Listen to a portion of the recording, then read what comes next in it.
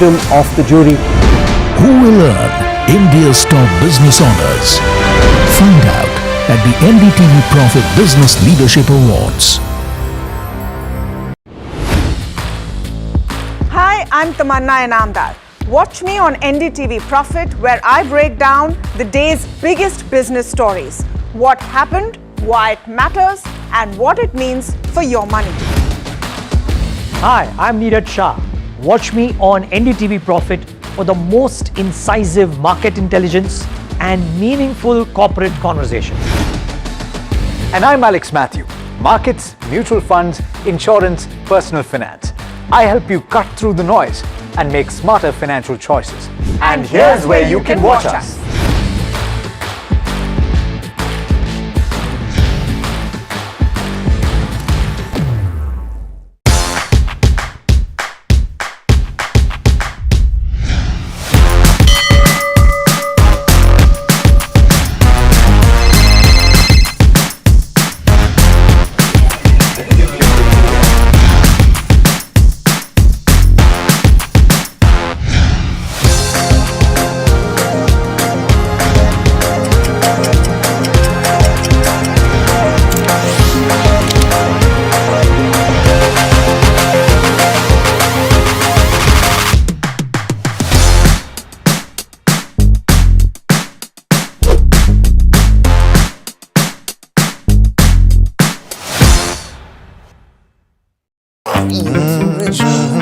The news, Ayush. Since when do we do scripts? Fair point. Picture this. The biggest stage. Floodlights. Wow. 4K. The works. Where's the hook? There's going to be celebrities and guaranteed eyeballs. Where's the hook? Think about this. Front page advertisements and hoardings. Bro, where's the hook? Cross-platform. Digital first. Virality. Without a hook, no way. The message is clear. It's 2026. You gotta be real in a world of reels. You gotta be original in a world where everything seems generated. That's it. That's what we're looking for. The best campaigns, The hottest trends. the smartest brand moves on our new show. But wait, what do we call it? The hook.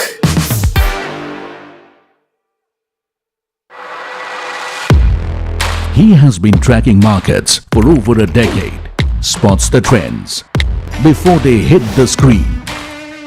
And he is now bringing his analysis to the show that the market watches. Watch Sharad Dubey on Know Your Company, a show that puts the most traded stocks under the scanner. We dissect the company so that you, the investor, don't have to get the management to answer questions relevant to you. Watch Know Your Company weekdays at 11:30 a.m. to understand your next big bet.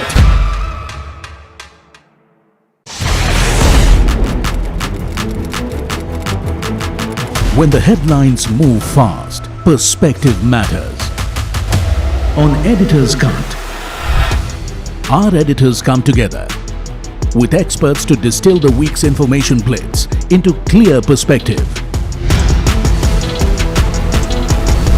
Down the stories shaping the world, from markets and the economy to global conflicts and what lies ahead.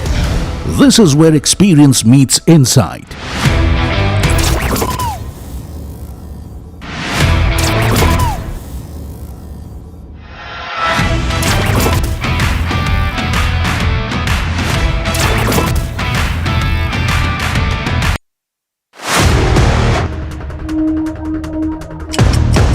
You're watching live from the NDTV Profit headquarters in Mumbai.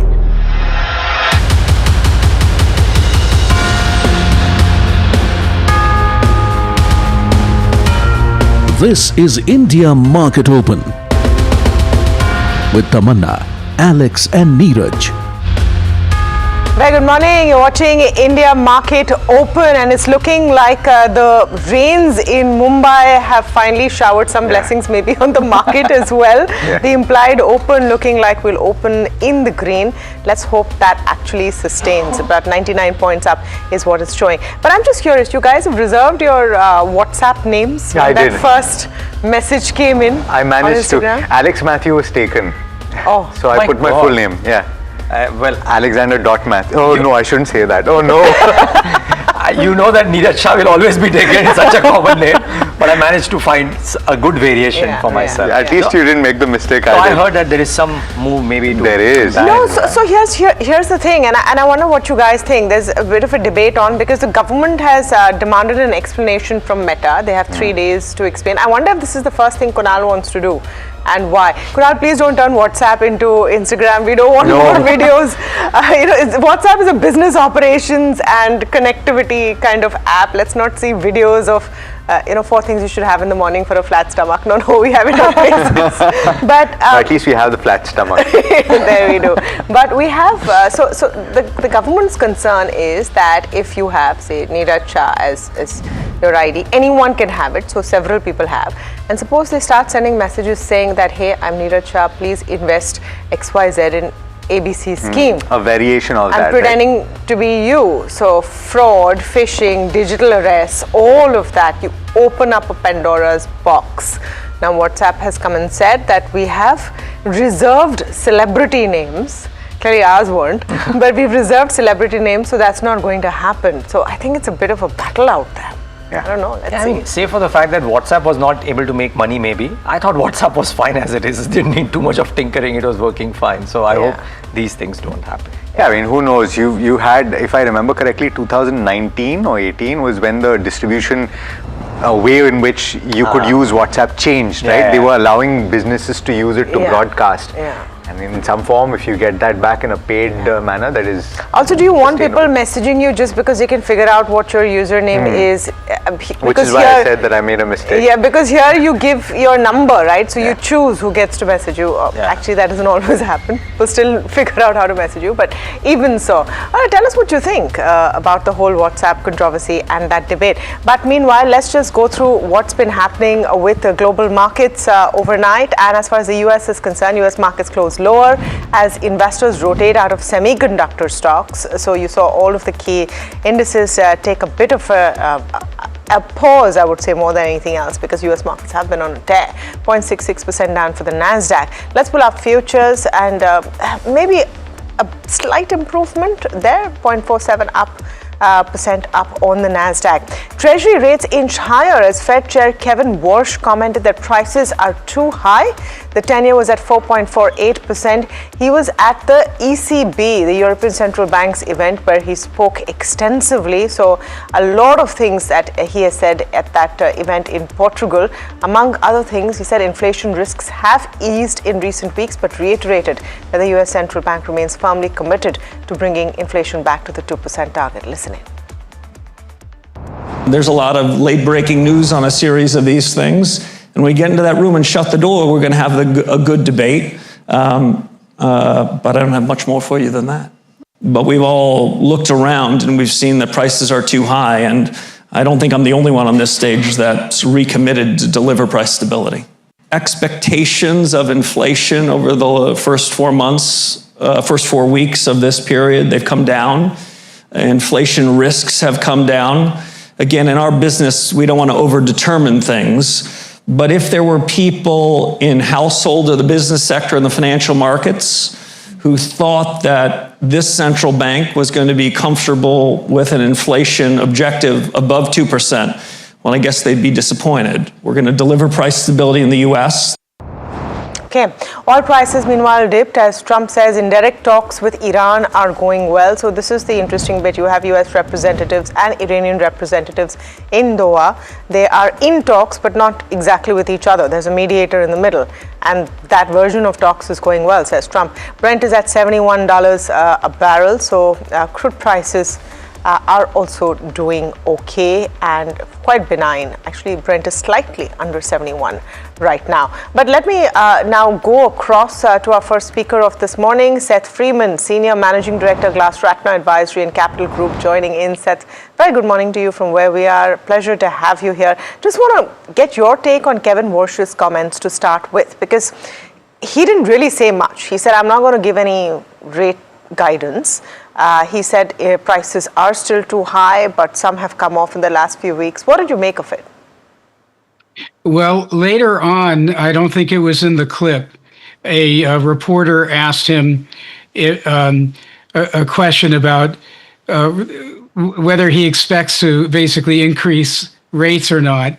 And he said very clearly that as chair, the Fed is going to be focused on a 2% inflation rate, which implies that he's not going to make money any easier in the near term.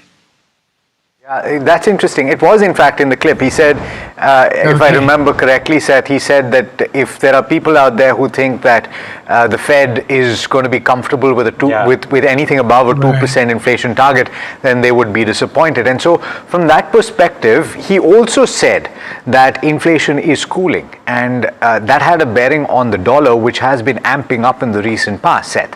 So, if the dollar does cool from this point, first of all, do you expect that to happen? And what is your anticipation of the implications that has on commodities and also risk assets? Well, he may be looking at some statistics that those of us who live here day to day are not experiencing.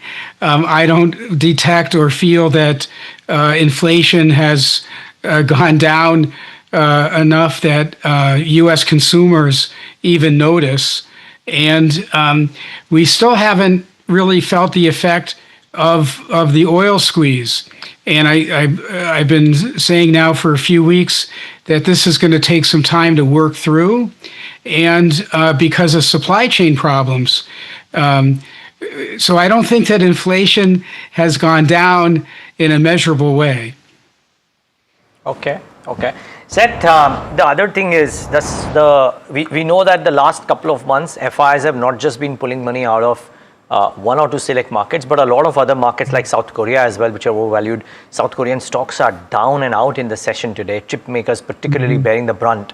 Is this, what do you say, a sign that the move had run its course on the valuation front and therefore some correction needed to happen, or is it something else? Well, stocks really ran up, especially the chip makers. And so it's been extremely ebullient. And we shouldn't expect it to go in a straight line. And there now are some concerns as soon as we have, a big SpaceX issue and the other AI companies raising a lot of money.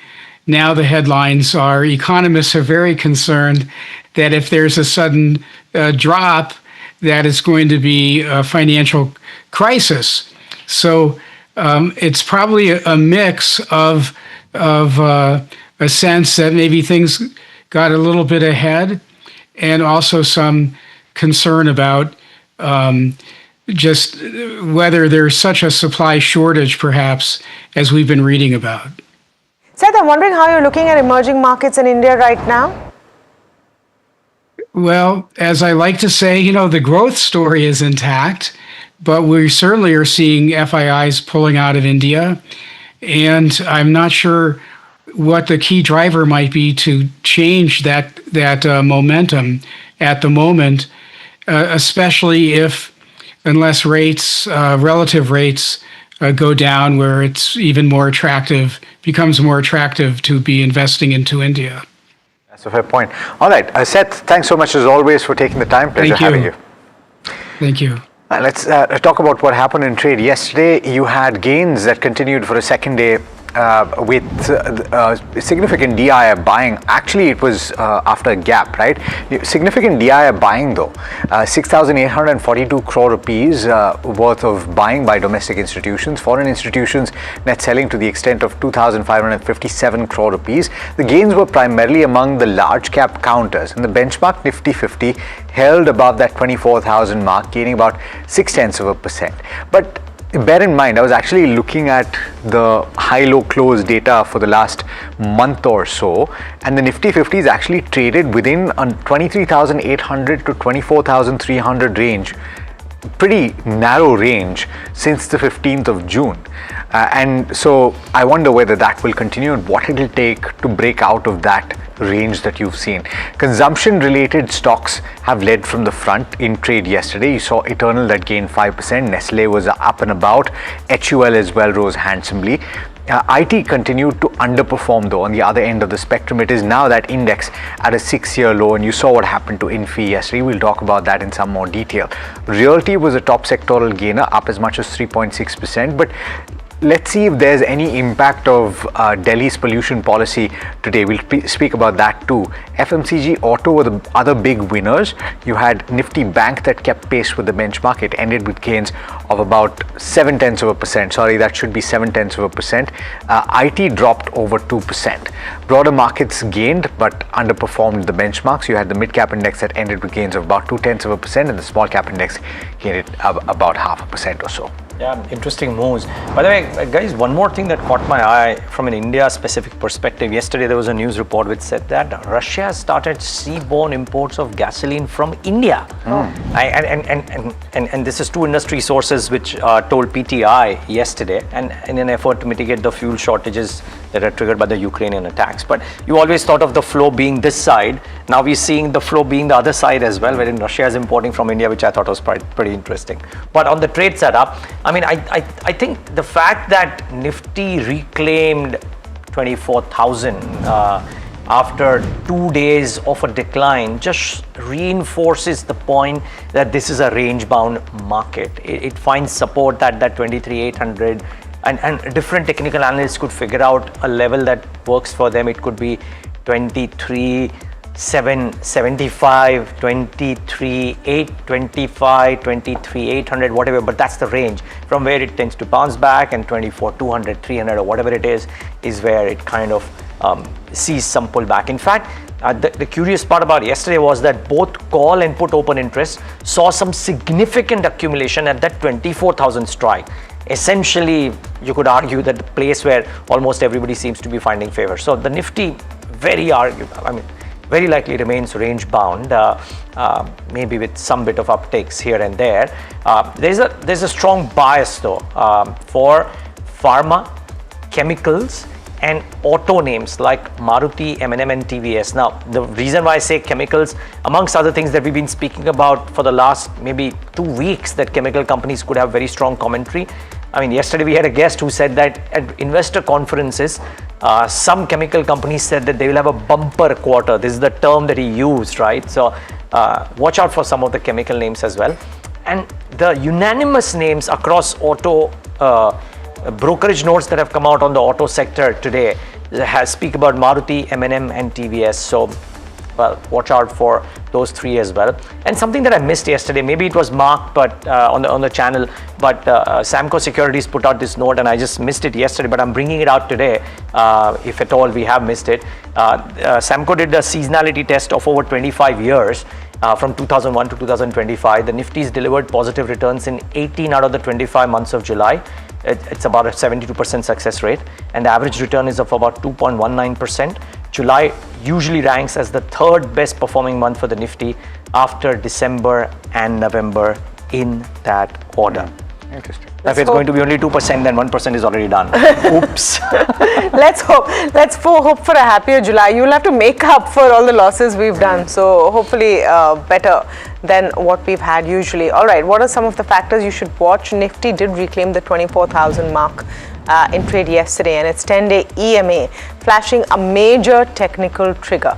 The 20-day EMA is on the verge of crossing above the 50-day EMA right now. A sustained hold above the 24,000 post-open will trigger massive short covering, and hopefully that'll happen if you're looking at what the implied is doing right now. Supports are at 23,900 to 23,850. Resistance is at 24,150 to 24,200. FMCG companies have started taking the baton alongside banking to lift the index.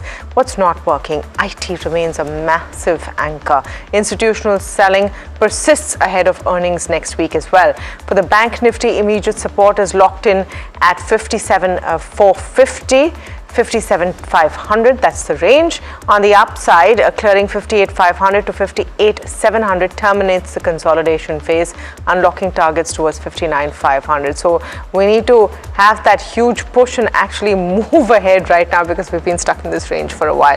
Let me go across to Sharad though to see if the F&O setup is looking as positive as the implied. Well, it's a very interesting take, and as usual, we say that India might be a non-AI trade. AI trade, the Asian exchanges, all of them are in the red. But interestingly, we have seen what a commentary had come in overnight, and that's where the risk-on sentiment started coming in. Now we are seeing 100-point kind of a move in the GIFT Nifty implied rates. But of course, the Nifty bank setting looks much better. The operational updates have been very strong, especially on the mid-cap and the smaller banks. So we might see some good action initially. But let's look at the FIs, what's happening here. For the third straight day, there has been a selling in the cash markets for FIs, and we are in the second day of July series, and we are still at the highest levels when it comes to the FI shorts. We had mentioned earlier there might be a chance of a good short covering, and look at that number, 90% FI shorts for the second straight day we are there.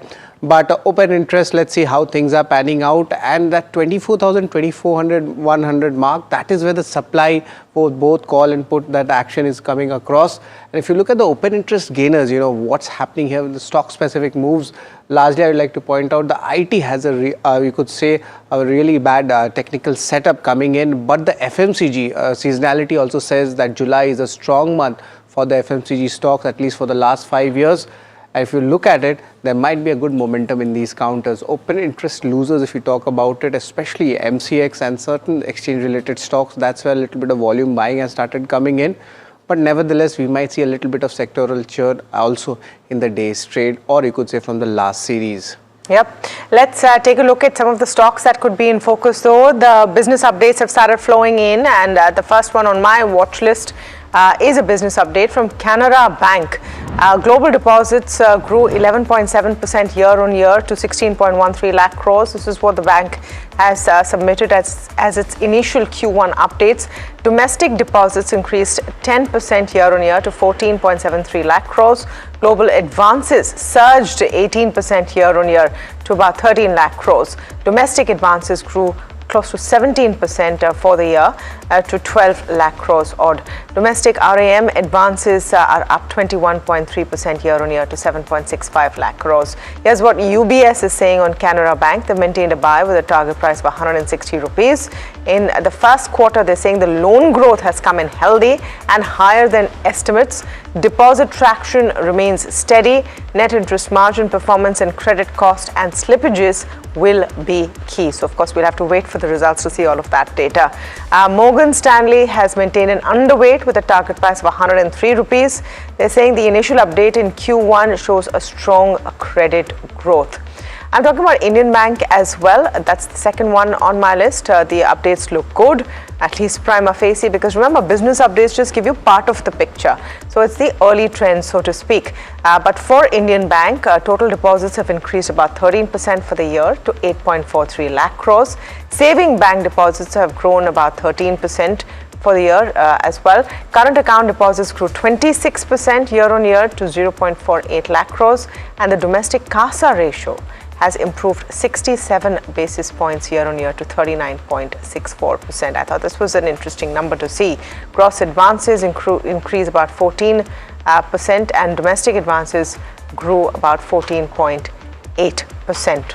Ola is the third one on my list, and this one's one stock which either sees a lot of love or a lot of pushing down from investors at any one time. Recently, it's been good for Ola Electric. Their Q1 growth nearly doubled for the quarter is what they have reported. They've registered 16,144 vehicles in June. June was the strongest monthly performance in recent quarters. The first quarter Vahan registrations nearly doubled to 43,719 units, and this reflects improvement in retail execution. Customer demand is remaining strong, and better product availability is supporting growth. They're focused now on accelerating EV adoption through technology leadership. Advanced battery technology remains their focus area, and of course it helps that the Delhi government is also pushing electric vehicles, and there's generally an EV push. It certainly has been in focus. So Ather as well has been gaining quite considerably in the recent past. Certainly one to watch. V2 Retail, and in fact 2 retail companies in my list today. They were buzzing in trade yesterday, but V2 Retail has sent out its quarterly update, and it says that revenue growth in the first quarter stands at 58% despite the high base of last year. They've achieved a same-store sales growth of 7.5% in the first quarter. That compares with 12% in the Q4, which was quite robust, and 5% in the year-ago quarter. So monthly sales beyond that have also improved, so the mix seemingly has improved for them. 886 is what it stood at, compared with 794 in the previous quarter. They've continued with that aggressive store expansion, 57 stores added compared with 33 opened in the fourth quarter. So that one is positive. V-Mart, by the way, it was already up about 5% in trade yesterday. V-Mart as well in focus. Revenue from operations growing at 23%. The same store sales growth for them was at 9% compared with 12% in Q4 and 5% in the previous year. The company opened 15 new stores. So the pace has actually slowed just a tad bit for V-Mart versus the 29 stores that they opened in the fourth quarter, but the numbers still looked pretty robust. The cohort that I think might be under a tad bit of pressure is the Delhi real estate pack. Why? Because the Delhi government has adopted the winter pollution policy, where they've said that demolition and civil construction work is set to be banned for 3 months in the year. Now, of course, the argument is that in any case, construction was halted for a large part of that period whenever the AQI thresholds were crossed. But now they're putting in place seemingly a systemic measure where blanket for 3 months there will be no construction activity. So I wonder how that will affect their planning for projects that are underway, and whether or not they'll have to adjust timelines accordingly. The stocks in focus, of course, all of the Delhi players, DLF in particular, but also Signature Global, Ashiana Housing and Anant Raj. This is a seriously difficult one. Yeah. Right? In some sense, it may be great for the environment, etc. But I'm just thinking from a real estate player's perspective. Monsoon, whatever, a couple of months, 3 months, that is lean season. Now you don't get to work for 3 seasons, presumably. But it's been happening every year in Delhi, where eventually this is part of the graded action plan. Yeah. And the graded action plan 2, I think, is when the real estate construction stops. And every year, without fail, the moment October, November hits, pollution levels are so high in Delhi that this invariably happens. And for the last several years, you've seen it coming in. Really?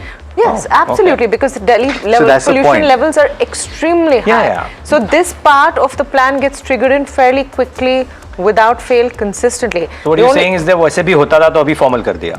नहीं, अभी जल्दी बोल दिया. Because the chief minister right now, and it's a new-ish chief minister, right? And she wants to prepare in advance. The whole question about Delhi was, why do you wait till the last minute to do stuff? Now you're preparing in advance. The Delhi EV policy is also part of the bigger picture, because this government's remit and what the people of Delhi want when they have elected them is that you fix this pollution problem. So maybe the announcement today might see some reaction. I don't know about that. My only question though, Tamanna, and I guess we'll know this once we speak to the real estate players, is how much were they actually shutting down? Maybe if they give us a sense that, okay, 3 months we were definitely shut because of the graded action plan, then it doesn't make any difference. But if they say that 60 days we were shut, 30 days we were operating, then it does make an impact. Oh, we'll have to wait and find out. And it depends on also in which year, how much pollution there is, when it gets triggered on, when it gets switched off.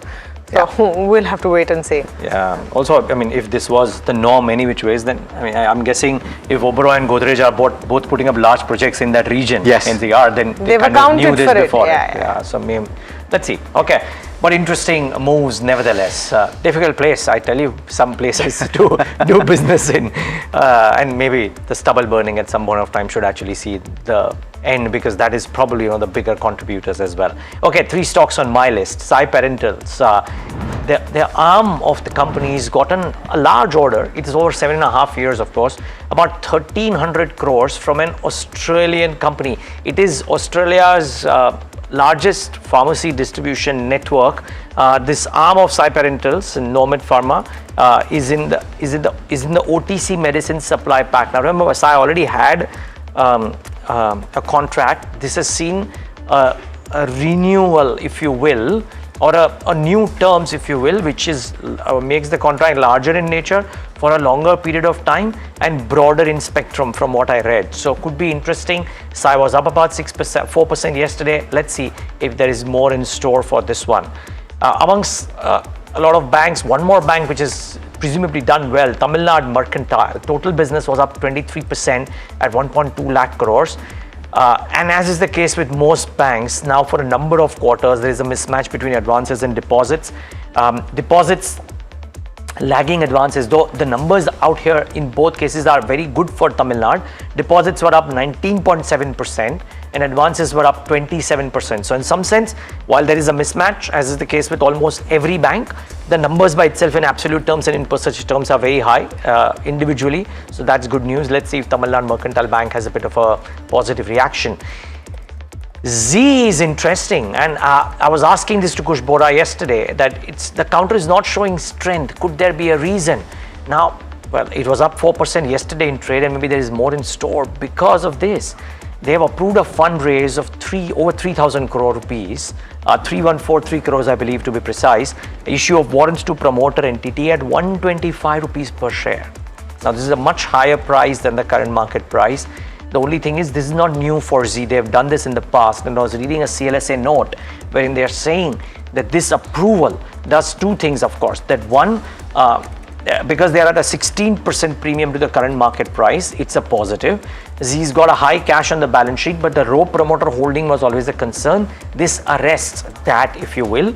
The only caveat is that Z's done this in the past, and yet we've seen what's happened to the stock price over the number of quarters, right? So be mindful of that. From an investment perspective, you may want to be a bit careful. From a trade perspective, this is great news, plus the fact that the FIFA downloads must have picked up as we enter the business end of the FIFA World Cup. So that's probably additional revenues for Z as well. So keep an eye out for this one. Should see a positive reaction today. Okay, just wanted to highlight what Jefferies is saying about the monsoons. This is a note authored by Mahesh Nandurkar from Jefferies. They're saying it's a worrisome start to the monsoons. Current monsoon is off to a bad start and amongst the 3rd worst in the last 100 plus years. June rainfall was 19% of the season, which is 19% of the season, was 40% below normal. Higher reservoir levels and food storage should protect the downside, but this should imply possible higher inflation, pressure on rural income growth, additional fiscal welfare measures. Is bad news for staples, two-wheelers, rural NBFCs. On the other hand, should be good for power, cement, travel, tourism, select financiers with heavier rural and tractor exposure such as Bandhan Bank, M&M Finance and the broader MFI segment will be negatively impacted. Lower rainfall will drive agri and cooling related power demand into the first half of FY27. This should drive the entire power sector, including transmission and equipment manufacturers, higher. Low rains and consequently higher temperatures will be seen positively for AC companies such as LG, Voltas, Blue Star and Aircon demand aggregate EMS companies. Lower rainfall also boosts working days for construction. It's a positive for cement and other building material companies. I wonder if July can make up for June though. That's the only thing that I would add to what Mahesh Nandurkar is saying. We'll take a very short break. Implied open is showing a positive start with maybe a bit of a gap up. Let's hope it holds. We're coming back with what your top strategies should be for the day.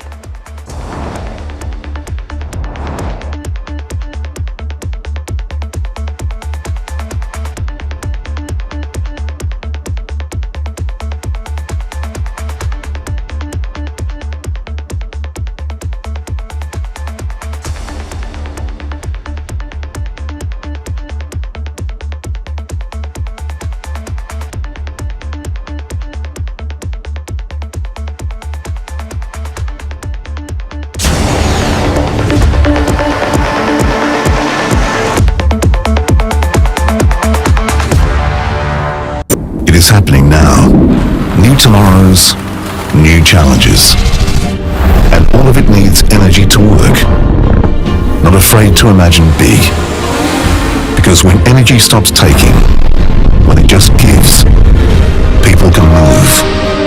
Really move. At this moment, the world's evolving. And so is energy. Suzlon. Good energies that work.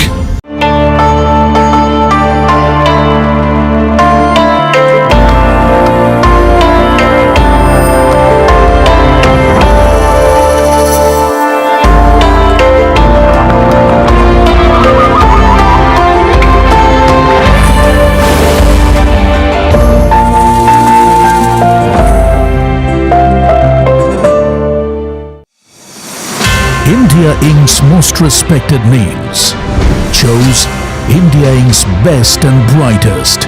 I'm delighted to be chairing of such distinguished fellow businessmen, bankers. It's just lovely to be back on this NDTV jury. I have been a fan of NDTV for a long time. Many of the nominees are extremely close together in terms of what they've done. Gender parity to be reflected while we choose leadership as well. It's also important that how they are reshaping the industries.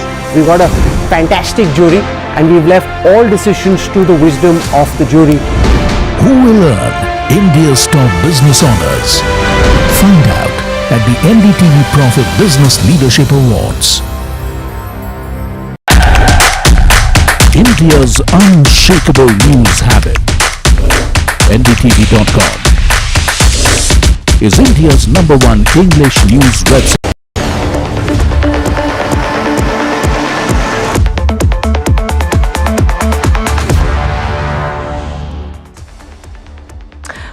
Welcome back. You're watching India Market Open. Okay, we have a special presentation for you, and we're talking about Infosys. A lot of chatter recently about how Infosys has, after a long time, gone into the 3-digit figure or on its current market price. And we thought it's a good idea to trace the journey of what has happened with this company that's gone below 1,000 rupees for the first time since 2020, and it's navigating quite a set of ups and downs, right? From the dot-com boom to post-COVID kind of highs.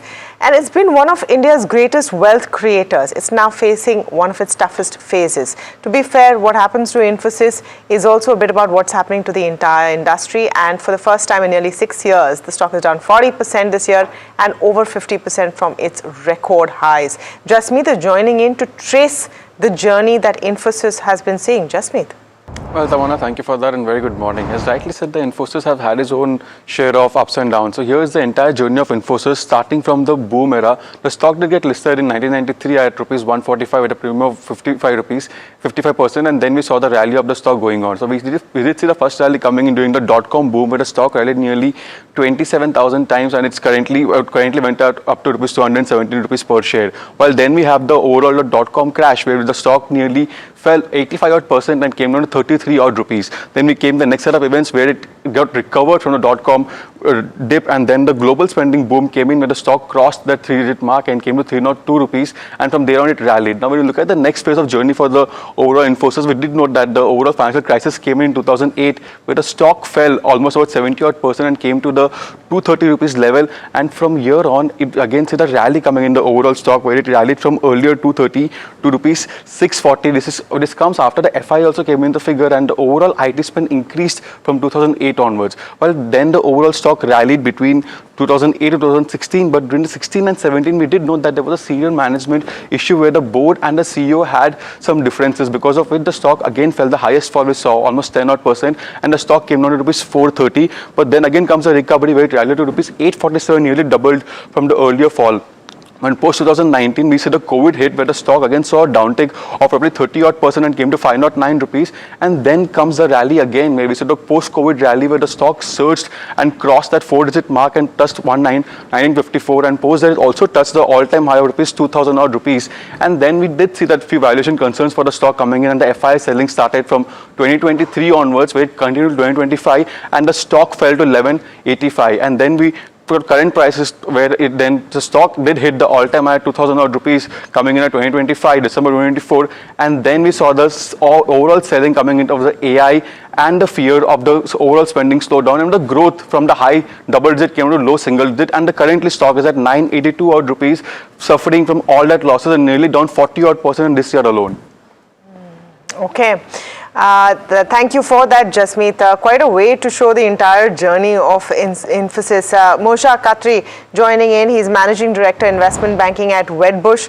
Moshe, thank you so much for speaking with us. And the reason that we decided to trace Infosys' journey is because, in a sense, it's also giving us an idea of what's happening in the entire IT sector. The point is that this company has seen its ups and downs. Is it just another down? I think it's going to take time to get there in terms of where we're going to end up. But what we're seeing now is an unprecedented crisis of confidence that the group will be able to pivot, adjust, and really transform and pivot towards this new kind of Gen AI environment. And that's reflected in the stock and all the stocks and in some valuations that are and some multiples that are down easily, 70% from their highs.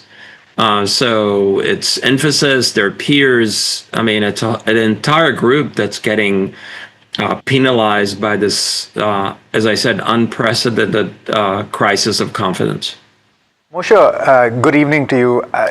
It's been suggested over the course of the last 6 months or so that some of these IT companies, because of the kind of cash that they have, can go out and be acquisitive. But whenever there has been an announcement, stocks have taken a bit of a battering. And it seems like the street can't make up its mind about whether it wants growth or whether it wants a company to be acquisitive in new areas like artificial intelligence. What do you think? The acquisitions that you've seen a couple of very large transactions, and these are not necessarily companies that have pivoted into this new model. That's the big issue. Secondly, no one really knows what's the new model going to look like. We're talking about outcome-based models. We're talking about hybrid software and services models or products/services models. No one knows. I think this is a work in progress. That's going to take time to prove in terms of that end game that we're talking about. And in the midst of all that, we need to see, in order for us to see any sort of a recovery in the multiples of these companies, we need to see some sort of, growth recovery. And until we get there, the sentiment will probably remain pretty negative. We do believe that the industry will have a role to play in this new pivot. And in my view, it will probably take 6 to 18 months until we get there, until we kind of see the models, the emerging models, the actual financial kind of protocol in terms of how this is going to look like. It's just going to take time. But for now, I think it's, at this point, without seeing any sort of credible growth here, it's going to be tough for multiples to really recover. And the group's going to be volatile. Moshe, there's an argument that the dividend yield for some of these stocks are pretty good. And then I heard a slightly skeptical view say that the dividend yield, even on a Cognizant, is probably equal to what a TCS does. And Cognizant trades maybe 30-40% lower than the multiples that TCS and Infosys trades at. So why do TCS and Infi need to recover? Why can't they go down to the levels that Cognizant trades at, or an Accenture may trade for that matter? What are your thoughts here? I mean, do IT companies having cracked so much still go down despite the dividend yield comfort? So I think you're talking about the PE multiple premium that historically has been assigned for stocks that are trading in India versus the US. And at this point, the premium kind of remains. Whether the multiples kind of go down to where the US is, that remains to be seen. I guess you can probably make that argument. But again, on any sign that growth is recovering, I think this group should actually start outperforming. And we're just waiting for that inflection point. Maybe it doesn't happen in a quarter or two. Maybe it happens in 3 quarters, but in our view, this will happen. Many of the companies are making the right moves to changing their models, to this pivot that we're talking about. It's just not going to happen in one day. On that, Moshe, sorry, I'm not asking for a recommendation on a stock, but where is it that you find companies making the right moves within the Indian IT landscape? I think all of them are, in terms of reskilling, in terms of building their own infrastructure to be able to kind of, see, it all depends where you want to play in this pivot. Are you going to pay more on the infrastructure side of the business? You're going to play the data part? Are you going to play the implementation piece? It really depends on which angle you want to kind of look at this. Are you going to be more on the product, R&D part of the business? Helping some of the AI labs. There is a part to play for the industry. You just have to find the right angle to get there. And at this point, every single one of the tier ones is actually focusing on one angle. I think that's important. You have some of the software engineering firms like a Globant or an EPAM that are kind of focusing on this more from the data part. And then you have some of the pure plays, Fractal's another one, right? They're also focusing on this kind of also from one angle. And then you have a couple of others that are more on the private side, like Tiger Analytics, Turing, Tredence. So you have companies that actually are picking those angles. For those that actually went all in and they've been kind of focusing on that business for a while, they are able to show pretty decent growth. The privates are growing north of 30% a year. The companies that have been here for a while will take some time to go through that transformation. Moshe, I'm wondering if you saw the comments that Palantir's CEO Alex Karp made on all of these AI models, Anthropic, etc. And talked about how something has gone completely wrong. He's gone on to say that what they're doing is akin to stealing. Are tokens actually, providing that much value, or just taking data from the enterprises they serve? And some controversial comments there. But do you think that there are more and more questions about the viability and the profitability of some of these highly valued companies? I think you're making a very valid kind of point here. And I think that in that context, the bigger issue that enterprises will face is the fact that they will probably have to pay more and more for those tokens. So it gets to a point where, the efficiency of actually using AI versus using, human software engineers almost kind of goes away down the road, just given the cost, the expected cost increases for those subscriptions. And ultimately, from our perspective, you're probably going to see a hybrid model. Enterprises will probably go back using more of that human element and combine it with using tokens. That's probably going to be the best model that's going to be sustainable down the road. But you are seeing cost of tokens starting to rise, and that becomes a problem down the road. Yeah, sooner rather than later, I would think. Moshe, thanks so much for taking the time, and pleasure speaking with you as always. Thanks, guys. Bye. Well, we've got Parag Thakkar as well as Kush Vora sitting and listening into this fascinating conversation. I wonder whether Parag Thakkar, who made quite the statement a few months back about IT, has anything to say about it. He made a huge statement yesterday. So just to clarify on yesterday's stance, okay, I want to tell very clearly to viewers, I don't like excessive optimism and excessive pessimism, right? I was bearish on silver at 80. I sold my silver. It went up to 115. So I can go wrong also, right? Now it is 60. So I'm saying this excessive optimism around this entire chip maker story, that I want to fade, because I want to see it fade away, because we as Indian investors, we as India, our currency, all depends on FPI flows, right? So in case you missed it, the reason why this explanation is coming, because those comments from Parag Thakkar went quite viral yesterday. I don't know. There were a lot of people who commented on saying, why do you want to see anything fail? And what he said is that maybe if this AI trade comes down, it will be better for India. That is the context. And I want to list down the positives of India. First of all, externally, oil at 71 is a very big positive for India's current account deficit, balance of payments, everything. So macro-wise, right? Government and RBI has done an incredible job, I would say, all throughout. Government has taken a very measured and calibrated petrol and diesel price hikes. They have cut excise duty. They have taken a brunt of 1,50,000 crores on their chin.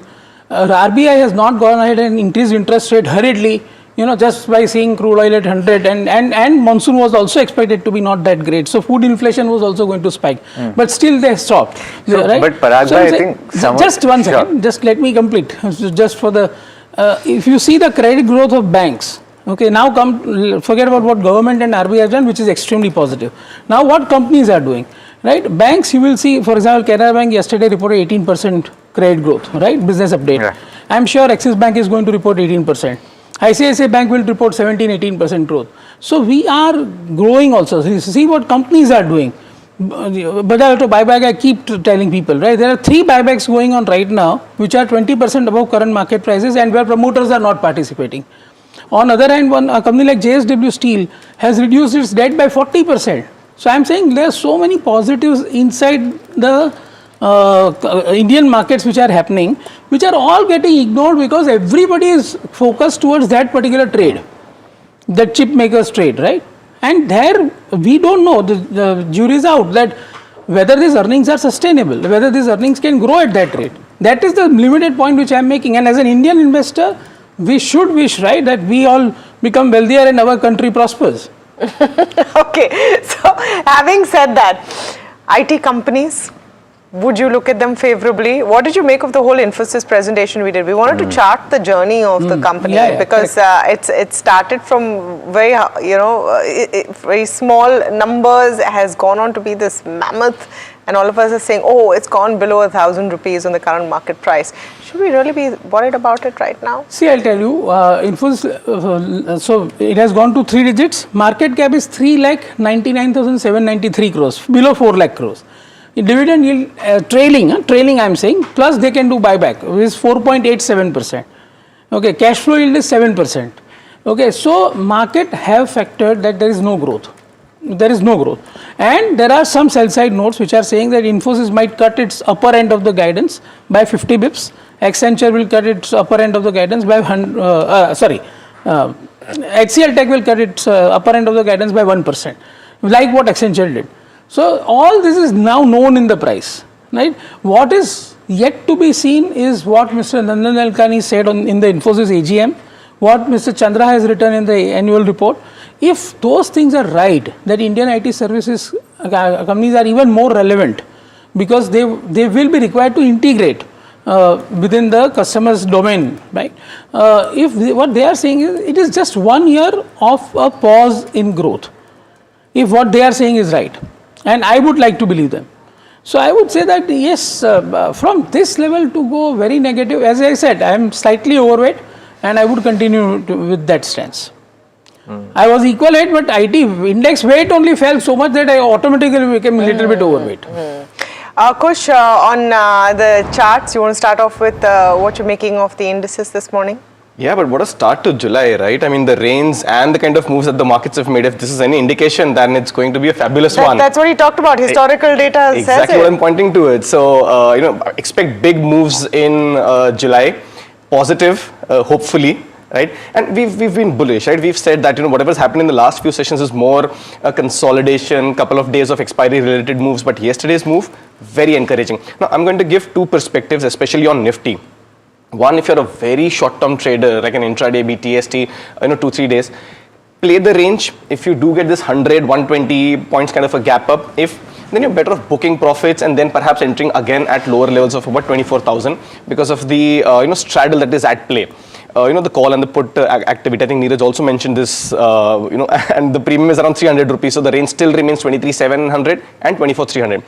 But if you believe that, the door that the Nifty has been knocking on, the 24,200, Daya Bhai will come in and break this eventually this time around, then you could hold on with a stop loss up at 23,900 or that, or that range.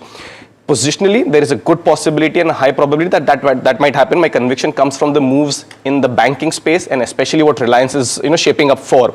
So there's a good possibility that we might eventually break that door. So like I said, from a very short-term perspective, you could book profits and again buy at lower levels.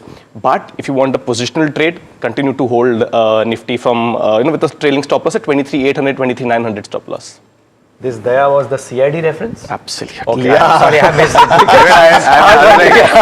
I don't know. Daya Bhao, yeah, Daya CID. Okay, so there must have been a dialogue wherein Daya is breaking their doors. Okay, fine. A dialogue. It's the most famous dialogue. I think he's acted in a movie or two where they just picked up that dialogue and just inserted in that movie. It's a very famous dialogue. अभी तो dialogue बोलना पड़ेगा. ऐसे कुछ है ना, दया तोड़ दो दरवाजा, right? Okay. That's what we're hoping happens on the I've heard absolutely. दया दाल में कुछ काला है. Oh, is it? That is what I've heard. This is a different episode. Daya, stock ideas बताओ. हाँ जी sir, stock. This is how you want a day to start, right? Race I do. So lovely. What a conversation. 3 stocks, all 3 of them on the bank side, and surprisingly, on the buy side. Surprisingly, I have a banking stock, not the big ones, by the way. I'm waiting for some technical indicators on ICICI and SBI to sort of confirm that breakout, but very bullish on SBI in particular. Today, I've got the trade on Karur Vysya Bank. Good consolidation is on, but now you're starting to see price action coupled with that volume action, and this one's something that you buy and hold for a long time. Momentum also catching up, so just an added plus. So for targets of 310, 320 with a stop loss at the 292 mark, Karur Vysya Bank becomes a buy. Jamna Auto, this stock is something that we've discussed in the past. 134 was the first target, hit that, consolidating. Yesterday's move very encouraging. You could buy or hold for targets of 138 and 142, stop loss at the 132 mark. Shringar House, this is something that we discussed yesterday.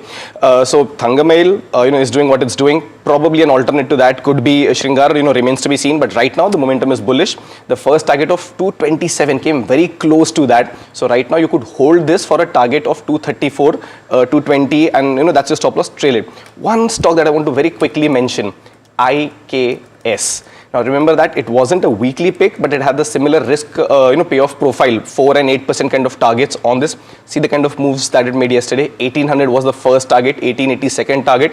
My suggestion, continue to hold. Trail your stop loss is higher to about 1740, 1750 zones. Okay. Well, imagine 50 minutes into the show, and it's been such a packed show, we haven't gotten a chance to talk about autos, which is the thick thing right now. But before we do that, what everybody waits for is this dealing room chatter from Somit Sarkar, and he joins in right now with what is it that he's hearing from his dealing room sources. Somit, good morning. What's on your radar today? Good morning, Neeraj. Firstly, it's Avenue Supermarts. Now, the stock was down in trade yesterday. There are some sell flows on the large HNI desk, and dealers are indicating weak store addition as one of the concerns here. For Shilpa Medicare, that stock was also down. There were sell flows as one of its key drug approval that was expected by the street in the month of June did not come through, and it has been delayed, and hence this negative reaction coming in. For Hindustan Unilever, there are buy flows on institutional desk. Both foreign and domestic institutions have been accumulating this counter in trade, and delivery volumes are seen on the higher side. For Paytm and PG Electroplast, both the counters were gaining in trade yesterday. Dealers are expecting strong Q1 numbers to come in from both the companies. For Central Mine and Planning, now a couple of weeks back we did indicate that there are some sell flows expected. The stock was under pressure, but right now dealers are indicating that the selling pressure is largely over, and a large prominent HNI has been accumulating this counter in trade. And lastly, when it comes to D-Dave Plastics, there's a buzz of a potential M&A activity here. Dealers are indicating that the company is on the block for sale. They have already given the mandate to bankers, and we can expect an announcement anytime soon from D-Dave Plastics. Okay. So that's what's on Sumit's radar this morning, but we're all about giving you every update that we possibly can. We want to pack it in before the markets open. So let me go across to Sharad, who's giving us the bank updates. We mentioned a few in our watch list when we started off the show, but quite a few banks and smaller ones actually have come in with their Q1 updates. What's that picture looking like, Sharad? Tamanna, the picture is looking very strong, especially for the smaller banks. And I was checking, most of the banks have given better than estimate numbers. Dhanlaxmi Bank, very strong set of numbers coming in. The outperformance coming in the loan growth segment. Even the gross advances, look at that, it's above that 20, almost you could say that 25% mark, and that's a good indicator. Punjab Sind Bank also good set of numbers coming in. There's an improvement in CASA as well as the credit growth parameters if we are tracking this, and the overall business also showing a good momentum. Canara Bank, strong set of numbers operationally. The domestic RAM advances, that has been doing well for the last 3 to 4 odd quarters. RAM means retail, agriculture and the MSME segment, and this has been a growing driver for a lot of stocks. Tamil Nadu Mercantile Bank as well as JK Bank, both of them showing strong advances growth. And of course for JK Bank, there was a little bit of moderation in CASA momentum, but nevertheless the operational parameters are quite strong. If talking about inline set of numbers, we have South Indian Bank over here, where of course the gross advances grew 17% up. It's likely around that industry inline numbers coming in. And Indian Bank also, the story remains the same. However, the domestic CASA ratio did show signs of improvement. So net for the smaller banks, it's a good operational performance. All right. Thank you for that, Shad. I'm actually going to get Parag Bhai's take on this, hot take on this. I don't know, you saw some of those updates. Yeah. What really stood out for you? So Karur Vysya Bank, as Kush pointed out, fantastic numbers, but they have been doing this from last 3-4 quarters. Tamil Nadu Mercantile Bank, I just saw 27% growth, fantastic numbers. Canara Bank, 18% loan book growth. Canara Bank being such a large bank, 18% loan book growth. So I think growth-wise, and you will see this from Axis Business Update, you will see this from ICICI Bank results, you will see this from SBI results. Credit growth will be very strong across the board. The fact to be seen is, one, in Q1 seasonally, rural slippages happen. Agri slippages. So that is one small thing which we need to watch out for. And second is margins. And margins and asset quality you will not know in the business updates. Exactly. Because margins are very important, because cost of deposits had gone up. Now this FCA and RBI advantage will come in second quarter. Yeah. So there will be, but that won't be margin accretive, will it be? No, at least they are getting deposits. Yeah, so that the fight for deposits in the domestic market will reduce. Most certainly. Right. So basically, what I'm saying is that if you see all the metrics except for treasury thing, if you leave aside, I feel from my channel checks, ICICI Bank will be the star performer. Superb. You know, but the other thing is, guys, that if you are at market-wide 18% credit growth for the system, is phenomenal, right? What it means for what economic growth is likely pointing towards. Second thing I'll tell you, which again I was wanting to speak in, CV sales. Look at the CV sales of last month. Tata Motors CV 31% growth, Ashok Leyland 27% growth. Which is why they were all up and about in trade yesterday. That is why I feel that people should buy India. So, but on the point of FCNR, I remember because I had a conversation with the PNB head, and he was talking about most of the benefit coming through in the second quarter. Yeah, that's what he's saying. Yeah. Yeah. That he's saying that, but you said Q1, right? No, I'm saying FCNR deposit benefit will come in Q2. Phenomenal what's happening with banks. On the charts, any of them that you like, Kush, very quickly? Tamil Nadu Mercantile, Karur Vysya, Canara, some of the ones who were mentioned. JNK Bank also had good updates. So, Karur Vysya is my call today. Tamil Nadu Mercantile Bank had a run-up but is consolidating with a negative bias, hence a bit of a hitch. I'll tell you what I like. SBI, I've already mentioned I like. Axis Bank is setting up beautifully. Parag Bhai also mentioned that. And for a trade, and amongst the big names, actually except HDFC and perhaps Kotak for now. Technical view, I know he's laughing. Right? I like the others, Axis, ICICI, SBI, all three of them. Like I said, there are some technical setups that, we need to confirm and hence, turn into a call. In fact, we didn't speak about Bank Nifty. A quick word on that.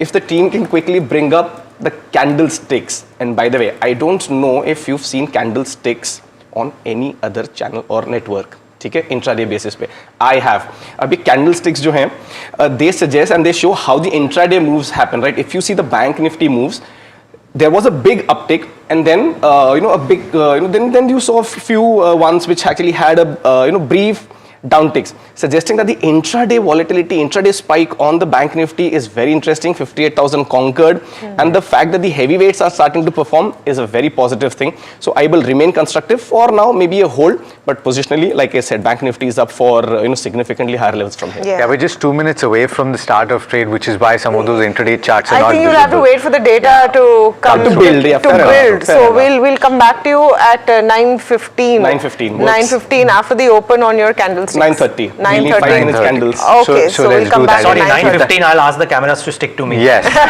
understandably. 9:30. We'll come back to you. That's an appointment. But before we get to the start of trade, we should talk about autos. And brokerages are remaining upbeat on the sector as a whole after a strong June. Let's go across to Jasmeet to find out what they're saying. Jasmeet?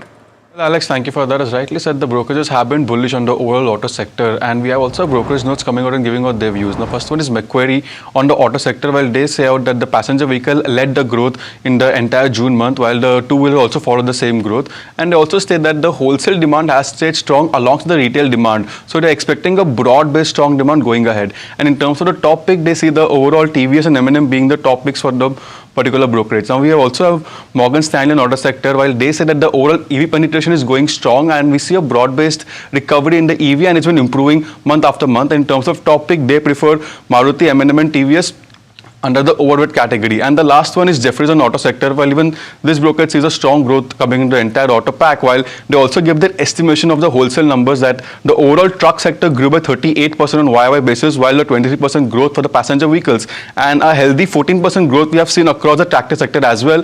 In terms of registration, they know that registration has been growing in the double digit, which is a strong positive for the industry, and they expect the Q2 to have a better growth given the modernization of the prices. Got it. All right. I do want to talk about Bajaj Auto though, and one of the numbers that stood out, of course, the CV sales were good, and we spoke about Ashok Leyland, Tata Motors, etc. But Bajaj Auto, the export volumes were quite significant, weren't they, Parag Bhai? And especially in the context of a depreciating rupee, this would bode well for the company. Export number of 250,000, which is flashing, is phenomenal, right? 250,000 out of 460,000 total volumes, including two-wheelers and three-wheelers. 250,000 exports, and imagine rupees at 95. What kind of results Bajaj Auto is going to declare? All right, and so there's a buyback going on at 12,000. Promoters are not participating, which means, let me explain this to viewers. 5,630 crore is coming out of companies, cash reserves, right? And promoter has 51% stake. So 2,800 crore would have come to promoters, which he is not accepting. Which means that that 1% stake value is going to increase significantly in future. And the signs are clearly in front of you. Exports are improving. The Latin America market is growing like anything. Nigeria is coming back. Electric three-wheelers have started to do fantastic. They have EBITDA break-even in Chetak. Electric three-wheelers are making money. EBITDA level pe they are profitable. And now there is a huge push towards EV. They will have to expand their capacities, in my view, significantly. And so I would say that this company gives you 100% of their profits as payout. Some of them is dividend, some of them is buyback. I think it's a phenomenal company doing all correct things, and they are on a roll.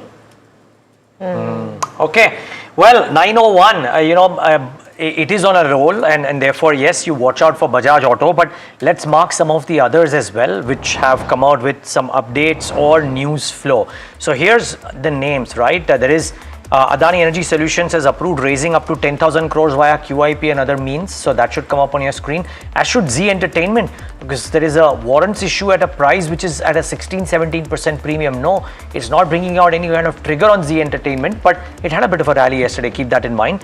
There is Sai Parentals, which got a 1,300 crore from Australia's leading pharmacy network. Maybe that one could be reacting 9% higher for Sai Parental. Maybe it could be 5, maybe it could be 6, but effectively will be positive. Then V-Mart and V2 Retail, strong business updates from both, I thought. Correct me, Alex, if I'm wrong, but V2 Retail in particular, 58% uptick in revenue, and both of them are showing up, as also some of the banks, right? Tamil Nadu, Canara, J&K Bank, etc. And then JTL had a pretty decent sales volume update, so keep an eye out for that as well. And of course, the auto names, as we spoke about, I think a lot of them will be in focus today for sure. Smattering of IT names as well. Look at Sonata Software, look at Emphasis. So you have some interesting ones moving about this morning. I'm seeing Hero MotoCorp making some sharp moves, and we should pull up Bajaj Auto if we haven't already.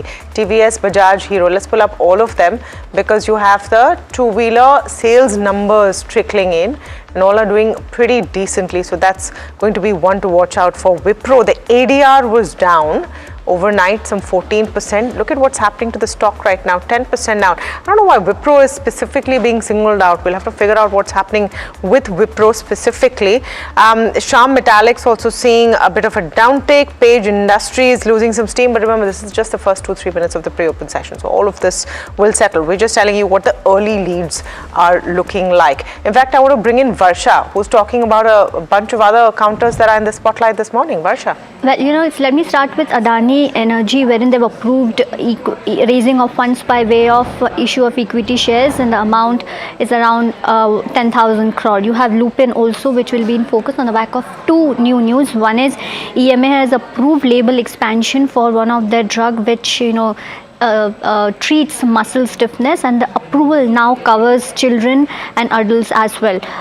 Also, Lupin has also received EIR from US FDA for its Somerset facility, which is classified as voluntary action indicated, which is a positive news. This is the second best classification that US FDA can give to any plant. Then you have Coal India, which has received order for setting up 600 megawatt of plant in UP.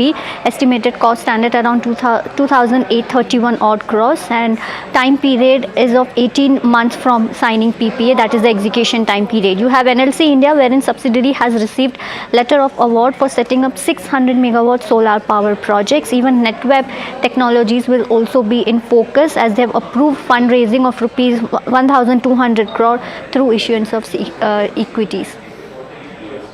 Okay, so NetWeb Technology is also in focus. I wonder, from the auto pack, I know I'm not going to ask Parag Bhai because he's going to say Bajaj Auto is my current favorite. What if I say what do you like from the auto pack apart from Bajaj Auto, Maruti, TVS Motors always, and TVS? Maruti. इन तीन को छोड़ के. Auto Hanks को add कर सकते हो आप. Auto Inks I always liked. Like Minda Corp made a 52-week high yesterday, 707 or something like that. Rolex Ring is a company again, which is another company where buyback is going to start. Promoter is not participating, and it is 20% above current market price. So I would say that auto components, but some of those auto components who declared good results have really done well. So I don't have courage enough to recommend them at these levels. Not surprising. Okay. Yeah, some of the stocks have run up, but it's 9:05. And by the way, we'll also take in some chart checks on some of those stocks, and Shrikant Chauhan will join in any moment to talk about that as well. But NHPC is in focus because CLSA remains bullish on the stock while maintaining a high conviction outperform call. Mind you, there are a bunch of brokerage notes today, and Sharad has chosen this one. Sharad, why this? What is CLSA's argument? Well, Neeraj, I also have one point to put. I remember during the monsoon season, the hydro generation plays also come into play, and that's why I picked up NHPC. CLSA has given a high conviction target outperform in a target price of 117 rupees, and that's a significant upside potential, almost you could say 35 to 45%. It's set to double its regulated equity by FY30. Also, FY26 was a landmark year for their projects going ahead, but it's still worth the wait. Projects are starting a few quarters late, but nevertheless, the bullishness is coming on the equity side of the business. The regulated one I'm talking about, they have reiterated their position on this outperform on a decadal growth, as a green utility. That's how they are placing it. And lastly, they're the biggest beneficiary of Indus Water Treaty that has been put in abeyance. If that comes in, a big overhang comes to the, comes out of the stock, and then you can see a good momentum in the stock. From the power space, thanks. I mean, interesting argument as well. So watch out for NHPC. There is another note. Antique has come out with a note on Clean Max. They've initiated a buy and a target price of 1711. So that's the other brokerage initiating coverage note. So keep an eye out for both of these. On the charts, Kush, NHPC or Clean Max, do you like either of them? Or if not, then anything else? No, I actually, NHPC has been consolidating for such a long time. मतलब breakout आएगा तब देखेंगे, अभी तो लेने लायक नहीं है. Clean Max, yes, this one's limited data but had a very good run, and now you're seeing profit booking. So these are the times when you actually want to start accumulating, start buying. I would consider this stop loss at about 12.32. Just to quickly mention Rolex rings, Parag bhai already mentioned, and this was a call that we initiated a couple of days ago. 153, 158 targets, 144 stop loss. So maybe you have that convergence of the technical and the fundamental. So that's something that if you want to consider on the long side. On the technicals, let me also ask you about J&K Bank. I know that you have liked this stock in the past, right? It's currently trading with gains of about 2.4% at 160 in the pre-open. Would you consider entering at this point? It's run up quite a bit. I would want it to cool off, see some profit booking. By the way, if I can throw in one more name, same thing applies to Maharashtra Bank, Bank of Maharashtra as well. Splendid run up, both of them very strong. And I'm just putting in, in the same bucket because very similar in terms of the technical, run up and technical setup. So J&K Bank closer to 145, 150 zones. Bank of Maharashtra now the supports. Levels have gone up significantly from about those 70 levels that we used to talk about. Supports have risen to about 82, 83 kind of levels. So maybe closer to those levels, if and when you get those, it becomes a good, entry point. Right now, they are a hold with a trailing stop loss at these support levels. Is Bank of Maharashtra too expensive on the valuations, Parag bhai? Relatively speaking, for a public sector bank. So that's why I'll prefer like banks like which ICICI. I'll not no, the take public name sector again. bank. But see, within public sector banks, of course, I think I will go with SBI. At this stage. Just want to quickly highlight Ambuja. Bernstein has an interesting point of view on Ambuja. They've upgraded it to an outperform from a market perform.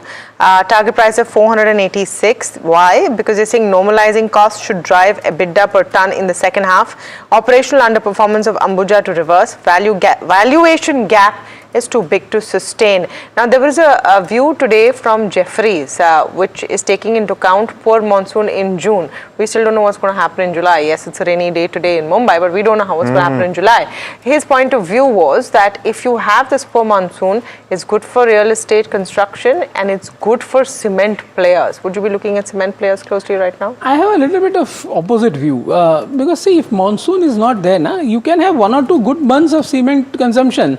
But if rural income is suffering, when actually the cement season starts in Q3, Q4, you will have a lesser demand from rural India. And it is from rural India housing, actually the cement companies make money. So I have a different view here that it is just 1 or 2 good months because you don't have a slowdown in construction activity as monsoon has got delayed. But if it actually results into rural India suffering, then it is not that great for cement companies. Okay. Well, so some names, and as 908, in fact, the rates have settled and some of those stocks could be very, very strong. Pharma is in focus today as well. One is Sai Parentals.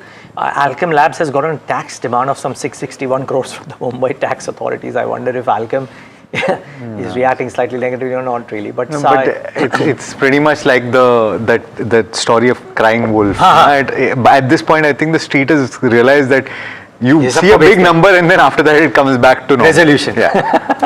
Okay, maybe. But okay, Sai, Kushpura on the chart, Sai Parentals. It's not a very oft discussed trading idea, but any thoughts? Yeah, and relatively recent listing and very big moves, massively overheated. Ab agar aapke paas hai holdings, so better off actually booking profits on this one, at least partially. I want to mention very quickly, the cement pack, that discussion was on. It's not a blanket buy yet, but there are a handful of stocks which are actually starting to do very well, and I don't know if there is a news or anything in Ramco, but the volume accumulation on this one in the last 5 sessions is through the roof. Price action also following, but the volume accumulation is something that interests me even more, and similar thing for JSW Cement. So if at least, if you want to play this pack, then I think these are the 2 stocks that you should keep on your radar. Ramco Cements more so. Very interesting and very heavy volume accumulation on this one. By the way, IT is as a pack is going to open gap up in all probability today, but the one exception of course is Wipro. It's losing ground. Realty, as a pack, you anticipated that there might have been a bit of a sentimental impact, if anything, on account of the Delhi pollution norms, but that's not really evident. In fact, 9 out of the 10 constituents in that index are gaining ground. The likes of Sobha, Prestige, Oberoi, all gaining over 1%. Brigade gaining as much as 0.8% or so. The question to you though, Kush, yesterday the index as a whole, Realty, was up over 3%. There is seemingly considerable amount of strength and momentum. Do you play that? Yeah, not as convinced. No. Not as convinced. Not for the entire sector. In fact, exactly what I mentioned for cement, applies for the realty pack as well. You will see pockets where, there will be strength. Remember Phoenix we mentioned, by the way, we initiated that as a call on our advisory. There the target one was hit. Buy strength. Phoenix has strength. Agar ye thoda niche bhi aata hai, then you're comfortable, right? Because there is a lot of activity in it. It's already got support levels, very close to the, current level, where in fact the 1950, 1960 level was a resistance. That's been taken out convincingly now. So I think good news on this one. And Oberoi Realty is shaping up well. So like I said, I am not very bullish on the entire pack, but selectively, things like Phoenix, Oberoi, very constructive. Let's look at Brainbees very quickly and see what it's doing after the pre-open session. So they have approved their participation in a proposed IPO of their subsidiary called Swara Baby Products, and they're hoping to mop up by offering shares worth 300 crores.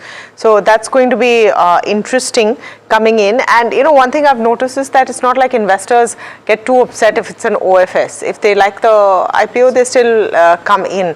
Brainbees, any kind of view on it? Is that a company that you've been tracking on the charts, Kush, if you've been looking at Brainbees? First cry? Massive sell-off, in the last few months, consolidating right now. Early signs of turnaround, but I wouldn't really bet too much on this. We've got a host of other stocks to look at. What is your top pick after the pre-open session? Jamna Auto. It's opening up. Again, Jamna Auto. Absolutely. I think this is the third or fourth time in the last couple of weeks that you've looked at Jamna Auto. Why not? I mean, if the broken record, makes you money, keep playing it. Yeah, let's look at what Jamna Auto has actually done in the last month or so, or at least in the last week or so, and if there is enough data on it, just as we go into the pre-open session. But okay, there you have it, about 12% up on Jamna Auto. So that broken record is getting at least justified on both the charts. Very strong. So Jamna Auto is a CV component supplier. Tata Motors and Ashok Leyland are main clients. So logically, what Kush is saying is right. TVS? Been a very high ROC company traditionally as a company, so that's good. But I love that line. Though Kush, but I love your line. If a broken record can make you money, why not keep playing it? Let's figure out your top call. Is it Jamna Auto? Is that your top call? Yeah, that's okay. Jamna Auto is your top call. Okay. 15 seconds left for the markets to kickstart it. Remember, we'll start off in quite an antithesis to what some of the other Asian markets are doing because they are correcting because of the chip makers' stocks coming off. And IT services per se is not doing too badly today globally, and which is why we might actually have a decent outing. Banks plus IT combined doing well. But here's how we're starting off. This morning, about 0.25% higher, which is fine. I mean, no complaints because the advanced decline ratio is strong. 14142 353. Mid caps up 0.42%. The small cap index will come up on your screen next. 0.45% higher, and Nifty IT 2.24% higher. Guess who's smiling today in the studios? Okay, let's get the heat map up on the screen and show you what's moving and what's not. A fair degree of green, yes. Very little red, that's the key thing. Infi, 3% higher. It didn't like the 3-figure mark, so it's bounced back. HCL Tech, TCS, Tech Mahindra, Wipro. So that cohort of stocks is doing very well. Adani Enterprises, a lot of talk about a fundraise imminent. Let's wait and watch what comes out, but 1% higher. Eicher Motors up 1%. Eternal, after that big bang move, is up another 1% today. And remember, a lot of brokerage notes speaking about how this quarter will actually be a good quarter for Eternal, amongst the stronger names for the quarterly season. Adani Ports is up 1% amongst the others. There is Hindalco, Indigo, Bajaj Finserv.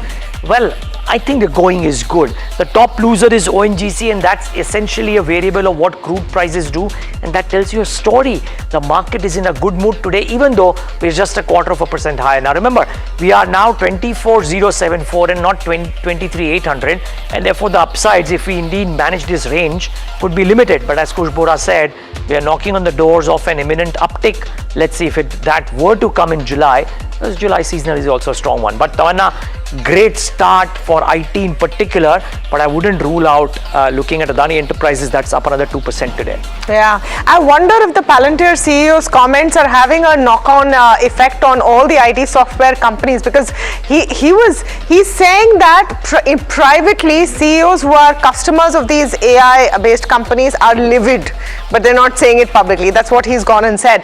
But you're seeing the entire pack up.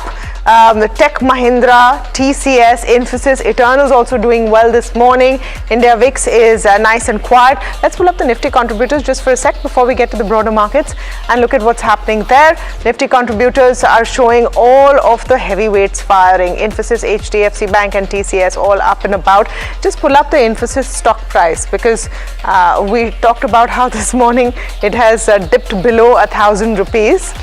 And lo and behold, I think it's back up, if I'm not mistaken. Yeah, 1,019.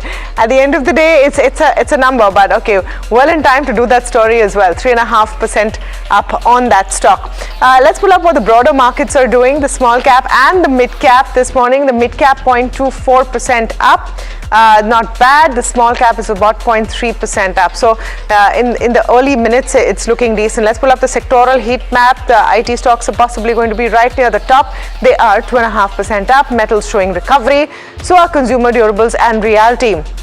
What's not working? Nifty Energy, CPSE and Infra. So not too bad really. The whole oil and gas pack may be a little muted, but everything else is doing pretty decently. The business update season has begun. Let's look at them one by one. On the auto side, TVS Motors, Ola, Hero and Bajaj. I'm going to pull those up. Those numbers have come out, some after market close yesterday and some early this morning. TVS Motors about 2% up. Hero Motor about 0.5% up and Bajaj Auto about 0.5% up. Let's look at the banks that have been reporting their Q1 business updates. 4% up on Tamil Nadu Mercantile Bank, 0.5% down on Karur Vysya. Canara Bank and Indian Bank both had decent business updates. Canara Bank is the one that has got a thumbs up from the street. Retail companies have also had their business updates. Looking at V2 and Vishal Megamart about 2.5% up.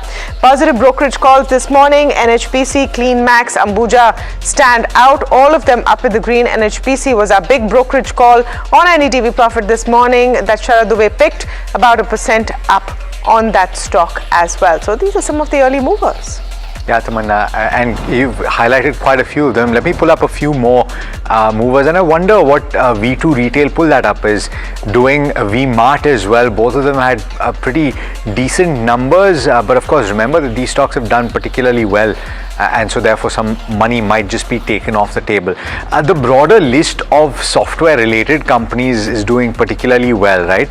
I'm going to read off the list from the 500 that are doing well. Sonata Software is gaining as much as 9%. Zensar Tech is doing well. It's up about 6%. Orient Refractories is up there. Coforge is making a comeback as much as 4% or so. Remember, quite a few of these stocks had taken a beating in trade yesterday. By the way, HCL Tech is up as much as 3.6% in trade today as well. From the battery pack, you have Exide that's doing pretty well. It's up about 3.8% or so. Blue Jet is doing okay. Emphasis is gaining. Force Motors from the auto pack is gaining about 3.3% or so. So quite a few big winners. In fact, big winners in the sense they're recovering from ground that they lost yesterday. Shrikant Chauhan, Executive Vice President and Head Equity Research at Kotak Securities, joining us a little belatedly today, but glad to have you, Shrikant, nonetheless.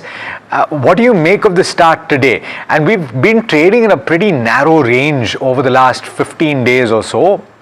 Do we break out of that? Good morning, Alex. Good morning, everyone. And sorry for the delay. The reason is because there was some technical issue in the morning on the back of firewall. But while looking at the overall setup of the market, I am of the view that the market has been consolidating, but eventually I am expecting market to break on the higher side. The reason is because most of the sectors are now gaining on the ground, including auto sector, which was down since last almost 2 weeks. But there now we are seeing good amount of strength. Today we are seeing some buying interest in IT companies. But Bank Nifty, there we are bullish and there we are expecting further more upward activity, maybe up to 59,000, 59,500. A lot of large cap banks, ICICI Bank, HDFC Bank, as well as Axis Bank, there also we are seeing consistent upward activity. So broadly, I'm of the view that on immediate basis, 24,200, 24,250 going to act as major resistance. But on the dismissal and closing above the same, can easily lift the market towards 24,600. So broadly we are bullish on the market, and whenever there is a correction in the market close to 23,300, 23,800, 900, we are looking for taking some long bets. Okay, that makes sense. And we're currently just about 24,100, where we have retreated from 24,200 has proven to be a stiff resistance as well. But individual stocks that you like this morning, Shrikant, and how have they opened? Most of the IT companies, there we are seeing some strength today. And yesterday there was good amount of short selling has happened. So I am of the view that we can expect furthermore short covering in IT companies, especially in Coforge, because there we have a bullish view, and we are expecting this particular stock to do well, not only in the near term but in the medium term also. Currently it is around 1430, 1440 sort of levels. But when looking at its overall technical pattern, it is consolidating, and it has been spend a lot of time within the range of 1550 and 1375, 1380 on the downside. So from here again the stock can move towards the levels of 1500 or 1530. That's the view. So at this level it looks buy at current levels. The other stock on which we are bullish is from the BFSI space, and in that specifically ICICI Bank, there we are expecting upward activity towards 1420, 1430, and it has spent a lot of time close to 1350, 1360 sort of levels. So again at this level, risk reward ratio is quite favorable to buy ICICI Bank. Okay. We're talking about large caps. On one stock where there is consistent brokerage notes that have come out which are constructive in nature is Bharti Airtel. The last few days there are a clutch of notes which have gone ahead and given a thumbs up on the stock. It hasn't really rallied per se.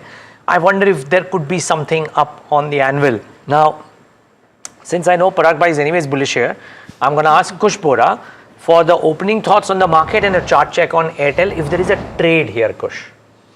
So Nifty's I think opened rather well. What I'm actually excited about is the fact is the follow through. If you see the 5-minute candles on the Nifty, the first 5 minutes green, the second 5 minutes even better, right? Bank Nifty also very similar structure. So you can see these upticks from a very short term perspective also. So this is encouraging. The follow through on see exactly what I was talking about. What you normally tend to see is that BTST selling pressure and the Nifty going down. None of that today, which is very encouraging. So Bank Nifty. Explain this, please. Okay, so this is the 5-minute candle for Nifty in particular. So what you have is the high, the low, the opening and the closing. The green thing indicates that the closing of those 5 minutes is above the opening part, right?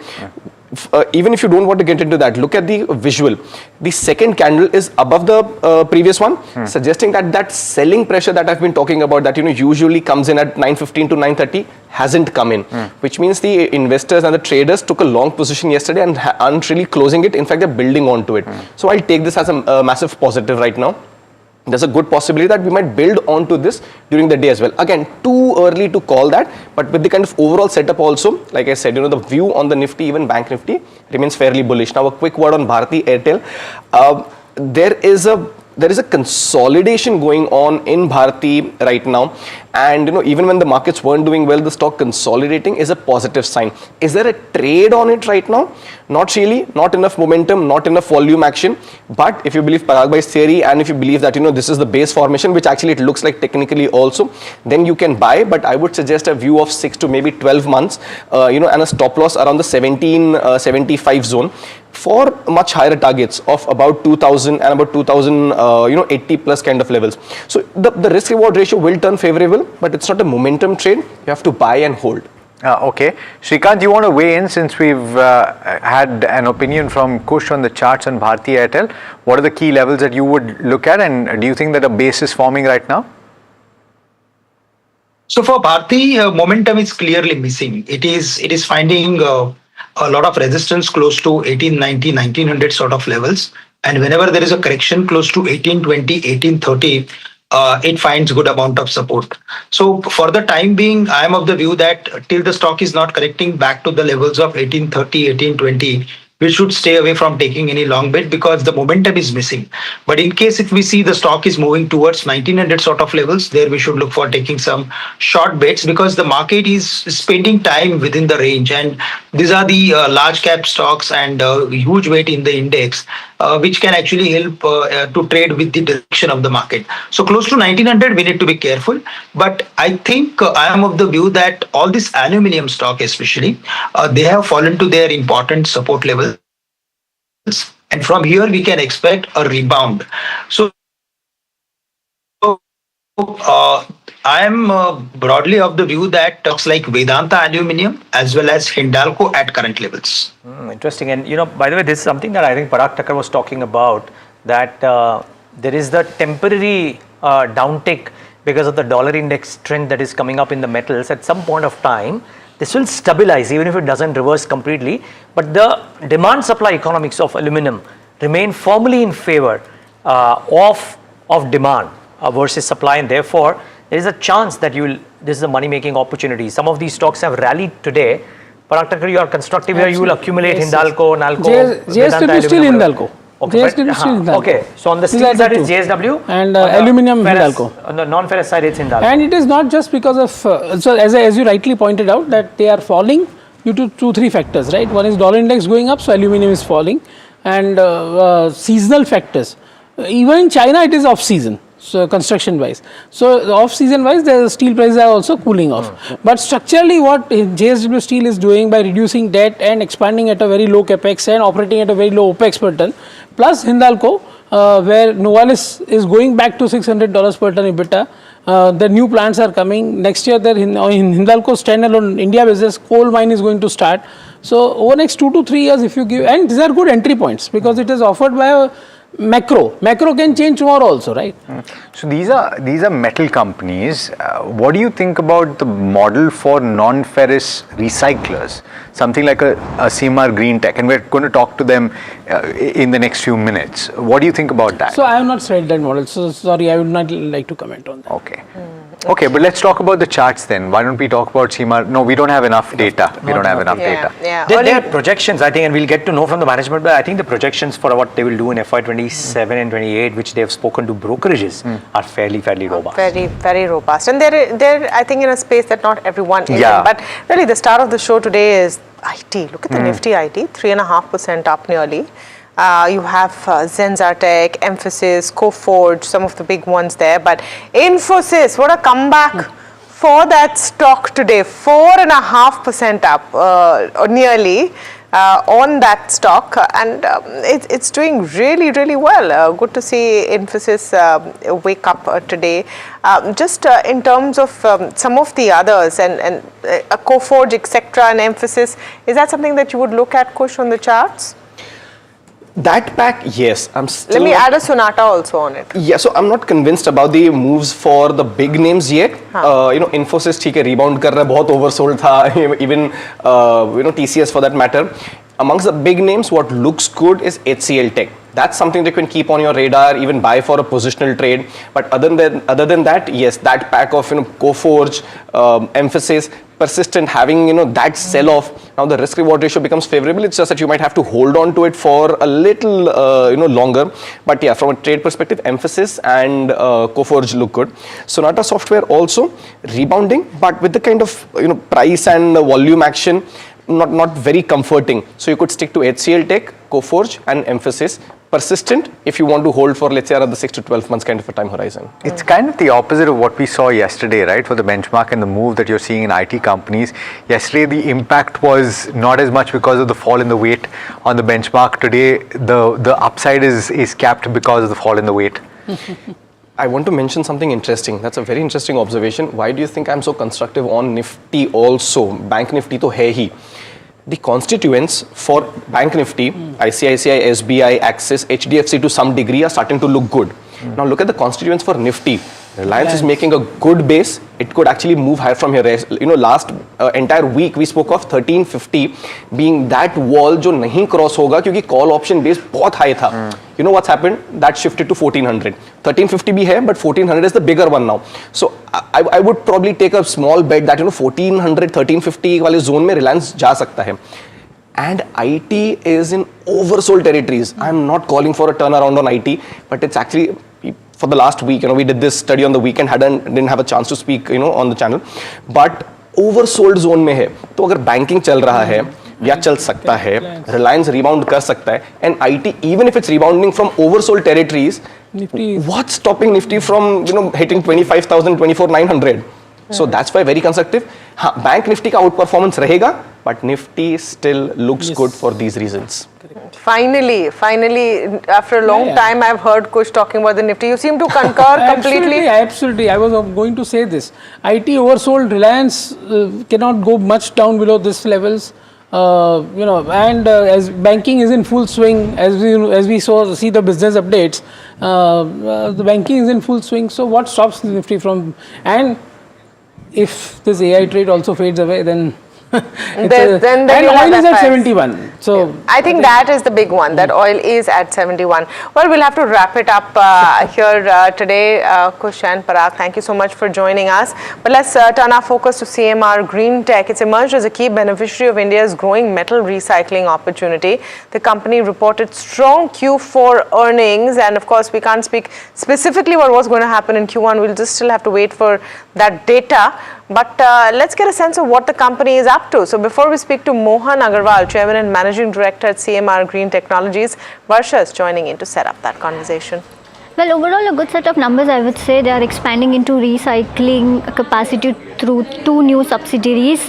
Onto the revenue, which was up 45%. Margins were at 5.5% versus 3.1% last year.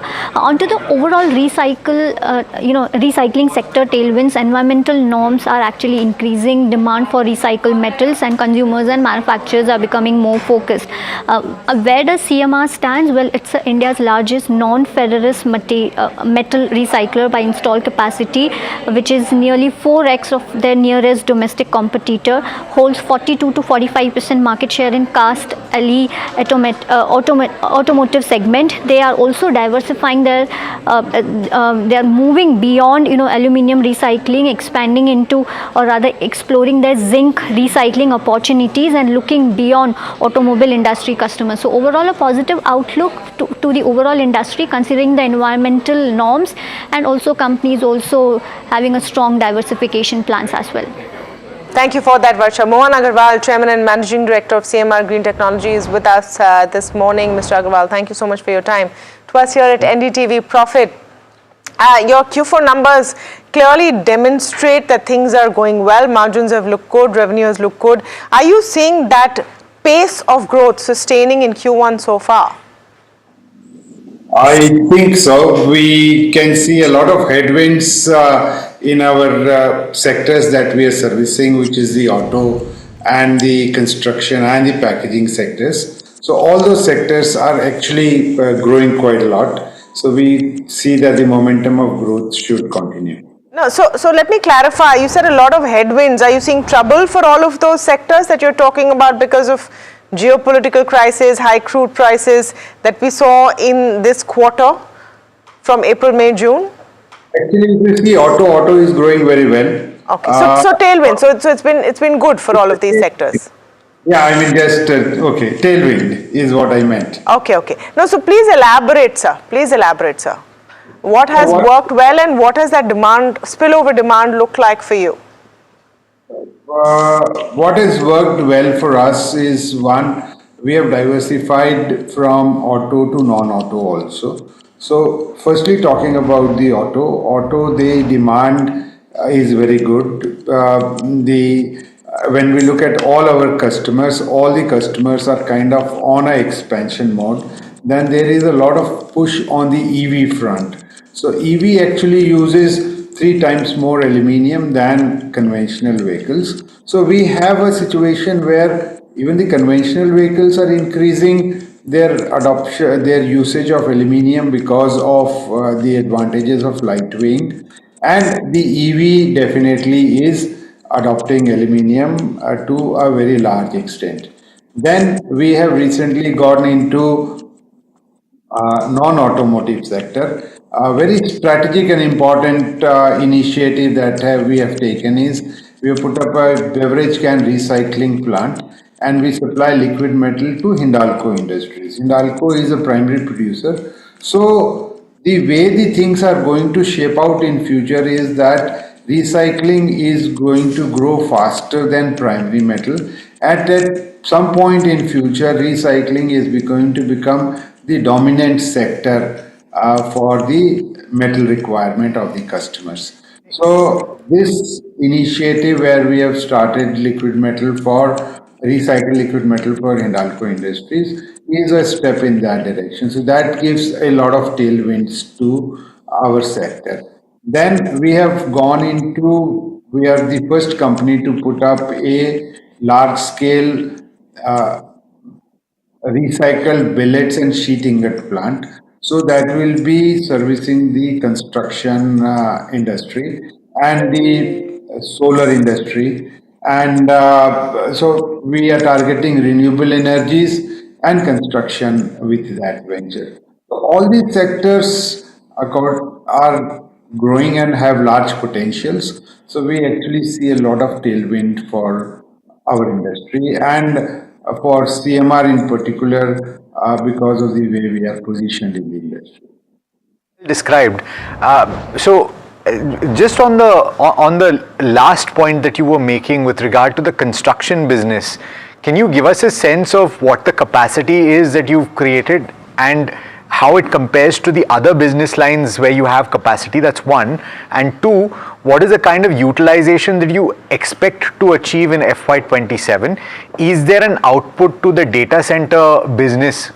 Because of course it requires aluminium in a large quantity. The extrusion or the billet, we make raw materials. So the billet that we are manufacturing has the capacity is in the range is 30,000 tons per year of the billet and about another 30,000 tons of sheet ingots, which is there. It goes into applications, architectural applications for the construction industry. Then it goes for solar panel manufacturing. In the data center, we would be using some amount of extrusions, but that is something which I'm not very aware of at this moment. It will not form a very large portion of our consumption, though aluminium is going there. I'm actually not. I will have to look it up a little more where it is going to go into the data center. Fair point. But so therefore, this new capacity that you've set up, what is the kind of capacity utilization that you anticipate to achieve by the end of FY27? By FY27, and we should go to about 70-80% capacity utilization, or slightly more than that. I presume, Mr. Kawal, good morning, Neeraj here. I want some numbers. I presume there is no more capex pending? No, capex is an ongoing thing. As we talk about, we are building 2 more plants at this time. So one plant is in a place called Shulagiri in Tamil Nadu, and another one is in Bawal in Haryana. Both these plants should be commissioned within this financial year. And post that, is there capex? Because I'll tell you where I'm coming from, and that is the essence of my question. The belief is that the increase in EBITDA will actually drive ROC expansion because the larger capex is coming to an end after this. Would that be a fair assessment? And therefore, what is the guidance on ROC? ROC, we have recorded 15% ROC this year. Going forward, normally our ROC stays in the range of about 20-25%. It was lower because of the large capex we were doing. So what you are saying is true that our large capex is done. There is small capex which will keep happening, and I expect the ROC should actually go up in the expected range of between 20 and 25%. If not in this FY27, then definitely in FY28. So 20 to 25% ROC in FY28. And last question from mine at least. Your EBITDA for FY26, circa 450 crores, give or take. Do you reckon you do about maybe 600 crores of EBITDA in FY27? Is that a possibility? And if you can give me any guidance for FY27, if possible for FY28. Look, in FY27, we are looking at profitability, the capacity expansion of another, production, top line expansion of about 25% or so. So the EBITDA also should actually go up in that range or maybe slightly more. So if we end up the maths, then what you are indicating should be achievable. Okay. Well, all the best for that and more. Mr. Agarwal, thank you so much for taking the time out and being with us. Really appreciate your time. All the best for the quarters ahead. Thank you so much. Okay, moving on to the next management. Sri Lotus Developers is building on decent momentum. They've come out and said that they want to look at either a blue or a green, which means either sea facing or greenery facing projects, but it's a healthy pipeline. Let's get in the management to talk about what happens ahead. Now, just before we speak to the company, Mahima joins in to set this conversation up. Mahima. Right, so Neeraj, if you look at the pipeline ahead of the company, the medium-term pipeline, overall the development pipeline stands at around 7,500 crore of GDV, providing a multi-year revenue visibility for the company. In terms of the expansion beyond Mumbai, recently the Gift City project was also announced of around 5.5-acre riverfront development, 1.2 million square feet of development potential with a GDV of around 2,000 odd crore, and it's an asset-light joint venture which they are picking up. In terms of FY27 guidance, because this is an interesting one, they've planned for 6 launches with total GDV of around 5,000 to 5,500 odd crore. First half of FY27, 3 projects are expected to be launched with a revenue potential of anywhere between 2,500 to 3,000 odd crore, and pre-sales of 1,800 to 2,000 crore is what the company is expecting. Overall revenue growth is expected to be around 55 to 60 odd %, and so is the PAT growth. So this is the overall guidance that the management is given for FY27. So it will be interesting to kind of understand as to how that growth will pan out, and whether the Middle East disruptions have impacted the cost as well. So this is something that you would want to know from the management. Got it. Absolutely. Mahima, thanks so much for that. In fact, Anand Pandit, who's the CMD of Sri Lotus Developers and Realty, joining us this morning. Anand, thanks so much for taking the time and pleasure speaking with you. Give us a sense of the disruptions that my colleague Mahima was just speaking about, because a lot of developers did face disruptions for multiple reasons. Even before the conflict began, there were labor issues that the sector was contending with. So how has that affected operations at all, and are things settling down now? First of all, thank you for having me, and very good morning to you. Yes, there is a disruption, but fortunately for Lotus Developer, we don't have, if I talk about client side, we don't have much non-resident clients. We are very high-end real estate, in high-end real estate market. So our clients are actual users from India, majority. So we have not been affected, but yes, largely those developers who are more dependent on non-resident Indians or overseas clients, they have been affected. That's sales side. Raw material side, yes, because of situation of gas and petroleum, for some time, yes, there was some issue about raw material and price hike. But I think it's getting settled down. And in fact, including Lotus Developer, a lot of developers are getting good inquiries especially from US and Gulf countries for buying the product, because now they are looking back to their home country, which is more safer. Mr. Pandit, if you can give us a sense of the latest data that came through on the registrations in Mumbai, the print or the headline seemed to suggest that it's the highest in a decade or so. Significant demand coming through, at least on the face of it. Can you attest to that? What is the demand like, and what are the pricing trends that you're witnessing? I think I will give you more holistic idea. Real estate is not about quarterly numbers, because it might mislead. At times, people buy the property and they do registration almost after 1 year. So registration data may be a little misleading, but what is happening, as I always say, in 1990 to 2000, everybody changed their automobile. Like that is happening in Mumbai. Everyone wants to change their real estate, their own house or office. They want to go into a better place. So that whole churning is happening right now in Mumbai. So, and I think it will continue for a longer time.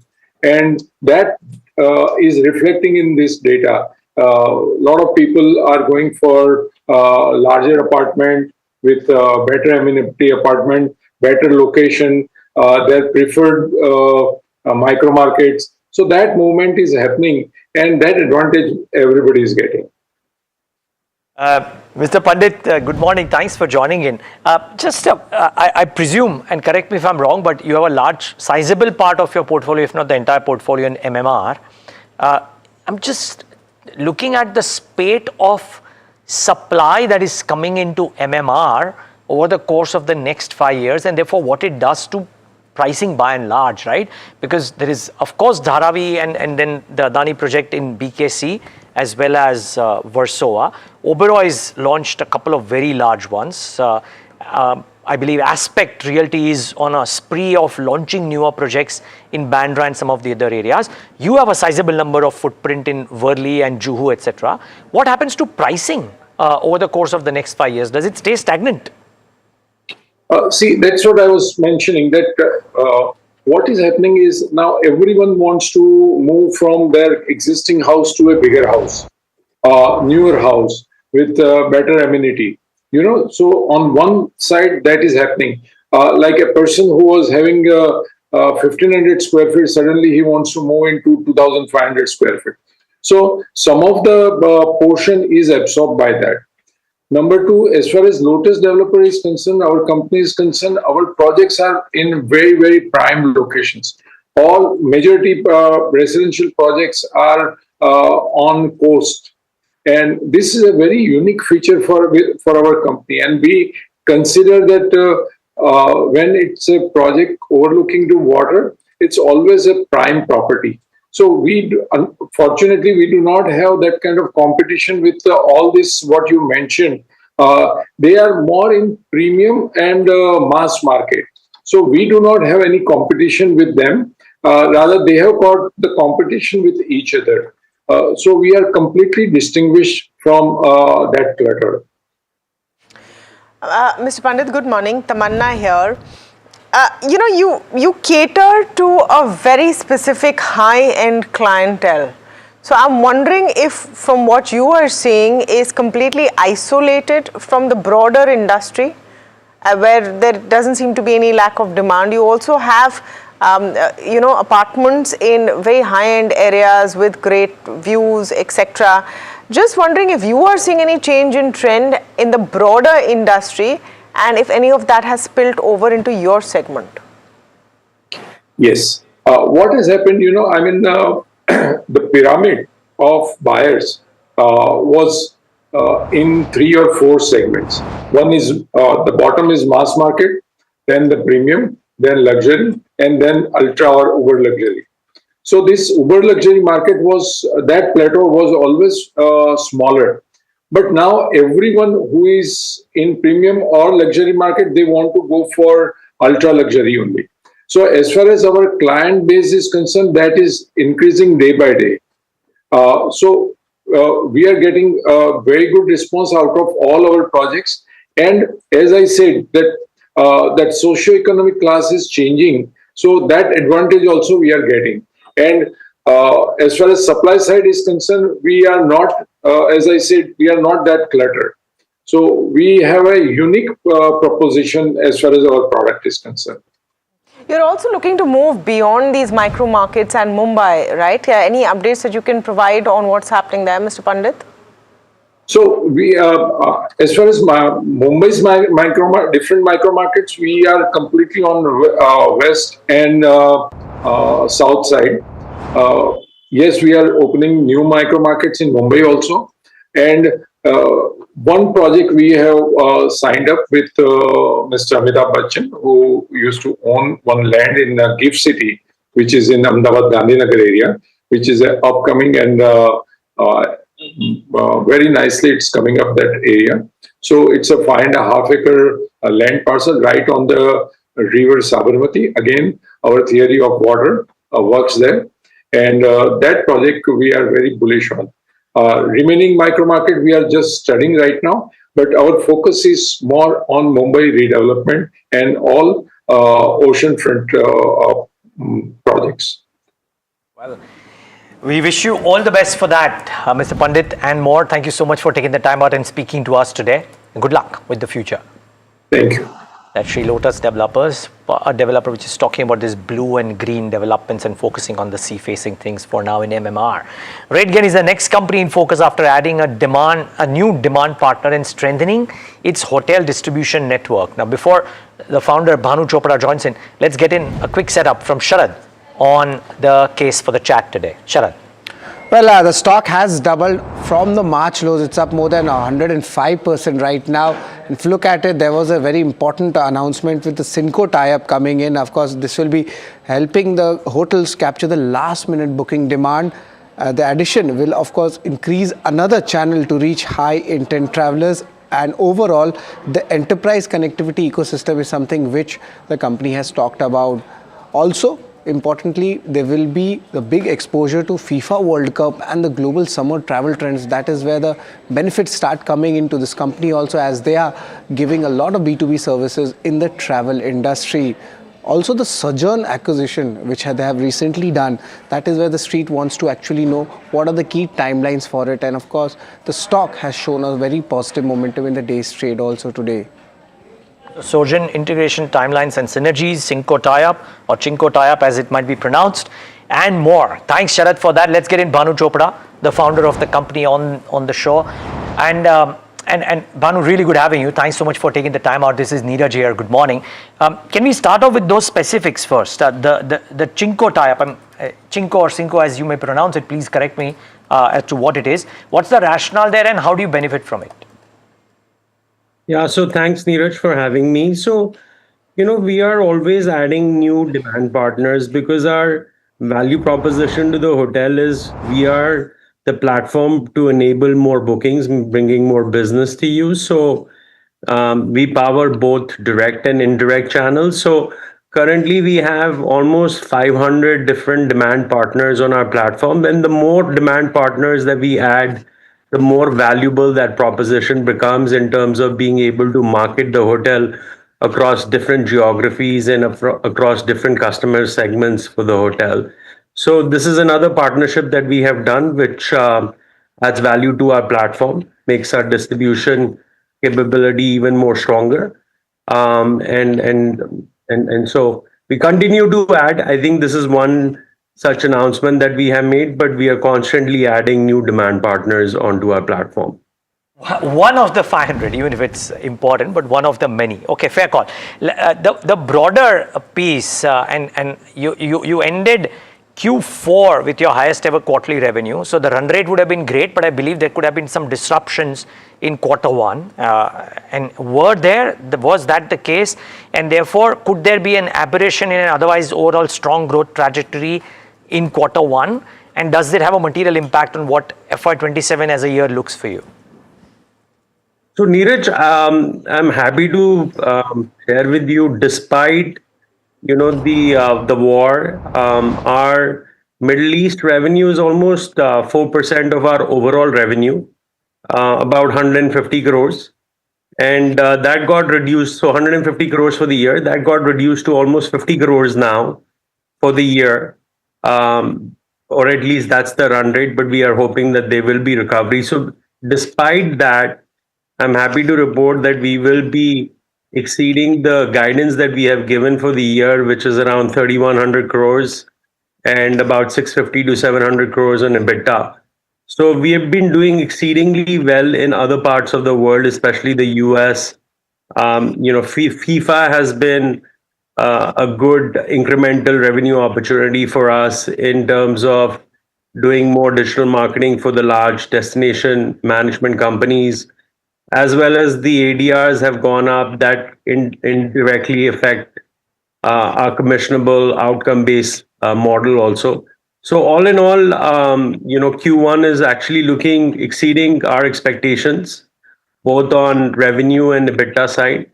And given the operating leverage of the business model, given we exceeded on the revenue in Q1, our margins also look better than what we have guided. Mr. Chopra, good morning. Tamanna here. the advantage that RateGain has, and which is often cited, is the moat. The software moat that you have, and the way that you implement it. Now you're adding on AI as well. I'm just wondering whether you're seeing better profitability coming in with AI. What is the actual impact in terms of gains on your balance sheet or efficiencies right now? Or is it a tool that you must have because, well, that's what the world looks like right now? Yeah. So thanks for asking that question, Tamanna. It's an important one. So our mode is actually the data that we have. So as you know, 80% of our business now is all around doing MarTech, which is like digital marketing, and almost one third of that business is outcome based. So we go to a hotel and we basically say we will generate more bookings for you through your direct channel, and let us handle all your direct marketing digitally across all channels, whether it's search, social, meta, pretty much anything and everything.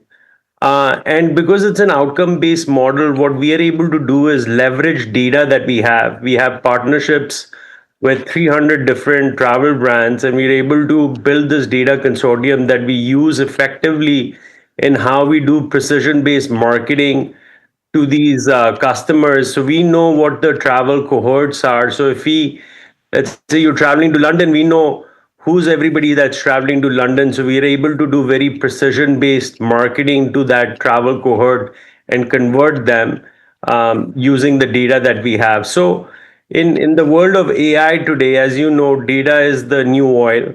And given the partnerships that we have and the data that we have, it creates a real moat for us. It creates the moat, but then let me reiterate my question. If you have to calculate a return on the investments or how much that AI is costing, its direct impact on profitability, are you able to do that yet? Yeah, so I mean, as I was saying earlier, because we are able to do better marketing campaigns, we are able to convert better, we are able to generate more revenue for the hotel, thus we generate more revenue for us. And there is operating leverage in the platform that we have built. So if you actually look at historical trends, also every year, our margins have been going up. And even this year, we guided for 21%. And because our revenue expectations are exceeding the guidance we have given, our margins even in Q1 will look better. So the operating leverage absolutely plays out given the AI. Our costs of engineering, of producing the platform, producing the models is going down, while the revenue and the conversions is going up. Interesting. Mr. Chopra, morning, Alex here. I'm just wondering, the lines are blurring, and you very nicely described the way that you're using data. Data is the new oil. By my understanding, you've primarily focused on the travel and tourism space, but the kind of people that you're targeting in your marketing will form cohorts for other services and products as well. And there could be a bleed over effect. So I'm just wondering, Mr. Chopra, whether sooner rather than later, you will extrapolate that and utilize that to provide marketing for other businesses and services. What's the plans there?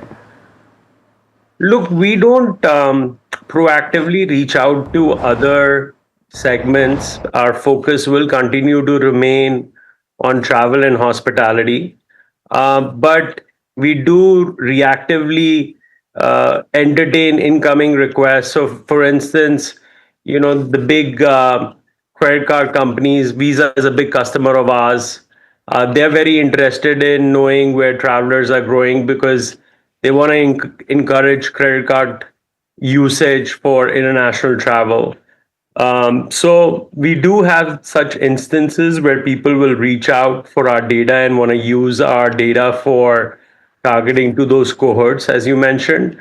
But we are not proactively going out and reaching out to those because our mission is very, clear that we want to be the de facto tech standard for travel and hospitality. And there is a big opportunity there. Our current TAM is 10 billion. We're about 350 million. So there's a huge opportunity. There's compounding power in just staying focused on what we want to focus on. and getting to that aspirational number of $1 billion in revenue in the next 5 years. Very interesting, Mr. Chopra. So is there a revenue aspect to those queries that you get on an ongoing basis, and on a case-to-case basis, do you generate revenue from that? One, and two, you mentioned the FIFA aiding to top-line growth in the first quarter. So would it be right to assume then that there could be a little bit of chunkiness in the revenue generation in FY27? So to answer your first question about how much revenue would we attribute to these one-off cases, it can be, it is recurring in nature. So if we do have companies like Visa reaching out to us, there are recurring arrangements with them, so that revenue is recurring. But I would say it's not significant. Maybe it's 3 to 4% of our revenue. On your other question on FIFA, I want to say FIFA upliftment is about 1 to 2% on our overall revenue. So as I was saying earlier, it's largely the host cities, host states that were trying to market to travelers, especially international travelers. So we were beneficiaries of that added marketing campaigns that they were running. And also in these host cities, the rates have gone up. And because we have an outcome-based model and we take a commission of the booking, the bookings have gone up in terms of overall value. So thus we are beneficiaries of a higher value. Do I see that causing an aberration in our FY27 numbers? Yes, we will be positively impacted, but I can share with you that there are so many other good things that are happening in the business today in terms of new product launches, AI native products that we have launched, how we are building it together into just one platform now. I just see an immense potential. We made a lot of investments into sales and marketing, especially in APMEA. There is brute force with which we are going out into the market. So I think the good is yet to come. Mr. Chopra, absolute pleasure speaking with you. Wish you all the best for FY27 and look forward to our next chat. Thank you so much. All right, well, if you look out of the window here in Mumbai, you will see that the monsoon is well and truly here. The fact that you can't see the sun is maybe a small indication of that. But there are still areas where there is, as a result, massive waterlogging. The western and eastern suburbs have recorded quite significant rainfall. Let's go across now to my colleague Abhishek Avasthi, who's on the ground right now. He's joining us from Dadar to give us a ground check of how things are looking. Abhishek? It is heavily raining since last night in the city of Mumbai, and we are present in one of the low-lying areas, Dadar Hindmata, and you can see the waterlogging situation over here as the intense spell of rain continue in the city. And more importantly, at around 7:45 a.m., IMD has modified the orange warning to red warning for Mumbai, Palghar, Thane, Navi Mumbai and MMR region.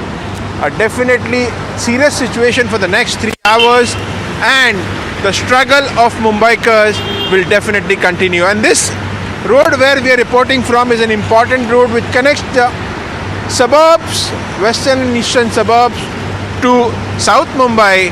And as Mumbaikars will come out of their house to go to their offices, their struggle will start. And more importantly, this is the condition of roads. In fact, railway, central, western as well as harbour line are running by a delay of 5 to 10 minutes. Again, there will be a struggle for Mumbaikars. Though these visuals definitely, and the ground situation exposes the claims of BMC that everything, all preparation work ahead of monsoon was done, but they couldn't stop the struggle of Mumbaikars, which will continue for the day. You know the sad part, Alex, if we play the same report next year, it'll still be valid. If we pick up the report from last year, it will still be valid. Yeah. So let's hope to do a report one day which says, hey, heavy monsoons have come in and everything's working just fine. We'll take a very short break. On the other side, we're speaking with Prateek Agarwal, MD and CEO of Motilal Oswal AMC. Don't miss that conversation. We'll be right back.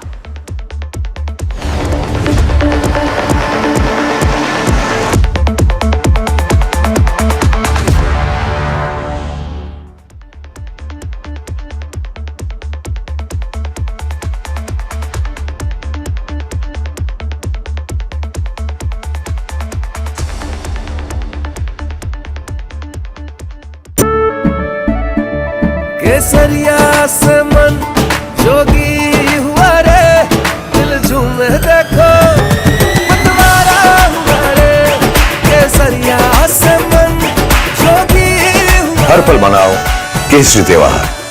विमल, बोलो जुबान Kesari. It is happening now. New tomorrows, new challenges. And all of it needs energy to work. Not afraid to imagine big. Because when energy stops taking, when it just gives, people can move. Really move. At this moment, the world's evolving. And so is energy. Suzlon. Good energies that work. Amba शक्ति plant की world renowned technology देती है steel को ज्यादा ताकत हर बार। अंबा शक्ति SDTMT।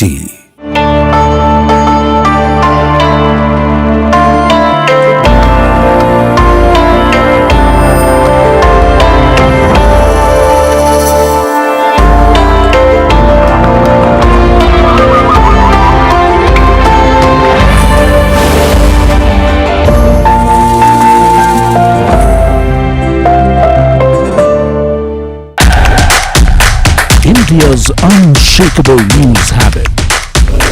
NDTV.com is India's #1 English news website.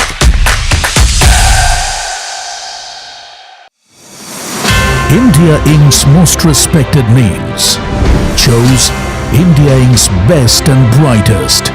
I'm delighted to be chairman of such distinguished fellow businessmen, bankers.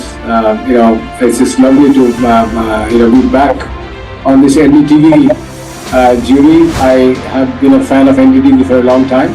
Many of the nominees are extremely close together in terms of what they've done. Gender parity to be reflected while we choose leadership as well. It's also important that how they are reshaping the industries. We got a fantastic jury.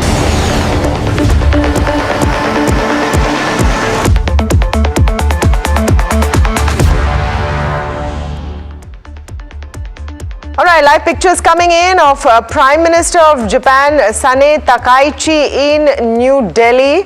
She's on a 3-day visit to India, and you can see her here with Prime Minister Modi. She's set to attend the 16th India-Japan Annual Summit today, and a lot which is going to be, underway in this important summit. We're likely to review the bilateral FTA. That's an important one, and that's driven by the widening trade imbalance. India is seeking greater market access for domestic exports, and the summit is expected to strengthen economic partnership as well.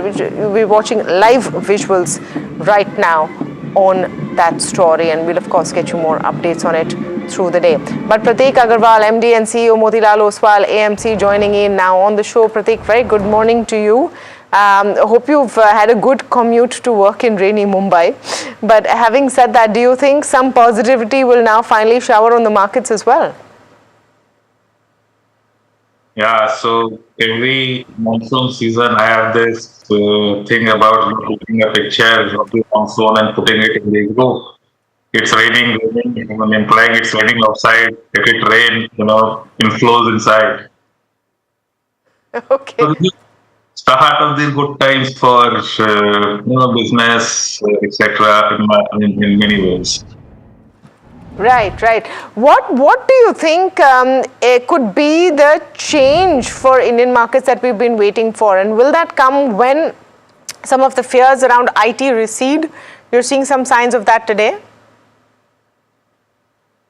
Yeah, so our thing has been to look beyond the index. This is a period of change. The larger a business is, the harder it is for it to embrace change. It takes a while. I would agree that index valuations are, in the context of the index itself and history, very benign. So it should appeal to value players. So a very large part of Indian investors, to our mind, adopt that style. So Indians should be liking the makeup of both banks and IT, two spaces which have got in a bearish hug for last 3-4 months. That said, we have said again and again, we see India's one of our kind growth in earnings focused managers. To make things simple, we try and focus on spaces where earnings growth for multiple years could remain over 20%. And to us, that is available more in younger spaces which may have happened over the past 6, 7 years. And that remains our focus. Interesting. Pratik, very good morning. Alex here. Some of the business updates that have come through, and I was looking at some of the public sector banks as well, the credit growth seems pretty robust in the first quarter, right? So a couple of banks reporting 18%, and the system-wide credit growth seems to be not too far behind that or very close to that mark. What does that tell you about the underlying macro trends in the economy? It seems to be pretty okay. So, quarter one, there is an anticipation that some spaces can see the impact of Middle East concerns. Our sense is that's a narrow part of the market. Broader part should report good numbers. So, banks, you have made a point. IT also benefits on account of rupee depreciation. So, dollar earnings is one thing, but rupee earnings will look very good. Just think about it, for a large part of the economy, we didn't have much petrol diesel price increase. The world had it. Our exporters, when stuff is priced on import parity, had a chance to improve margins. Why say exporters, even domestic. So our logistic costs for that period would have looked better versus global. So I think there are things to look forward to in this quarterly numbers. There are tailwinds for positive surprises. We all know one large issue which may impact negatively, but there are things which are positive as well. Okay, Pratik, the one is, of course, flows and what happens. Good morning, this is Neeraj here. One is, of course, flows and what happens to global flows, and that might impact the larger ones. But I heard, the last 4 or 5 days, we spoke to a bunch of market experts who came on air and said that when they attended conferences and spoke to managements, etc., they got a sense that Q1 as well, even for the mid space, will not be as bad as feared initially, and corporates will actually show resilience, and you might actually have a surprise on the upside. Do you reckon that? And are there pockets where you believe there will be this exhibition of strength evident? So I would say there are only very narrow spaces where you will see negativity. The fear is, because I am saying ultimately, in a period when there is disruption, the pricing power comes to corporates. While many corporates would have taken price increases, yet on the input versus global peers, your logistic costs haven't gone up. So that's a tailwind to margins, right? So many corporates should be able to surprise positively in this sense. Great. Pratik, you look at industries with a slightly longer lens as well. A lot of conversation around grid connectivity in India and how spends and infrastructure spends around that will be a long capex cycle, because power can be made, but if it's not transported or transmitted or transmission, what happens there? So I'm trying to understand, are you constructive this bucket, and if so, where? Is it the asset owners, is it the transmission line layers, is it the battery energy storage system players? Where do you find favor the most? In our house, we will have a sprinkling of all of this. It is energy. A few days back, there was this concern that energy prices during daytime, which are solar hours, have dropped so low that solar doesn't make sense, and all of those concerns were coming up. But then, over the last few days again, when the heat was so high, that is what saved us, and most parts of the country did not experience any significant power cuts. So power demand will increase. One has to be prepared for that as a country. AI, etc., air conditioning. If we go the manufacturing way, the intensity of power demand as a percentage of economic growth should increase, and on top of it, more will be done on the renewable side versus coal, which means new places to be connected by the grid and all of that. So all of this ecosystem should experience good growth, better than overall economic growth rates. In this space, we are there across. Let me say that one. Second, but we are more there in the emerging spaces of renewables, battery storage, and to extend it a bit, even if ICE gets replaced by EVs over next few years, the EV space versus ICE space. Pratik, I'm wondering how, you spoke about the impact of crude prices during this summer. How worried are you about the monsoon deficit that we've seen in June so far? So monsoon deficit was a worry, but if you look at it, East had good monsoons, South had okay. Problem was in Maharashtra, Rajasthan had very good, Maharashtra, UP, MP kind of places. Now, of these places, UP, Punjab are all very nicely irrigated. So the concern on crops, etc., were lower. But as we speak, clouds have reached UP. UP itself has got some bit of rain. You can cover that. So the concerns on monsoons are receding. Okay. In between, there was also this worry on availability of urea.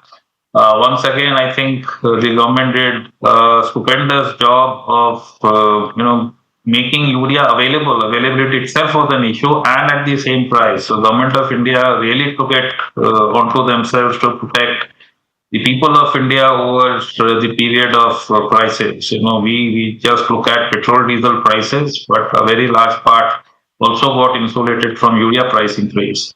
So I think we should be concerned, yes, but not overly concerned. Today, I would say, is a period in the market where, frankly, there are no concerns. Quarter two, quarter one numbers should be okay. We just discussed that oil has receded back to where it was pre-crisis, and it shall drop more because now there is more oil in the market than before. Okay, so that looks good. We are the largest oil importing country, so a very good thing for us. And monsoons, a worry which had cropped up recently, is also getting taken care of. While this is happening, markets are still not at a high. They have been there for 1.5 years. So valuation correction has been immense. I would say this is a God gift. Okay, Pratik, thank you so much for coming in and speaking with us and explaining nicely how we're managing with monsoons. I hope your monsoon theory definitely works, where there's great flows inside as well. Let's go across to a live report. The Adani Group and Abu Dhabi-based IHC are set to sign an MOU with the Odisha government for a proposed aluminum project in the state. Ridhima, my colleague, joining in for more details right from Bhubaneswar. Ridhima, tell us a bit about the project and what's expected. So we are here at Bhubaneswar, and in a few minutes Adani IHC Group will be signing an MOU with the Odisha government over a proposed aluminium project, and this project will be around 1.08 lakh crore, and the investment will be done by both Adani and IHC Group in a 50-50 way. And also this is one of the largest FDIs, what we've been told, and apart from this, it will create around 12 billion tons per annum capacity of aluminium aluminium, and also it will be a 3-phase project phased out over 4 years, and the long-term agreement with the OMC, which is the Odisha Mining Corporation, will be signed somewhere in August, and it will be over 25 years long agreement, and the exact details of the event will be announced. The exact details of the investment and other project timelines will be announced in the event. Now, for context, Odisha has the largest bauxite reserves, which makes it rich for aluminium, and aluminium demand is also rising, and its use in EV, infrastructure, defense, etc. The state already hosts major aluminium players, and now this will be a new addition for them. And the event will be attended by Odisha CM Mohan Charan Majhi, and also Adani Ports MD Karan Adani, and also IHC CEO Syed Basar Shoaib will be present at the event. Okay. Interesting. Thanks, Thomas, that trusted Demand to get us multiple updates during the course of the day as well. We end the show with the piece of news that we started the show with, right? Or a piece of conversation that we started the show with. The government has asked WhatsApp India to explain the proposed username feature, citing concerns over a possible rise in cyber fraud and impersonation scams. Authorities have directed the company not to roll out the feature until consultations are completed. Rishabh has more details here. Rishabh, what are the primary concerns? Right, absolutely. What we have is WhatsApp getting a 3-day sort of a timeline to submit a very detailed explanation of how usernames will not be something that is a risky feature. The government has taken cognizance of the fact that there might be an increase in online fraud, impersonation, cyber arrest, digital arrest, all of these issues that have been prevalent in India. And from a cybersecurity POV, from a social security POV, these have been very important issues for the government to also deal with. Remember, the online gaming ban has been a move in that direction as well. What they have also pointed to is several key legal provisions within the IT Act that demand the fact that WhatsApp does its due diligence, or it risks the chance to lose its safe harbor under the IT Act, given the fact that it is a large, significant intermediary with over 100 million users here in India. So that is something that the government is telling Meta. They've told them to hold on to the rollout of the feature till consultations are over on this. What WhatsApp has said that is it is going to protect the identity of government bodies, of the police authorities, of public figures, as well as celebs. So the risk of impersonation is less, according to WhatsApp. What they're also saying is that there are several features that are built on top of the usernames feature in order to inform the user of whether or not this could be a genuine or something that is wanting to commit fraud or any of the other digital crimes. So that is something that WhatsApp has said. There is going to be a bit of back and forth on this, and we'll keep our eyes peeled on that as well. Yeah, I'm sure we're going to be watching as well. Rishabh, thanks so much for that. Let us know what you think about this entire debate. And in the meanwhile, we've run out of time on this particular episode of India Market Open. It's been an absolute pleasure. From Tamanna, Neeraj, myself, and the team that put this show together. Can we go to I was waiting for that. Smile. Say bye. Thanks so much for tuning in. Up next is Ask Profit. Stay tuned. As relieved to see us go. I was waiting for it to happen.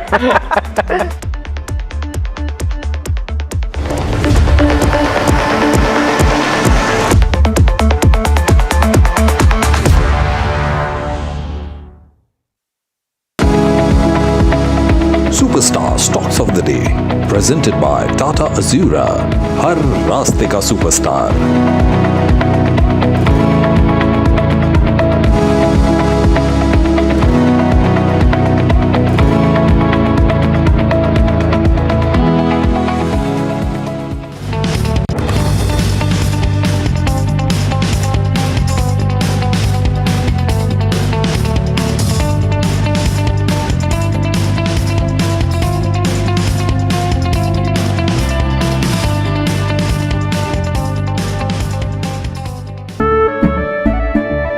केसरिया से मन जोगी हुआ रे, दिल झूमे देखो पतवारा हुआ रे, केसरिया से मन हर पल मनाओ केसरी त्योहार। विमल, बोलो जुबान Kesari. It is happening now. New tomorrows, new challenges. And all of it needs energy to work. Not afraid to imagine big. Because when energy stops taking, when it just gives, people can move. Really move. At this moment, the world's evolving. And so is energy. Suswan. Good energies that work. Amba शक्ति plant की world renowned technology देती है steel को ज्यादा ताकत हर बार। अंबा शक्ति SDTMT।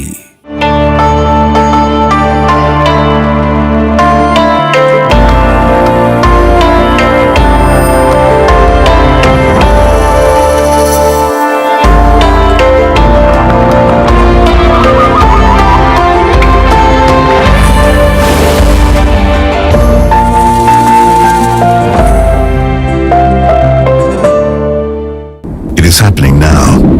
New tomorrows, new challenges. And all of it needs energy to work. Not afraid to imagine big. Because when energy stops taking, when it just gives, people can move. Really move. At this moment, the world's evolving. And so is energy. Suswan. Good energies that work. India Inc.'s most respected names chose India Inc.'s best and brightest. I'm delighted to be a chairman of such distinguished fellow businessmen, bankers. It's just lovely to be back on this NDTV jury. I have been a fan of NDTV for a long time. Many of the nominees are extremely close together in terms of what they've done. Gender parity to be reflected while we choose leadership as well. It's also important that how they are reshaping the industries. We've got a fantastic jury and we've left all decisions to the wisdom of the jury. Who will earn India's top business honors? Find out at the NDTV Profit Business Leadership Awards. India's unshakable news habit. NDTV.com is India's #1 English news website.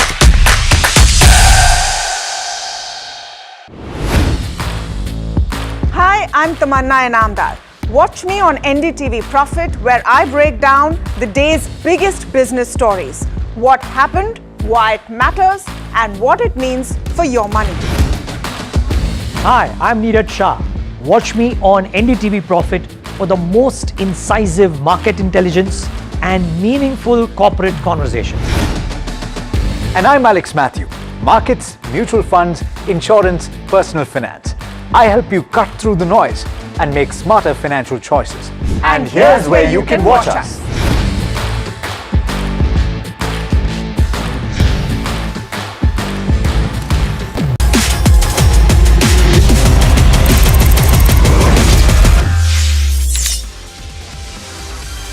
Hello and welcome to NDTV Profit. You are tuned in to Crypto Minutes powered by CoinSwitch for your daily dose of news and updates from the crypto world with me, Sharad Dubey. Let's take a look at the top headlines. Bitcoin reclaims the $60,000 mark on dovish Fed commentary. JD Vance doubles down on Bitcoin. Taiwan passes Virtual Assets Service Act. And US SEC launches Project Crypto. Bitcoin has reclaimed the $60,000 mark as risk-on sentiment has increased. Fed's chairman Kevin Marsh stated that inflation risks have come down, indicating a dovish view, which comes as a relief for the crypto asset class. Looking at the regulatory clarity from the SEC, SFTC token taxonomy, that is also aiding sentiment. The second deep dive is the US Vice President JD Vance has quietly doubled down on Bitcoin. His filing shows stake up to $500,000 in his 2025 annual financial disclosure. His Bitcoin bet has grown fivefold since his first Senate disclosure. Now, of course, these public figures are disclosing the crypto holdings, which is showing more trust in the crypto system. Taiwan's legislature has approved the Virtual Asset Service Act, requiring VASPs to be licensed by FSC and giving FSC central bank oversight over fully reserved stablecoins. Now, of course, this is a positive move for the regulatory approvals for Taiwan-based crypto platforms. And lastly, SEC has introduced Project Crypto as a new framework to tell token issuers before they launch whether a digital asset will be treated as a security or not. For the regulators, this reduces the uncertainty and better enforcement outcomes also come in. And before we wrap, here's a quick check on the changes to the crypto prices over the last 24 hours. We have seen a good up move coming in most of the crypto. Bitcoin, Ethereum all jumping up almost 2% and the support resistance level also shifting. We had that range of $58,000 to $60,000. Now that range has pushed up to $59,000 to $61,000, but the technical setup looks strong. Well, now is the time to take a look at the crypto strategy for the day. Here's what's there to keep in mind today. Looking at the market outlook, there seems to be a cautious rebound happening. This is, of course, on a macro relief which is aiding the sentiment, and that's the levels which I spoke about. That 60,000 level for Bitcoin has been reclaimed, but this might be a short-lived technical bounce. The resistance range, however, has moved up between that $60,000 to $62,000 segment. And historically speaking, whenever there is a US holiday weekend, there seems to be more accumulation in crypto, especially with the Friday holiday is also there. So that's a pretty interesting take on the retail accumulation over this long weekend. Now, as we wrap, remember you can reach out to CoinSwitch's dedicated helpline where anyone can connect with in-house experts to get their queries resolved, whether it's about crypto, regulation, taxation, or the broader industry. The team is available to provide guidance and help users make informed decisions. Well, that's all on this edition of Crypto Minutes powered by CoinSwitch. Thank you so much for tuning in.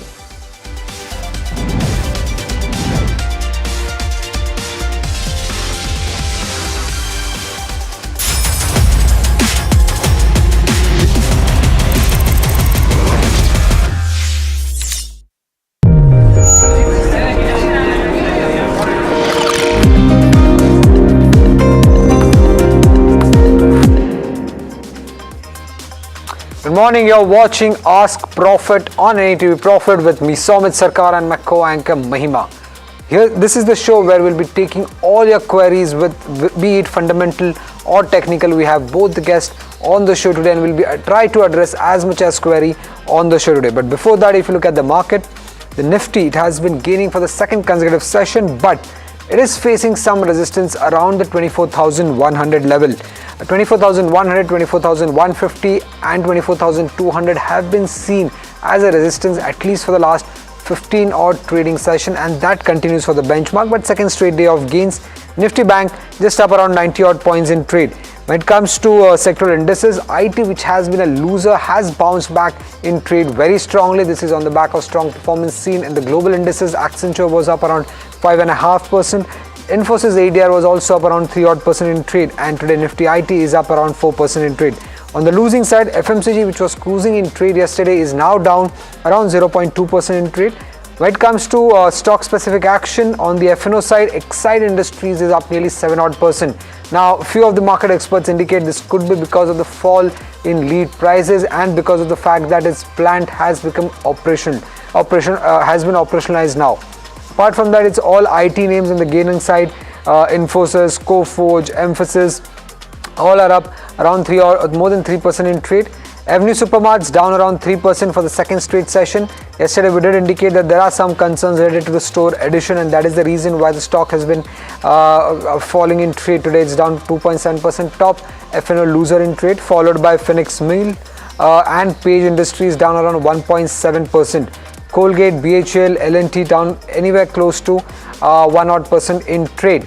But now let's welcome in our fundamental guest. Firstly, Tapan Doshi is joining us from CA Tapan.in, and Kush Bora is the technical guest joining us on the show to address your queries. Starting off with the very first query, it's on Fujiyama Limited. Christopher from Chandigarh has around 1400 shares of Fujiyama, bought at a price of 325. He wants to know the view for the next 3 years. Tapan, any view on Fujiyama? About Fujiyama, no, if you see the last quarterly result, no, if you see, no, it was okay, but the stock has already gone up a lot. And if you see the quarterly result, I think that is where guidance also looks positive. I think from here, next few quarters will be good. Again, the overall power theme is doing well. Only the thing we have to see that whether they are able to maintain the margin or not, because the working capital intensity is quite there and raw material price volatility is there. Otherwise, they are beneficial of PM Surya Ghar and healthy RO is there. So I am quite positive. Hold on to the stock. Valuation is little bit higher, so don't add new, but hold the stock. Next query is coming in from the next query is coming in from Nand Gopal. He wants to put close to 2 lakh rupees in small cap defense names. He has suggested few: MTAR Tech, Astral, Centrum Electronics, Aventel for the next 6 to 12 months period. Kush, have you seen any of these counters on chart? Anything that looks attractive? First up, a very good morning, guys. I think the defense story is here to stay. Of course, it'll have its volatility, and you will see sharp gashes of profit booking after a sharp up move in a lot of these names.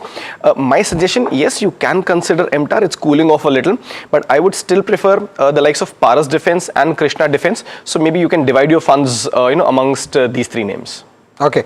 The next query is coming in from Abdul Rashad from Kerala. He wants to know whether is it a right time to put money in Indian Oil Corporation or Canara Bank for the next 6 months. Kush, any target stop loss for IOCL and Canara Bank? Yeah, Indian Oil, again, not a big fan of the sector, not really very constructive. But because you have a very specific query, I would suggest if you do enter, keep a stop loss at the 136, 135 mark. That's the range. Breakout above 148 will bring momentum in it. But like I said, not very constructive, long phase of consolidation. Canara Bank is something that you can consider. It is seeing lower high, lower low formations. It is seeing some selling pressure. But there is a base formation attempt at the 123, 124 zone. Banking on the whole looks good. So with a tight stop loss at 123, you can make a positional bet on Canara Bank. But as I had done this morning, my preferred pick is Karur Vysya Bank in the pack and SBI among the larger ones. Right, the first caller query coming in from Rakesh from Bangalore. Rakesh, you can go ahead and ask your query. Hi sir, I'm holding Kaplan Point Labs at 1850, around 45 shares. I'm holding it from more than a year now. Should I hold it more or sell it? And you can hold for long term? Yes. Okay. Tapan, any view on Kaplan Point? See, Kaplan Point, actually, the lot of issue is coming from US FD, regulatory risk is there. Again, if you see, they are much more concerned on Latin America. Last quarterly result was okay, and they are going to have some more US launches in coming quarters, and new products approvals are expected. Of course, it's a cash balance sheet. At this level, I think valuation looks okay to me. Hold on currently, and on dips, you can buy maybe 10-15% down going. You can buy more also. Okay, all right. So that's the view coming in on Kaplan Point. The next one that we have is coming in on Reliance Industries, and this is from our viewer who's writing us from Chennai. Kush, I'll come to you on the charts as to how you're viewing this one. This is Ram, by the way, from Chennai. He's holding at the levels of 1400. Continue to hold. His time horizon is slightly, long. It's from a 1 year perspective. But what are the charts suggesting? Yeah, so things are starting to look constructive for Reliance Industries now. If you'll remember the last week, because of the expiry, we said 1350, massive call option congestion, and hence the stock will respect, those levels. We did see the stock hit those levels and, retrace from there. Now there are positive divergences on the weekly setup. You are seeing some accumulation. The only issue is that his buying price is slightly elevated. So from a year's perspective, yes, there's a good possibility that the stock can cross 1400 and higher levels, right? So my suggestion would be to hold, keep tight stop loss is near the recent swing low, which is close to about 1250, 1225 zones. But yes, continue to hold. A rebound expected in Reliance in the coming months. The next query is coming in from Raghav from Hyderabad. He wants to know the fundamental view on ZF Commercial. Tapan, any view on this counter? Can you spell the name again? ZF Commercial, ZFCVC. The ticker. ZFCVC. Yeah. Okay. See, ZFCVC, if you see here, no, if I see the results and all that, if you, I think that is where the problem is here. No, if it's quite a volatile, and here I think the margin compression is already there. The revenue is not going up so much. If you see the fundamental, I think still the big triggers are not coming, and it has been there for a long time. So my take is, I think, hold the stock, but don't add it, because I think it's still headwinds are there, and if in one quarter it's not going up, then you can sell also. Okay, all right. The next one that we have, I think, is from Murthy, who's writing us from Hyderabad, asking about VST Industries. He wants to know, Kush, whether from a slightly long-term perspective, is this the right time to enter the stock? What would you recommend? Very interesting choice, I would say, because this one did pop on my radar, but it's going through a long consolidation phase, like a very long consolidation phase, at least in terms of the months, right? April onwards, the stock's actually been in that 250 on the downside to about 265, 270 on the upside, that range. Now, mind you, this is coming on the back of a very sharp up move that the stock had in the month of March. So, with this kind of a healthy consolidation after an uptick, I think this is a good base formation for the next leg of jump. I would consider entering it, but I would keep a tight stop loss at 250 and more of a positional bet, because right now it's in a consolidation phase. Momentum is missing, but you can buy and keep a tight stop loss at 250. Okay. Next is a caller query coming in from Mumbai. Ajay, you can go ahead and ask your query. Ajay? Okay, it was on Vikram Solar. He has around 3,600 shares, bought at a price of 189. Tapan, he wants to know the long-term view on this counter, Vikram Solar. Lot of headwinds in solar industry, because the margin are under pressure, because a lot of competition is there, over capacity is there. Yes, but if you see from here, their working capital intensity is high, so that is a problem, and cell manufacturing execution risk is there. But demand is strong, there is no doubt about it, but whether they will be able to maintain the margin, that is a problem. So my take is I'll not go for a buy from here, because I feel that all these companies will consolidate this level. So for me, at a higher level, sell only. All right. Okay. The next one that we have is coming in, and this is from Dr. Bharat, who's writing us from Andhra Pradesh. He says that he's been holding Kirloskar Bros since some time, and he wants to know as to whether it still has enough potential to kind of continue to hold. Kush, we've seen a good run up on this one. Do you think the rally will continue or book partial profits? Is there a buying price that has been mentioned? No, not really. Fair enough. No, so he's right. He's right that the rally has been stellar in this one, especially in the last few weeks. What you're seeing now is, of course, profit booking, and that's a healthy sign. So if you have 6 to 12 month kind of a view, slightly from that kind of a horizon, you should very well continue to hold. This is low volume profit booking after a sharp run up. Like I said, very healthy. In any case, I would suggest a stop loss at 1865. That's a support zone, and currently the 20-day moving average. So keep your stop losses at that level and continue to hold Kirloskar Brothers. Right. Okay, the next one that we have is on MRPL. So Sheila from Bellary, she keeps asking, about this counter every now and then. And she says her buying price is 179. She's holding around 5,227 odd shares. And she wants to know the short-term targets on this one. Though she's sitting on a loss right now, Kush. Do you think she can continue to hold this one? It'll reach her buying price and maybe beyond that?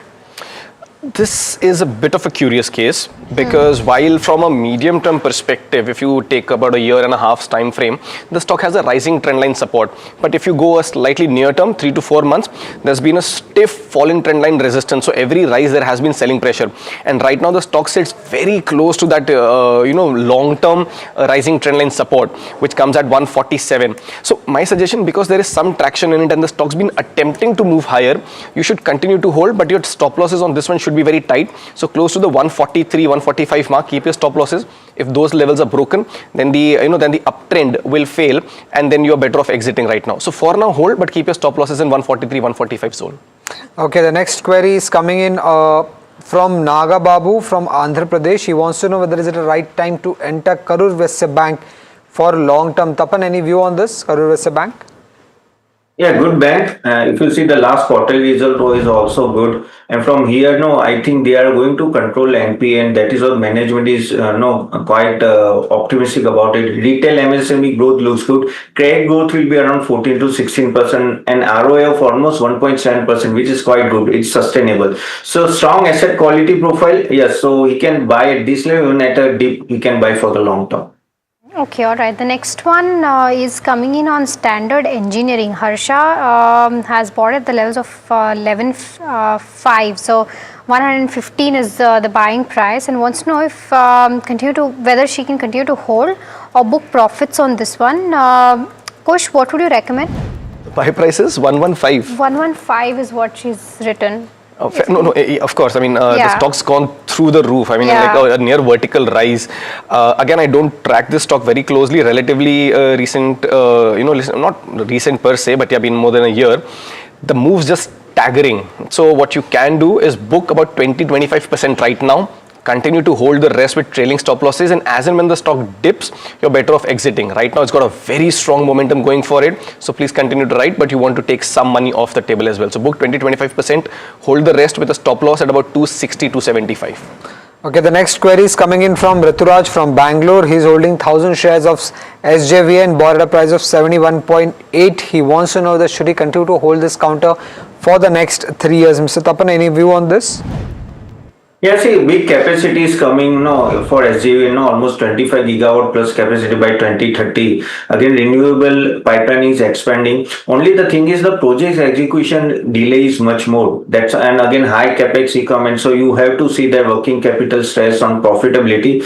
Otherwise, strong hydro and renewable portfolio, no doubt about it, and government-backed PSU. So my take is yes, hold on to the stock because future looks good and valuation is okay only, not a problem. Hold on to the stock. Okay, all right. The next one, I think Ravi is calling us from Hyderabad. Ravi, a very good morning to you. Go ahead, ask your question. Yeah, very good morning. The query is on GVT in T&D India. Okay. Currently, I'm holding 18 shares bought at 3170. Okay. Since the stock is under support, which is trading under support level, shall I book profits or shall I stay invested? Okay, Ravi, got your question. I take this up with Kush then. Kush, what do you recommend for G Vernova TND? It looks like he does follow some sort of technical analysis, right? So, and he's actually spot on in terms of his buying price, one, and two, in terms of his support level, figuring as well. Because right now, if you see, the stock has been in a very steep upward sloping channel, and the support for that one actually comes in at 46.75. So yes, the stock came close to those levels and is now rebounding. How I would typically play this is because you're sitting in a good profit and the stock has a primary trend which is positive. You should keep your stop losses at the trailing, at the support level. So maybe around these 46.75, 4600 levels, you can keep your stop losses and continue to ride. Because if the stock rebounds from here and moves higher, then you could have much better gains from these levels. So my suggestion: continue to hold, but keep your stop loss in the 4600 to 4675 zone. Right. The next query is coming in. Okay, we start our rapid fire segment. So Kush and Tapan would request you to keep your answers short. The first one is coming in from Dulal Mitra from Calcutta. He wants to know for the next 6 to 12 months which is better, Karnataka Bank or South Indian Bank? Kush. Between KTK and South Indian Bank? Yeah. I would suggest you can go with KTK Bank. Keep your stop losses at 260. Okay, the next one is on Laurus Labs. KPS Rao has bought 1200 shares at the levels of 340 from the last 4 years. He wants to know whether he can continue to hold this one. He's a long-term investor. Tapan, your view? Yeah, hold and buy on dips also. The next query is on Vedanta Iron and Steel, and it's for you, Tapan. Khurshid from Delhi is holding 1100 shares, bought at a price of 22 rupees. Since listing, he's been holding. Should he continue to hold this counter for long term? Yeah, currently hold. The next one is on Bajaj Housing Finance. Our viewer has bought it at the levels of 124. 250 shares is what he or she is holding. Wants to know whether they can continue to hold this for the next 2 odd years. Tapan? Yeah, you can hold a little bit average at this level also. The next query is on Equitas Small Finance Bank for you, Kush. Madhu Babu from Hyderabad has bought 2200 shares at a price of 81 rupees. He wants to know the short-term target on this counter. He can wait for the next 3 to 4 months. Yeah, slightly elevated levels, but the trend is positive. So yes, you should continue to hold. Keep a stop loss at 72. From a near-term perspective, I'm looking at targets of 82, and once that is taken out, even 90 kind of levels. Entire pack is doing well. Equitas also can do well going forward. Okay, the next one is an interesting one. Seema Jain from Jodhpur says she's bought Swaraj engines, considering that she'd got a tip saying that this could be a multi-bagger, whether she can continue to hold this one or not. Just for the sake of deviating, you should not rely on tips is the first thing that is the advice. But Tapan, overall, your view on Swaraj engines? No, currently hold, not a problem. Right, the next query is from Asifa from Pune. She is holding 50 shares of Tata Power, bought at a price of 429, currently sitting on a loss. Kush, should she exit? Yes. Okay, the next one's on Bharti Airtel. The average buying price is 1849. 50 shares is what Vikram from Bengaluru is holding. He wants to know if he can continue to hold this for the next 5 years. Tapan? Yeah, good stock, hold. The next query is on Piramal Pharma for you, Kush. The viewer is holding around 200 shares, bought at a price of 228. Current price is 169. Should she continue to hold this counter? Attempted recovery, I would suggest hold, but with a tight stop loss at 158. Okay, Anantraj bought at the levels of 603. Jaikrishan from Kerala wants to know from a 6 months perspective, continue to hold, exit, Kush? Oh, Anantraj, you should continue to hold. Stop loss 505. Okay, the next one is on Graphite India. It's for you, Tapan. Naveen from Bangalore is holding few shares, bought at a price of 635. Should he hold or sell for long term? Sell. Okay, the next one that we have is on Sai Parentals. Our viewer wants to know whether at the current market price is a good time to enter. Kush, any view? Not a chance. In fact, we discussed this in the morning. If you have, you should book profits on this one. The next query is on IQ Tech, and it's for you, Kush. Arni Agnihotri from Pune is holding 225 shares, bought at a price of 230. Should he continue to hold for short term? Sorry, you'll have to IQ Tech. No, you'll have to give me the code. I'm sorry. I don't have the code. It's all right. We probably will come back to it after the break. Okay, no worries then. Okay, and it's time to slip into a short break. I was just trying to get the code of that. It is IKIO Technologies, right? So the code is IKIO. If you can try to pull that chart up. Enough data? Got it. Yeah, there is falling channel resistance, consolidating, not very constructive. I'd give it a miss right now. Alright, okay. So that's the view, of course, on IKEO Technologies. But viewers, with that, it's time to slip into a very, very short break. But we'll be taking more queries on the other side, so do stay tuned.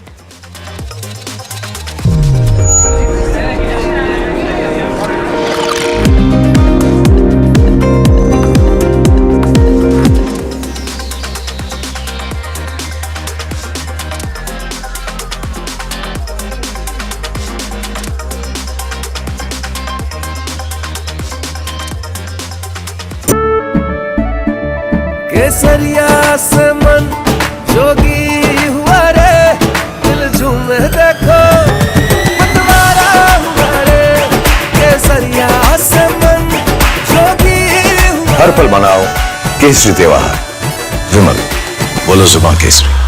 It is happening now. New tomorrows, new challenges, and all of it needs energy to work. Not afraid to imagine big. Because when energy stops taking, when it just gives, people can move, really move. At this moment, the world's evolving, and so is energy. Suzlon, good energies that work. Amba शक्ति plant की world renowned technology देती है steel को ज्यादा ताकत हर बार. अंबा शक्ति SDTMT.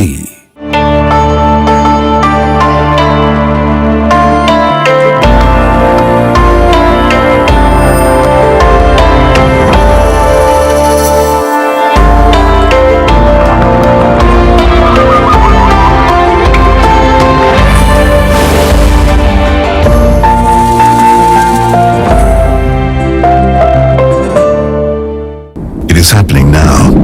New tomorrows, new challenges, and all of it needs energy to work. Not afraid to imagine big. Because when energy stops taking, when it just gives, people can move, really move. At this moment, the world's evolving. And so is energy. Suzlon. Good energies that work. India Inc.'s most respected names chose India Inc.'s best and brightest. I'm delighted to be chairman of such distinguished fellow businessmen, bankers. It's just lovely to be back on this NDTV jury. I have been a fan of NDTV for a long time. Many of the nominees are extremely close together in terms of what they've done. Gender parity to be reflected while we choose leadership as well. It's also important that how they are reshaping the industries. We got a fantastic jury and we've left all decisions to the wisdom of the jury. Who will earn India's top business honors? Find out at the NDTV Profit Business Leadership Awards. India's unshakable news habit. NDTV.com is India's #1 English news website.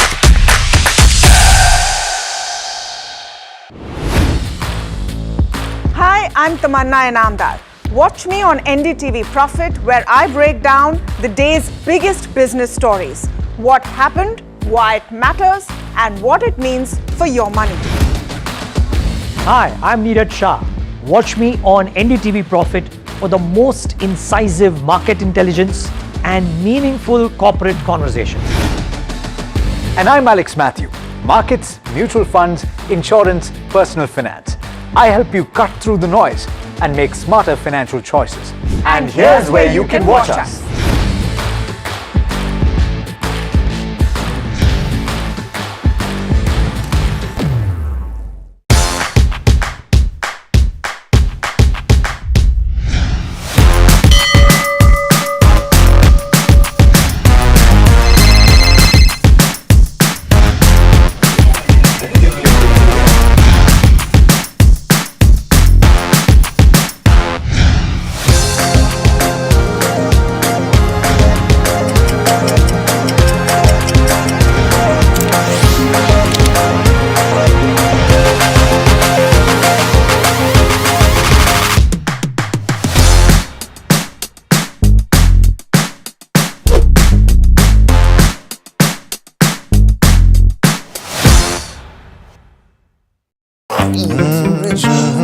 The news, Ayush. Since when do we do scripts?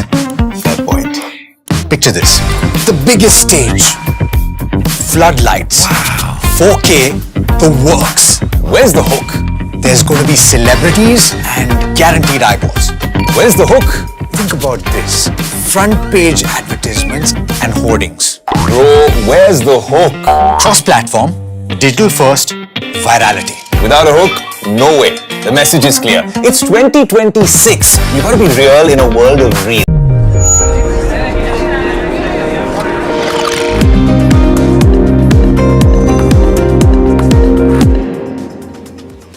Welcome back. You're watching Ask Profit, a show that gets all your stock-related queries answered. By the way, just a quick look as to how the markets are doing. The Nifty 50 is almost at the same place where we saw half an hour ago, 24,100 levels, up by about 0.4 odd %. So is the Bank Nifty around the 58,000 levels, up by about 0.2 odd %. The Nifty IT is really stealing the show today, up almost 4%. I mean, if you can try to pull up the constituents as well, you have a lot of names trading above that 4% mark. Infosys, Coforge, Emphasis, HCL Tech, etc.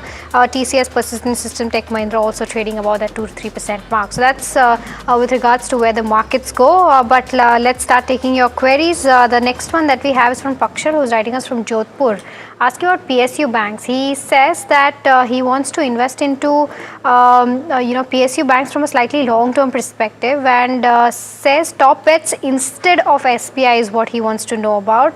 Tapan, I'll come to you on this one. Any view with regards to or any picks in the PSU bank space right now?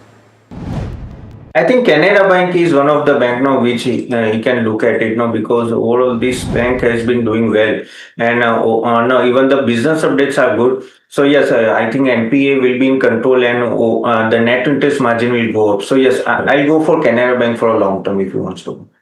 Okay, the next one that we have is on Z, and this is from our viewer Rajesh, who's holding 1,000 odd shares at the levels of 168. Continue to hold. Kush, your view on the charts?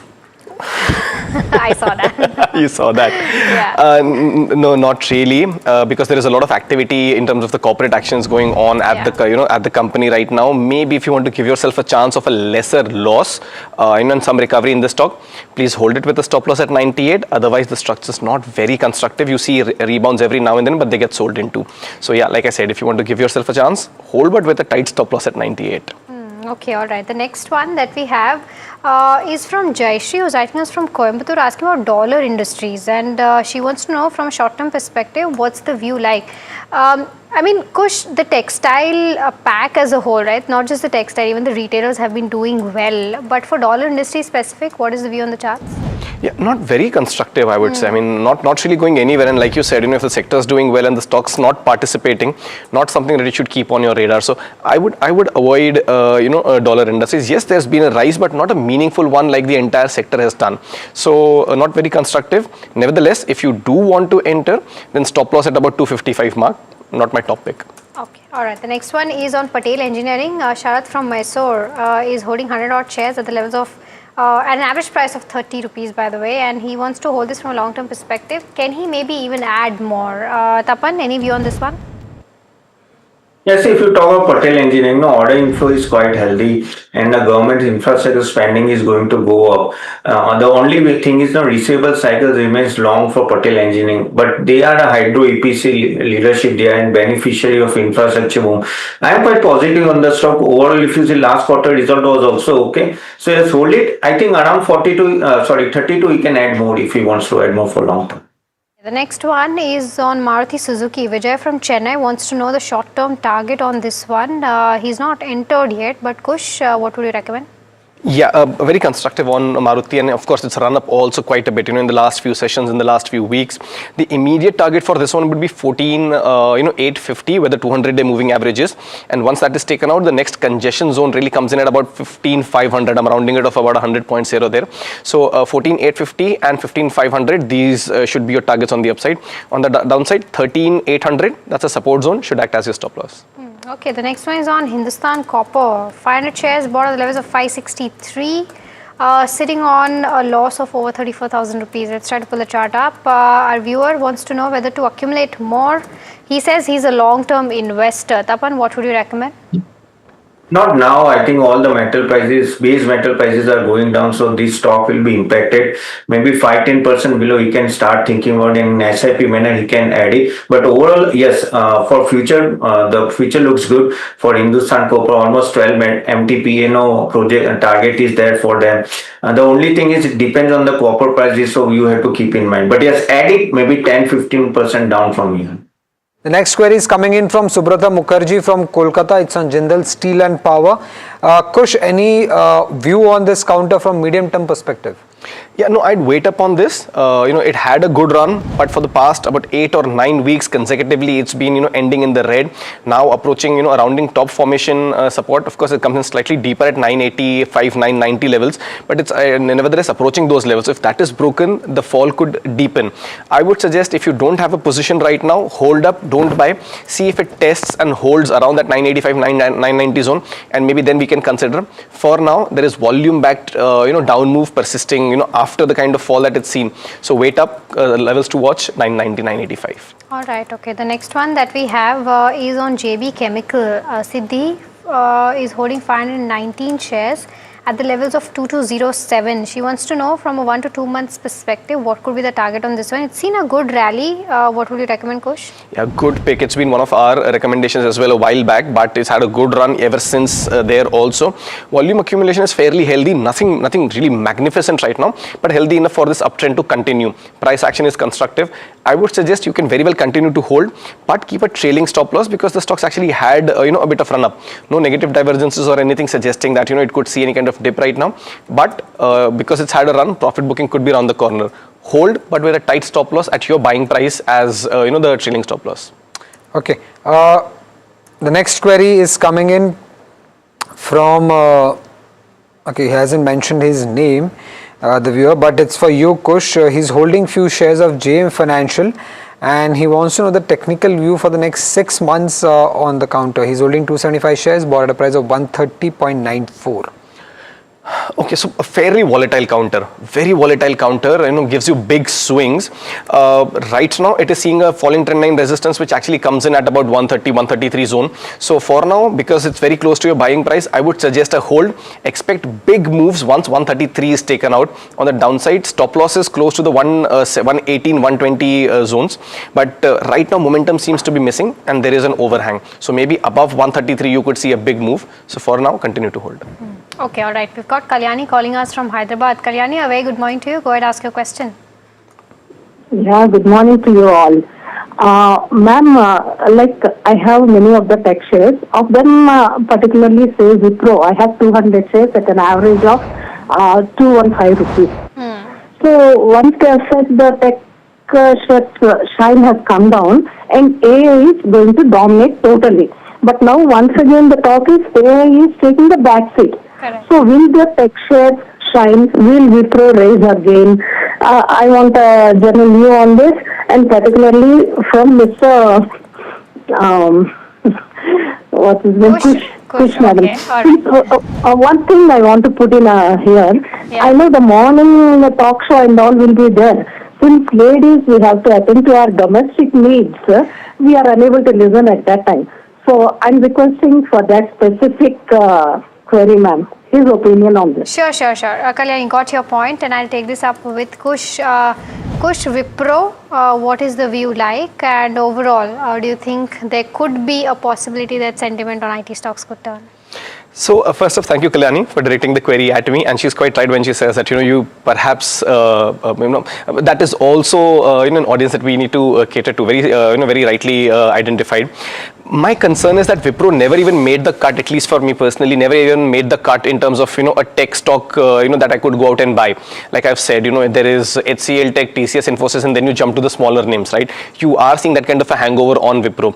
My suggestion right now would be that you exit the share Wipro right now. You could park those funds partly between Persistent, because it's already given quite a bit of fall, the risk reward ratio is favorable, and a part of it between and the rest of it in Coforge.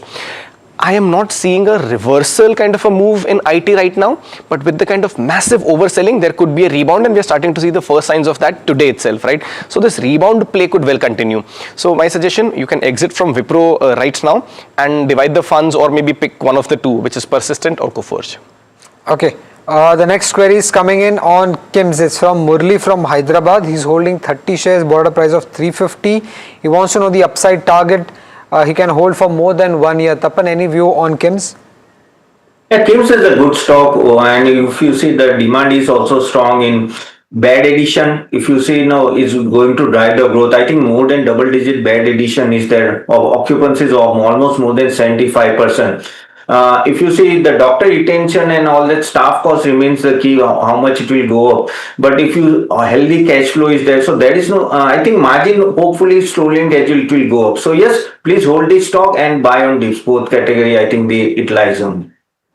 Okay, all right. The next one that we have is on Eternal. Deepak from Bengaluru has bought around 550 shares at the average price of 119. He wants to know from a slightly long-term perspective whether he can continue to hold this one or not. So for sure, good levels to buy Eternal at. But Tapan, overall, what's the view like?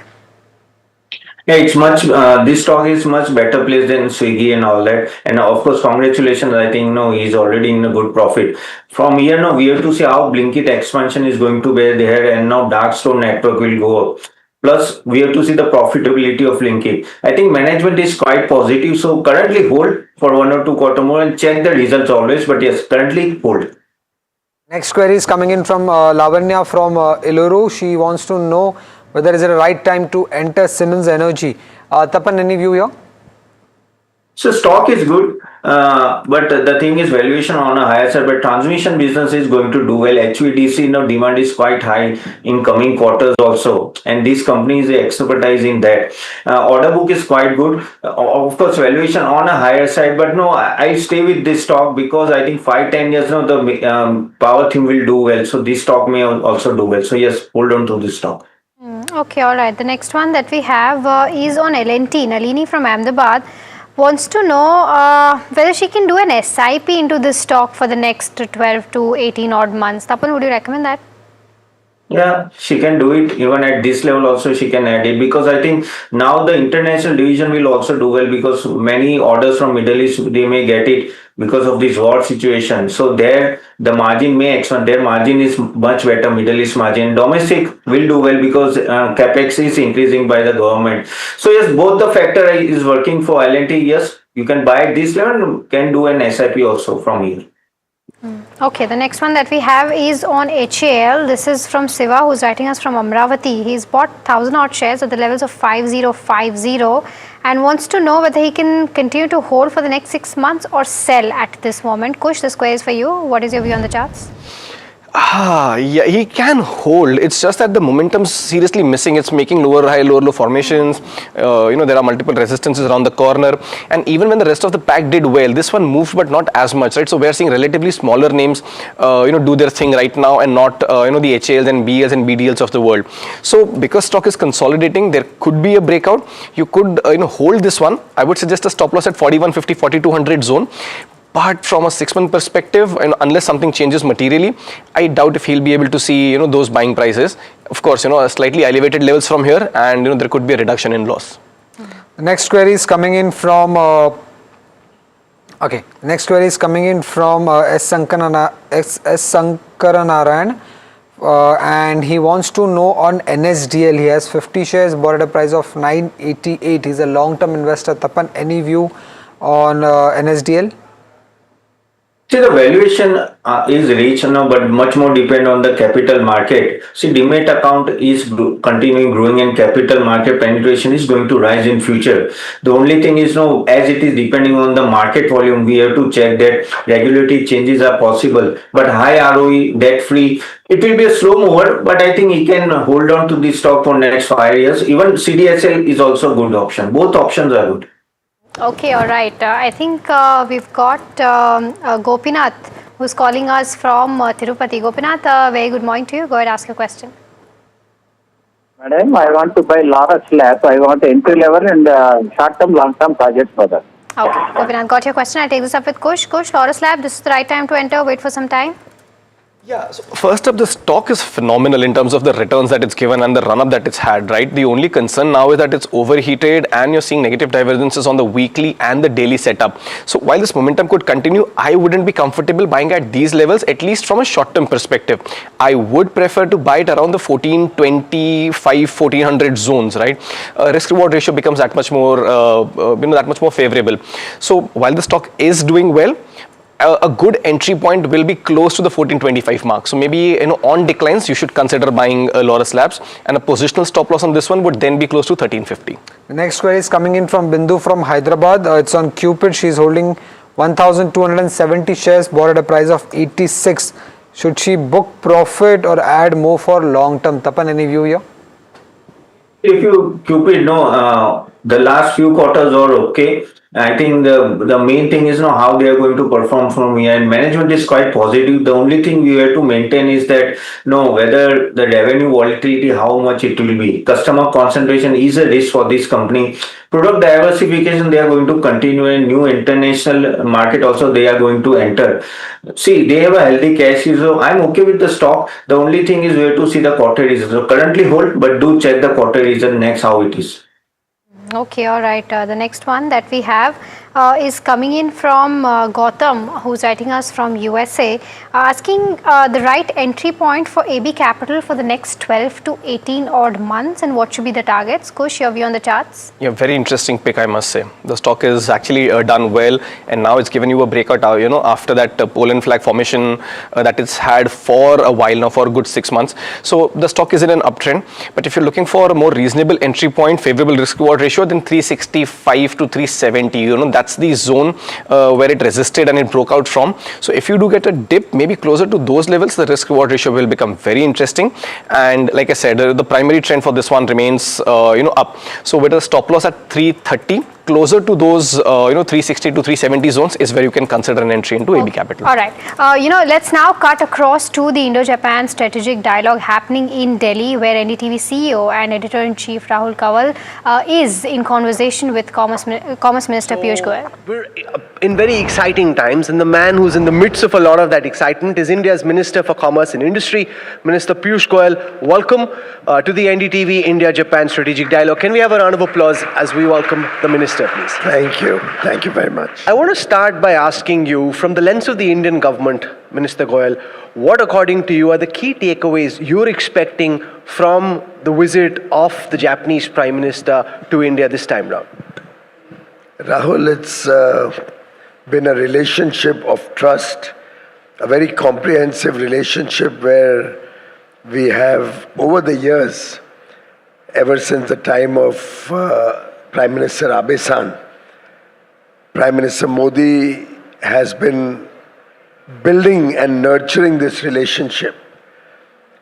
And I believe that post the reset of our partnership into a comprehensive strategic partnership, and after the announcement in the 15th Japan-India Summit, where Japan also committed to invest 100 trillion yen, that's about $65-70 billion in India in different sectors, in infrastructure and industry.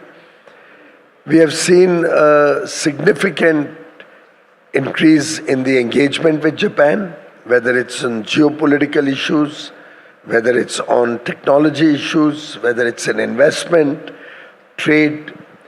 And I suspect that this engagement over the 3-day visit of Prime Minister Takaichi-san will help evolve this partnership to take it to the next level. The India-Japan relationship is described as being heavy on investment and light on trade.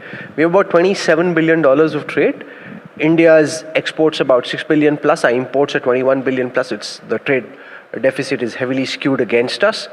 And you've spoken about this, Minister, in the past, the need for a review of the Comprehensive Economic Partnership Agreement. Is that something you'll be pressing the Japanese side for during this visit? And how do you see that happen, in what form and shape?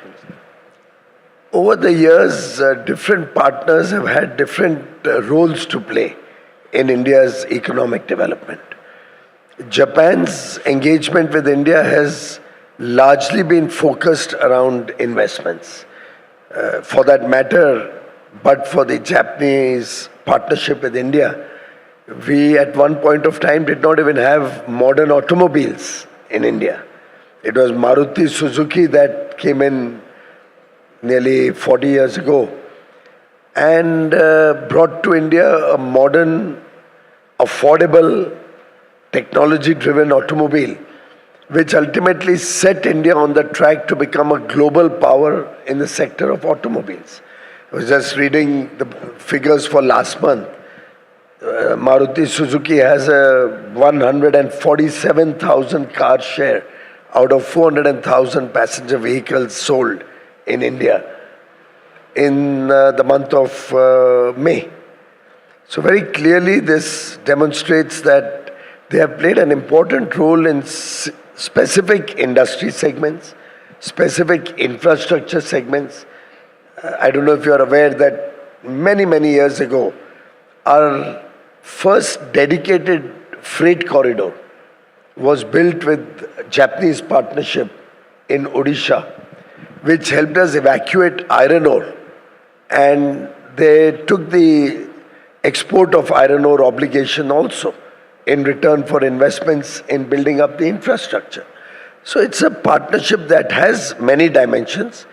Trade also is an important element of this partnership, particularly given our complementary strengths. What we get from Japan are largely technology-driven products. What we sell to Japan are also value-added products. We are not selling raw materials or intermediates. We are selling high quality precision engineered material, auto components, electronic components. So in effect, this particular relationship has both the trade and investment dimension, and both are of significant value-added products. Therefore, I think it's a good partnership. We encourage more trade, we encourage more investments with Japan. The dialogue to improvise and further expand our trade basket and expand opportunities for trade is a continuing dialogue. So the Comprehensive Economic Partnership Agreement with Japan was signed way back in 2011. We signed a similar SEPA with the UAE, and in 3 years, trade crossed $100 billion. So my question is, why is it that it's taken 15 plus years to reach just about $27.5 billion? And what are you as Trade Minister doing to try and increase the volume of trade and also improve some of the imbalances that currently prevent Indian services companies or Indian citizens going to Japan and working there, where some of the regulations are so stringent at the moment that Indians are finding it tough to grow the trade numbers? Every country has regulations. I mean, we have our own regulations. Businesses will have to participate in the regulatory process, will have to find opportunities to expand trade. For instance, Japan is looking for a number of highly skilled caregivers. But one of the prerequisites, and I would say rightly so, is that the person should know the Japanese language. Otherwise, how are they going to be able to provide nursing facilities to the aged people in Japan? Ideally, if you have a combination of language and some knowledge of their culture, it makes it even better. Each country also has its own cultural identity. And I would think that we will have to, as industry, also make a focused effort, a much more deeper engagement with industry, with different services sectors there. We should promote language skills in India, and not only in Japanese, in several other languages. Same story goes for German language, same story goes for the French language. My sense is that people are recognizing that. In my own skill development center in Mumbai, we run classes on Japanese language and Japanese culture, which helps children get very highly paid jobs in Japan after that. As the Ministry of Commerce, we have recently come out with an export promotion mission, which has several dimensions to it, one of which is regulatory engagement with different countries. So under the EPM, we are encouraging our industry to be more forthcoming in getting regulatory approvals, which are quite expensive in Japan, and often could be the reason that people or industry has not been very forthcoming. Governments have been complaining about it, generic drugs have been complaining about it. The time taken to get regulatory approval has been one of the concerns of India. Undoubtedly, it's an issue that I have been discussing with my counterparts at different forums.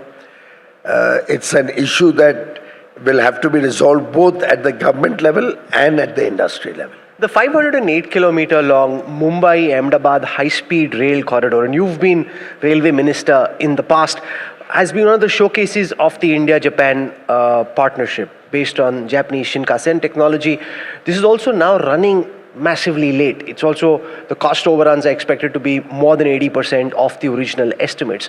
What's your sense of where things stand at the moment? Because you're also involved in the politics of Maharashtra, where now land clearances are easier than they were in the past. But the fact is, from the Japanese lens, at some level they blame or attribute to India the inability to allow for land to be acquired in an expeditious fashion for the rail project to come live on time.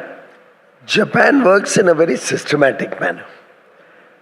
I have learned that over the years that the Japanese style of implementing a project is significant focus in the planning process, often extending into... Honorable Chief Minister, Shri Mohan Charan Manji ji, Honorable Minister of Industries, Shri Sampat Charan Swain ji, Honorable esteemed Ministers and Administration from Government of Odisha, respected Mr. Saeed Basar Shoaib, MD and CEO of IHC Abu Dhabi, ladies and gentlemen, and people of Odisha, Jai Jagannath, Namaskar and greetings from Adani Group. Odisha is a unique land where ancient heritage and modern aspiration come together. From the sacred Jagannath culture of Puri and the grace of Odissi dance to iconic landmark like the Konark Sun Temple and Lingaraj Temple, the state reflects a rich legacy of culture, craftsmanship and pride. The spirit of Odisha is best seen in Rath Yatra, which brings millions together in devotion and celebration. Rooted in simplicity, resilience, and harmony with nature, Odisha continues to move forward with confidence. Ancient yet modern, traditional yet innovative. Odisha is India's rich mineral resource, contributes significantly to national's industrial development. The state holds largest reserves of bauxite, over 50% of India's iron ore reserve, substantial coal reserves, supporting power and industrial growth, and rich deposits of chromite, manganese, limestone, and dolomite. This unique combination of abundant resources make Odisha one of the most strategically important industrial destinations in India and provides a strong foundation for integrated manufacturing ecosystem, including metal, energy, cement, and downstream industries. With an extremely proactive government under the dynamic leadership of Honorable Chief Minister, along with strong policy support, Odisha is transitioning from a raw material supplier to a value-added manufacturing hub. And it is our privilege to be here today in this great land of enterprise, courage, culture, and immense possibility. Today we are gathered not merely to witness the historic MOU, but to herald the beginning of a new economic chapter for Odisha, which will shape and accelerate the growth trajectory of Bharat. This project represents ambition at a truly global scale.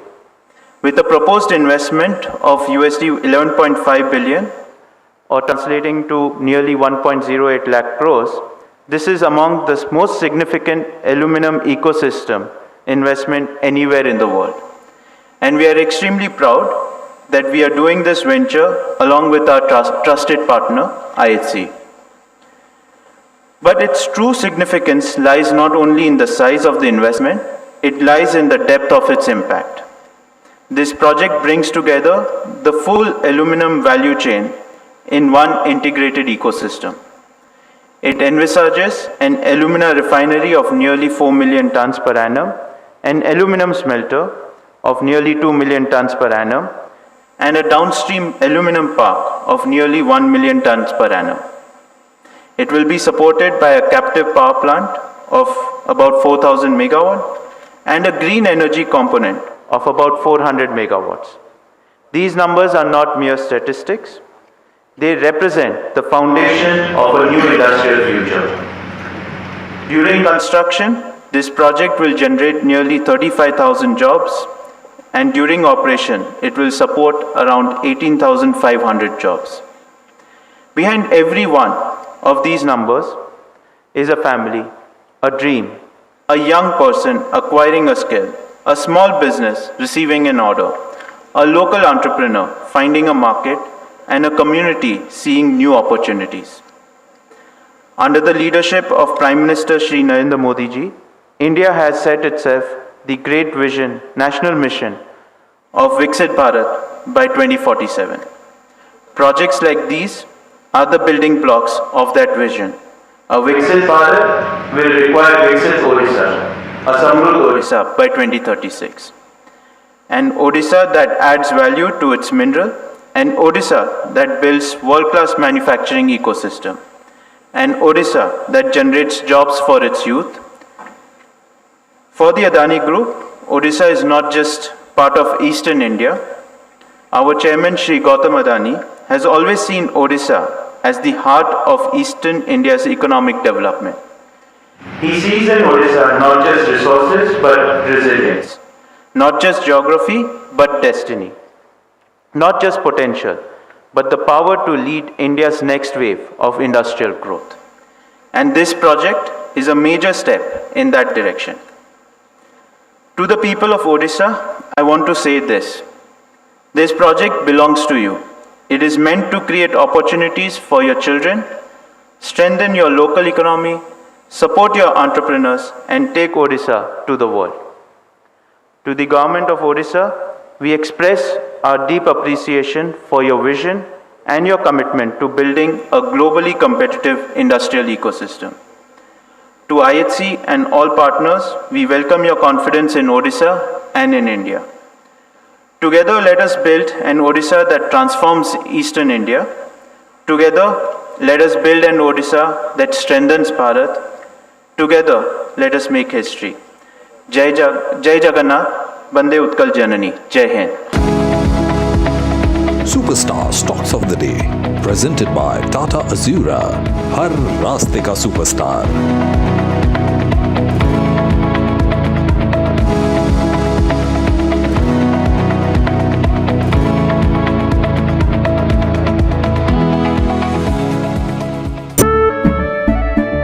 केसरिया से मन जोगी हुआ रे, दिल झूमे देखो मतवारा हुआ रे, केसरिया से मन जोगी हुआ। हर पल मनाओ केसरी त्योहार। विमल, बोलो जुबान Kesari. It is happening now. New tomorrows, new challenges. And all of it needs energy to work. Not afraid to imagine big. Because when energy stops taking, when it just gives, people can move, really move. At this moment, the world's evolving, and so is energy. Suzlon, good energies that work. Amba शक्ति plant की world renowned technology देती है steel को ज्यादा ताकत हर बार। अंबा शक्ति SDTMT।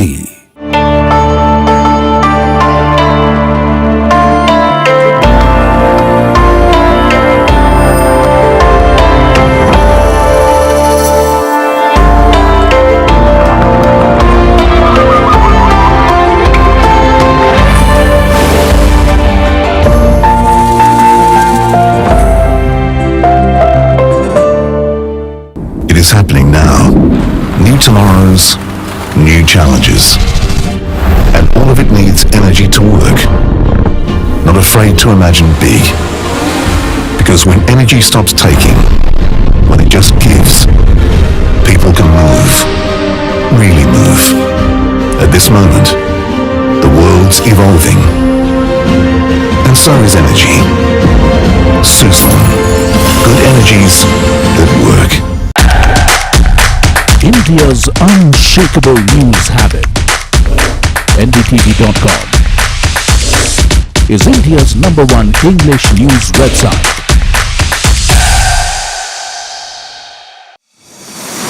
India Inc.'s most respected names chose India Inc.'s best and brightest. I'm delighted to be chairman of such distinguished fellow businessmen, bankers. It's just lovely to be back on this NDTV jury. I have been a fan of NDTV for a long time. Many of the nominees are extremely close together in terms of what they've done. Gender parity to be reflected while we choose leadership as well. It's also important that how they are reshaping the industries. We got a fantastic jury and we've left all decisions to the wisdom of the jury. Who will earn India's top business honors? Find out at the NDTV Profit Business Leadership Awards. Hi, I'm Tamanna Inamdar. Watch me on NDTV Profit, where I break down the day's biggest business stories. What happened, why it matters, and what it means for your money. Hi, I'm Neeraj Shah. Watch me on NDTV Profit for the most incisive market intelligence and meaningful corporate conversations. And I'm Alex Matthew. Markets, mutual funds, insurance, personal finance.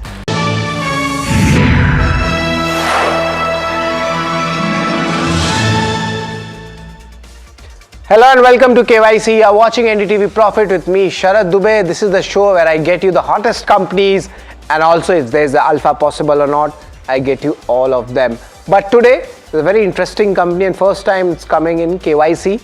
But try to guess it before we start. The first hint is it's the largest stainless steel wire manufacturing company in India. Interesting, right? Let's take another hint. Try to guess this. This stock was recently listed, you could say it's just been 1.5 years, on July 10th, 2024. Let's talk about the price movement also. And recently there was a block where Malabar Fund, Invesco Mutual Fund added, and of course this happened last week itself. Also the stock is up almost 60% from March lows. I'm sure you must be guessing it by now, but the entire picture is, it's of course a wire company. That's the second part of the name as well. Company ka naam hai Bansal Wire Industries. This is the company which we are talking about. But why are we calling this company? What is so special about it? Try to understand that. The first question definitely is going to be on the FY27 outlook. Company is quite bullish on the ROC business going ahead and the cash flows improving as well. And this is a very good sign when the company is talking about numbers. The growth guidance for their high margin business as they're shifting from a commoditized wire to the specialized wire segment. Of course, there will be capex and expansion. We'll try to understand that story as well for Bansal Wires. And also, an important question to be asked would be, have the disruptions bottomed out? They had mentioned that in fourth quarter for both production and sales. Is that turning around? And of course, there might be an escalation cost hit in the first quarter. So these are the key questions we'll try to ask Bansal Wire, and of course the demand trends and client confidence, and the management would be coming in and he'll be speaking. Pranav Bansal, the MD and CEO, Bansal Wire Industries. Of course, it's a young generation, so it'll be pretty interesting to have this conversation with Pranav. But let's understand ye dhanda karti kya hai, Bansal Wire. It sounds quite simple, but is there something more to it? Of course, the company is a part of Bansal Group, which started in 1938. So they have a good standing in the market. This is the largest stainless steel wire manufacturing company. And if you go into more details, it's the second largest in terms of volume as well. And of course, this is the India I'm talking about. So they have a 7% market share. तो इस धंधे में अगर consolidation आता है तो इनको सबसे ज़्यादा बेनिफिट देखने मिलेगा. This of course caters to automotive, general engineering, infra, hardware and other sectors also. So there isn't much sector concentration as such, and I'll explain you that why this is important. And these are the other segments also where the company is giving services. Also 5,000 plus customers, 3,000 SKUs and 5 manufacturing facilities they have. Of course, the one mega facility in UP is also there. They are expanding into specialty wire segment, and इसमें भी अगर segments की बात करें तो bead wire, hose wire, IT, OT, steel cord, these are the special ones. That means high margin and even better ROC numbers can come from here. The manufacturing capacity is roughly 6.8 lakh million tons per annum. So of course there is a big capex barrier also when it comes in. Our company did a very interesting 5 Porter Forces model also, and so rarely I see that in investor presentations. Recent block deal, look at that, 3% stake, minimum public shareholding, 78% up, 75% stake aa gaya hai. And the buying has been really strong. HDFC, Invesco are there, but look at this name, Malabar India Fund. That's a pretty interesting fund, to be honest, taking a position in this company. But let's look at the other side of the story as well. How's the industry presence looking like? And it's equally distributed. There's no concentration of more than 25% in a sector. There's automotive, general engineering, infra, hardware. So you see there is a proper 360-degree kind of a diversification at play when it comes to the industry they are having exposure. So that's a good portion. Volume trends, that's pretty interesting. From June 24, I have taken this date because that's the time when the listing had happened. From there has been a serious improvement in the volume for their core business as well as value add. Look at that, the growth has been pretty strong. So these are the volume trends coming in for the stock. But what may work for the company? कैसे जो है stock के लिए positive pointers है ये strong buying from institutions, especially from DIs, They are lapping up big positions here. The focus is on higher margin products, and we'll try to understand, this entire picture about it and how does it change the financial profile of the company. And that's the next point which comes in. The operational and the financial parameters are improving. Working capital की बात करें या debt equity की बात करें, सारे ratios कम जो है improve कर रहे हैं, if you have to put it in that way. Valuations are attractive from what it was during the IPO and what it is now, because there was a correction in the stock. Analysts remain bullish. 5 analysts track करते हैं, पांचों के पांचों का buy rating आया हुआ है. So this is a reason why it might work. Why it might not work? There are some pointers also. The production and sales disruption due to geopolitical concerns. Is it just going to impact the first quarter, or will it cascade into the second quarter? That's the big question. And the impact of rising raw material costs. There is, of course, a little bit of lag, but maybe the Q1 might be hit. So we have given you both the pictures of the positive and the negative side for Bansal Wires, and I've rested my case to you. Let's see the KYC important ratings where we judge a company, and of course this includes income statement, balance sheet, cash flow. We get in the return ratios, especially ROC, and also there are other 4 rating parameters also, which includes the shareholding, street trade, valuations. We'll try to do it with its historic data which is there, but याद रखिए सिर्फ 1.5 साल का ही data है, because it was listed in 2024, and the outlook as well. Let's start with income statement and see what's happening here, and largely be it revenue, EBITDA, PAT, all of them showing a good 3-year CAGR growth, 20% plus. Now, of course, the EBITDA and PAT is something which has shown a good momentum. So net, the numbers seem pretty strong. On the year basis, if you talk about YOY basis, the Q4 numbers are also good. And margins, let's see how things have panned out. And there's a history of the margins, the way they have moved. That was this commodity phase of that 5%. And now we are seeing a sustained 8% margin outlook coming in, as they are focusing much more on the value addition portion. So will it become a 9 to 10% margin business? That's what we need to understand and ask the company. But as of now, it's in an uptrend, so I'm going to give this a thumbs up. Let's talk about balance sheet. I had mentioned you that the debt equity ratios are coming down, and look at the borrowing, that's also down, at around 552 odd crore rupees. It is a high working capital business when you anytime analyze these type of businesses. So as of now, the bank balances are not looking that favorable. It's pretty decent. So it has been put in a good manner when it comes to the management. So it's a thumbs up when it comes to the balance sheet. So income statement was good, balance sheet was good, but cash flow, is there a little bit of lumpiness at play? That's the question to be asked. But for the last 2 years, FY24 and 25, it was negative. That has turned positive, and this is a good sign for FY26. Net cash flow is largely flattish, and a good conversion has finally come in when it comes to Bansal Wires. So debt equity ratio improving and your cash flow is improving, and that's a healthy sign for a company to be analyzed. So I'm going to give this a thumbs up as well. Apart from the basic numbers, let's talk about return ratios. And for a business like this, 15% is the average you should expect, and the company is doing that.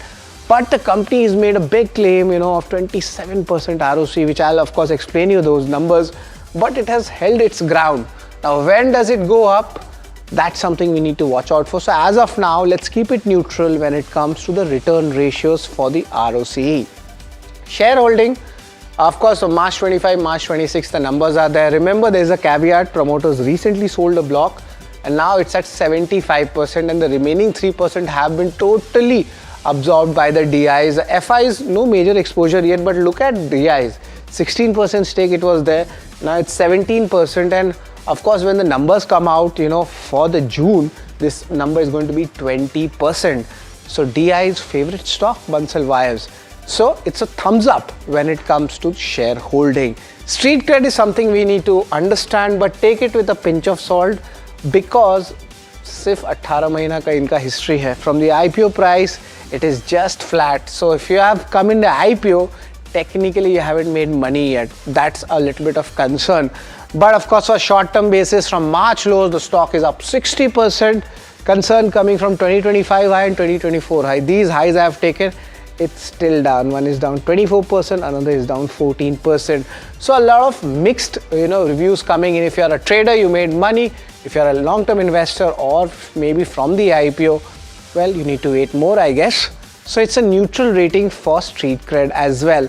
Let me get you the valuations and understand how this dynamics work. The 2024 peak, during this IPO, there was a big craze, momentum was there, maybe there was industry tailwinds also, sentiment was good, but after that the sentiment kind of peaked and then it came down. The average is 26 times in the 2 years I've taken. These are the 12-month forward P ratios, and currently it's evenly priced at 25 times right now. Whether it's quite cheap or not, that I'll let you decide that, because as of now it still looks neutral to me and not very attractive in terms of valuation, because the perception has changed of the market, what was there in 24 and what is there right now. Let's look at the outlook and see whether the story changes or not. Largely they are decommoditizing their product portfolio, and this is coming through the specialty wire segment. That's what you're seeing, an up move in their margins, a 600 crore plus positive operating cash flow. That's a very important statement from the company. They had given that in the fourth quarter, and 25% ROCE. Current ROCE numbers, if you look at it, it's at 15 to 17. So that's a very significant jump, something which they are targeting. But how does that happen? That we need to ask the management. And lastly, the production and sales. Is there impact happening due to disruptions? And of course, the rising costs. That's also a big question to be asked. But right now, let's give it a neutral rating, with the long-term story looks strong. Short-term, there is volatility. But let me give you the entire picture for the KYC ratings. की company की पूरी rate card या report card क्या है? Let's talk about it. These three basic numbers are really strong, at least for the company or the industry which they are in. They're a market leader, so the market share gain benefits is always there for them. Let's look at the other key rating parameters, and a concern definitely is little bit there on the street cred, especially for the IPO shareholders. I understand that, and that's the reason why I have called this company also, to understand what's the next leg of the story of Bansal Wires. Shareholding is pretty strong as DIs and smart money are lapping up. Technically, they are buying the company currently at the IPO price, at least in the recent block. So the total rating parameter for Bansal Wires, please note it down, it's 6 out of 8. It's largely better than the average numbers which we generally give in KYC. But let's try to understand what's the next story here. And that will be done by Pranav Bansal. He's the MD and CEO of this company. But interesting tidbit about him, of course, he's a new gen entrepreneur. He joined the company in 2015 and he became the MD as well as the CEO in the year 2022. So it'll be a very interesting conversation with Pranav on that. But before that, I'm going to take a short break. Do come back.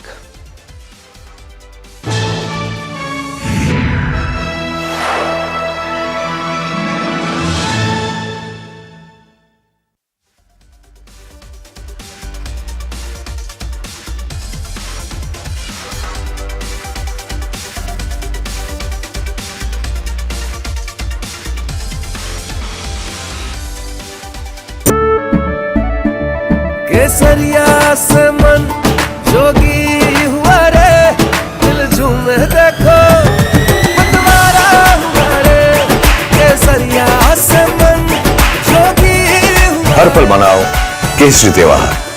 विमल, बोलो जुबान Kesari. It is happening now. New tomorrows, new challenges. And all of it needs energy to work. Not afraid to imagine big. Because when energy stops taking, when it just gives, people can move, really move. At this moment, the world's evolving, and so is energy. Suzlon, good energies that work. Amba शक्ति plant की world renowned technology देती है steel को ज्यादा ताकत हर बार। अंबा शक्ति SDTMT। It is happening now. New tomorrows, new challenges. And all of it needs energy to work. Not afraid to imagine big. Because when energy stops taking, when it just gives, people can move, really move. At this moment, the world's evolving, and so is energy. Suzlon, good energies that work. India Inc.'s most respected names chose India Inc.'s best and brightest. I'm delighted to be a chairman of such distinguished fellow businessmen, bankers. It's just lovely to be back on this NDTV jury. I have been a fan of NDTV for a long time. Many of the nominees are extremely close together in terms of what they've done. Gender parity to be reflected while we choose leadership as well. It's also important that how they are reshaping the industries. We got a fantastic jury and we've left all decisions to the wisdom of the jury. Who will earn India's top business honors? Find out at the NDTV Profit Business Leadership Awards. India's unshakable news habit. NDTV.com is India's #1 English news website.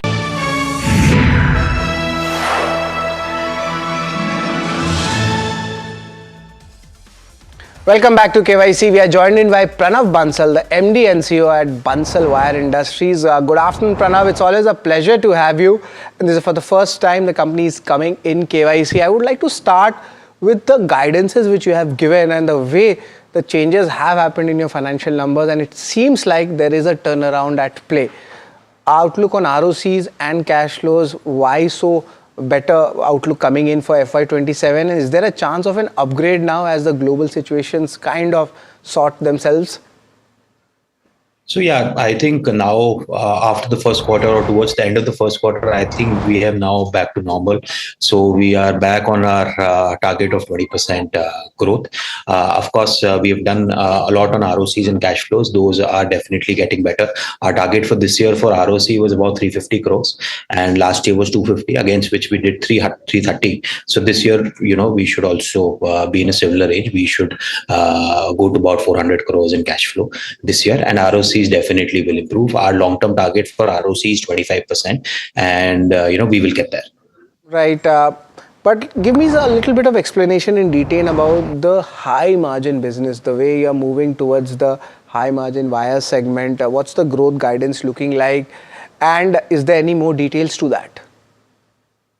Sure. So in the first quarter, we have actually got our first trial order of one of our main products, which was steel cord in the specialty wire vertical. Those are the high margin businesses that we are discussing. We've been working on this for the last 2 years. We set up a pilot project of steel cord about 2 years back. So this has been a good breakthrough. Once this goes, there'll be 2 to 3 stages after this, and we will be looking at commercialization. Once we do that, we are looking at a 2 lakh ton kind of a target that we have, and we should get there. This is a good potential product. This will take our company to a very different level. Right. Of course, these products we talk about, the ROC numbers you have given, they are moving towards the high margin portions. But let's just understand, there are so many categories you are having exposure to.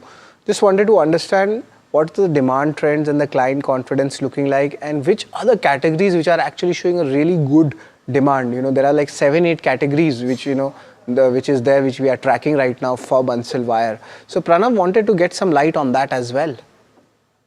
Sure. So as a strategy, we have a de-risking strategy for at least our customer centralization is that even today, if you look at our numbers, we have about 5,000 customers. The largest customer that we'll have is less than 5% of my total sale. Similarly, we are there in a lot of different industries like automotive, general engineering, infra, and no industry for me is more than 25% of my total sale, which is a strategy that has worked well for us. And this is the reason why we have been able to consistently grow at 20% in the last 20 years also. And this is a main strategy that we'll follow even for the coming years. Today, after the first quarter, I would say that, almost all our industries are back on track.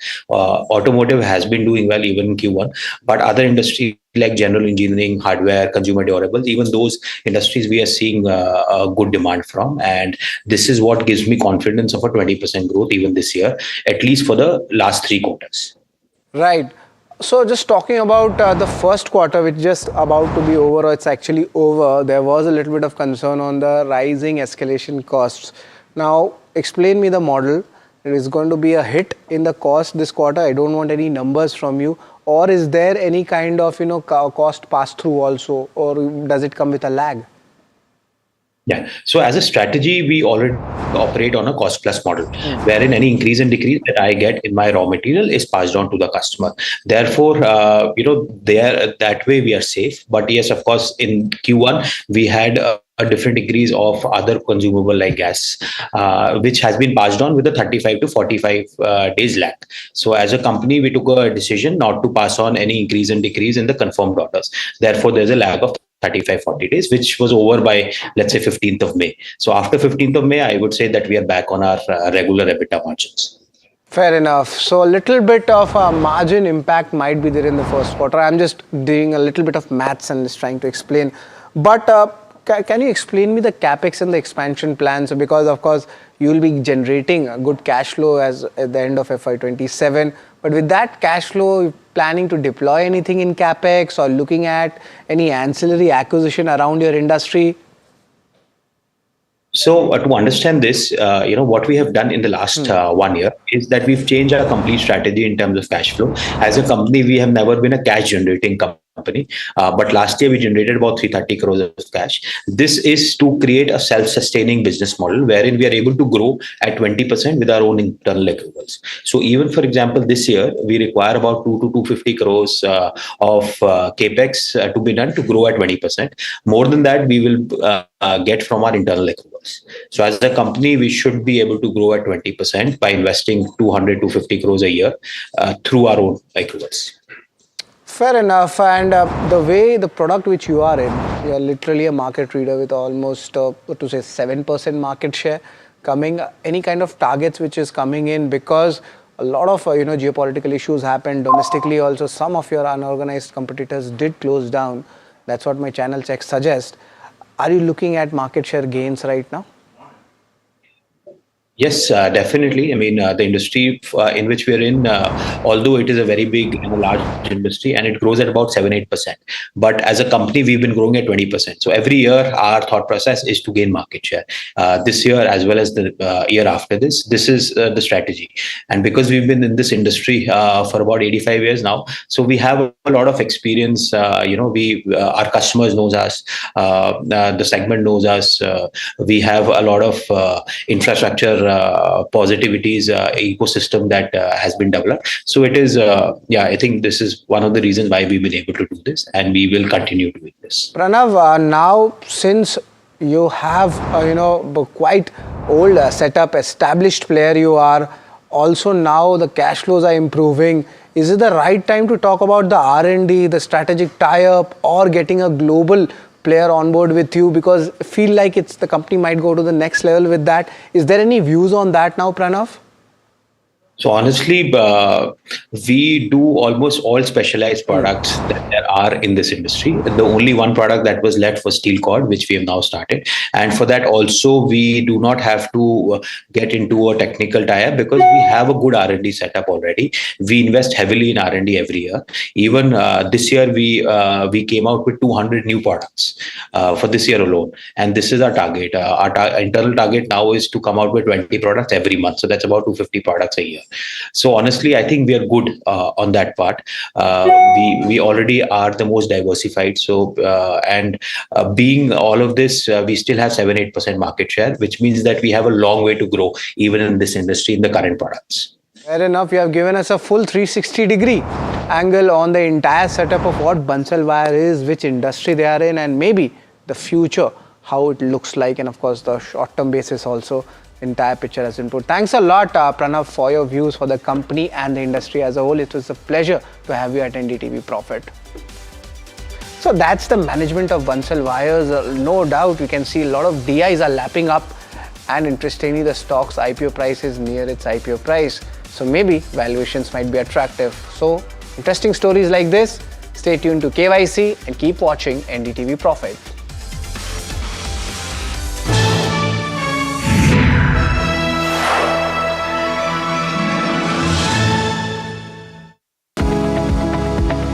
Superstar Stocks of the Day, presented by Tata Azura. हर रास्ते का superstar.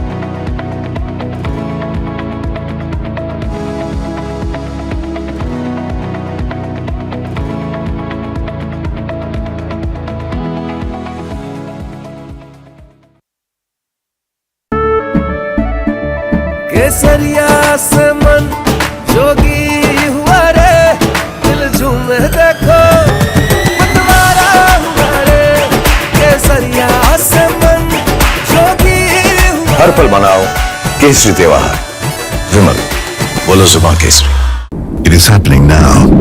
New tomorrows, new challenges. And all of it needs energy to work. Not afraid to imagine big. Because when energy stops taking, when it just gives, people can move. Really move. At this moment, the world's evolving. And so is energy. Suzlon. Good energies that work. Amba शक्ति plant की world renowned technology देती है steel को ज्यादा ताकत हर बार। अंबा शक्ति SDTMT। It is happening now. New tomorrows, new challenges. And all of it needs energy to work. Not afraid to imagine big. Because when energy stops taking, when it just gives, people can move. Really move. At this moment, the world's evolving. And so is energy. Suzlon. Good energies that work. India Inc.'s most respected names chose India Inc.'s best and brightest. I'm delighted to be chairman of such distinguished fellow businessmen, bankers.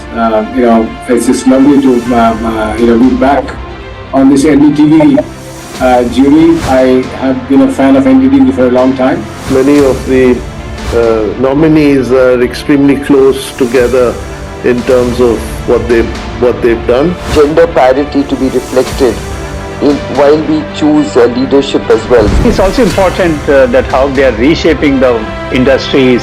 We got a fantastic jury and we've left all decisions to the wisdom of the jury. Who will earn India's top business honor? Benchmark sustained recovery on the Lal Street with the Nifty hovering close to 24,000 levels. Sensex jumps more than 300 points. IT Realty Metals lead the gains. Energy PSU banks buck the trend. IT stocks are staging a strong comeback on the Lal Street. The Nifty IT index surges after 4 straight sessions of losses. India and Japan are set to unveil a landmark joint declaration on economic security at the annual summit with a sharp focus on supply chain strategic technologies and building greater economic resilience. Oil prices extend their decline as signs of progress in the US-Iran talks and a steady recovery in shipping through the Strait of Hormuz ease supply concerns as the war premium continues to fade. Crude remains under pressure.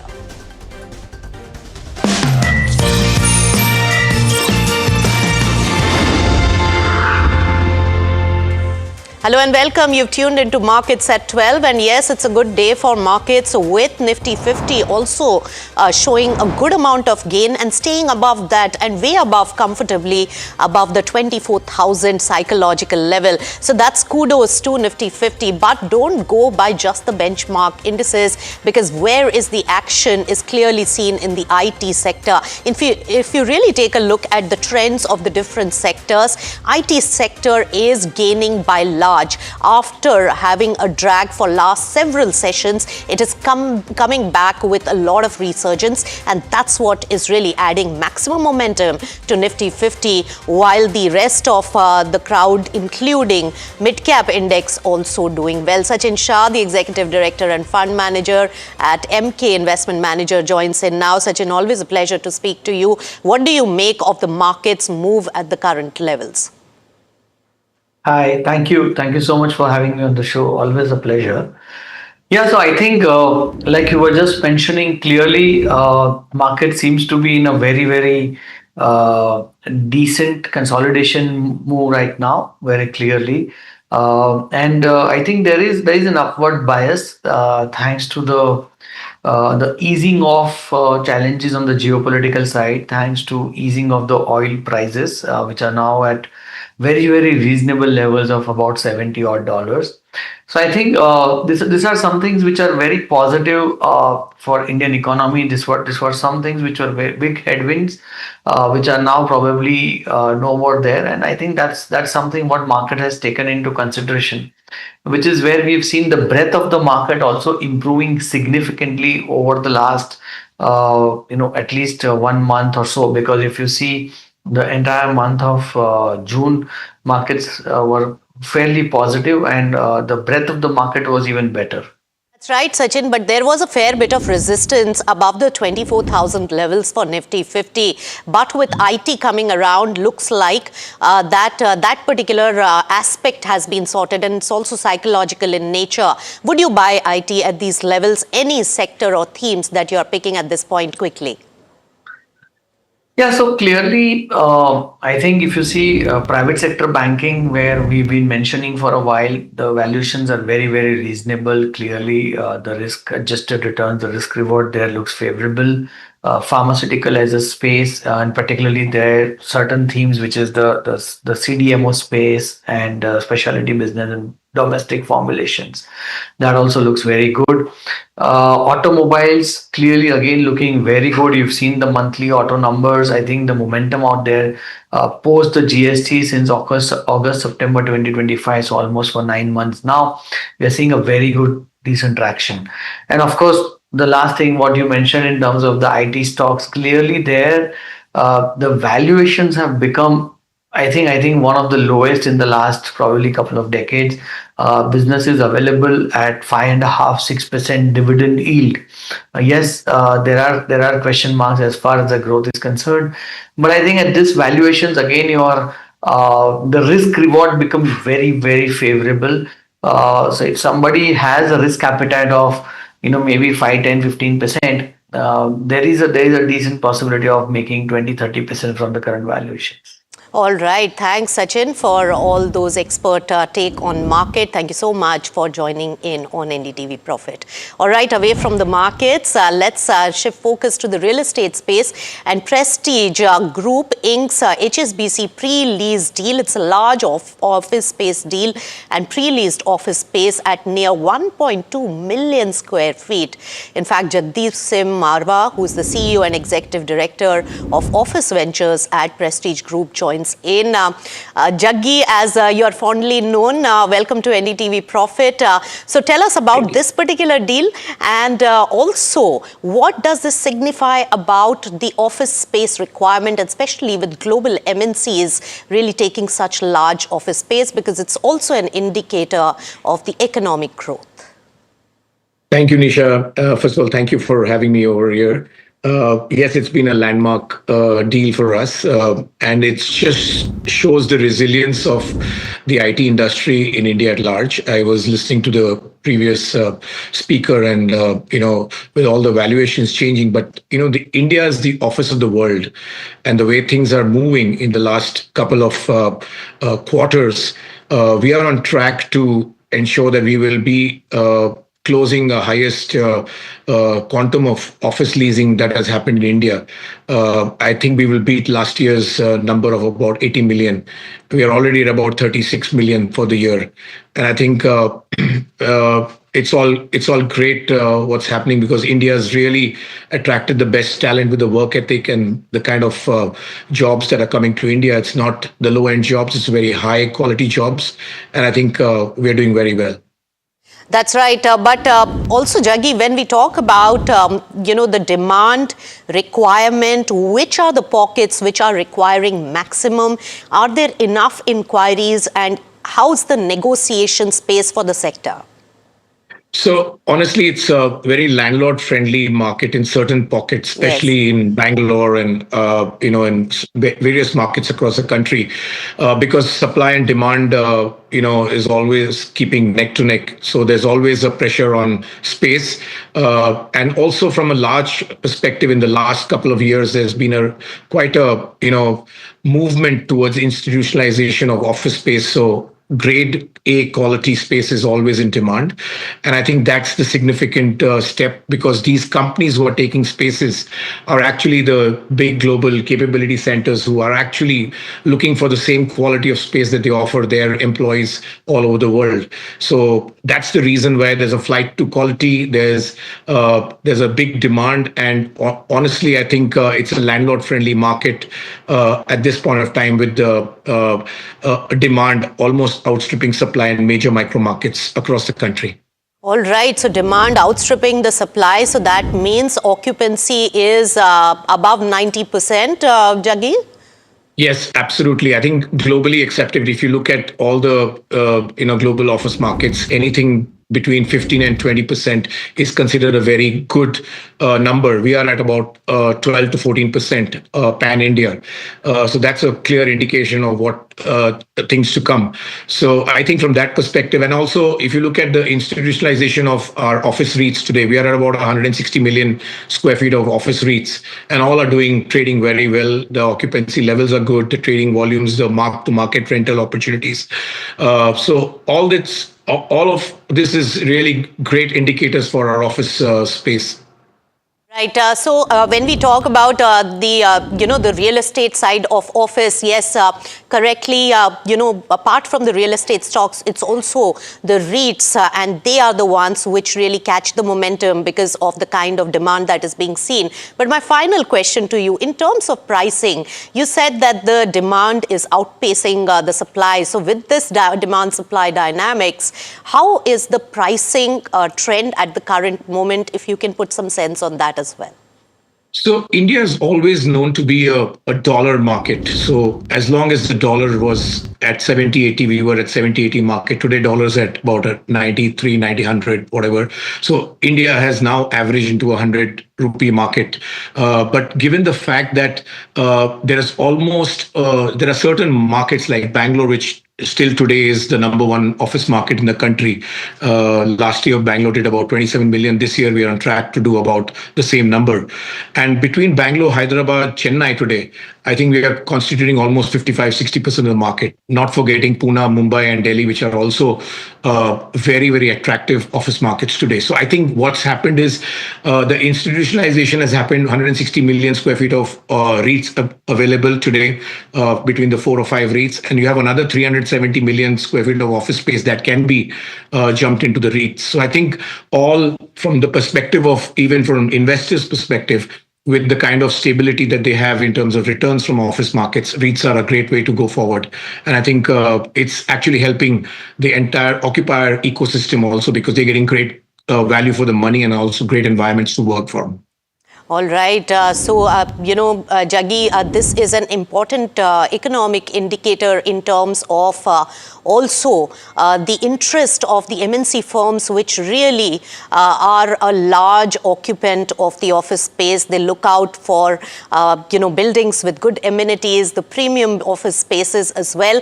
And their interest in India is also an important indicator for our business community. Thank you so much for giving us the insights, and congratulations on this large transaction. Thank you. Thank you. Thank you, Jaggi. Thank you, Nisha. All right, let's shift focus now also to keep an eye on the sky. Even as rains really batter parts of the country, overall forecasts of a weak monsoon could really cast a shadow on agri demand, and kharif crops stand to get also impacted. Let's get chatting with a company which really looks at the vast portfolio of agrochemicals. Dr. Gyanendra Shukla, who's the MD and CEO of Rallis India, joining in now on the show. Thank you so much for taking time out to join us on NDTV Profit. My first question, while we are already estimating the El Nino impact on the monsoons, and monsoons to be at a deficit level, lower than last year, lower than expected. So in this particular scenario, what is the impact that we foresee on the agri output for the country at this particular point? So thank you for having me here. Look, I think it's too early to predict anything while June has been deficit, but July month has begun on a good note. Traditionally, if you see, there have been years about 10 years ago, 2014 and 2015, when monsoon was about slightly less than 90% of the LPA long period average. Even in those years, the worst impact on agriculture was not more than 5%. So I think if July it rains well, which has started on a good note, and there's a decent rain in August and September, there won't be really serious impact. I think more than the quantum of the rain, it is the distribution of rain that will matter more from here. That's right. In terms of the distribution and also the full impact of El Nino and other factors are yet to be seen, Dr. Shukla. But at the current moment, what is the ground reality in terms of the inquiries from the farmers, in terms of the Kharif sowing? So give us a sense on that how much have we really taken a beating because of late monsoon and the way now it is coming back with a big force? So I think a lot will depend on next 2 weeks because we are seeing some trends. So for example, if you say Kharif season, in a normal year, we plant about 110 million hectare. In a good year, it can go up to 113 million hectares. So that's a swing. So I don't think area on an overall basis is likely to go down maybe around 110 and 111 million hectare. And rice, I think, will get planted on about 40% plus area. Where the challenges come is in the area of oilseed and pulses. So, for example, tur is a long duration crop. If rain gets delayed, would farmer prefer a shorter duration urad or moong? Will soybean area go down? So I think from an India's perspective, we should see this monsoon as not something which is going to fail us, probably will still be okay. We should be thinking what we should be doing from a long-term perspective, increasing our irrigation potential and how we develop climate resistance varieties and how do we train farmer better to deal with these situations because rains will continue to evolve over a period of time. I think our preparedness for the future is going to be more important, taking lessons from the current event. All right. So you are saying that the impact won't be as much. That's the sense I'm getting. When we talk about your company, Dr. Shukla and Rallis India, the impact of this particular scenario as we estimate at the current moment, what could be the likely impact if you can throw a little light on that? Well, it's very, very difficult to say anything upfront because the first quarter of the company generally is a placement month. Like any other company, we have made preparations for the Kharif season and product is including seeds and everything is out in the market. A lot will be known in next coming weeks. At this point of time, there's nothing to panic. All right. And what percentage of your business gets impacted due to the Kharif acreage, Dr. Shukla? See, last year we did about 2,900 crore. Out of that, 950 crore was quarter one. And then quarter one. So, I mean, I never look at our business from a quarter to quarter perspective. We should see from first 6 month perspective. So what happens between April and September will capture the full Kharif season. At this point of time, what we know is cotton area in North India has gone down. There might be some change in the pattern of crops of some farmers may not plant soybean. They might go for short duration pulses. So those kind of changes are happening, but overall area will get planted. So too difficult to assess at this point of time. I do not see panic in the market. Everybody is holding on. And the good news is the rains have started. That's and right. India, if you see from a historical average, India still has got a good reservoir level, right? So what really gets impacted is part of Gujarat in central India where rainfall, if it is less and irrigation potential is not that high. So those are the sensitive areas, but farmer will still plant something. Right. So you're saying that the reservoirs, but that is also a concern around Mumbai, at least, where the rainfall has been pretty delayed. And now the reservoirs getting filled or not is something to be watched out for, which also impacts the overall Maharashtra. But looking at this particular perspective, are you also sensing, while you say that there is no panic, we'll be sorted for this particular year, the signs are looking positive, there could be a minor impact is the sense I get from you. But in terms of the distributors, are they really dipping into their reserves of inventory at the current moment? Are there any signs or any of those indicators that are really showing up? Look, like anybody else, we are in regular touch with the market. As I said, it's very, very difficult to track at that level because when our product moves from our CNFs into dealers and retailers, very difficult to tell. As I said, look, no, not a time to panic. We have to wait for next 2-3 weeks how things evolve, what kind of choices farmers will make. That will really determine what happens to the kharif. All right, Dr. Gyanendra Shukla, thank you so much for putting some insight. Of course, 2 more weeks to be seen really clearly to understand this particular sowing season. Thank you so much for joining, and we'll touch base again when we have a lot more clarity on that. Thank you. Thank you very much. All right, Japan is doubling down on India bilateral trade, touched a record $27.5 billion in FY26, while Japanese money really continues to flow into India's infrastructure, manufacturing, and even financial services sector. From bullet trains to banking, Tokyo continues to really deepen its India bet. Parth is here with all the details of trade ties. Parth, over to you. Absolutely. So the relations between India and Japan have been really strong, and over the past few years they've actually grown even more. If you look up the trade data between the two countries, we can see the growth. In FY24, the bilateral trade between the two countries was at $22.85 billion, and in just 2 years, in FY26, it has grown to $27.47 billion. And not just the trade data, but the FDI inflows as well. Japan is India's 5th largest source of foreign direct investment, and the country accounts for over 6% of India's total FDI. In fact, between April 2000 and December 2024, the cumulative FDI flows from Japan in India have been over $43 billion.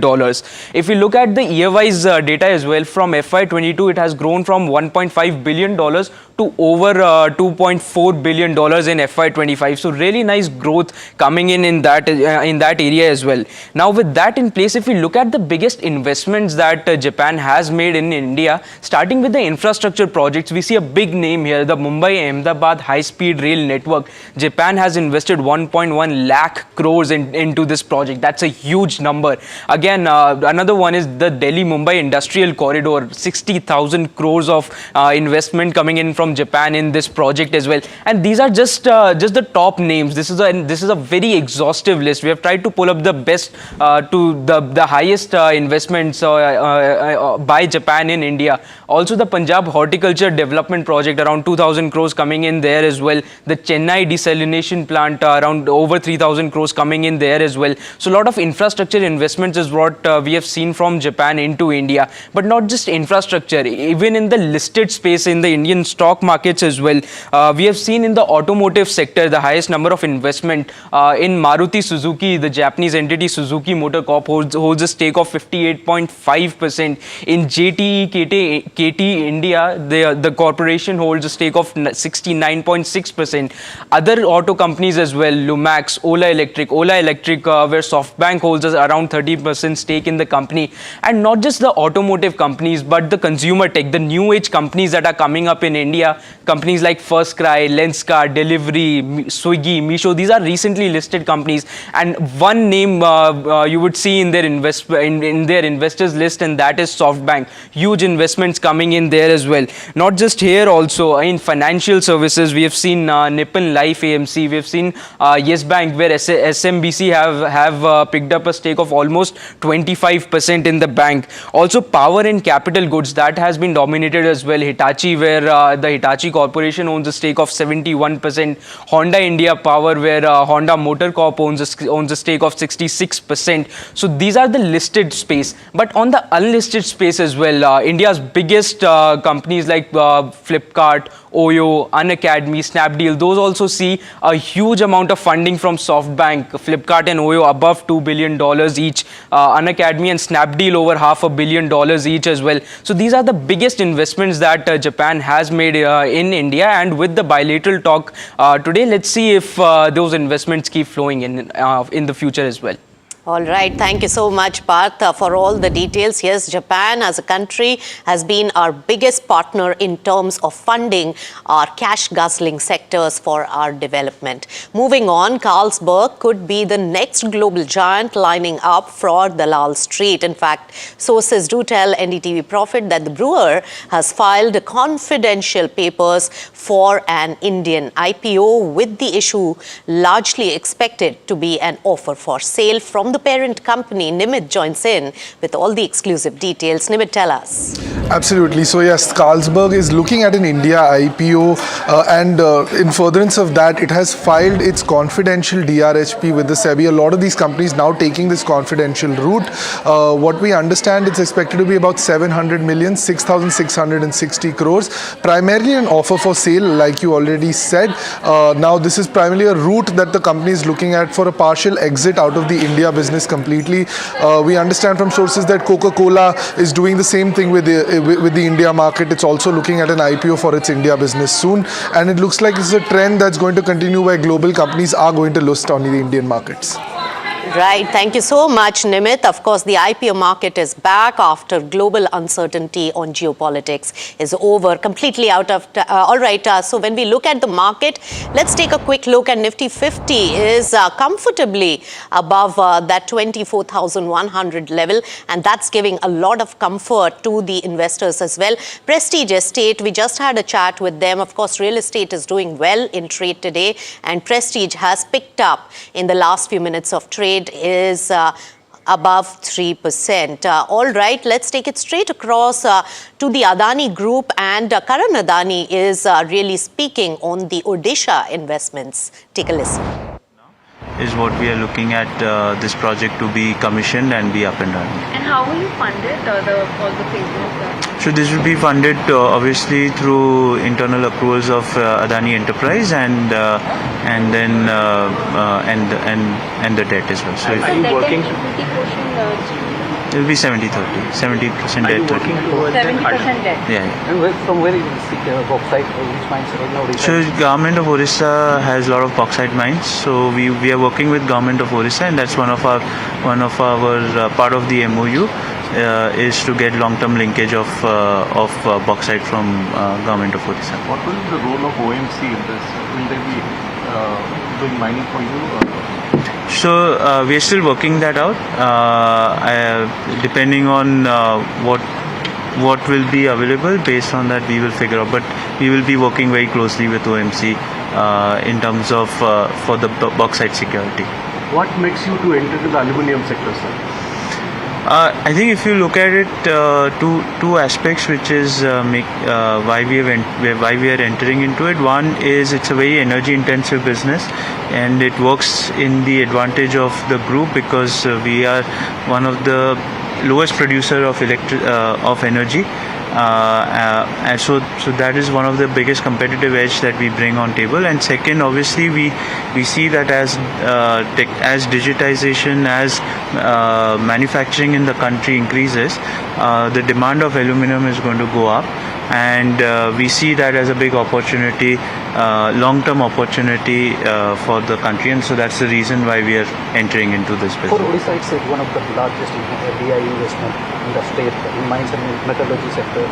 So it will also create lots of employment.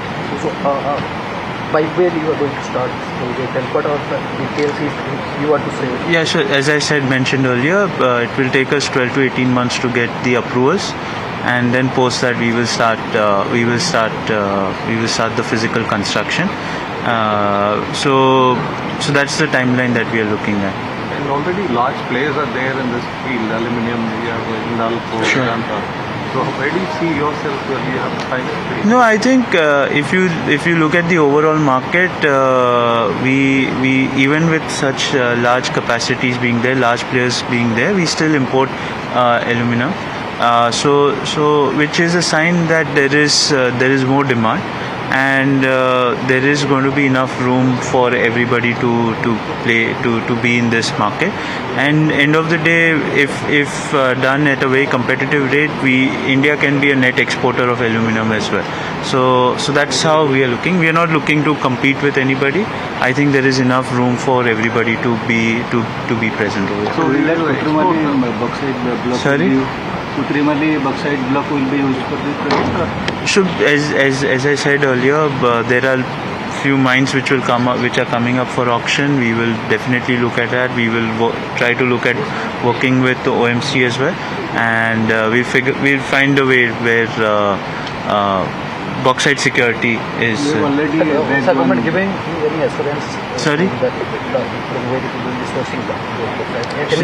That's a discussion going on. So you are a leadership position in most of the businesses that you are operating in. What is the strategy for aluminum?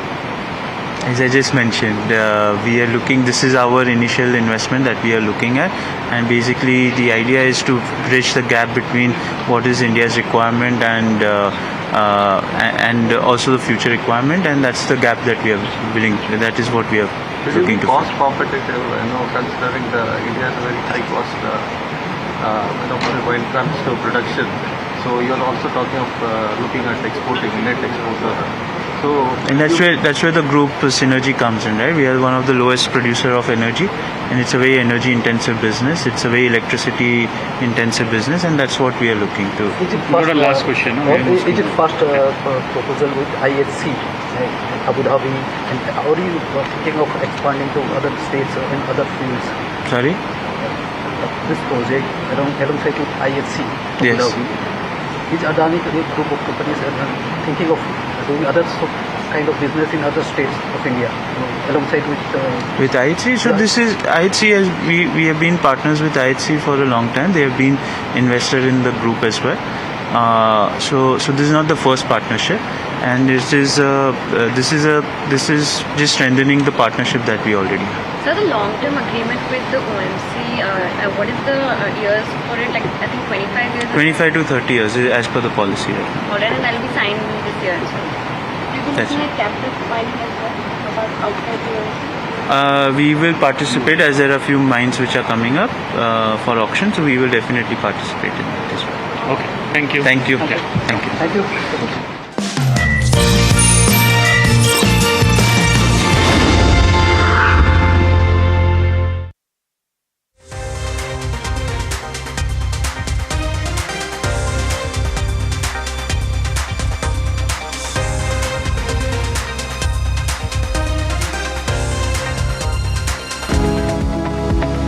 Superstar Stocks of the Day, presented by Tata Azura, हर रास्ते का superstar.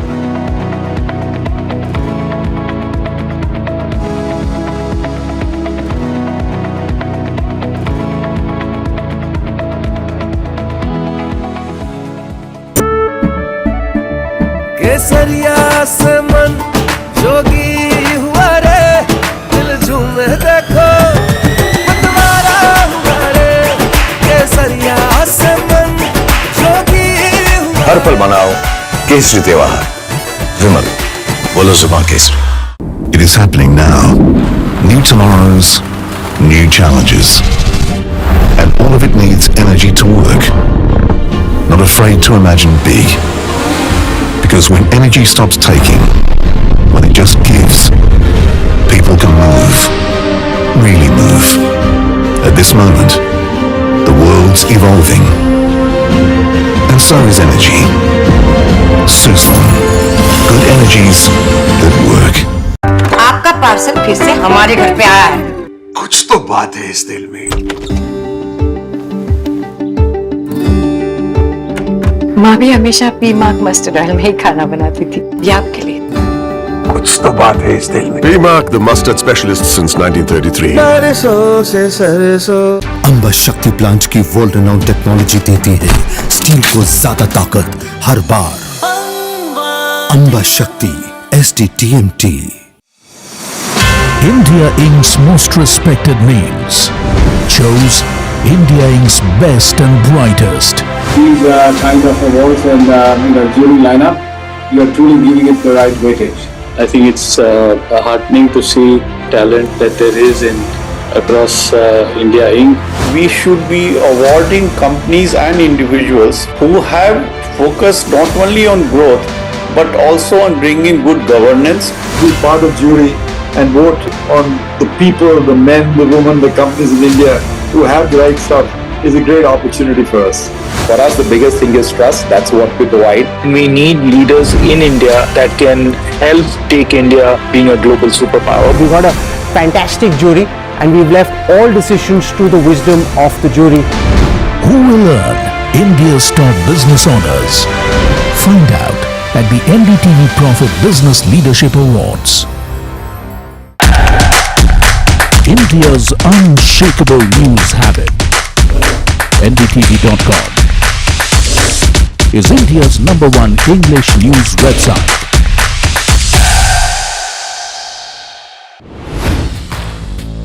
Hi, I'm Tamanna Inamdar. Watch me on NDTV Profit, where I break down the day's biggest business stories. What happened, why it matters, and what it means for your money. Hi, I'm Neeraj Shah. Watch me on NDTV Profit for the most incisive market intelligence and meaningful corporate conversations. And I'm Alex Matthew. Markets, mutual funds, insurance, personal finance. I help you cut through the noise and make smarter financial choices. And here's where you can watch us.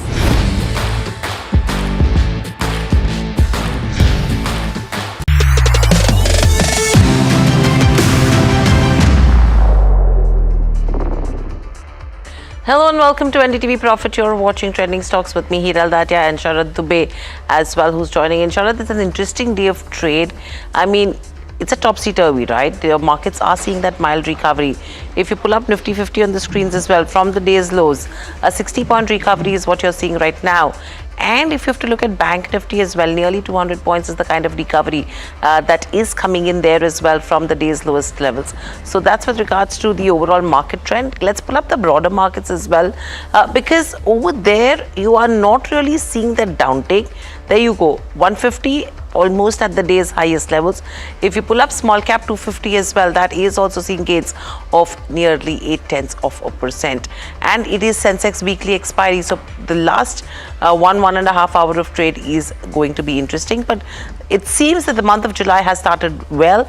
And I think history proves 18 out of the 25 Julys that have been tracked have seen a positive return. Let's see what this one has in store. But very quickly, let's look at our watch list. IT sector in focus. It snapped a 4-day losing streak. That sector is up nearly 3.5-4% in today's session. Bajaj Auto, TVS Motors, both in focus on the back of the June sales numbers that have come in. In fact, all of them have been above what the street was estimating for both of these companies. Ambuja, you have a Bernstein, which has upgraded the counter to an outperform. CleanMax also reacting to an initiation report from Antique. Glenmark Pharma is up in trade because their arm has advanced the cancer drug trial. Tata Steel has come out with their AGM presentation, and where they've said that capacity addition and cost savings are the two target areas for FY27. ADF Food, they've received the US tariff refund, and that's why that stock is up in trade. Supreme and Astral are up in trade because PVC prices have fallen by nearly 3 rupees per kg. A strong business update from a Tamil Nadu Mercantile Bank, South Indian Bank. You have J&K Canara Bank as well, and NMDC from the metal space.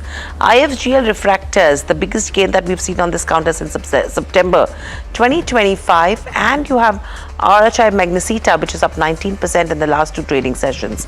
Thermax, I'm just pulling up that one, but the entire cap goods sector has been under pressure today. So that's what is on our watch list at this hour. But Sharad, over to you to take the rapid fire. Well, thanks a lot, Hiral, for that. We are joined in by Sachin Sarvade. Good afternoon, Sachin. It's always a pleasure to have you with us at NDTV Profit. We'll start a rapid fire round. An interesting cash counter. ADF Foods, positive corporate development coming in, and a good buying momentum and volumes. Look at that. That's very strong volumes coming in. Do you think this price action will continue going ahead? So overall trend of the stock is up only, making a higher high, higher low. Only one thing is we need to close about 354. If we are not, then we can see some kind of a profit booking, and which may drag this counter to 298 and 275. But that is a very good support level for the stock. But in case if we are closing above 354, then then we are going above like 454 and 555 levels as well. Fair enough. RHI Magnesita, that's the next stock for 2 straight days. The stock is up almost 20%. Good time to partially book a little bit of profit because quite a cyclical play, to be honest, if you talk about fundamentally. But anything on the charts? So overall, the trend for this stock is actually the opposite of earlier stock. It is down and making a lower high, lower low. So yeah, profit booking will be making sense. Right, in the same theme, I have another mid-cap stock for you. That's IFGL Refractories. IFGL Refractories. This is also somewhat related to the steel industry as a proxy. That's also doing well. So do you think a basket buying is happening in this theme, or is there something else to it? So this is a breakout actually with volume. So if we are closing about 205 levels, then we are heading towards 230 and 258 levels in this stock. Overall, the support will be around today's day's low, which is around 179 and 180 levels. Right, and what are the charts suggesting for Thermax?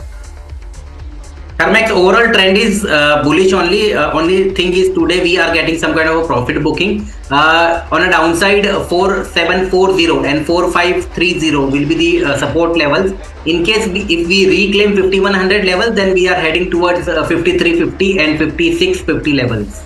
Right, and some adverse pricing coming in for both Supreme Industries and Astral. Of course, there is a negative sentiment in both these stocks. Do you think there is a further fall here? Any stop losses? So Supreme Industries and Astral both are actually making a lower high, lower low pattern, and both the trend is also down. So basically any pullbacks will be used for shorting opportunity only. So booking profits, if we are getting, that will be good. In case someone is holding the stop loss for Supreme Industries will be 3140 levels, and for Astral the stop loss will be around 1329 levels. If we are breaking these levels, then we are heading more downward. Interesting. So that's the end of the rapid fire round. Over to Hiral. What are the Google trending stocks suggesting? It's interesting to see how yesterday's listing continues to trend on Google Trends in today's session as well. RITES is another one which comes up, and you have Vedanta, which is trending. In fact, all your Vedanta group stocks have been seeing an uptrend over the last couple of trading days as well. Today, if you pull up any of them, you will see that surge that has continued. And this is post the demerger. Sachin, anything on RITES that you have? The stock is down nearly 2.5% trending on Google. So RITES actually yesterday it was up by 14% on a closing basis, and it has managed to close above the 200-day EMA, but yesterday's high was 206. We haven't seen any kind of a follow-up buying, and the trend is also down basically. If you are closing below 224, again it will slip below the 200-day EMS, and then we are heading towards 213 and 210 levels on the downside. I think profit booking will be good in this stock if someone is holding this stock. Okay, so that's with regards to RITES. If you're holding the stock, profit booking is something that you should be watching out for. Thank you, Sachin, for that. But moving on, Delhi's EV push is revving up. But what does it actually mean for one of India's biggest electric bus makers? My colleague Danish Anand caught up exclusively with JBM Autos' Nishant Arya on the new Delhi EV policy, growth prospects, and a 10,000 bus order book. Let's listen in. First of all, sir, what is your reaction on the Delhi EV policy 2.0? There's a lot of for buses and trucks as well. So how do you look at the policy as a whole? It's a path-breaking initiative which will be a cornerstone for the growth of the EV penetration and reducing pollution in Delhi NCR region. JBM as an organization is fully committed to this cause, and since EV is our core business and for public transport and for the common man, we would be taking all initiatives and all steps possible with all our platforms, and definitely ensuring that best-in-class service and products are available to everyone. So what about the order book of JBM right now, and going further, what sort of delivery timeline can we expect from your end? So we have an order book of about 10,000 electric buses today, and we'll be delivering that in next 2 to 3 years. Sir, one of the firms, like one of the subsidiaries of Motilal Oswal, has invested 750 crores in one of your companies. What is your exact plan with the amount that has been raised, and how do you plan to take this further? So Motilal Oswal has invested 750 crores, and with that we'll be deploying close to 5,000 buses in next 1 year. And so what can the investors expect from JBM in the upcoming 24 to 36 months? So JBM has ensured and maintained its leadership position in the last fiscal year and the current fiscal year also, and we'll be ensuring that we'll be creating value for all our stakeholders constantly and reaching different pedestals year on year.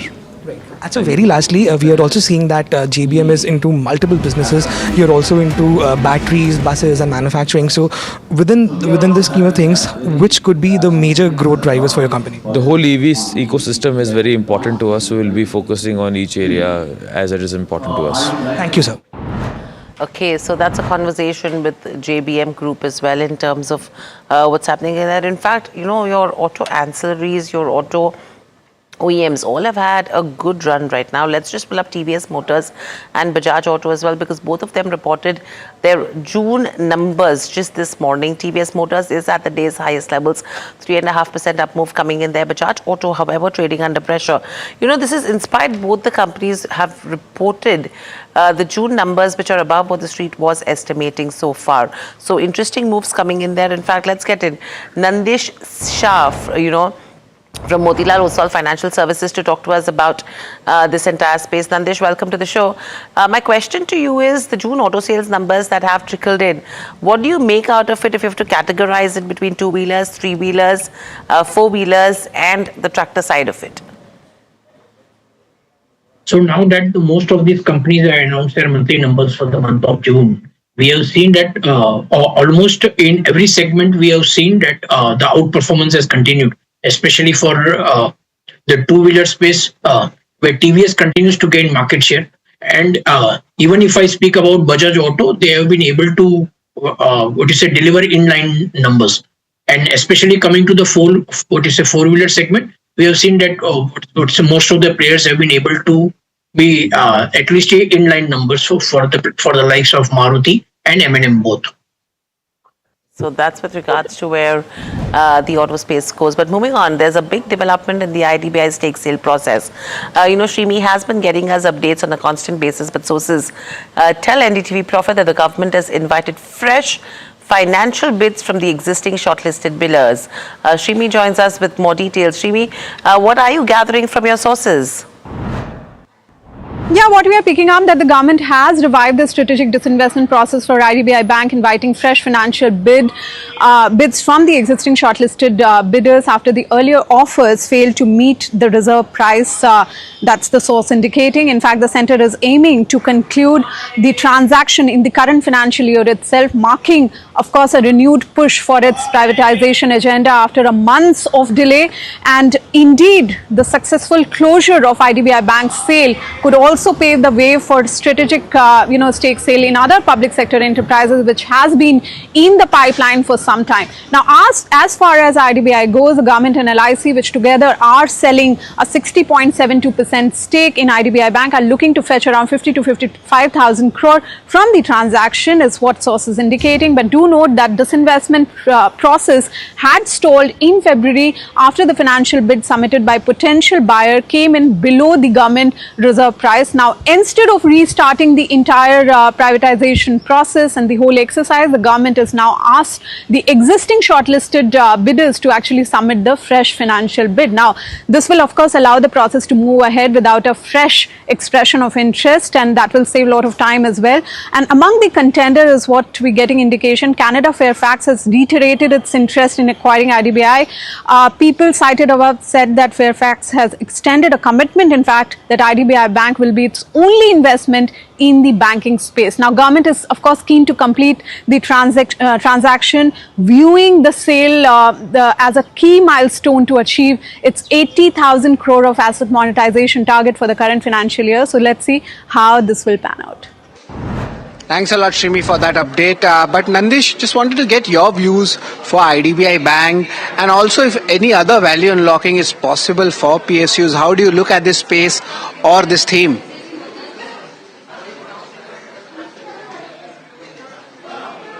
So I'll first cover the PSU Bank's result update, where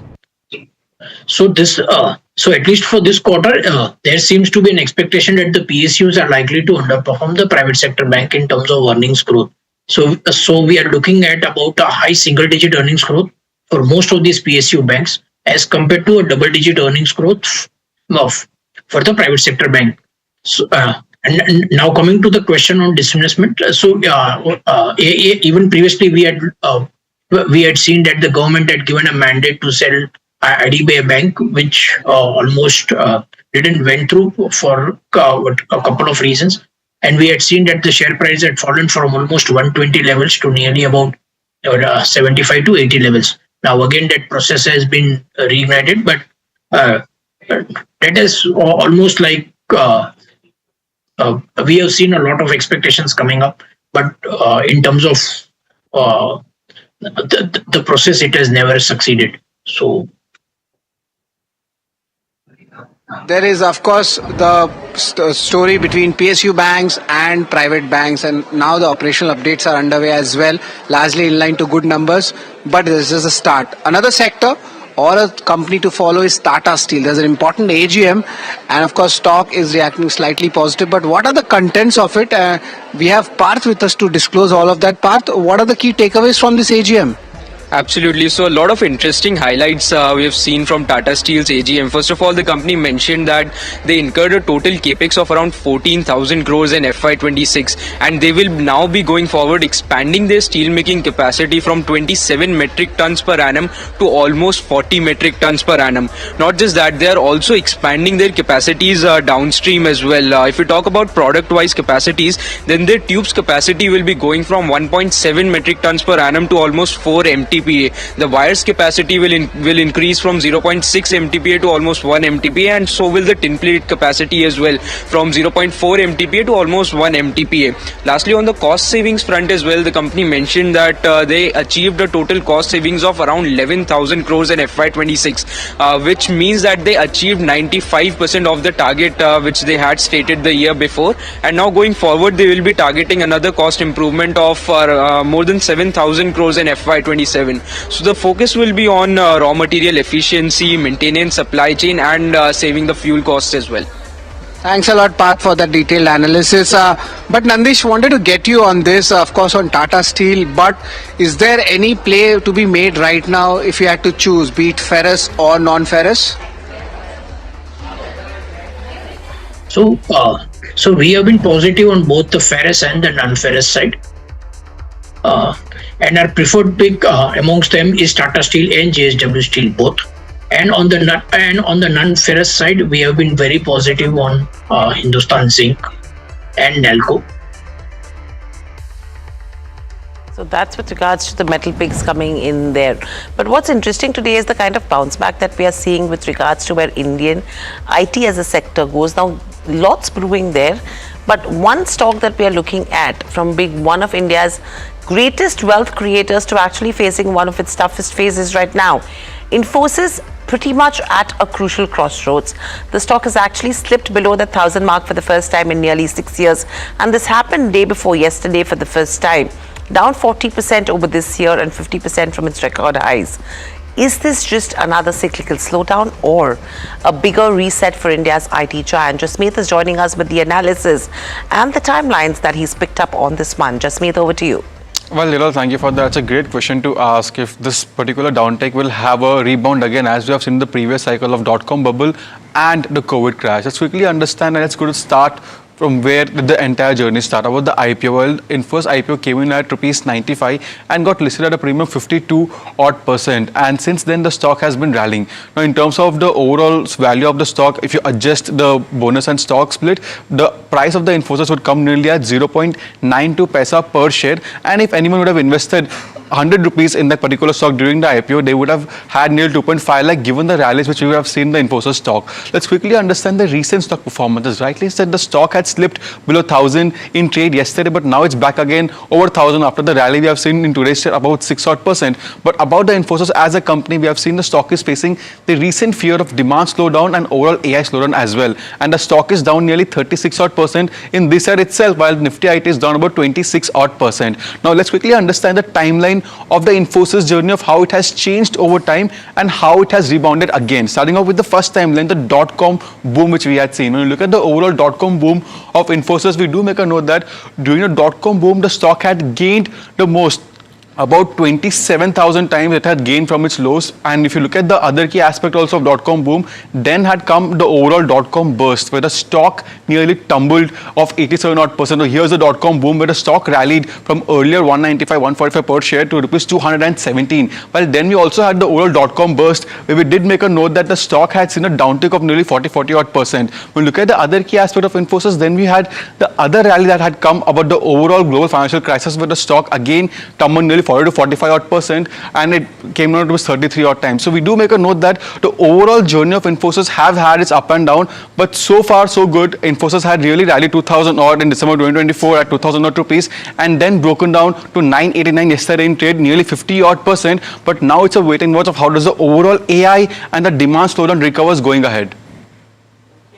Thank you so much for that. That's an interesting timeline that you are watching out for. Nandish, quick view in terms of where Infosys or overall IT as a sector goes? So at least in the short term, the IT doesn't seem to be ticking. So, so in case I speak about the first quarter's number expectation, it is hardly in high single digit or even less than that. So, So at least for next 6 months, in terms of earnings visibility, we are not that sure of majority of these IT companies.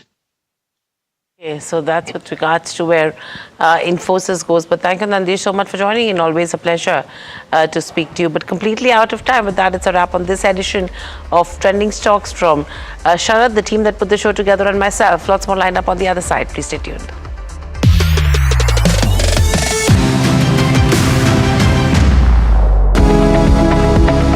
Superstar Stocks of the Day, presented by Tata Azura, हर रास्ते का superstar.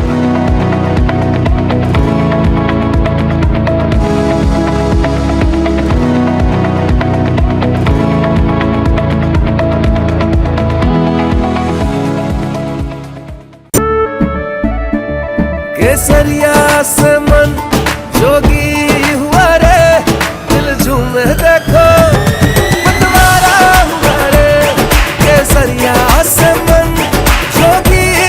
हर पल मनाओ केसरी त्योहार. विमल, बोलो जुबान Kesari. It is happening now. New tomorrows, new challenges. And all of it needs energy to work. Not afraid to imagine big. Because when energy stops taking, when it just gives, people can move. Really move. At this moment, the world's evolving. And so is energy. Suzlon. Good energies that work. माँ भी हमेशा पीमार्क mustard oil में ही खाना बनाती थी. कुछ तो बात है इस दिल में. P-Mark, the mustard specialist since 1933.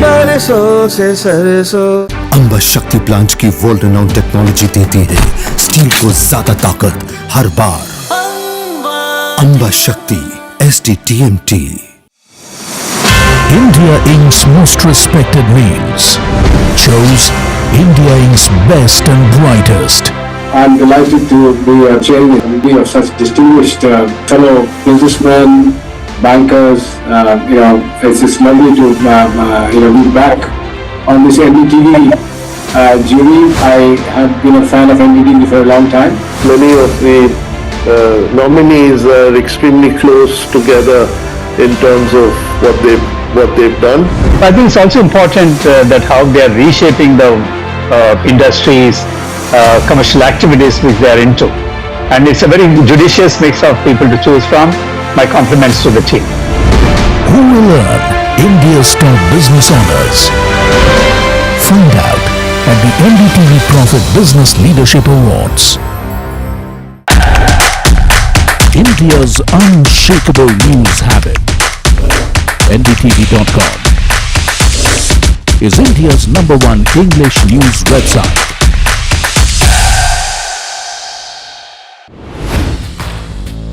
Hi, I'm Tamanna Inamdar.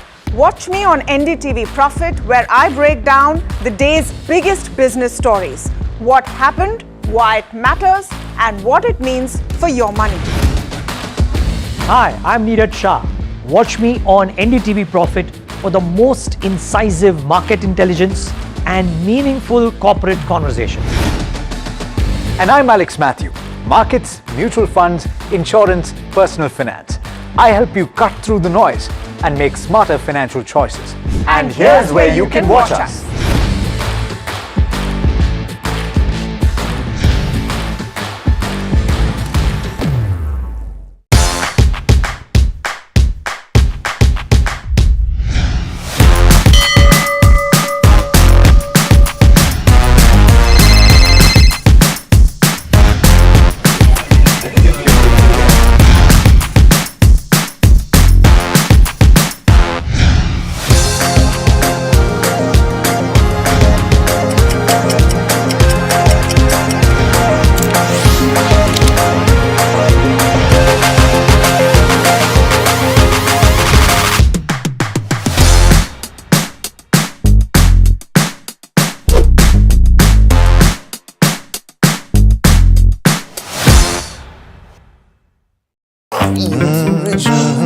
The news, Ayush. Since when do we do scripts? Fair point. Picture this. The biggest stage. Floodlights. Wow. 4K. The works. Where's the hook? There's going to be celebrities and guaranteed eyeballs. Where's the hook? Think about this. Front page advertisements and hoardings. Bro, where's the hook? Cross-platform, digital first, virality. Without a hook, no way. The message is clear. It's 2026. You gotta be real in a world of reels. You gotta be original in a world where everything seems generated. That's it. That's what we're looking for. The best campaigns, the hottest trends, the smartest brand moves on our new show. But wait, what do we call it? The hook.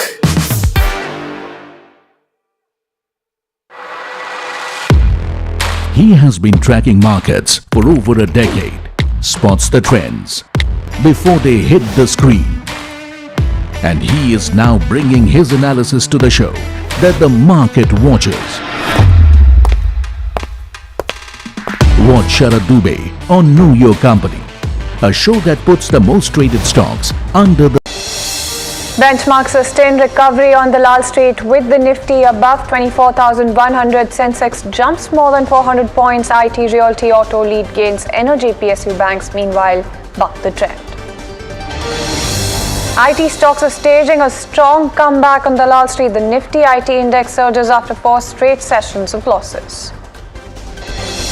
India and Japan are set to unveil a landmark joint declaration on economic security at the annual summit, with a sharp focus on supply chains, as well as strategic tech and building greater economic resilience. Oil prices extend their decline as signs of progress in US-Iran talks and a steady recovery in shipping through the Strait of Hormuz ease supply concerns. As the war premium continues to fade, crude remains under pressure. Sources tell NDTV Profit that the government has invited fresh financial bids from the existing shortlisted bidders for the strategic sale of IDBI Bank. Sources also say that the earlier offers came in below the reserve price, prompting a fresh round of bidding. Calling Delhi EV policy a game changer, JBM Group Vice Chairman tells NDTV Profit that it will accelerate EV adoption across the city even as the company continue to strengthen product portfolio and eyes gains from the initiative.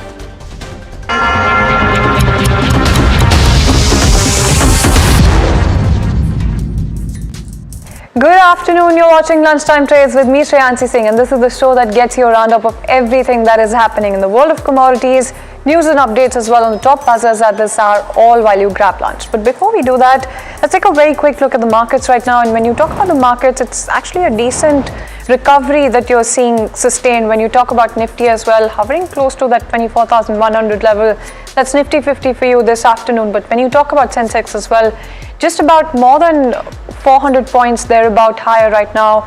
And when you talk about the entire sectoral picture as well, that in fact is very sharply tilted in the favor of gains. So it's actually IT that is leading the pack. Many of the IT counters in fact outperforming the rest of the market, with that 4.5% gain also coming in for the entire pack as a whole. Realty, auto, metal, FMCG as well as oil and gas and pharma in good shape. What's not doing so well right now is energy as well as PSU bank. So that's largely the kind of picture that you have at hand. When you talk about some of your top gainers and losers as well, but let's also move on and talk about the entire Nifty 50 complex as well in terms of some of the gainers and losers. Of course, you do have a bunch of stocks that are doing quite well for themselves. Many of those counters are your IT counters. So when you talk about the entire IT pack, that's the one that's in focus right now.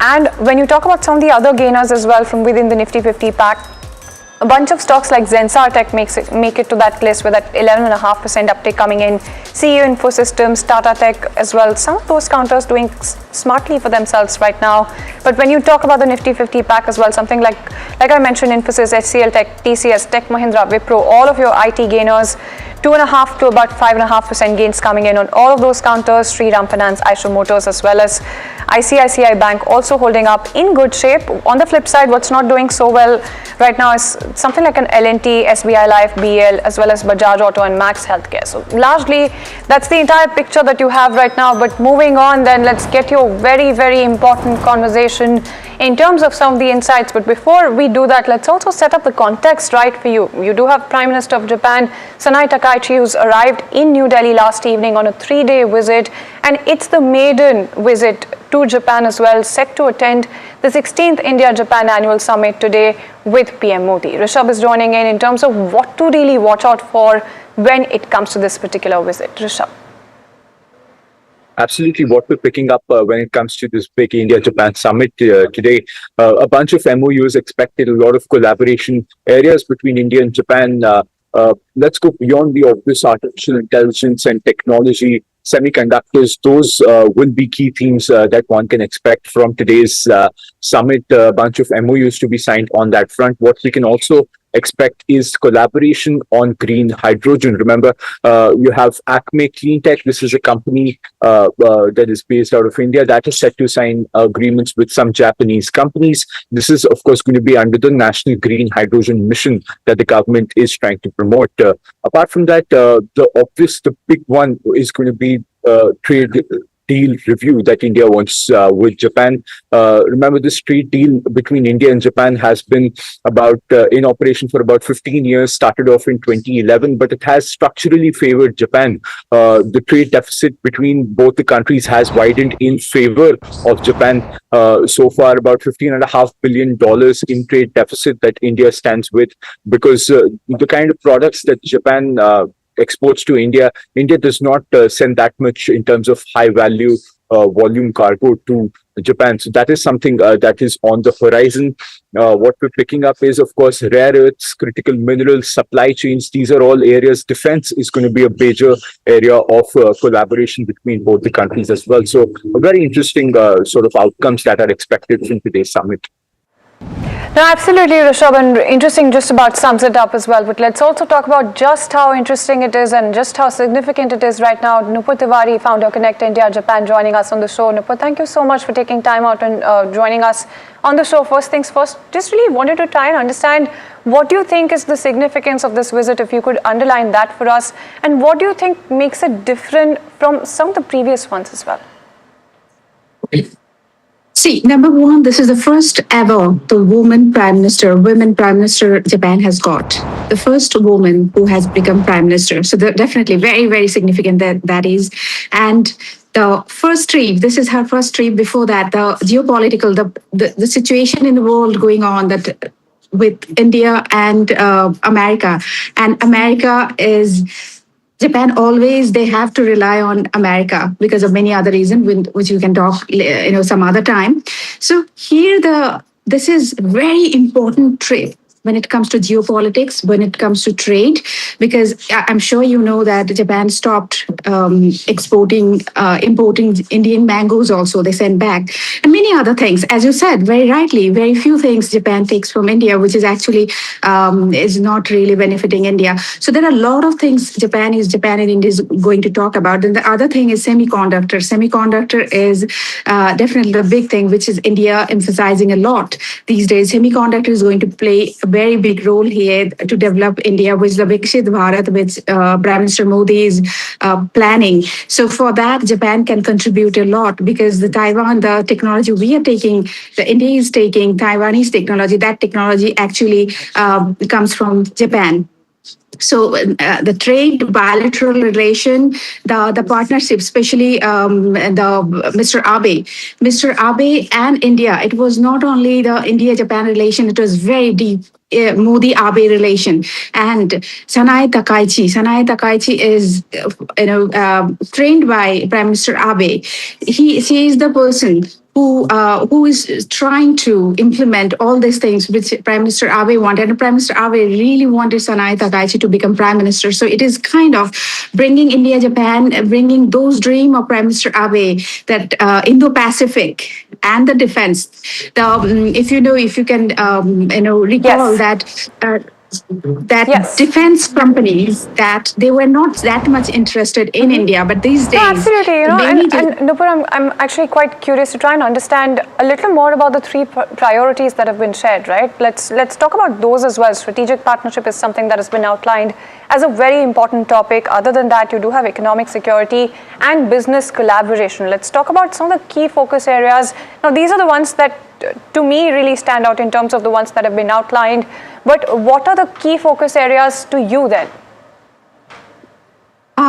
Definitely, economic collaboration, the talk, we have been talking for many years and it has been going on. I'm not saying that this is not happening. Things are happening. But Japan is not, the first thing we have to understand, Japan takes steps very slow. They understand things, and Japan is already 27.5 around, roughly, they have invested in India, and they have committed to invest here around 68 billion dollars USD to India in next 10 years. So this is a huge capital which is going to come if we can utilize totally. So I think investment should be the very important point here. I think they're going to talk about the investment and the Japanese companies. As you can see that she has brought a large number of delegation, and they are going to talk about how they can invest here. And Japanese companies. I'm going to bring here the event we just did in Tokyo, and the Japanese companies, even the small companies, bigger companies, they all came from all over Japan just to find out how they can invest, how they can take their technology to India. So there is a lot of interest. I think this is the field where Mr. Modi and Takaichi-san are going to talk about that, how they can have more economic partnership, strategic partnership. Definitely, we have a strategy. No, absolutely. Since we're talking about strategy as well, Nupur, just wanted to try and understand what you think about the status right now, right? Because India and Japan have called themselves special strategic partners. Right now, do you think that they're going to be entering a little bit of more of a security-driven phase, and the focus areas could be drastically shifting as well? Yes, very rightly you said, and very actually, as strategic and global partnership, it is actually they have given the new name. So this is the defense is going to play a very big role now, as Japan can understand in this situation, the very volatile world, and they have North Korea, they have China just next to, and Sanae Takaichi, she doesn't have very good relation with China, especially with her, the relation did not go, it's not going very well. So here is India is the partner, the stable partner who Japan can rely on, and India definitely always can rely on Japan. So here, I think the defense companies, from my personal experience, I can tell you, the defense companies, they have huge interest now in India, and they're finding out how they can invest. They can. So this is the strategic and global partnership definitely going to work very well. No, absolutely. And thank you so much for joining us with all of those snapshots. Just very, very quickly before we let you go, just a three-word answer, if you will. Any other sectors except defense that really stand out to you, your top three, just the sectors, if you could name them? Green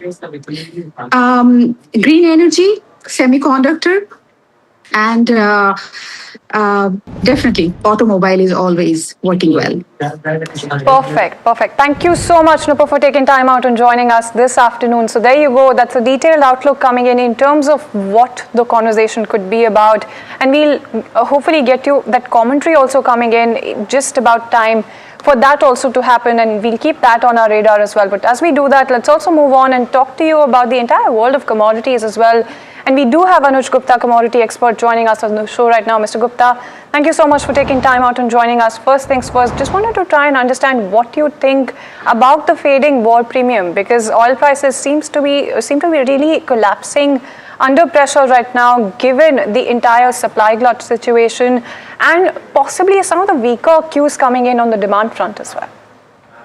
Yes, good afternoon. See, the war premium has been diluted, and we have seen that crude prices are trading below $70 per barrel. So that is a point where we can say that prices are trading at pre-war level, almost at the time of March 2026, where the prices was there. Right now, prices are at their prices. So the war premium is diluted, and also the OPEC plus members are going to increase their production, and UAE is also going to increase the production. That will impact on the crude oil supplies. So, and even yesterday we also noticed that US inventories are also rising as compared to the last week. So that means we have seen a sharp correction in the crude oil prices.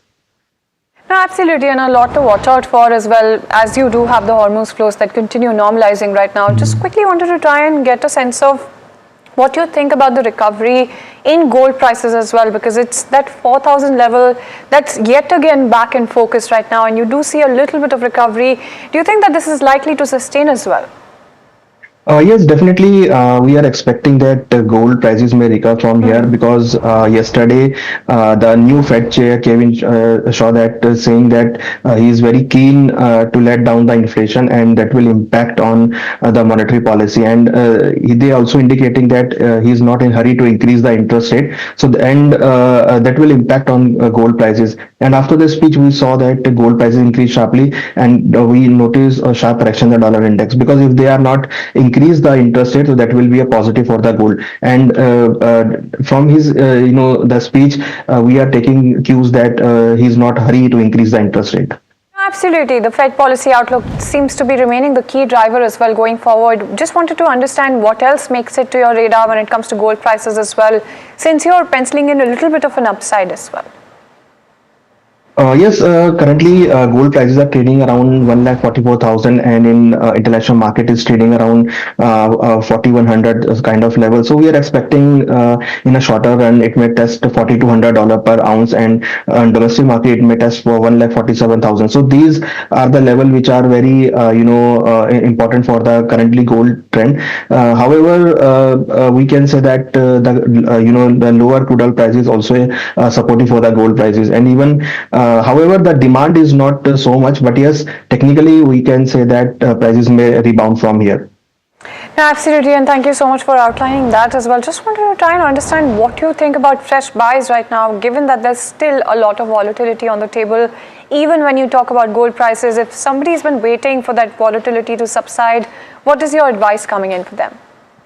For shorter term kind of thing, yes, we are recommending buy in gold prices, because on the basis of Fed chair speech and the lower dollar index, so we can say that there might be some investment buying start from here. So for the shorter kind of thing, for the shorter term, we are recommending to buy gold from here, and even for the long term perspective, we are recommending buy on dips. No, absolutely, and I just also wanted to try and understand if that's a similar sense that you gather when it comes to silver prices as well. Do you expect them to be mirroring gold prices going forward? Yes, definitely. After the war, we are expecting a sharp rise in the industrial metal demand. And as the silver is the part of industrial metal, so we are expecting a sharp run up or sharp jump in the demand of the industrial metal, particularly in silver and other industrial metal. As silver is also part of the bullion and the gold is recovering, so we can say that as tandem with the gold prices, silver is also expecting to rise from here. So we are recommending buy in silver also, and we are expecting that silver may test almost $63 to $65.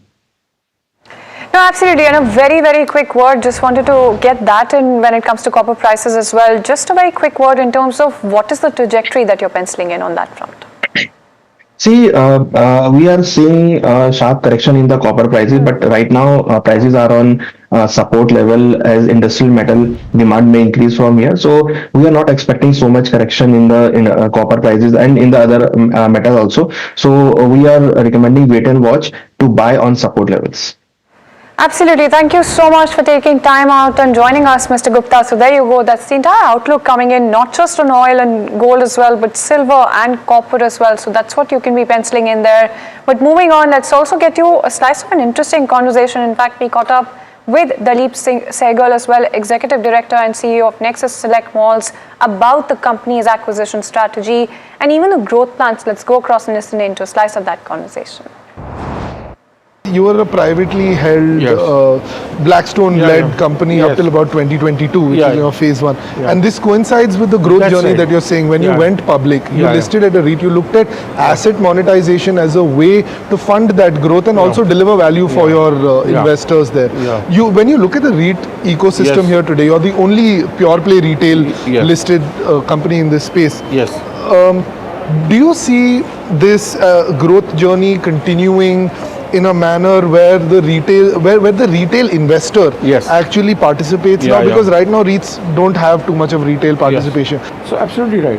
So in 2.0, and that's the stuff I was going to talk about, is that as we were looking ahead and we said, look, we will need funds to grow in the future. That's where we looked at a REIT option. Why a REIT option? And we were the first retail REIT. Answer is very simple, which is that if you're a REIT, you are allowed to give units instead of cash if you want to buy a mall. So to give you an example, Select City, which is a marquee mall in Delhi, the entire mall was actually put into the REIT. This is a swap of units, not cash. Now that does two things for the seller. One, there's no immediate tax impact, and two, they can then share in the value proposition across 19 malls instead of one mall. So let's say something happens in Delhi, it's shut, right? Now the promoters have a stake in all 19 malls. So that's what happens. And from a consumer investor perspective, again makes a lot of sense, because real estate individually is very difficult to buy. Even residential is difficult to buy, and commercial of course becomes even more difficult. So how do you make sure that you can get participation, like you said, from retail investors? And the only way that it can be done is through a REIT. Regulations are just sort of firming up, but 2-3 things that stand out for a REIT. Number one, 100%, 90% is what SEBI says. We give away 100% of what we earn. Secondly, if you see, we listed in May of 23. We're just about 3 years in, and we listed at 100. Today our share price is 165, so there's 65% appreciation. And we are giving 7-8% dividend as well. So if you look at this journey, the CAGR ROI is almost 26%, which is probably one of the best. Whether you take stocks or you take REITs, is probably one of the best. And the reason for that is that it allows us, like I said, to do both. Because our model is buy and fix, anybody who wants to sell can either take cash, can take units, that option is there, which in a normal situation may not be possible. And if they want a combination, that can also happen, right? In terms of growth, which is really where I think we need to now focus, that's the history. 10 years went by, good closure. The important thing is to now understand where you're going. You've I think very intentionally moved east also. You have Calcutta now. You're looking at Guwahati also. That's one bit I want to ask you about. Broadly, both your greenfield and brownfield. How are you looking at expanding? Are you also, and where is the large part of investment going to? New projects? Are there even enough new projects to acquire, or are you looking at increasing footfall in your current projects? So I think the organic growth will continue. When you have 20 malls for the next few years, organic growth will be 70% of our growth. The rest of it will come from new malls, right? Now, what is a new mall? It can either be, let's say when we bought Seaboards from L&T, it was done, but leasing had not been done. So that's a brownfield, and you can see how the mall has turned out. It's turned out very well. Looking at East, the question that you asked, East is underrepresented as far as modern trade is concerned. There's a lot of retail, but modern trade is very limited. Very few malls. So that's why we bought a couple of malls in Calcutta. And then we started looking at the East and saying, hey, listen, where is the opportunity? And I have, in my earlier avatar, worked a lot in the East. So we said, hey, Guwahati is actually at the intersection of 7 states, right?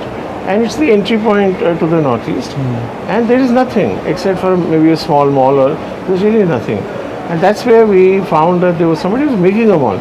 So it's not a greenfield, he was already constructing it. So in a sense, it is more brownfield than greenfield. So that is one. Secondly, we're going to, the vision is to double our business in the next 3 to 4 years. And the way it will happen is still 80% of it will be acquisition led, the rest of it will be greenfield. But the greenfield also will be with a partner. See, our expertise is not to build malls, our expertise is to run malls. So whenever we get an opportunity like in Guwahati, he is a builder, he will not run the mall, we will run it. And that's how the transaction happened. We have another one in Dombivli with a very reputed builder. And the reason for that again is very simple, which is there's nothing to buy in that side of the city, right? All right, that said and done, let's go across and listen in to the word coming in from Japanese PM Sanai Takaichi as well. And there's a joint presser that is underway. Let's listen in to a slice of that conversation that's underway. Memorandum of cooperation between Ministry of Cooperation and Department of Animal Husbandry and Dairying, India, and Ministry of Economy, Trade and Industry of Japan on the expansion of biogas and organic fertilizer production and utilization for rural prosperity, energy security, and sustainable mobility. These 4 documents will be exchanged by His Excellency Mr. Ono Keiichi, Ambassador of Japan to India, and Shri Vikram Misri, Foreign Secretary of India.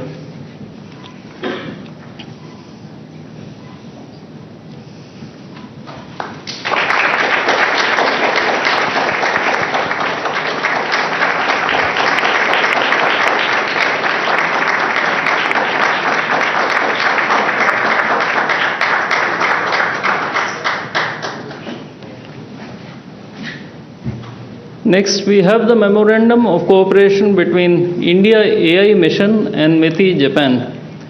This document will be exchanged by His Excellency Mr. Ono Keiichi, Ambassador of Japan to India, and Ms. Nagma Muhammad Malik, Ambassador of India to Japan.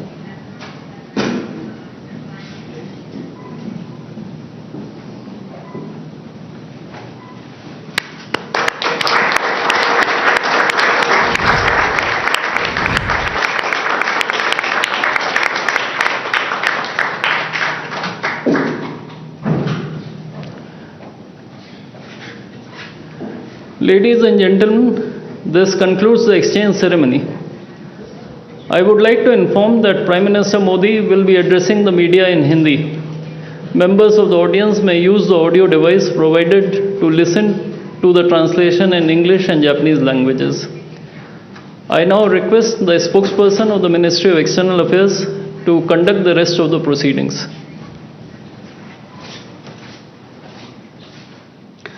Namaskar, good afternoon. Your Excellency Ms. Takaichi Sanai, Prime Minister of Japan, Honorable Prime Minister of India, Shri Narendra Modi, Honorable Ministers, members of both delegations and friends from the media. We will now have the press statements by the 2 leaders. May I request Honorable Prime Minister of India, Shri Narendra Modi, to give his remarks to the media. Your Excellency, और मेरी छोटी बहन प्रधानमंत्री ताकाईची जी, दोनों देशों के delegates, media के साथियों, नमस्कार, konnichiwa. India Japan annual summit के लिए प्रधानमंत्री ताकाईची का भारत में अपनी पहली यात्रा पर स्वागत करते हुए मुझे बहुत खुशी हो रही है। वे जापान की पहली महिला प्रधानमंत्री भी है और एक दूरदर्शी और लोकप्रिय नेता भी है।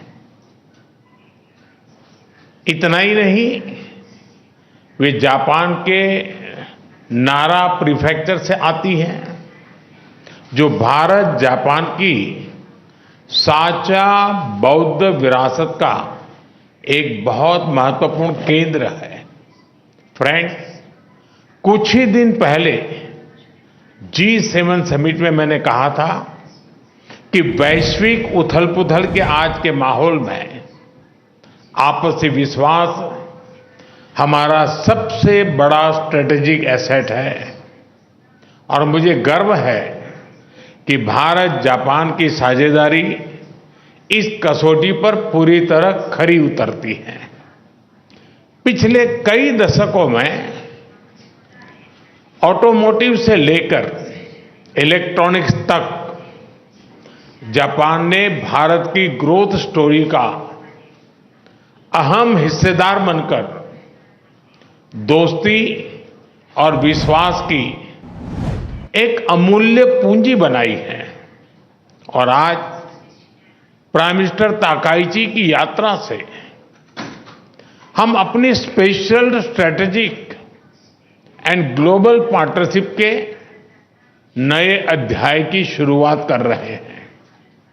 फ्रेंड्स, आज भारत और जापान दोनों ही विश्व की सबसे बड़ी इकोनॉमीज में से हैं। एक फ्री, प्रॉस्परस और रूल्स बेस्ड इंडो पैसिफिक हमारी साझा प्राथमिकता है। क्षेत्र की सबसे बड़ी डेमोक्रेटिक और मार्केट इकोनॉमीज के रूप में आज हमने कई महत्वपूर्ण पहल की हैं। इनसे हम मिलकर पूरे क्षेत्र में शांति, स्थिरता और प्रगति का मार्ग प्रशस्त करेंगे। फ्रेंड्स, प्रधानमंत्री ताकाईची और मेरा विश्वास है कि टेक्नोलॉजी पार्टनरशिप हमारे सहयोग का सबसे मजबूत स्तंभ बनेगी। इसी विजन को साकार करने के लिए आज एआई के क्षेत्र में हमने जॉइंट स्टेटमेंट भी जारी किया है। भारतीय एआई इकोसिस्टम के कई प्रमुख संस्थानों में भी आज अपने जापानीज पार्टनर के साथ एग्रीमेंट्स किए हैं। जापान की प्रिसीजन टेक्नोलॉजी और भारत की सॉफ्टवेयर क्षमता, इसका संगम वैश्विक एआई विकास को नई गति और शक्ति देगा। डिफेंस के क्षेत्र में आज हमने भारत और जापान के पहले को डेवलपमेंट प्रोजेक्ट पर एग्रीमेंट किया है। नेवल रेडियो एंटेना यूनिकॉर्न का यह प्रोजेक्ट हमारी डिफेंस टेक्नोलॉजी पार्टनरशिप में एक नया अध्याय खोलेगा। अब हम ऐसी डिफेंस टेक्नोलॉजीज को साथ मिलकर विकसित करेंगे जो रीजनल पीस, मैरीटाइम सिक्योरिटी और रूल बेस्ड ऑर्डर को मजबूत करेगी। फार्मा, मेडिकल डिवाइसेस और बायोटेक में आज किए गए एग्रीमेंट से हम ग्लोबल हेल्थ सिक्योरिटी में भी योगदान देंगे। भारत का स्केल और जापान की क्वालिटी को जोड़कर हम अफोर्डेबल, रिलायबल और एडवांस हेल्थ सॉल्यूशंस दुनिया तक पहुंचाने के लिए काम करेंगे। Friends, Bharat Japan investment partnership निरंतर सुदृढ़ हो रही है। पिछले एक वर्ष में करीब 120 नए बिजनेस एग्रीमेंट्स हुए हैं, जिनसे भारत में $10 बिलियन से अधिक जापानीज इन्वेस्टमेंट आएगा। आज फाइनेंशियल सर्विसेज एजेंसी के बीच एग्रीमेंट से कैपिटल और इन्वेस्टमेंट फ्लोस और सुगम होंगे। हमारा लक्ष्य स्पष्ट है, अगले 10 वर्षों में जापान से भारत में 10 ट्रिलियन येन इन्वेस्टमेंट और भारत में जापानीज कंपनी की संख्या दोगुनी करना। भारत में लगातार हो रहे रिफॉर्म से ईज ऑफ डूइंग बिजनेस बढ़ा है। जापान की कंपनीज भी इसका लाभ उठा सकती हैं।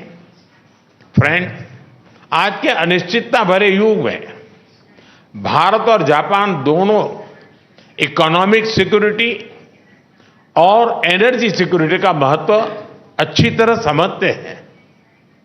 इसी दिशा में आज हमने इकोनॉमिक सिक्योरिटी के लिए एक ज्वाइंट रोड मैप तैयार किया है। इसके माध्यम से हम सेमीकंडक्टर, क्वांटम और एडवांस मटेरियल जैसे स्ट्रेटेजिक क्षेत्रों में सप्लाई चेन रेजिलियंस को मजबूत करेंगे। एनर्जी सिक्योरिटी के क्षेत्र में भी आज हमने कई महत्वपूर्ण निर्णय लिए हैं। इंडिया जापान बायोगैस इनिशिएटिव के माध्यम से हमें भारत में 1000 बायोगैस और ऑर्गेनिक फर्टिलाइजर प्लांट्स लगाने में सहायता मिलेगी। इससे हमारी गोवर्धन पहल और मजबूत होगी। इससे भारत के गांवों में सस्टेनेबिलिटी, प्रॉस्पेरिटी और रूरल लाइवलीहुड को नई शक्ति मिलेगी। ऑयल शॉक जैसी परिस्थितियों से निपटने के लिए आज हमने एनर्जी रेजिलियंस पर भी एक महत्वपूर्ण पहल की है। साथ ही बैटरी, ग्रीन हाइड्रोजन और न्यूक्लियर एनर्जी में हमारा सहयोग विश्व के क्लीन एनर्जी फ्यूचर में महत्वपूर्ण योगदान देगा।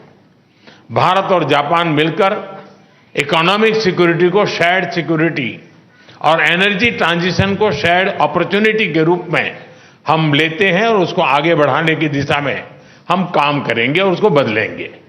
फ्रेंड्स, आज हमने Bharat Japan next generation mobility partnership framework भी तैयार किया है। इससे अब हम ऑटोमोटिव सेक्टर में हमारी सक्सेस स्टोरी को शिप बिल्डिंग, एविएशन और लॉजिस्टिक जैसे क्षेत्रों में भी दोहराएंगे। फ्रेंड्स, हमारे संबंधों की बड़ी ताकत हमारी पीपल टू पीपल टाइज है। हम टैलेंट मोबिलिटी, स्किलिंग और टेक्निकल इंटर्नशिप प्रोग्राम इसके अवसर भी बढ़ा रहे हैं और दोनों देशों के बीच रिसर्च, एजुकेशन और स्टार्टअप सहयोग भी सुदृढ़ कर रहे हैं। हमें बहुत खुशी है कि अगले वर्ष हम भारत जापान डिप्लोमेटिक रिलेशंस की 75th एनिवर्सरी मनाने जा रहे हैं।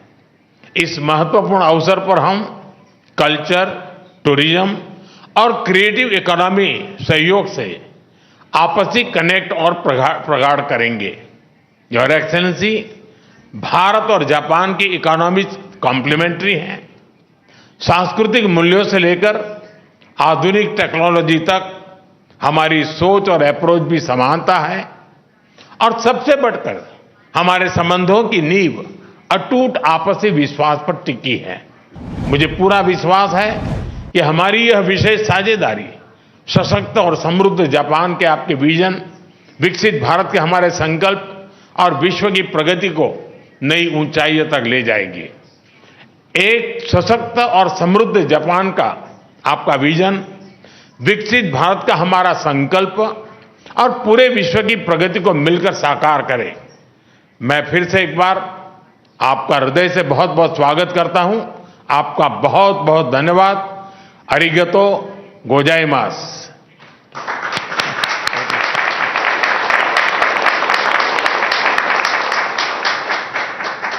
Thank you, sir. May I now request Her Excellency Ms. Takaichi Sanai, Prime Minister of Japan, to give her remarks to the media. 皆様、こんにちは。 Ladies and gentlemen, good afternoon and namaskar.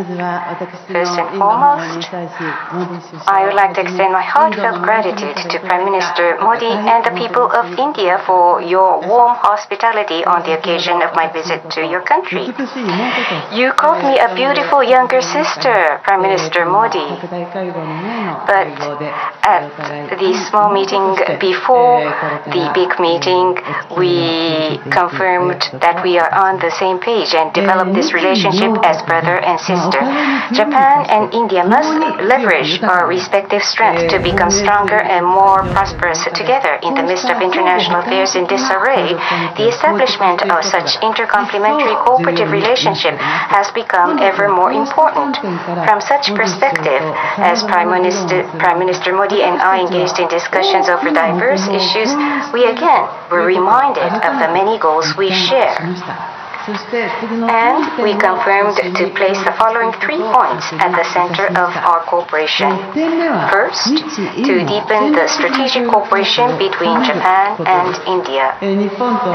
Our two countries share the vision on the profile of international order we should establish under the current international situation. I recently announced the updated FOIP, Free and Open Indo-Pacific, which focuses on self-reliance and resilience to realize FOIP.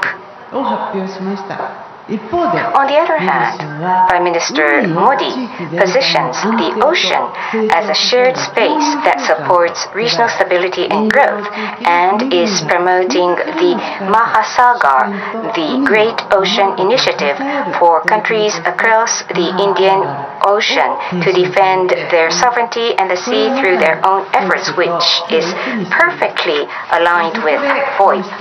Thus, we agreed to deepen the strategic cooperation between Japan and India to achieve such common goals. Expansion of maritime security cooperation is especially important for regional peace and stability. Taking the opportunity of our visit, a destroyer of Japan's Maritime Self-Defense Force and an India Navy vessel are planning to engage in joint exercise.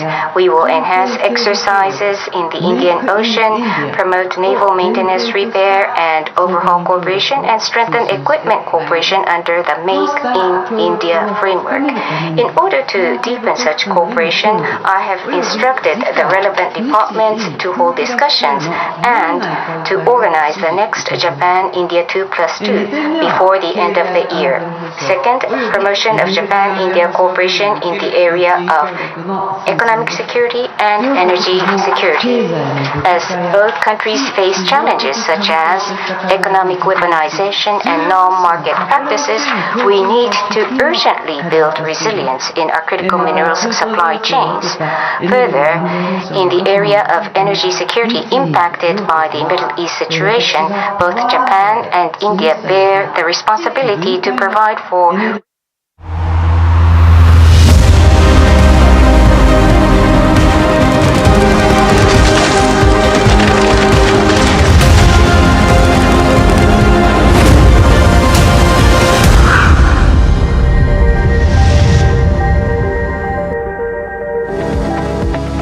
Superstar Stocks of the Day, presented by Tata Azura, Har Raaste Ka Superstar.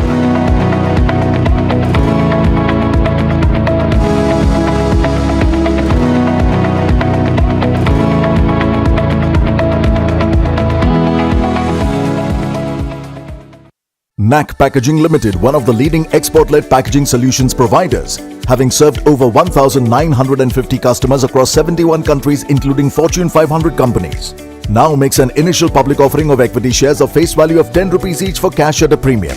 The 100% book-built offer being offered in a price band of 161 rupees to 170 rupees per equity share opens on Wednesday, July 1st, 2026, closes Friday, July 3rd, 2026. For risk factors and details, refer to the red herring prospectus. AU savings account में मिलते हैं amazing benefits, paperless banking and higher interest, वो भी हर महीने। Money money money money everyone, सोच बदलो और बैंक भी। It is happening now. New tomorrows, new challenges. And all of it needs energy to work. Not afraid to imagine big. Because when energy stops taking, when it just gives, people can move. Really move. At this moment, the world's evolving. And so is energy. Suzlon. Good energies that work. Bundelkhand is known for its rich history, brave traditions and unique culinary heritage. केसरिया से मन जोगी हुआ रे, दिल झूमे देखो मतवारा हुआ रे, केसरिया से मन जोगी हुआ। हर पल मनाओ केसरी त्योहार। विमल, बोलो जुबान Kesari. It is happening now. New tomorrows, new challenges. And all of it needs energy to work. Not afraid to imagine big. Because when energy stops taking, when it just gives, people can move. Really move. At this moment, the world's evolving. And so is energy. Suzlon. Good energies that work. आपका parcel फिर से हमारे घर पे आया है। कुछ तो बात है इस दिल में। माँ भी हमेशा पीमाक मस्टर्ड ऑयल में ही खाना बनाती थी, ये आपके लिए। कुछ तो बात है इस दिल में। PMark, the mustard specialist since 1933. India Inc.'s most respected names chose India Inc.'s best and brightest.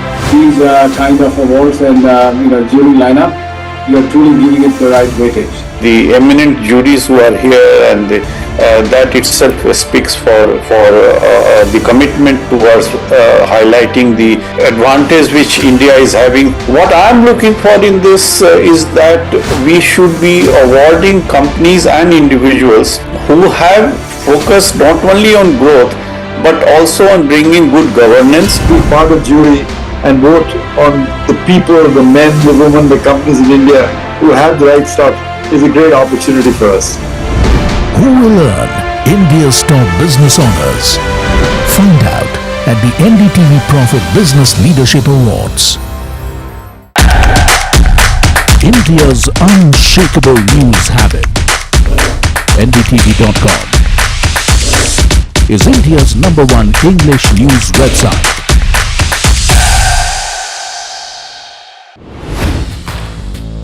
Hi, I'm Tamanna Inamdar. Watch me on NDTV Profit, where I break down the day's biggest business stories. What happened, why it matters, and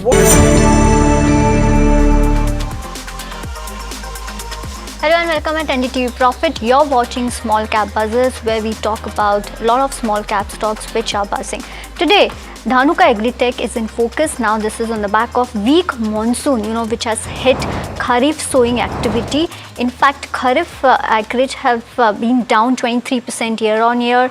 We have seen El Nino also, impacting monsoon. Weather pattern has caused, this uneven rainfall, and how this is gonna impact Dhanuka Agritech and overall, agrochemical industry. To speak more about that, we are here joined by Mr. M.K. Dhanuka, who's chairman at Dhanuka Agritech. Sir, welcome at NDTV Profit. Pleasure to have you. Just wanted to understand, how is this weak monsoon impacting agri input demand on ground? If you could, update us on that. You are well aware that in the month of June, we have 40% less rainfall. So ultimately, agrochemical business is dependent on the monsoon, and if monsoon is weak, it is going to impact the overall business of agrochemicals. So that has impacted the sales in the first quarter for the company and as well as for the industry as a whole. But it is expected that the season is delayed because of the delay in the monsoon, and whatever shortfall has occurred in the first quarter, that we hope that we will be able to meet in the second quarter if the rainfall comes in the month of July. So with that, you have guided for lower double-digit growth for FY27. Now, considering the current situation, will this impact your FY27 guidance? It will be too early to say anything about this because still there is a possibility that monsoon can revive and again the situation can be normalized. So we will be able to give better guidance after a month's time once the July month is over. But internally, you must have at least had some understanding that compared to last year, at least the sales could be 5% lower, 10% lower, given the fact that we already know that monsoon is going to be weak this time, overall, on an overall basis as well. You see, although the monsoon is weak, but still around 56% of acreages are irrigated. So that way, 56% crop is secured. So that way, overall, it is expected that the monsoon will be 10% lower. 90% forecast is there for the monsoon. So I don't foresee that it is going to impact much. But the timely rainfall should come and it should be scattered and at regular intervals. So that is basically the $1 million question for the agriculture growth. Also, just wanted to check with you on the Bayer portfolio that is expected to be one of the major growth drivers. How much revenue can this portfolio contribute overall in FY27? We expect that from till now we have got the registration for Indian sales only. So in India, Dhanuka is marketing and we expect that around 35 crore business we will be able to generate from Bayer molecule in India. Apart from that, we have made arrangement with Bayer that till December 2026, Bayer will continue to sell on behalf of Dhanuka and they will pass on the net economic benefit to Dhanuka. So that will continue and overall revenue we are expecting around 175 crore including Bayer and Dhanuka combined. Sir, also wanted to understand the Dahej concern that we have. Why is the ramp up taking longer than expected, and when should one expect, Dahej to become the earning accretive for the company? You see, the 2 years were not good for the industry, so that's why it is taking more time. We are expecting that we will get some molecule from Japan, which has also been delayed. So no such agreement has been taken place between Japan and India for sharing the molecule with Dhanuka.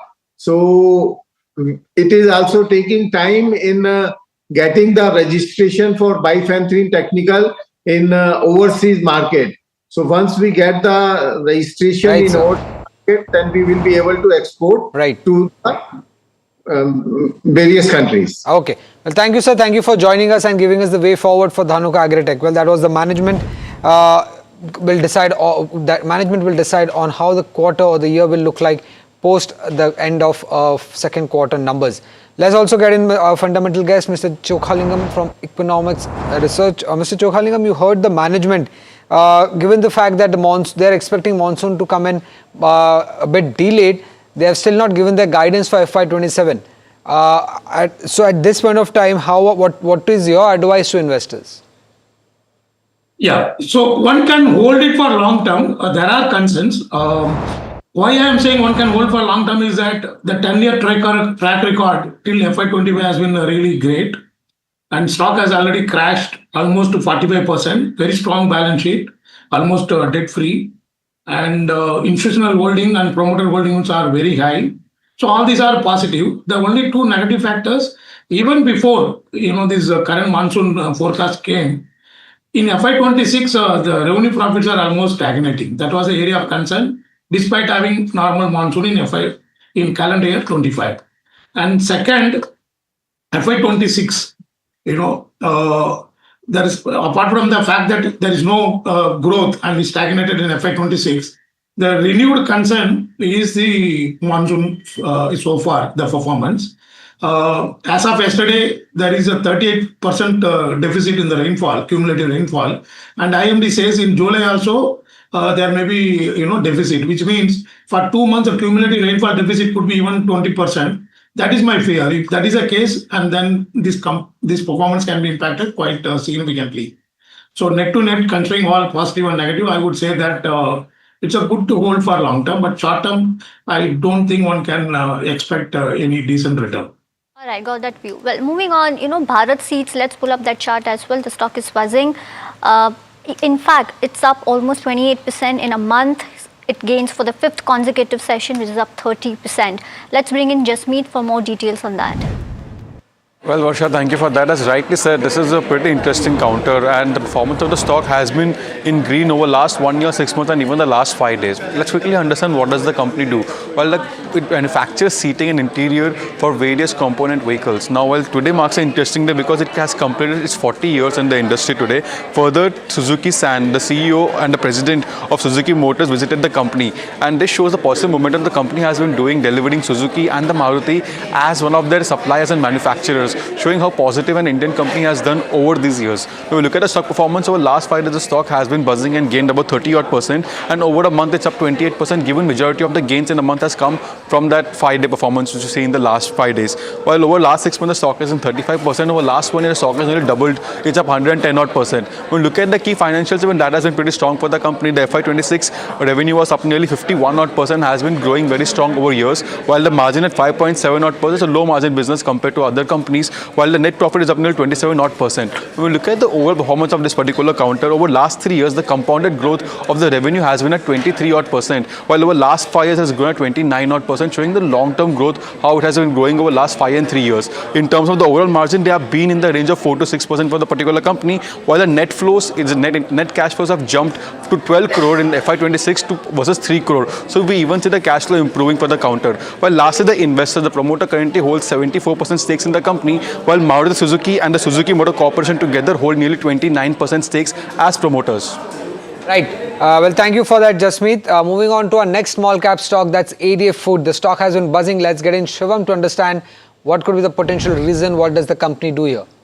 Yes, the stock is at a 1 year high, and the volumes in the stocks has been at the all-time high since 2010 after the listing. Now, let's look at the key reason why the stock is buzzing. So, its US subsidiary ADF Holding USA will receive around a refund of around 20 crores, and this follows the US Supreme Court directives which were given regarding the excess tariff collected from the importers. Now, if you look at the FY26 breakdown, the company has 2 core segments, which is production and distribution business constitutes around 15% of FY26 revenue, and it has a strong presence in US and UK. And if you look at the refund size relative to its FY26 revenue, the refund amounts constitutes around 3% of FY26 revenues. So overall, it seems a small chunk, but it has been a key positive trigger in today's session. Apart from that, there has been a recent ruling in Escort Valley Foods litigation case 2, where the ADF Food was entitled to receive around $2.3 million. So this has also been a key positive trigger for the company. Talking about the Q4 highlights, the business performance has been resilient despite the macro headwinds and the geopolitical uncertainty that the company has been facing. And apart from that also, the company stock has given a strong performance in various periods. Well, thank you so much, Shivam, for all the details. Well, viewers, this is all the time that we have on this segment of Small Cap Buzzers. Stay tuned to NDTV Profit.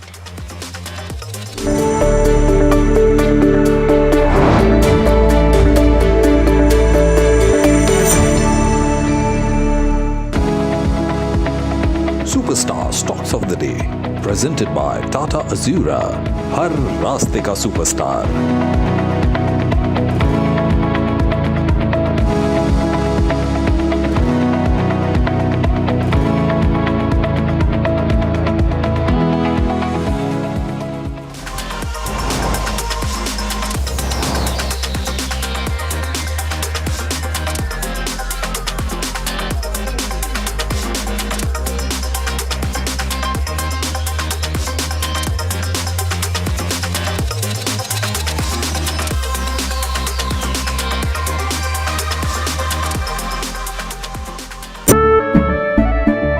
केसरिया से मन जोगी हुआ रे दिल झूमे देखो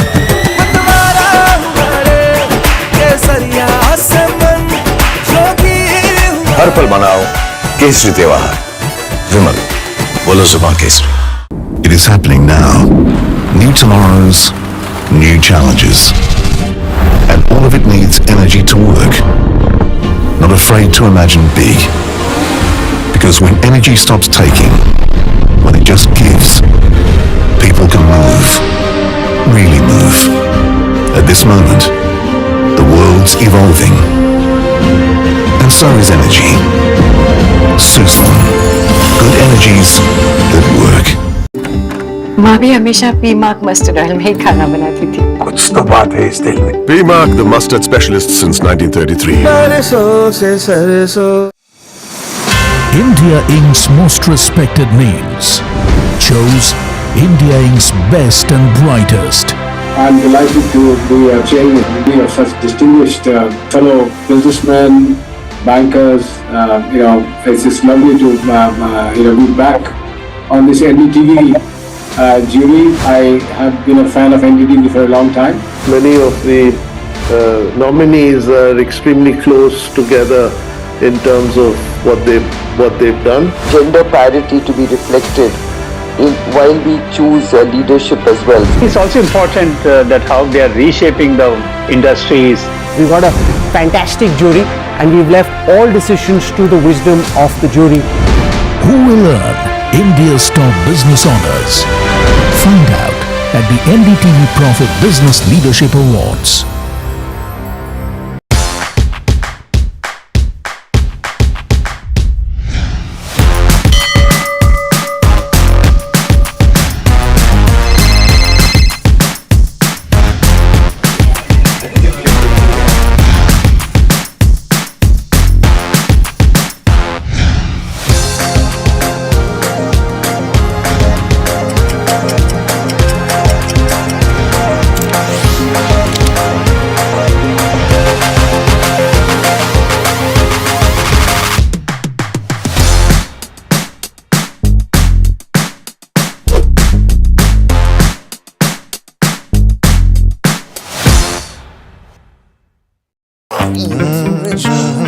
The news, Ayush.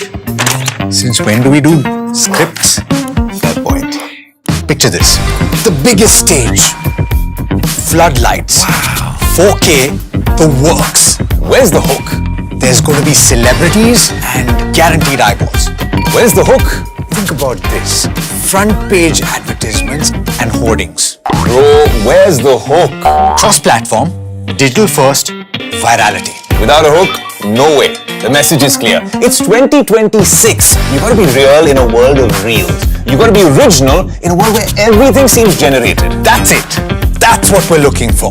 The best campaigns, the hottest trends, the smartest brand moves on our new show. But wait, what do we call it? The Hook.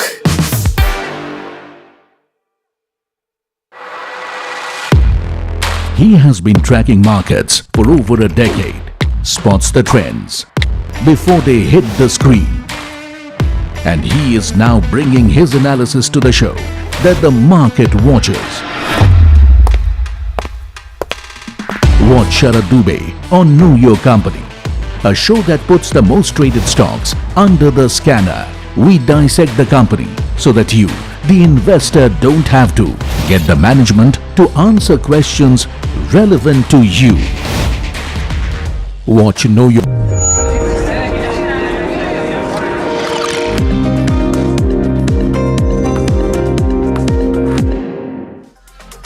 Welcome, you're watching Ask Profit the afternoon edition, and this is a show that gets all your stock related queries answered. But before we start doing that, let's take a quick look as to how the markets are doing. The Nifty 50 is holding above the 24,100 level, much above the 24,100 level now, up by about 0.5, 0.6 odd percent. The Bank Nifty, however, has turned into red. Almost flat, in fact, for the Bank Nifty. 58,000 levels is what we are tracking on the Bank Nifty so far. So that's the counter which has turned its tides, since we last spoke. But let's try to pull up the mid cap 150 and the small cap 250 as well to see as to what the broader end of spectrum is looking like. The mid cap 150 is almost in tandem with where the benchmarks are, up by about 0.4 odd percent. The small cap 250 is also, in fact, slightly doing better than the benchmarks, up by about 0.7 odd percent. Let's try to pull up the BSE 500 to see as to what are the names that are specifically buzzing in trade today. You know, you have names like Zensa Tech, C Infosystems, Sona BLW, Delta Corp, etc. doing very well. But on the flip side, you have something like Gujarat Gas, Sterlite Tech, HFCL. You know, both these names, Sterlite Tech and HFCL, have seen a significant up move and now probably seeing profit booking. AI Engineering and Thermax are some of the other names that continue to be under pressure. But you know, Karan Adani says that the first phase of the group's 2 million ton smelter project is moving ahead with funding coming through internal accruals and debt. He also expects the OMC agreement to be finalized this year. My colleague Ridhima caught up with him on the sidelines of their MOU signing event. Listen in to a slice of that conversation. So this, this plant which is going to be opened, how will the phases be divided? And in the first phase, what sort of developments will happen? And when can we? Yeah, so phase 1 will be 2 million tons of alumina and 1 million ton of smelter. And then in the phase 2, it will be taking the 2 million to 4 million and 1 million of smelter to 2 million tons of aluminum smelter. And also, how will the funding be made for the whole project? So the balance sheet of AEL is very strong, and we will be looking through funding from the from AEL. It is, as you know, AEL is one of the India's largest incubator, and so this will be one of the other project which AEL will be incubating. And what sort of collaboration with the OMC will be taken forward, and how will it go through?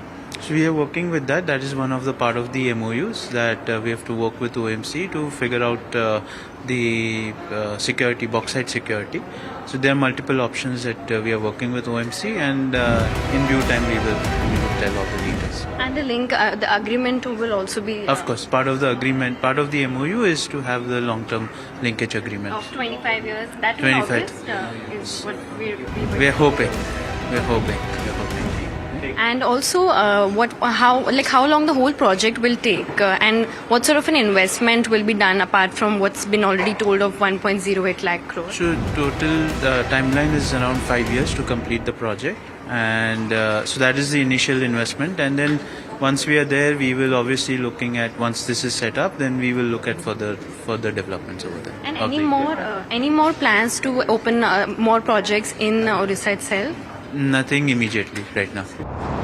All right, so that was, of course, Karan Adani on the sidelines of the MOU that the group just signed. But moving on to all your stock-related questions, and to answer them, we're now joined by Jatin Geria, VP Technical Research at Teji Mandi, and Avinash Gorakshakar, Founder and Head of Research at Avinash Mentor Research Services, joining us now. Welcome to both of you, gentlemen, and a very good afternoon to the both of you. I'll take the first question that we have is from Bindu, who's writing us from Hyderabad, asking about Cupid. She's got around 1,270 odd shares that she'd bought it at the levels of 86. Wants to know from a long-term perspective, maybe add more, continue to hold, sell. Avinash, any view on this one?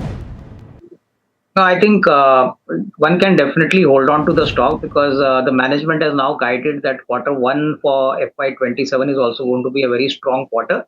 And for the overall year, I think the top line growth is going to be in excess of 25%. So I think despite the fact that the stock has run up significantly, the investor has made a decent amount of money.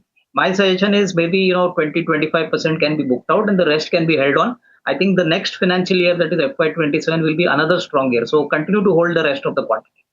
Okay, all right. The next one that we have is on AB Capital. Gautam from USA wants to know as to what could be the right entry point to enter into this one. Jatin, what would your recommendation be on the charts for AB Capital?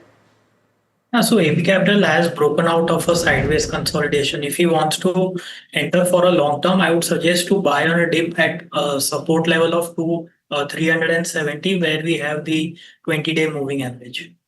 The next one that we have is on Urban Company.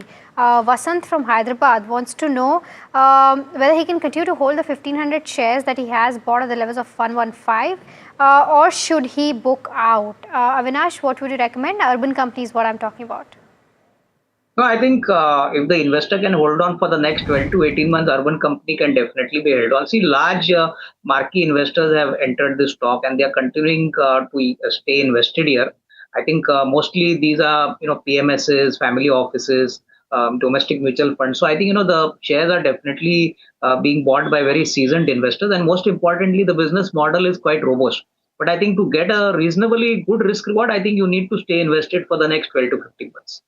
Okay, the next one that we have is on rate gain. Murli from Hyderabad has bought 30 odd shares at the levels of 425. He wants to know as to what could be the upside for the next 1 year. Jatin, what are you viewing on the charts for this one? See, for Railtel, the trend is negative. Yesterday we did see some pop-up, but thereafter today it has fizzled out. Jatin, I'm talking about rate gain, not Railtel. Rate gain is the one I'm talking about. Yeah, so rate gain, the trend is well and truly positive. Now, it has taken out above its previous swing high of 920.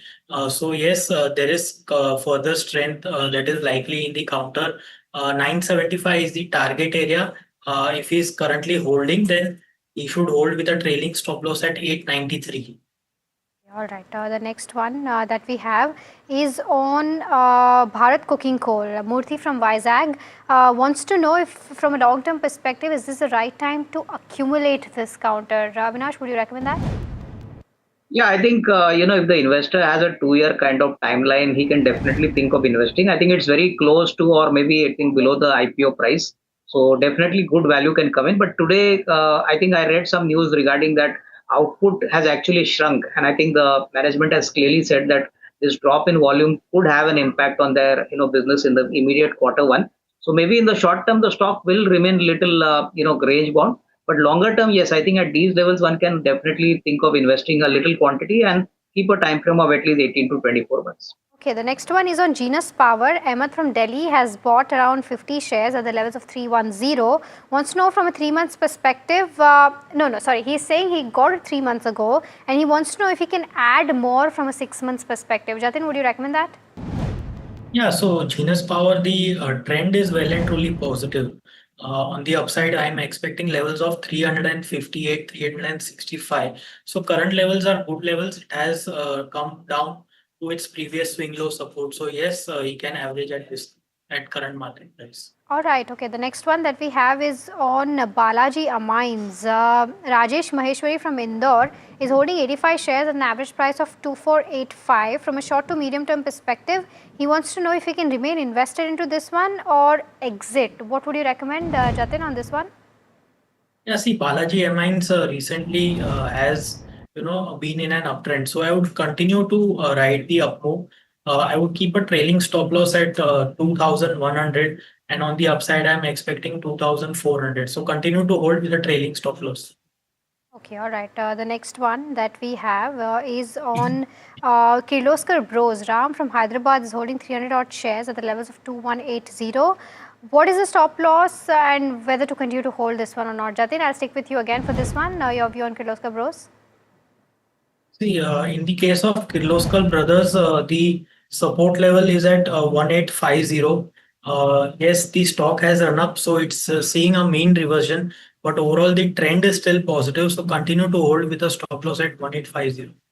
Okay, all right. The next one that we have is on Balrampur Chini Mills. Mana from Mumbai has bought it at the levels of 530. 100 shares is what he's holding. He wants to know whether he can continue to hold this, whether there's a further upside left for this one. Avinash, your view? Yeah, I think from a longer term perspective, see, Balrampur Chini is an integrated sugar player. They are into ethanol, they are into sugar. And I think the way ethanol consumption is being promoted by the country, plus now the new, introduction of E20 fuel, I think clearly in the next couple of years, I think the business will be scaled up significantly. So I think if the investor can wait in for the next 12 to 15 months, he should hold on. Good value can be made, but from a medium to long term kind of time frame. All right. I think we've got Shiva who's calling us from Bengaluru waiting by. Shiva, a very good afternoon to you. Go ahead, ask your question. Yeah, very good afternoon to all. So I have around 2,300 shares of BEL at the price of 419. So want to know around the short-term view, like 3 to 6 months I can hold. Okay, all right. Jatin, your view on BEL on the charts? Yeah, so BL has found a triple bottom at the 400 level, and thereafter it's witnessing it's consolidating. But overall, from a short to medium perspective, I'm expecting a move towards 435 to 445 zone where we have some kind of a resistance. So at this point of time, the pattern suggests hold. On the upside, the resistance is at 435 to 445 zone. Okay, all right. The next one is on JSW Cement. Ekambarai from Hyderabad is holding 200 shares bought at the levels of 130. He wants to know if he can whether he can continue to hold this one or shift to some other cement name. Avinash, what would you recommend? No, I think JSW Cement is a relatively new player, and I think if the investor can wait for a couple of years, then definitely long-term prospects are good. But if he wants to stay invested in one of the larger players, then I think Ultratech Cement would be a better choice. I think here the company has a larger geographical reach, a better kind of positioning in the market. So I think based on his risk appetite, if he wants to actually invest in a large cap, then Ultratech can be better. But otherwise, if he can invest and stay invested for the next say 2 to 3 years, JSW Cement also looks attractive, but only from a long-term angle. Okay, all right. The next one is from Pakshal, who is writing us from Jodhpur, asking about Trent, whether it's a good buy right now. Jatin, your view on the charts? Witnessed a sharp up move in the last series, and I suggest to wait for a dip towards 3150 3200 odd levels and then get in. So the risk reward ratio would be favorable in his favor. So yes, the overall trend is positive. Buy on dip would be the suggestion at 3150 to 3200 levels. Right, okay. The next one that we have is on IRCTC. Keshav from Chennai is holding 75 shares bought at the levels of 519. From a 2 to 3 year perspective, is this a good hold, Avinash? No, I think IRCTC, the biggest issue is that for their internet booking, I think already they have covered 75 to 80% of the market, and I think the market has not been growing that well. So that's the reason growth quotient for IRCT is actually significantly slowed down. So I would say that at least avoid it for this at this point of time. Maybe we can look at the Q1 numbers which come out, and only once the numbers are out, we get a clear sense and commentary from the management. We could invest fresh. So as of now, not worth advising investable as of now. Next one is from Shankar, who is writing us from Bengaluru. He is planning to buy around 1,000 shares of IDFC First Bank and South Indian Bank at the current market price, and whether this is a good time to buy one of those, both of those. Jatin, where is the chart more attractive? Yeah, the chart is more attractive definitely in the case of South Indian Bank because it's making a newer high, and in the case of IDFC First Bank, it's consolidating. So my sense is that South Indian Bank has a better technical structure. If he wants to buy, then 44 is the level around which we have the 40-day average. So there he can buy at the support level. On the upside, the immediate target that I'm seeing is 52 and thereafter 55. All right. With that, it's time to slip into a very, very short break, viewers, but don't go anywhere. We'll be taking more questions on the other side, so do stay tuned.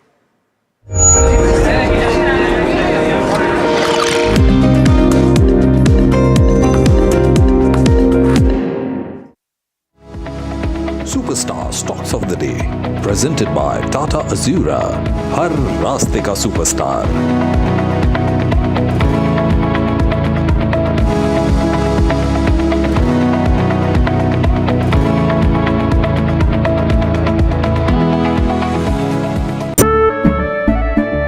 केसरिया से मन जोगी हुआ रे, दिल झूमे देखो मतवारा हुआ रे, केसरिया से मन जोगी हुआ. हर पल मनाओ केसरी त्योहार.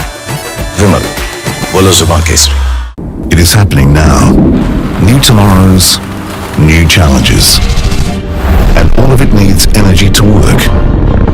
Not afraid to imagine big. Because when energy stops taking, when it just gives, people can move. Really move. At this moment, the world's evolving. And so is energy. Suzlon. Good energies that work. आपका parcel फिर से हमारे घर पे आया है. कुछ तो बात है इस दिल में. माँ भी हमेशा पी मार्क मस्टर्ड ऑयल में ही खाना बनाती थी. ये आपके लिए. कुछ तो बात है इस दिल में. PMark, the mustard specialist since 1933. India Inc.'s most respected names chose India Inc.'s best and brightest. These kind of awards and jury lineup, you are truly giving it the right weightage. I think it's heartening to see talent that there is across India Inc. We should be awarding companies and individuals who have focused not only on growth but also on bringing good governance. Be part of jury and vote on the people, the men, the women, the companies in India who have the right stuff is a great opportunity for us. For us, the biggest thing is trust. That's what we provide. We need leaders in India that can help take India being a global superpower. We got a fantastic jury and we've left all decisions to the wisdom of the jury. Who will earn India's top business honors? Find out at the NDTV Profit Business Leadership Awards.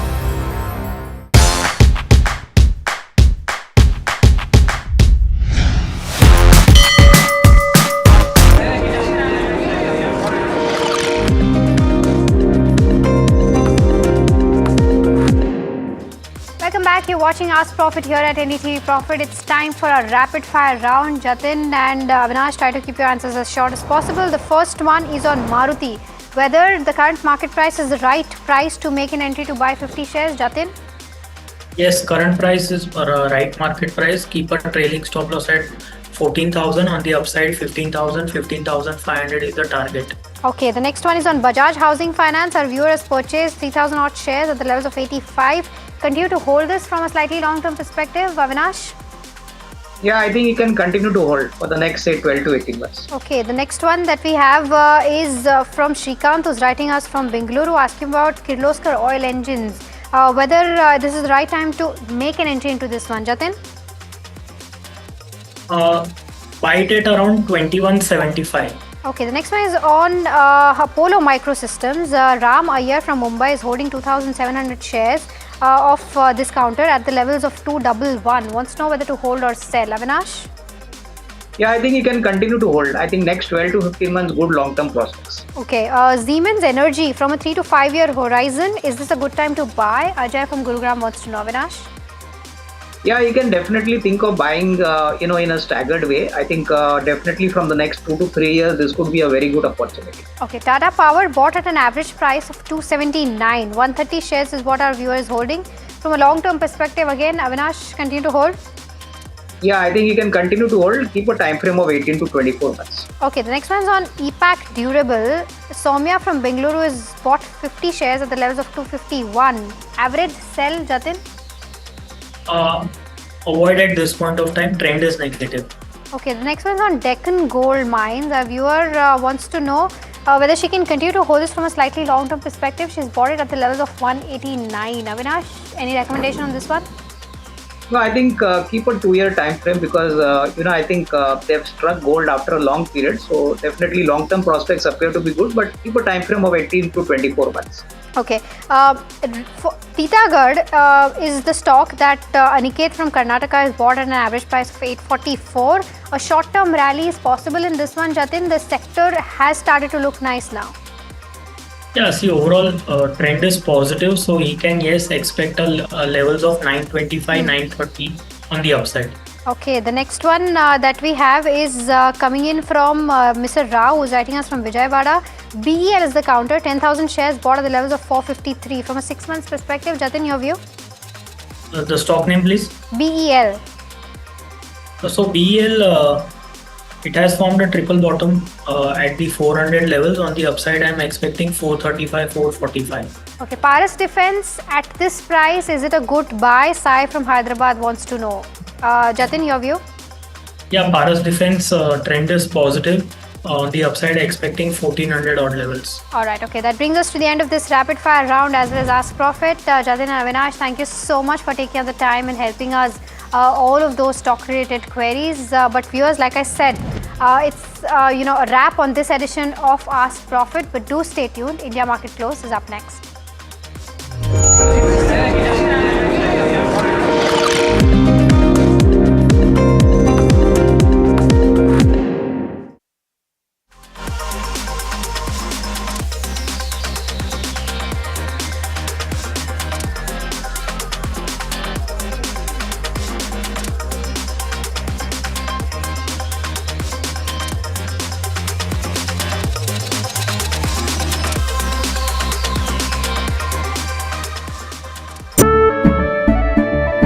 केसरिया से मन जोगी हुआ रे दिल झूमे देखो मतवारा हुआ रे केसरिया से मन जोगी हुआ हर पल मनाओ केसरी त्योहार विमल बोलो जुबां Kesari It is happening now. New tomorrows, new challenges. And all of it needs energy to work. Not afraid to imagine big. Because when energy stops taking, when it just gives, people can move. Really move. At this moment, the world's evolving. And so is energy. Suzlon. Good energies that work. माँ भी हमेशा पीमाक mustard oil में ही खाना बनाती थी। कुछ तो बात है इस दिल में। P-Mark, the mustard specialist since 1933. India Inc.'s most respected names chose India Inc.'s best and brightest. I'm delighted to be chairing a committee of such distinguished fellow businessmen, bankers. It's just lovely to be back on this NDTV jury. I have been a fan of NDTV for a long time. Many of the nominees are extremely close together in terms of what they've done. I think it's also important that how they are reshaping the industries, commercial activities which they are into. And it's a very judicious mix of people to choose from. My compliments to the team. Who will earn India's top business honors? Find out at the NDTV Profit Business Leadership Awards. India's unshakable news habit. NDTV.com is India's #1 English news website.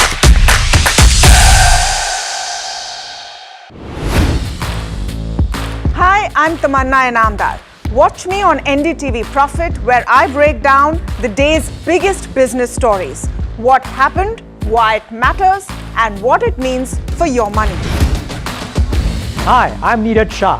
Watch me on NDTV Profit for the most incisive market intelligence and meaningful corporate conversations. And I'm Alex Matthew. Markets, mutual funds, insurance, personal finance. I help you cut through the noise and make smarter financial choices. And here's where you can watch us.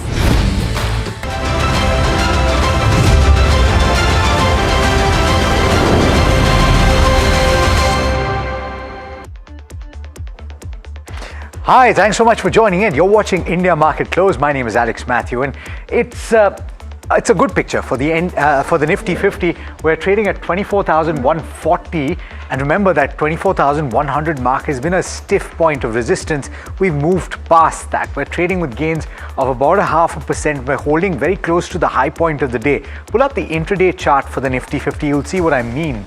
See, you had a bit of a dip midway through the session, but we've moved up since that point, and we are trading very close, as I said, to the high point of the day. The index that is not working and not doing too much today is actually the Nifty Bank. Pull that up. It's trading in the red at this moment, and we'll get into the internals in just a bit. But just so you know, this is not doing well, but what is doing well, and probably the story of the day, just as it was the story of the day yesterday for completely different reasons, is the Nifty IT. Pull that up onto the screen, and it's held pretty much at the high point of the day, 4.5% gains. Let's look at the intraday, let's look at the heat map for the Nifty 50, because you'll see right on top, 4 IT companies in the top 5. There you go, Infi, HCL Tech, TCS and Tech Mahindra, and Wipro not too far behind with gains of about 2.2%. Bajaj Finserv gaining about 2.5% as well, as Tamanna walks on to set to talk about some of this. It's a pretty good screen, but what you see is, apart from ICICI Bank, which is holding with gains of about 1.2%, it's not really much of the banking pack that is doing anything today, but IT.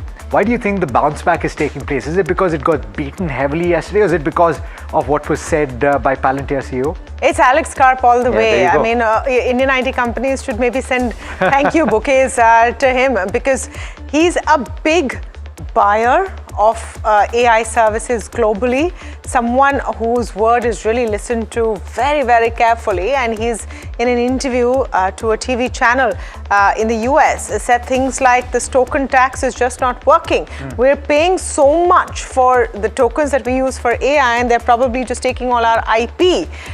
He has talked about how he says that other CEOs privately are livid about it, but are not saying anything so far because they don't want to be the guy who called out AI entirely.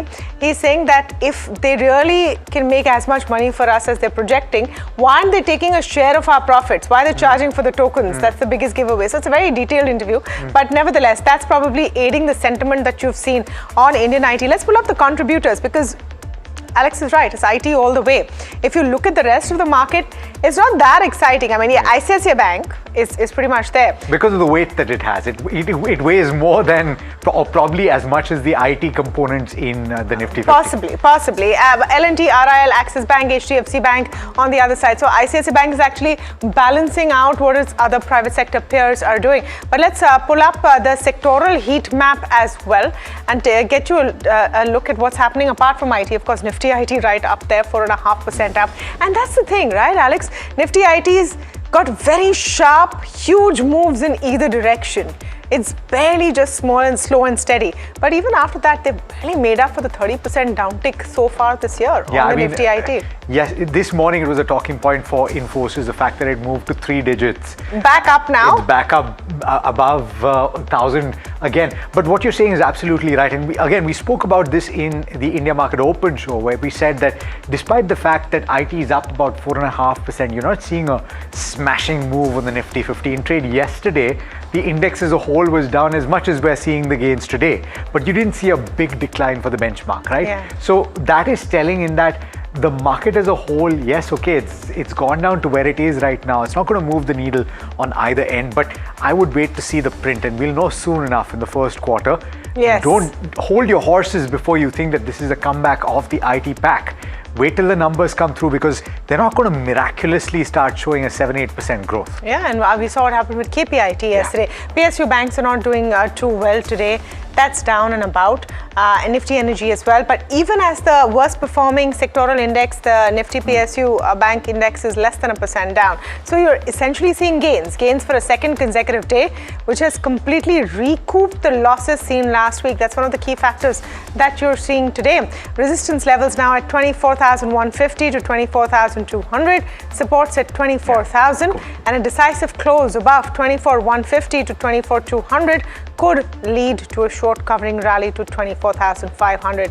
Short covering in IT is being seen across the board. That's mid caps and large caps. SMIDs, small and medium companies, are outperforming the benchmarks for the first time this week, and the Nifty Realty Index is up 5% this week. The Bank Nifty is suggesting a technical cool-off, struggling to stay above the 58,200 mark, and immediate supports are locked in at 57,450 to 57,500. On the upside, clearing 58,500 to 58,700 terminates the consolidation phase. That's the Bank Nifty that I'm talking about. And this unlocks targets towards 59,500. Vinay Rajani with us this afternoon. We're also speaking to Deepak Shinoy. Welcome to both of you. Great to have you on. Deepak, has IT found some redemption, or it's a today story? You might have someone saying something tomorrow and it'll completely change. It's too early. I think there's a lot more, information that needs to come. The data on the ground is not very positive. We're not seeing any major change in order profiles announced by IT companies. We're not seeing any. I mean, there are some, but again, few and far between. We haven't seen very good results from most of the IT pack for the quarter ended March. Even the commentary wasn't very positive. So I think, markets tend to, give some kind of choppy moves at all points in time. So I'd wait for this to kind of come back more meaningfully before we would make any longer term assumptions. For now, I guess one day story is a good thing. It's for people who own IT. It's not, we don't have much IT in our portfolio. So I can't say I'm overjoyed, but I think, it's fair to say that their underlying data hasn't yet shaped up. And perhaps it's more narratives driving this, and it's still a one-day move. So I don't think this negates a lot of the the actual data flow that we've seen in the last few weeks. Absolutely, Deepak, and a point well made. I guess also on the earnings front, as I was saying earlier, we'll know soon enough. You might actually see a complete reverse of what you're seeing today, and very quickly at that. But Vinay, on the technicals, one would assume that today's move is unlikely to shift the narrative, even on the technicals, right? Because this is a sector that is deeply oversold. For somebody that is sitting on the sidelines and contemplating, okay, is this the bottom?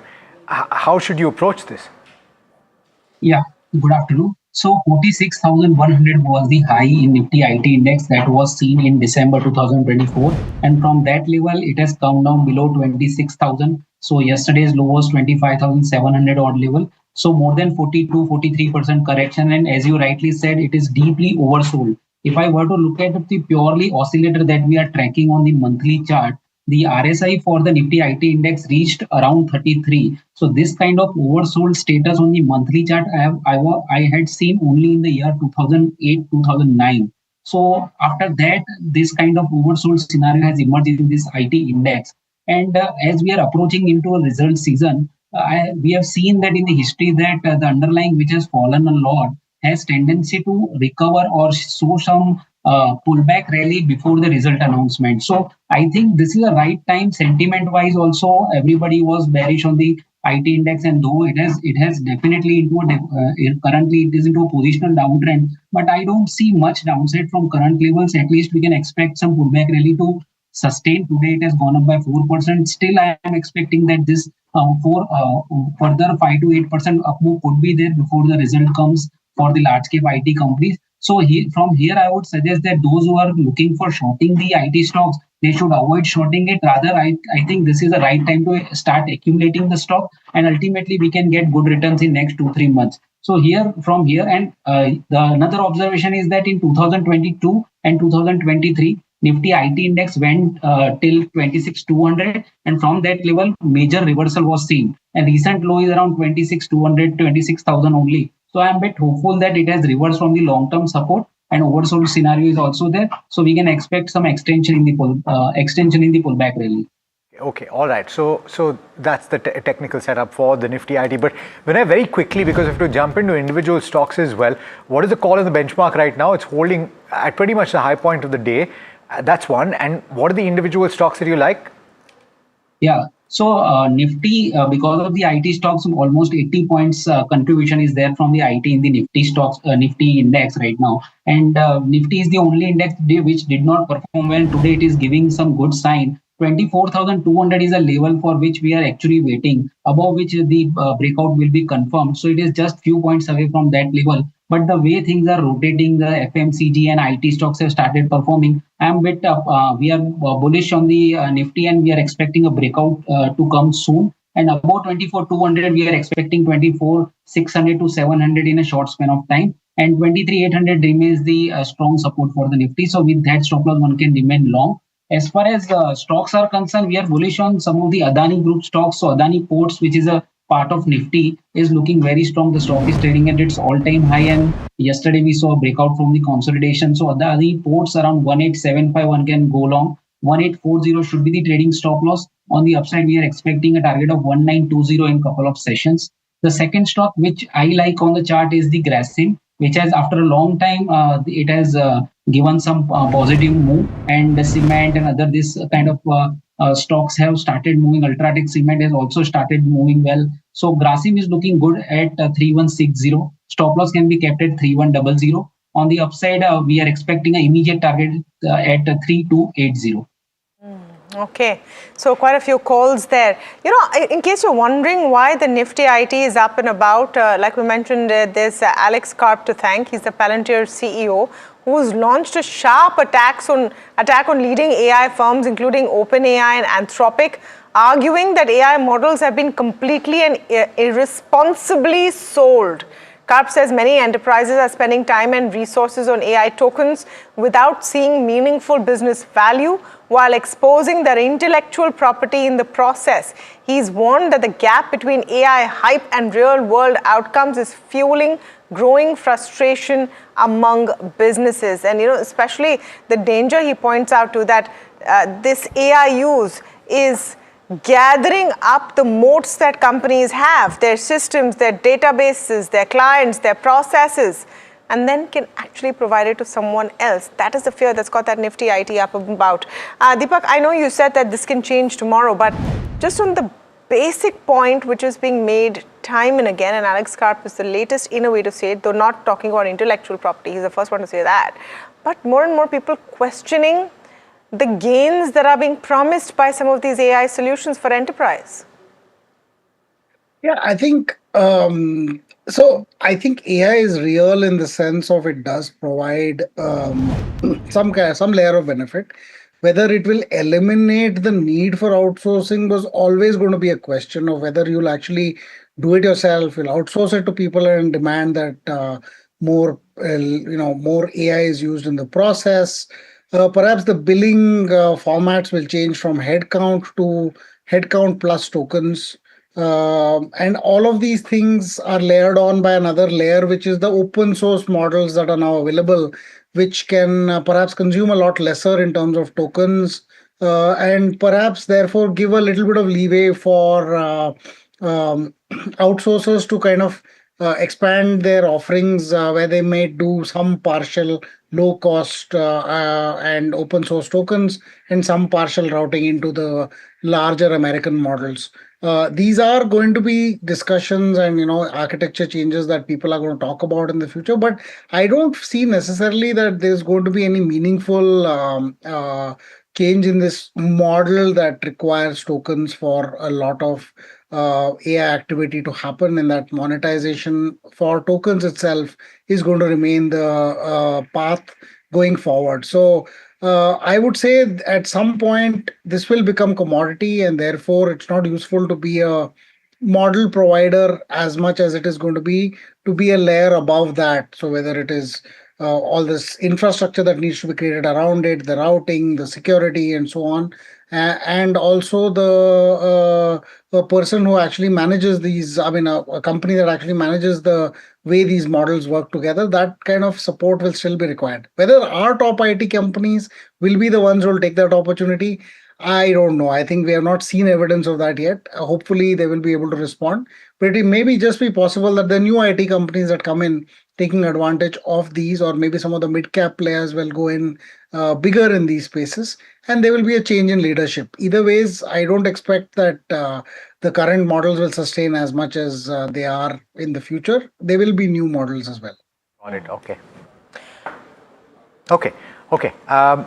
It's time now for what I think is going to be a pretty interesting corporate conversation. And in fact, Paisalo Digital in focus on account of the fact that the promoters are increasing the stake in the company. The company has launched a 3-year roadmap as well, as the cost of borrowing has reduced on account of its ECB bond issuance. We've got the Deputy Managing Director, Santanu Agarwal, joining in to talk about some of that. Mr. Agarwal, thank you so much for taking the time. First, talk to us about the interest that the promoters have in increasing stake at this moment. Usually the street views that as something that means that there is going to be an upside to the financial performance going forward. Talk to us about that. Hi, good afternoon. So, if you look at how we have been doing, about 4 years back, we were at about 26.04% in terms of our promoter equity in the company. From there on, we did a warrant issue, which we converted within the stipulated timeline. And every year following that, we have been doing a creeping acquisition of about 5%. For the current fiscal year, we were able to finish the entire creeping acquisition of 5% within 1 quarter itself. It's primarily attributed to 2 reasons. Number one, the promoter are extremely bullish on the 3-year long-term roadmap that we have laid out, wherein we are doubling our AUM revenue and PAT over the next 3 years. And the second is that we did about 4 quarters back a foreign currency convertible bond of $50 million, out of which about $6 million have been converted, and balance $44 million is yet to be converted, which, if all goes well, we are hoping to get it. We are hoping that it will get converted in the next 3 quarters. So the dilution post that conversion of the promoters will be limited to only about 5 to 6%. And Shantanu, is there any plan for further stake raises by the promoters? I mean, I would want to do it, but the thing is, the SEBI guidelines, whether I'm doing a warrant or a pref or a creeping, limits my annual acquisition or increase in shareholding to 5% a year. We have already did about 4.97% for the year, so the only balance that is left for me is about 0.03%. Yeah, but then, Shantanu, at what point will you be satisfied? Will you do this every year till you reach that 75% mark? No, I think we are fairly comfortable holding in range between 40 to 50%, at least in conjunction with what the outlook for the company in terms of our long range strategy and growth targets are for at least the next 6 years. So the 3 years we've already rolled out in the presentation that we did for the full year of the last fiscal year. So I think we'll be happy with about 40 to 50% in the next 3 years, maintaining that same for sure. Talk to us about this target to double AUM revenue and PAT in 3 years. How's that going to work? What are the levers that you're using? So, we've been listed for about 30 years now. If you look at about our 30-year journey, for the first 15 years, we were doubling our AUM income and PAT every 7 years. So we had a 15-year compounding cycle. From there on, we went to doubling it every 5 years. So we had a 10-year compounding cycle. And now we are entering a phase where we feel we are going to be able to double it every 3 years for at least the next 6 years is what we are thinking, before going back to the stable outlook of about doubling it every 5 years. So we are primarily basing it on 4 factors. Number one is our transition from a high-tech, high-touch lender to FinAI-based lender. The second parameter that we are targeting on is expansion of our distribution network. So we've gone from about 32 operating points back in 2017 to about 5,299 touch points spread across 22 states. We have added about 12 new states in the last 3 fiscal years. The third pillar that we are basing it on is our product expansion. We have gone from being a dual product company to having about 4 main categories and having about 8 subcategories beneath them. And the fourth finally is the optimization of the cost of capital. So if you look about 3 years ago, we were at about 12% cost of funds for us. We have brought it down to 10.3% as against the guidance of 10.5%. So a combination of all 4 of these factors are leading us to that doubling of AUM, income and PAT, all the while maintaining the pristine asset quality that we are proud to have. What is the collection efficiency at this moment, Shantanu? If you could talk about the last 3 months in particular, where certain MSMEs were understood to be under a tad bit of stress on account of the West Asia crisis and the supply chain issues. Did you witness any delinquencies or difficulty in managing payments? So the primary base of my consumer is limited to small enterprises, micro enterprises, and you say retail side of the population. The primary cause of concern with the West Asia crisis was limited at a OEM or at a large group level, and the government was fairly successful in insulating the micro MSMEs, SMEs and retail side of India pretty well. Was there a crunch in terms of the incremental OPEX that was being faced at the bottom of the pyramid or at the MSME, SME level? Absolutely. But the government was able to phase it out really well, and was able to provide an environment of stability. Although the scalability part for that side of that side of borrowers was slightly limited, but at least having a stable environment was able to ensure that we were able to maintain our collection efficiencies. We were able to maintain our NPAs and gross NPAs extremely well. In fact, if you look at our gross NPA levels, we were able to reduce them slightly on a quarter-on-quarter basis to 0.76% and 0.61%. And in terms of the collection efficiency, we went from about a 90. We were close the last entire fiscal year at about 98.5%. So fairly good numbers in terms of everything that was going on. Got it. Okay, Shantanu, I do want to ask about a couple of metrics, which is one, your cost of funds, it's expected to come down further. You pointed to the fact that there's that additional ECB that could come through the next 3 quarters. So what are the implications of that? And the NIMs are already double digit. So what is the upside from here? Particularly from the perspective that we've hit the lowest of the rate cycle, and if anything, at the end of this year, you could see rates go up. So our entire growth metric is based on a NIM of about that we guided for is about 6.5% and a cost of fund at about 10.5%. As against that, we have overachieved the NIM to about 6.8%, which was about a 43 basis point year-on-year increase. And we were able to bring down our cost of fund from 10.5% to 10.3%, thereby again giving us an advantage of about 20 basis points on a year-on-year basis. So the entire calculation towards the growth is actually taken care of at the current levels that we are at. And that's the same guidance that we continue to maintain, that for the next couple of quarters, we are going to be staying within this guidance of 10.5% cost of fund and about 6.5% continued maintenance as we move ahead and see what the impact of everything that is going on around us with the RBI opening up the call market for NBFCs and then other regulations that are coming in place and the West Asia crisis finally coming to an end. So how that opens up to the entire space is what we are looking forward to. Okay, just Shantanu, before we let you go, a lot of your business is now basing its work on AI tools. Just want to understand how it's being integrated into the overall Paisalo strategy, and is it a differentiator for you? Are you seeing any tangible, visible gains? So back in Q3 of last fiscal year is when we started our AI journey. We were able to capture 2 NVIDIA chips that we started our development process on, and we started guiding on everything that we were going forward to. In 2 quarters itself, we were able to process about 160,000 applications via our AI-enabled onboarding that is running at our branch level. We were able to service about 125,000 customers, and we were able to take care of 225,000 debt management cases. We were also able to completely AI automate about 250,000 credit quality, EWS operations, and admin matrix. We were also able to launch from 0 to about 2 live AI bots, 5 outbound bots. We were able to scale the infrastructure from 0 to about 350,000 outbound calls, 150,000 AI-driven outbound calls. We were able to process 50,000 facial recognitions, 234,000 OCR validations across it.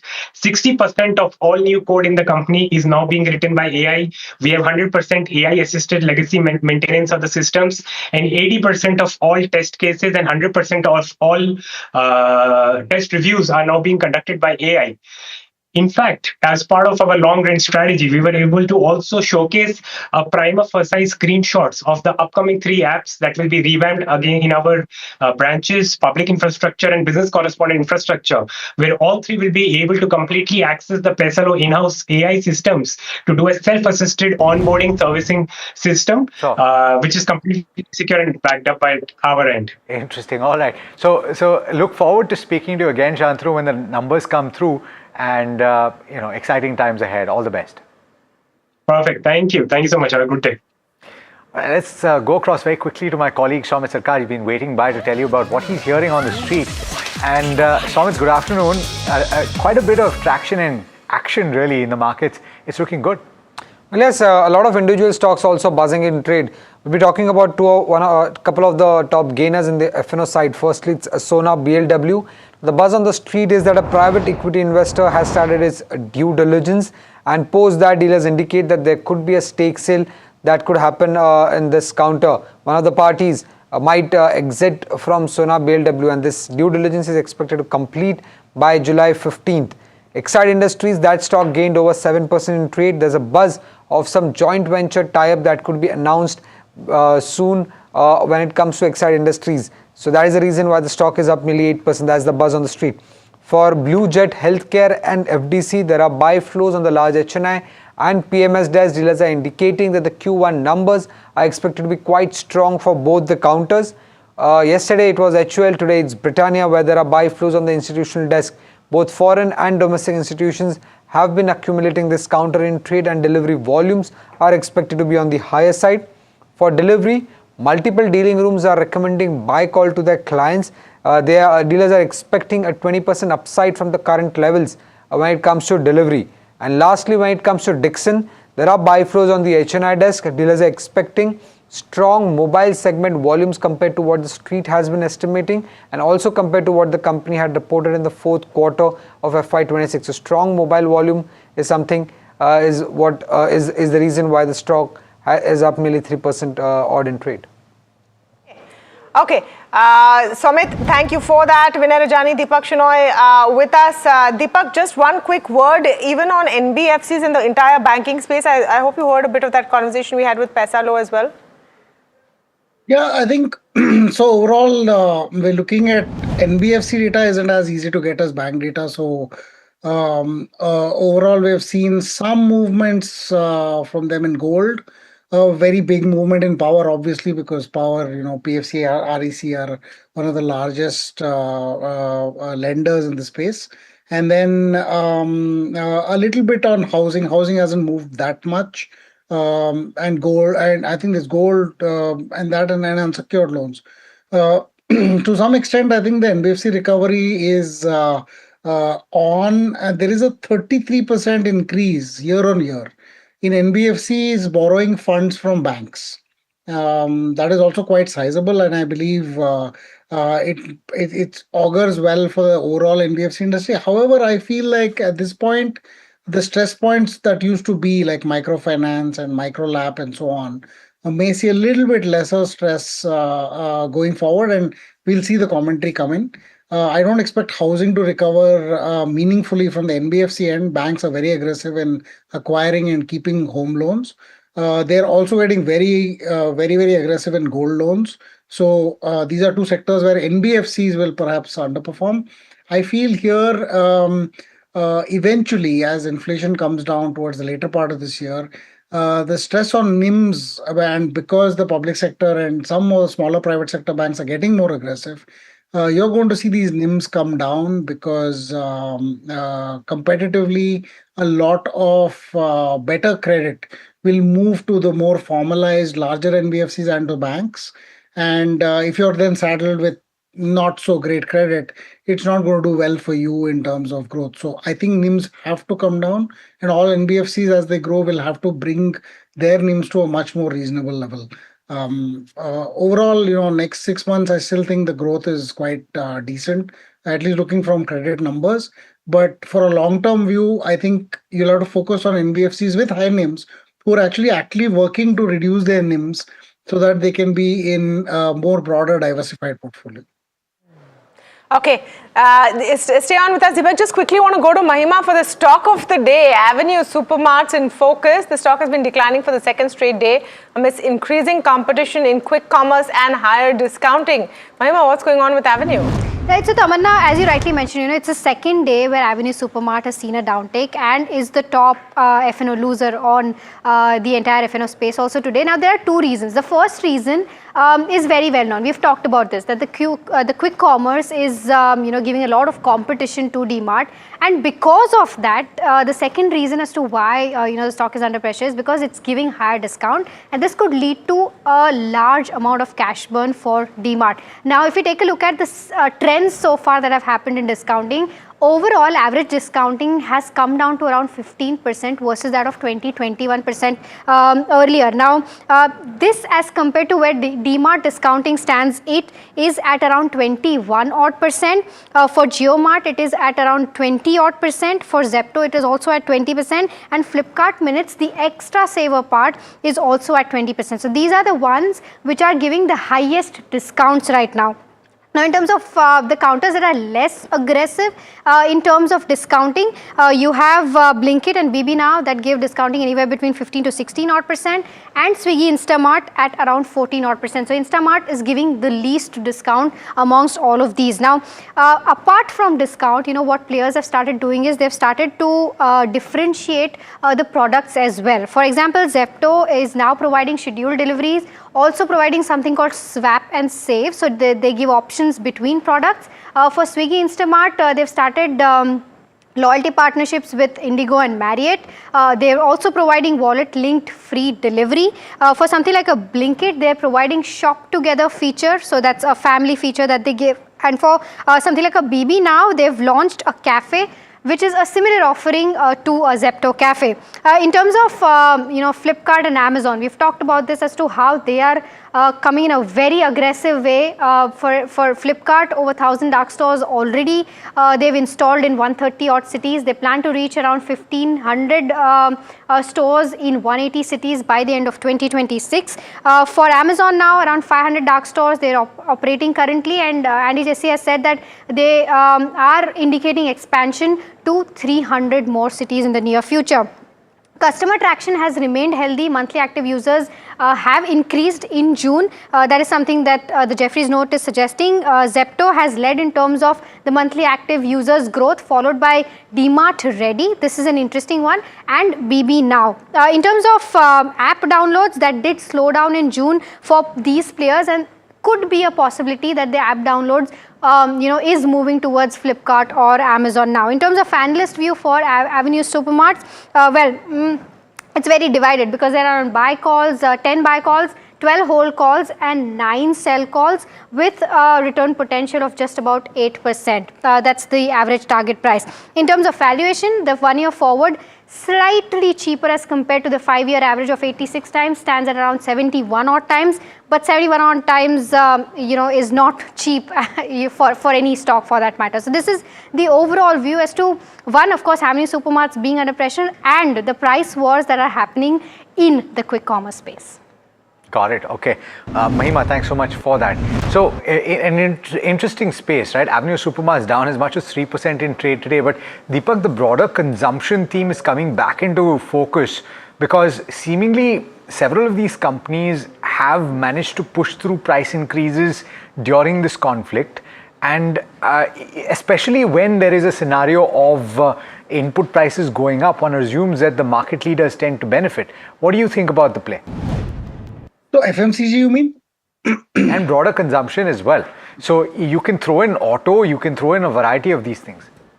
Yeah, I think auto's done well. FMCG, I guess we'll know the numbers actually in terms of volume soon. But overall, while I expect consumption to do well in the FMCG space, individual companies may not benefit as much because lots of competition has come in. Distribution channels have changed to this e-commerce and online quick commerce and so on. So there is, that will, I think, impact future revenues and brand moats to that extent. I think jewelry, in that sense, the consumption has come down somewhat. Tourism also, we've seen a massive, fairly large increase in air travel that has probably crimped tourism growth. And to a certain extent, I think the crude falling back to $70 will help if we are able to see reduced prices across the board. But I expect that if input prices come down, which I think for a lot of metals-based and commodity-based players, prices have, I would imagine there will be a reduction in prices also to follow suit, especially in the FMCG and perhaps even at the two-wheeler and four-wheeler end towards the end of this year. This will, change the format again. It will probably keep demand relatively high on the auto and consumer durables end. But FMCG, again, the players there's so much competition that I expect price-led competition to also come in quite strongly later this year. And the excuse of higher fuel prices or higher metal prices will not be there, and therefore it will give room to decline. I think long-term India is a good story on consumption. It's just that sometimes you overpay for it. So some of these names that you have in the Indian markets, if you're paying 50, 60, 70 times earnings with 10 to 15% growth, you may not necessarily, get the best of returns from these companies. There are smaller companies. There are even the automakers that seem to be a lot better in terms of valuation and growth perspective in comparison. Deepak, I'm sure you took a look at some of the banking updates that have come. Do you foresee an exciting Q1 for banking when we see the results in a few weeks? Yeah, of course. I think there is, for the first time, they'll have trading gains in their mark-to-market gains in their bond portfolios. For 18% profit credit growth, they should have something to show for it in terms of growth in terms of profits. NIMs may not necessarily increase, but they will definitely have something to show for it in profits. The commentary around who is going to raise how much FCNR and the impact on their borrowing costs, I think that is also going to be a significant differential. We're already seeing that yesterday, I think RBI data shows that the system moved from a deficit to a surplus, which means banks have been able to bring in that FCNR, convert it to rupees from the RBI, and therefore not have to borrow from the RBI overnight quite much. We had a period of deficit where banks were net borrowing from the RBI, but today's data shows that since yesterday, there is no net borrowing. In fact, they're parking net surplus with the RBI back again.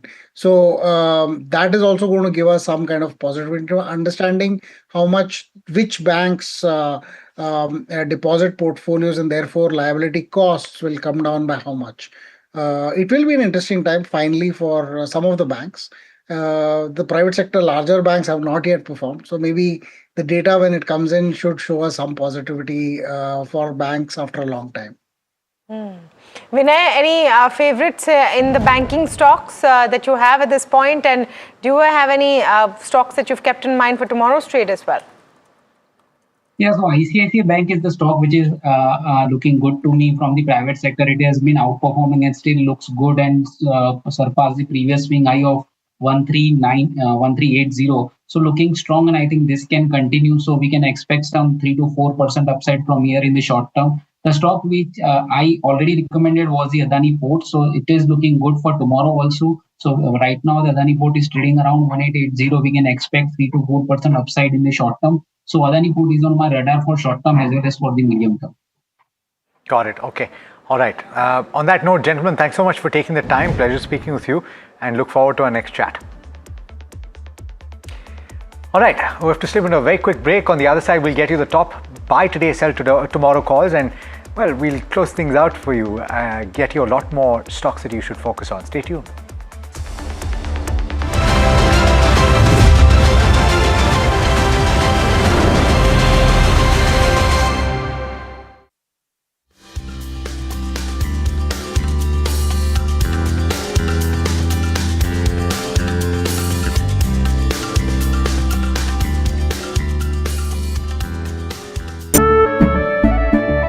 केसरिया से मन जोगी हुआ रे दिल झूमे देखो मतवारा हुआ रे केसरिया से मन जोगी हुआ हर पल मनाओ केसरी त्योहार विमल बोलो जुबान Kesari.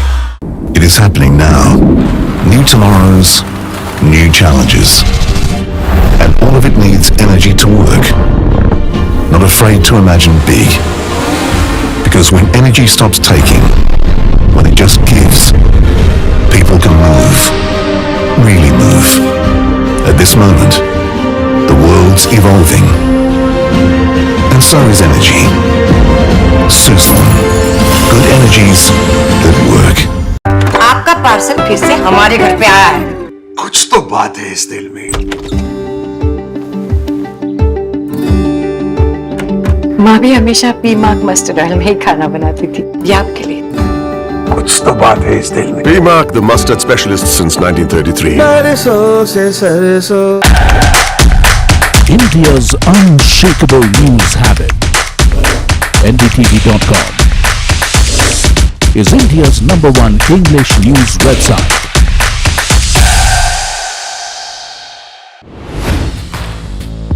Hi, I'm Tamanna Inamdar. Watch me on NDTV Profit, where I break down the day's biggest business stories. What happened, why it matters, and what it means for your money. Hi, I'm Neeraj Shah. Watch me on NDTV Profit for the most incisive market intelligence and meaningful corporate conversations. And I'm Alex Matthew. Markets, mutual funds, insurance, personal finance. I help you cut through the noise and make smarter financial choices. And here's where you can watch us.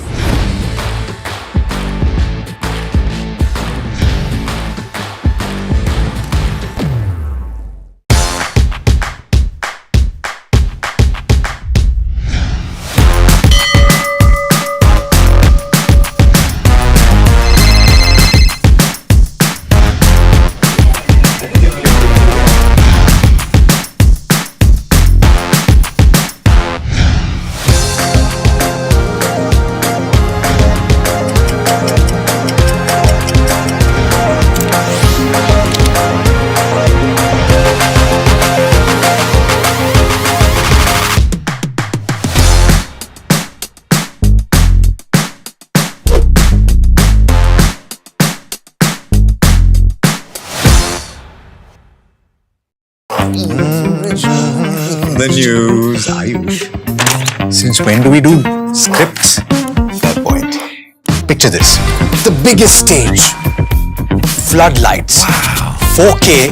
The works. Where's the hook? There's going to be celebrities and guaranteed eyeballs. Where's the hook?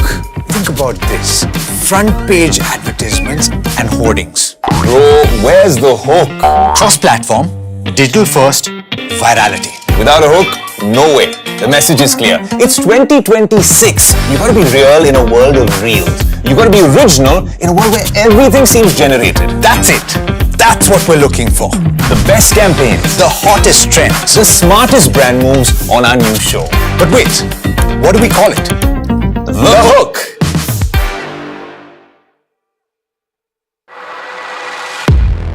He has been tracking markets for over a decade, spots the trends before they hit the screen. And he is now bringing his analysis to the show that the market watches. Watch Sharad Dubey on Know Your Company, a show that puts the most traded stocks under the scanner. We dissect the company so that you, the investor, don't have to get the management to answer questions relevant to you. Watch Know Your Company weekdays at 11:30 a.m. to understand your next big bet.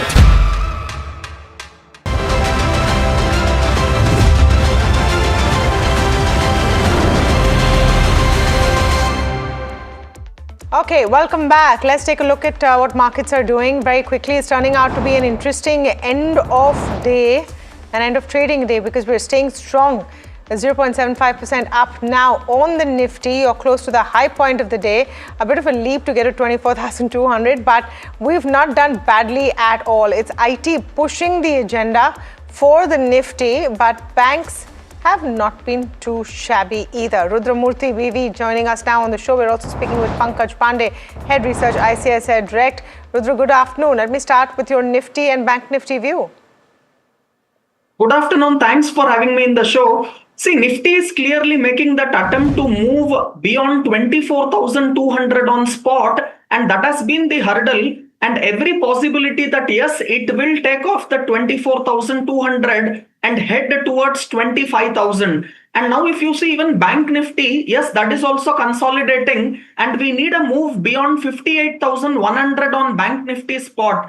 And again, we are very close to that level. And on a closing basis, once we decisively close above these levels of 58,100 on Bank Nifty and Nifty closing about 24,200, yes, you will see more short covering, and FIIs, once they start participating in this market, definitely you will see more short covering and markets moving towards the 25,000 on Nifty and 60,000 on Bank Nifty. I am bullish on this market, and Brent crude now coming closer to that $70 per barrel, even below the pre-war situation and pre-war time. That is a very, very positive news to us. And once we start the result season, yes, selective sector and stock performance will be seen. So I am bullish on this market, and I will use every dip as a buying opportunity in select sectors and stocks.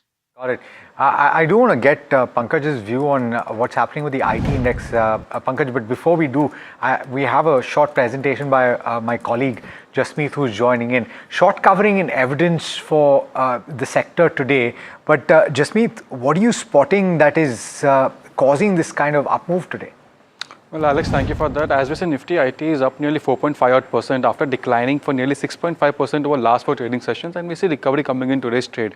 And while the gains for today are the highest in last 14 months, showing positive momentum what the sector is going through. Well, this comes in after Karp, who's the CEO of Palantir, comes out and breaks down all the myth about the AI and tells that companies are still token maximizing the AI, which basically means all the implementation companies require integrators who can implement AI into the system.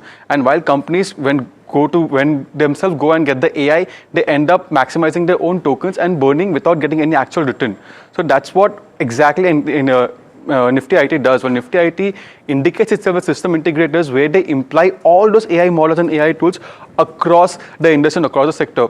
Well, this one statement has led to the overall IT bounce back in the global tech as well as the Indian tech market. Let's quickly look at the chart of the IT companies of how they have performed in terms of the top 5 IT companies. We see the gains coming in at as high as 5.4% for Infosys up until Tech Mahindra as well. Now, if you look at the next chart where we also speak about the overall forming of the IT sector and how it has been moving in the month of May and June, Nifty IT has had a terrible year in terms of the last 6 months. It has nearly fallen 4 odd months or the 6 odd months. If we look at the June month, it's down nearly 9.5%, while the month of May, the downtake was nearly 1 odd percent, and the July has started on a positive note as of now. When you look at the other key aspect, we do make a note that the Nifty IT is currently trading at a 5-year low. Given the today's move, it was 5.5 till today morning, but after the up move in today's trade, it's nearly 5-year low. While this has delivered one of the worst first halves compared to 2008, while we see the financial crisis, and then we saw a huge recovery coming in as well. But as of now, it's a wait and watch of how does the AI spans out going ahead. While currently it's down nearly 31 odd percent on 6 months basis. We look at the other key aspect and talk about the performance of the stock. While TCS to Tech Mahindra,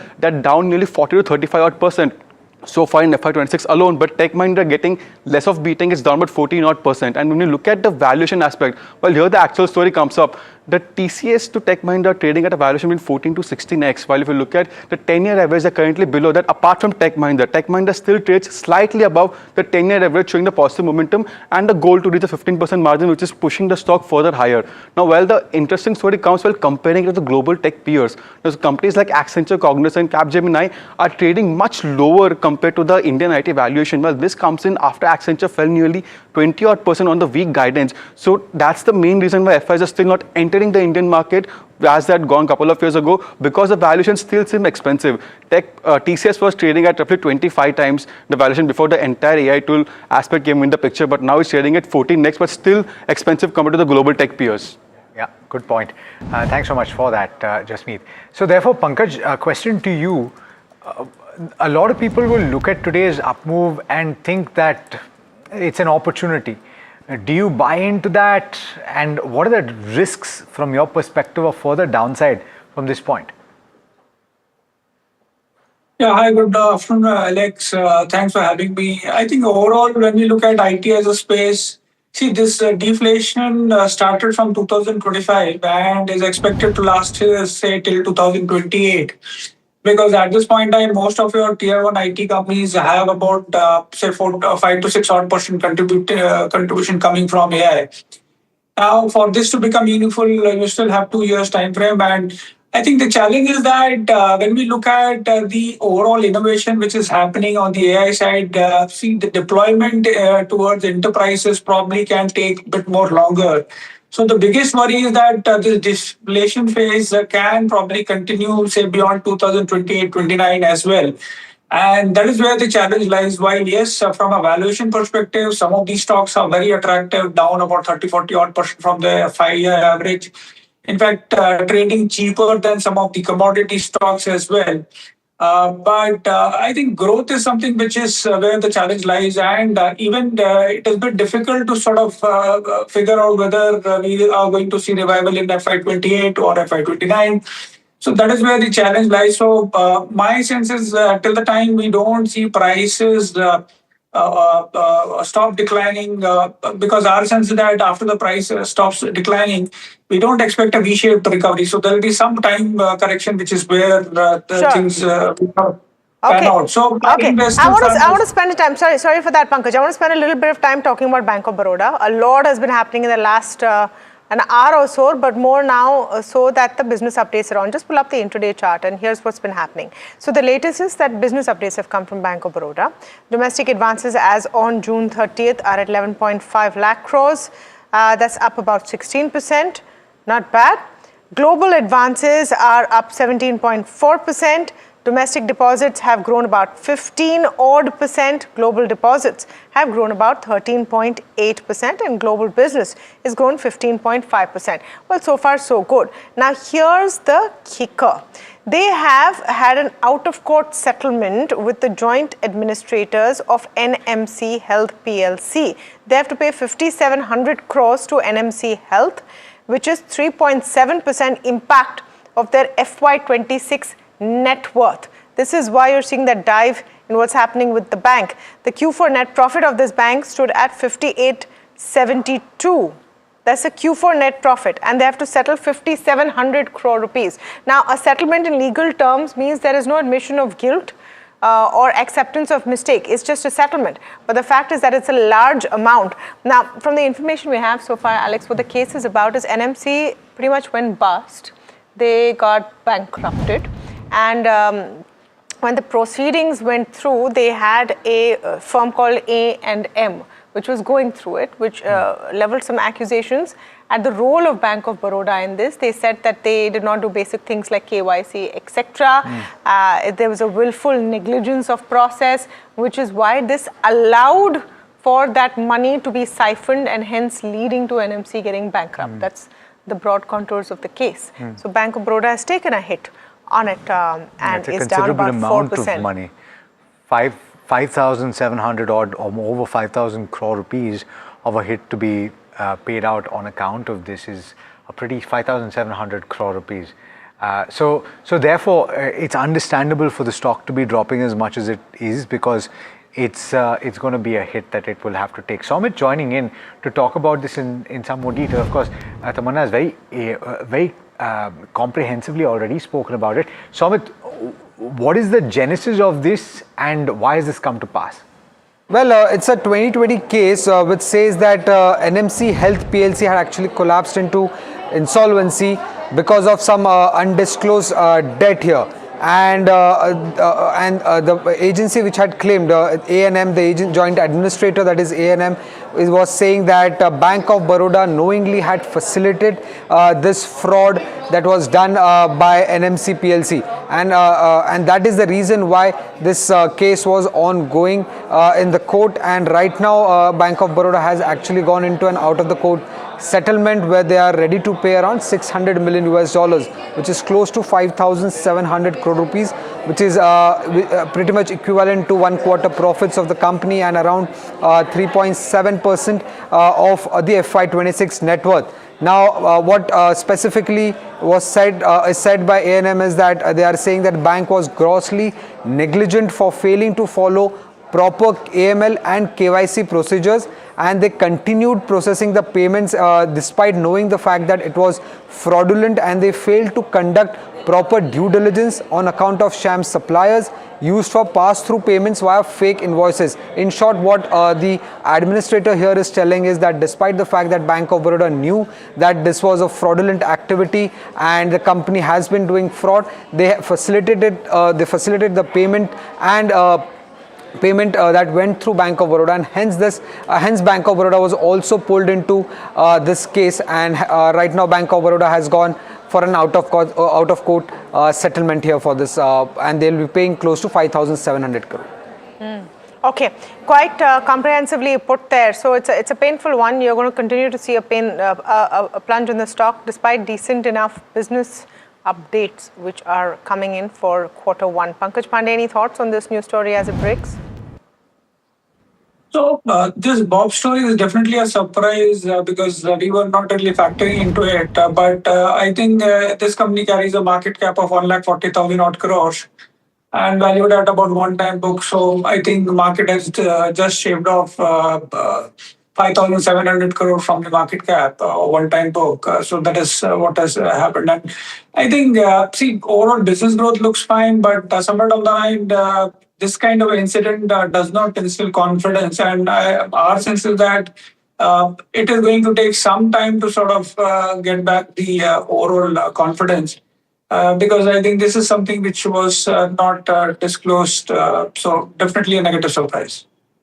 Okay, do you have a pecking order in the PSU banking pack at this moment, and what would it be? So in the overall, PSU banks, SBI we can't talk about because it's in our compliance. Sure. So Bob was obviously the choice, but I think besides that, if I have to look at, then we like something like say Canara Bank, Bank of India. Bob was earlier our pick. In addition to that, probably what we are liking also is the entire lot of tier 1 private sector banks.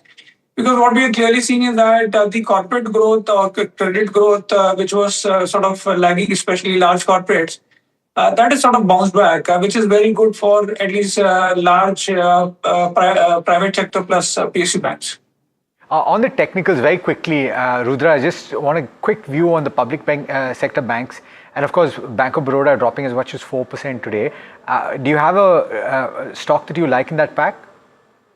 Alex, very clear view. I will avoid complete basket of PSUs because if you see chart patterns of either BOB or even PNB, Canara Bank, they're all very, very weak, except for SBI, which is just relatively better compared to the other names. So for me, PSU banks are an avoid purely based on chart. There is no momentum whatsoever and they're all weak. Only stock, if you force me to buy from PSU, relative strength is there in SBI.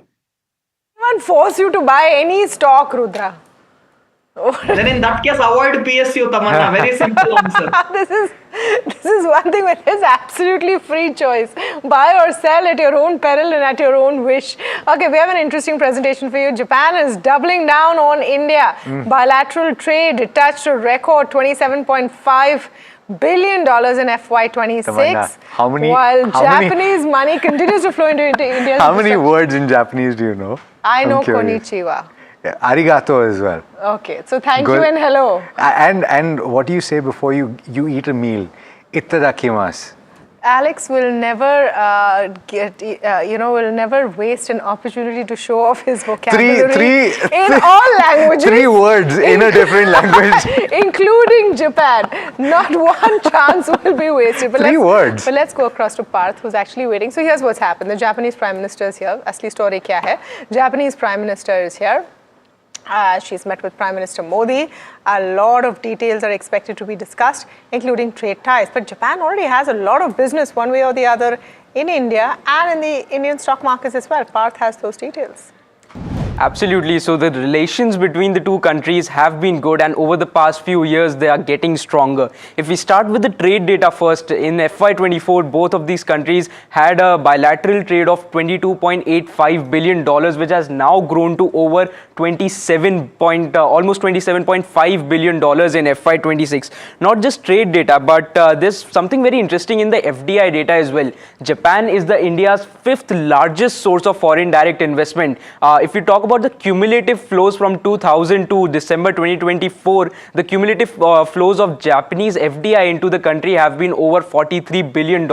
Japan accounts for over 6% of India's total FDI. So a huge amount of money comes in from Japan as well. If we talk about the year-wise split as well, in FY22, almost $1.5 billion came in, which has increased to $2.5 billion in FY26.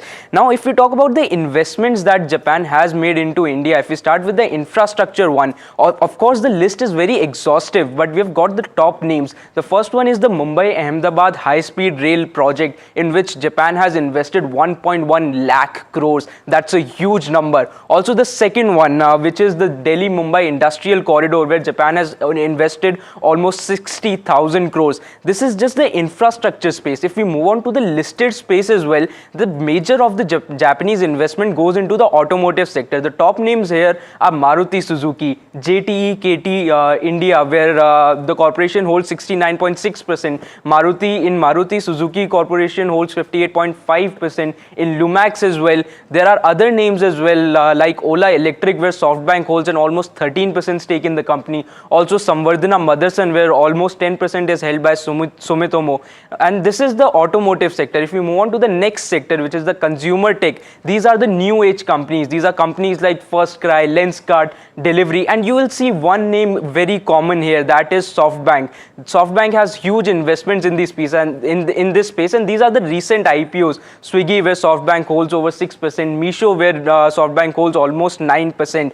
If we move on to the next sector as well, that is the financial services, Nippon Life AMC, where Nippon Life Insurance holds 72% almost. In Yes Bank, where SMBC picked up almost 25% stake. And lastly, in the capital goods segment as well, Hitachi Hitachi Energy, where Hitachi Corporation holds over 71%, in Honda India Power, where the Honda Motor owns almost 2/3 of the company. So these are the listed investments that Japanese players have made into the Indian space. Also the unlisted space, we have very big names here like Flipkart and Oyo. Both have attracted investments of over $2.5 billion from SoftBank. Also Unacademy and Snapdeal. Unacademy almost touching $600 million. Snapdeal almost touching $1 billion as well. So these are the biggest names where Japan has invested a lot in India. And with the bilateral talks going on, let's hope that more of these investments keep flowing in.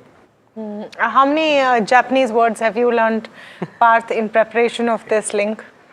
I only know one. I think thank you is called arigato. Arigato. Yeah, there you go. Please remember to take lessons from Alex. No, just Alex San. Oh my God! I never thought that I'd be called that. I'm very happy to be called Alex Alexander, if you must. Alexander. Okay. All right. Let's go across to Rudra. Good time, Rudra, to ask for your very, very top pick before we close off for the day. Yeah, see, for me, platform companies look very strong, and today you're getting some consolidation. So I'll be picking two stocks, both from the platform arena. One is definitely Eternal. Eternal, after a good consolidation at around 260, 265 zone, has given a clear breakout now, and at current market price at 280 and on dips to 270, 275 zones, I will be a buyer. Looking at targets of 325, one can keep a stop loss of around 260 for this long call. For me, again, Paytm looks good, Nykaa looks good, and even delivery looks the strongest in this platform sector. So I'll be picking delivery, buy at current market price delivery, and on dips to those breakout zones of around 490, and look at targets of around 550 to 600 to come on delivery, and one can keep a stop loss of 480 for this long call. So a buy on delivery and an Eternal buy.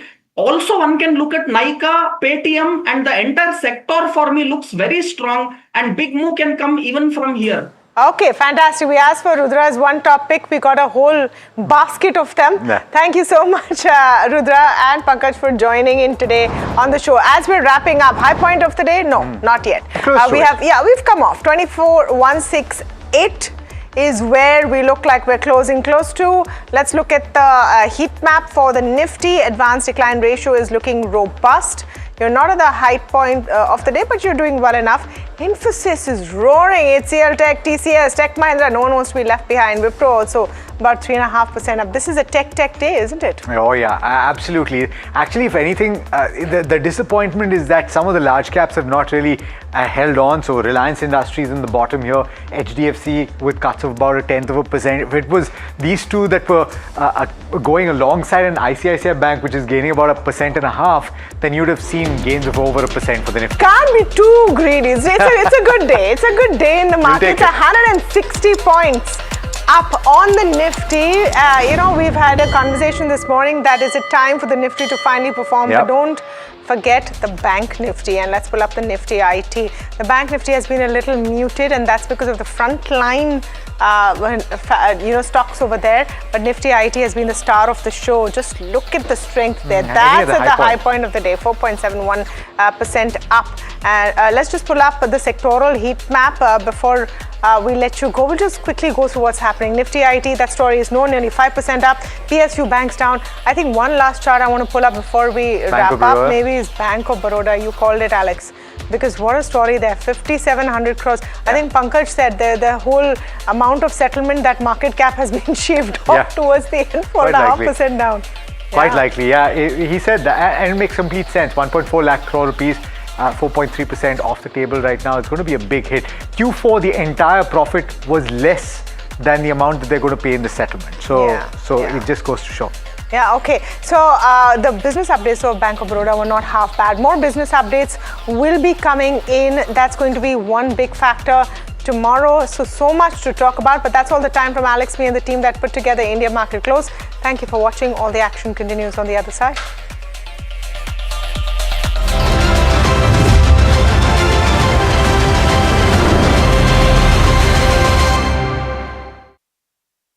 Co-powered by CoinSwitch.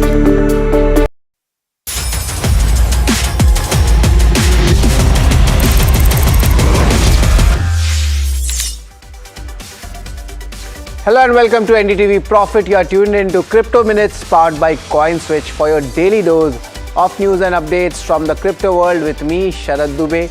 Let's take a look at the top headlines. Bitcoin reclaims the $60,000 mark on dovish Fed commentary.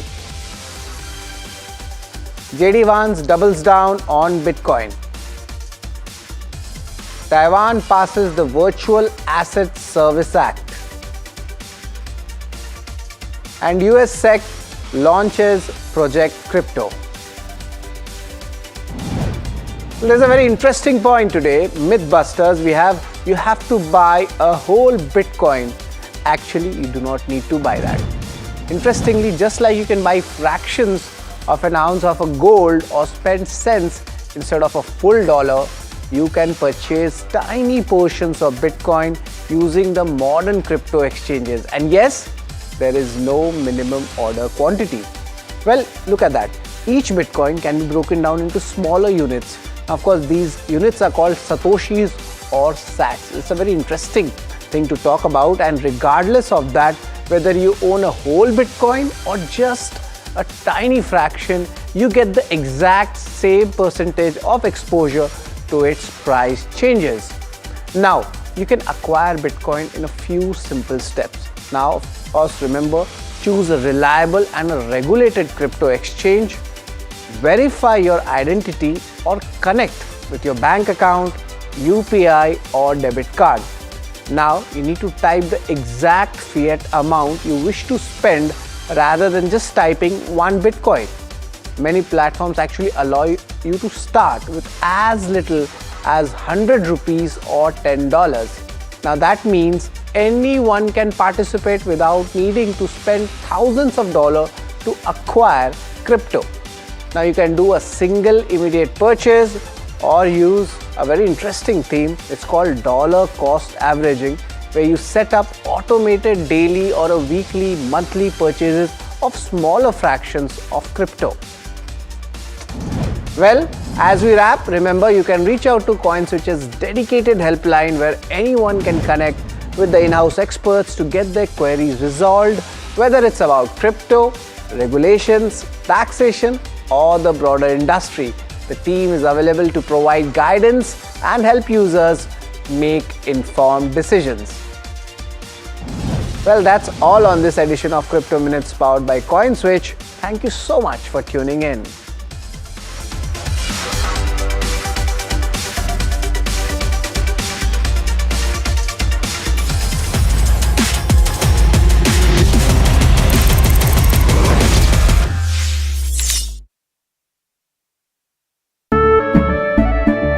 केसरिया से मन जोगी हुआ रे दिल झूमे देखो मतवारा हुआ रे केसरिया से मन जोगी हुआ हर पल मनाओ केसरी त्योहार विमल बोलो जुबान Kesari.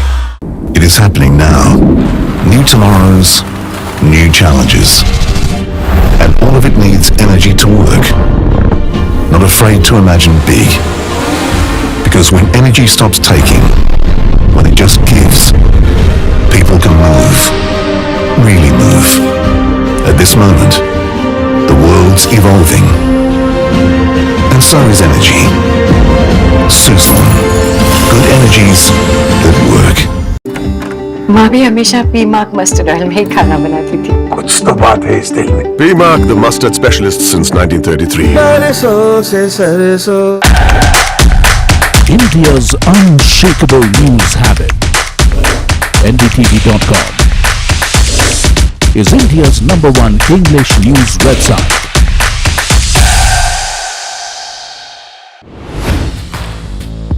Hi, I'm Tamanna Inamdar. Watch me on NDTV Profit, where I break down the day's biggest business stories. What happened, why it matters, and what it means for your money. Hi, I'm Neeraj Shah. Watch me on NDTV Profit for the most incisive market intelligence and meaningful corporate conversations. And I'm Alex Matthew. Markets, mutual funds, insurance, personal finance. I help you cut through the noise and make smarter financial choices. And here's where you can watch us.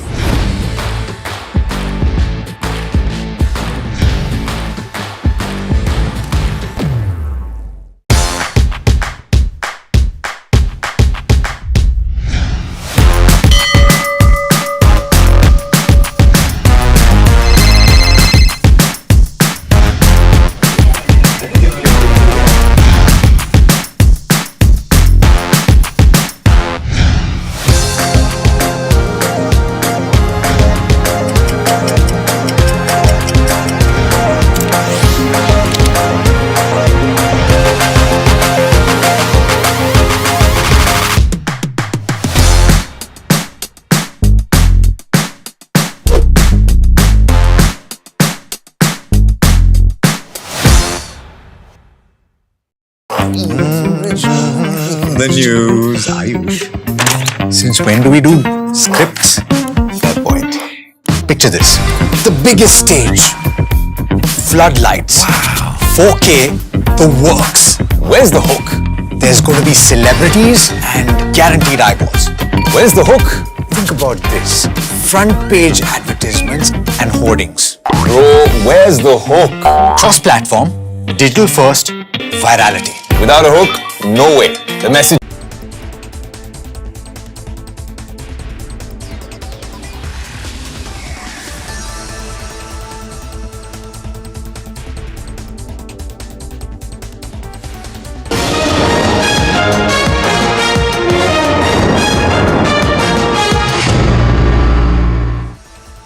Good evening, you're watching Market Express with me, Shriyanti, saying let's get straight to the show, and we're going to get you a roundup in terms of everything that has happened in terms of news updates as well as markets. But first things first, let's talk about markets then. Dalal Street extended gains in trade, supported by sustained buying in IT stocks and broader markets. Nifty held firm above 24,100 for most part of the day, while Sensex also saw over 500-point rally also coming in on expiry. Volatility also eased as India VIX corrected over 7% in trade. Moving on then, let's talk about a strong bounce back after days of decline for the IT pack today, and that was the major sectoral story that you were looking at, followed by gains in auto and realty stocks. Meanwhile, energy and PSU banks were the only losers among the sectors today. Let's also talk about IT stocks that staged a strong comeback, like I mentioned, after 4 straight sessions of losses. The Nifty IT index surged over 4%, led by gains in Infosys, HCL Tech, TCS, even as global tech cues really remained a little bit mixed right now. But as you can see on your screens as well, you do have TCS as well as Infosys that did quite well for themselves. And the rebound largely came in as investors returned to some of those beaten down IT names, betting that recent selling had created attractive valuations. Moving on then, let's talk about Vedanta Aluminium that is in focus after brokerage. MK initiated coverage on the stock with a buy rating. The brokerage sees in fact strong upside coming in, backed by a strong positive outlook coming in for the global aluminium demand and the company's improving cost structure. MK also believes that the company is well placed to benefit when it comes to tighter global supply and its ongoing backward integration, which is expected to lower costs and also support earnings growth going forward. Moving on, let's talk about Adani Enterprises that has signed a memorandum of understanding with the Odisha government and Abu Dhabi-based International Resources Holding for a 1.08 trillion rupees integrated aluminium project. And this is a 50-50 joint venture that you're talking about that's being built as India's largest foreign direct investment in the mining and metallurgy sector. When you talk about this particular project, it's going to be including an alumina refinery, an aluminium smelter, and a captive power plant, along with a downstream manufacturing park as well, expected to create over 53,000 jobs and strengthen Odisha's position as a key aluminium manufacturing hub as well.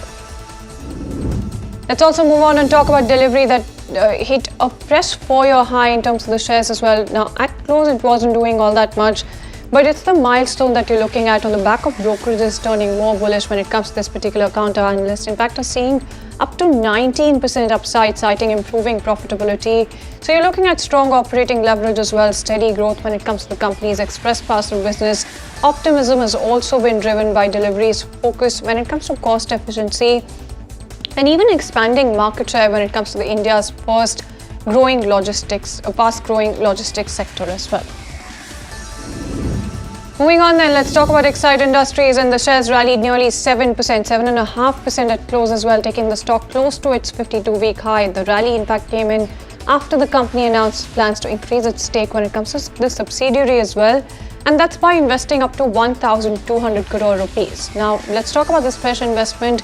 It's going to be supporting the expansion of Exide's lithium-ion battery business and strengthen its presence when it comes to India's fast-growing electric vehicle and energy storage market. Investors, in fact, welcomed this particular move, betting on the company's long-term growth in the new energy space.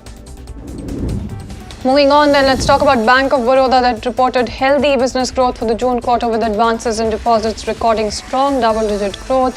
Global advances, in fact, rose about 17.4%, on a year-on-year basis, and you're looking at global deposits also increasing 13.8% to somewhere close to 16.3 lakh crore rupees. The bank's total global business, let's talk about that as well, because it's grown quite decently, 15.5% uptick coming in when you talk about this particular business, reflecting steady credit demand and deposit mobilization. Moving on then, let's talk about tyre stocks that were on a roll with shares of Goodyear India, Seat and some of these other tyre makers, as you can very clearly see on your screens as well, up about 5% thereabout. Both of those counters, and the rally was largely driven by optimism over improving margins supported by softer raw material costs, particularly natural rubber. But you're also looking at brokerages also remaining positive on the sector, by the way, citing healthy replacement demand and steady growth in the domestic automobile market. Moving on then, let's talk about CSM Technologies that had quite the muted debut on the stock exchanges, listing flat at its issue price of somewhere close to 113 rupees on both the NSE as well as the BSE. The lackluster listing was in line with grey market expectations, which had indicated little to no premium, and that's ahead of the debut. The IT solutions provider had raised nearly 146 crore rupees, and that's through the initial public offering.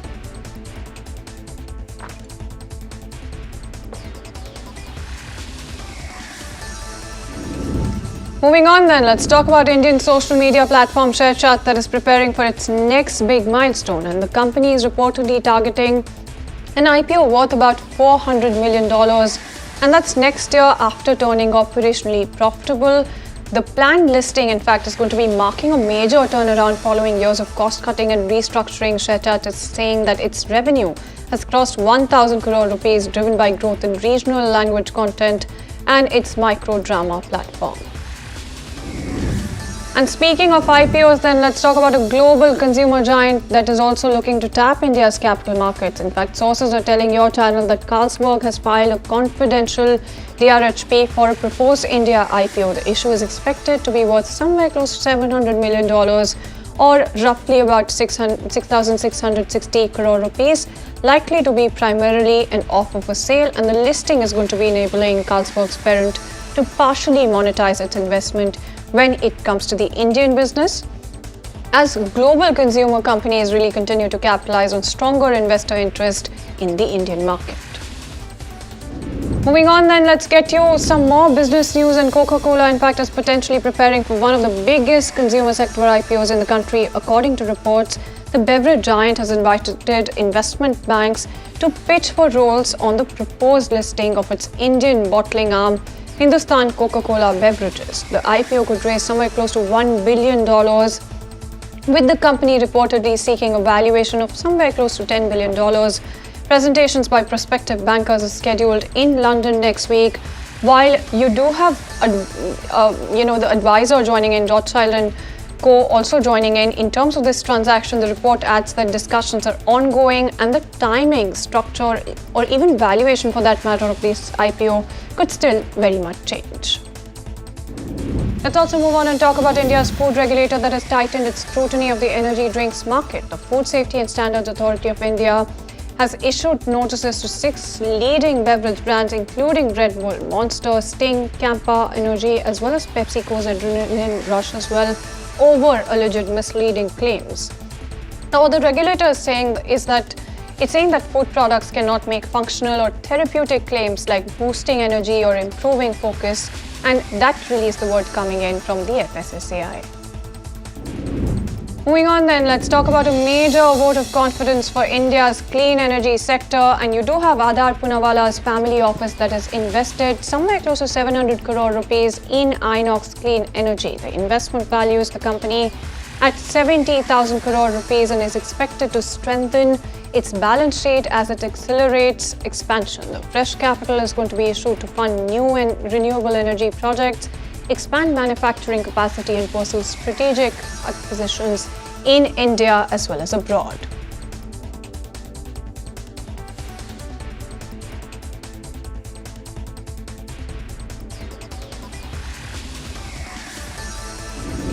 Alright, then moving on, let's also talk about Singapore that has seized a multi-million-dollar luxury home as part of an investigation into the alleged smuggling of advanced NVIDIA AI chips. Now, authorities are saying that the property was partly purchased using proceeds from the illegal trade in servers containing export-controlled chips. The case comes amid growing scrutiny by the way of Singapore's role as a transit hub for sensitive technology shipments. Police, in fact, have also filed money laundering charges against the suspect and also obtained a court order to prevent the property from being sold while the investigation continues.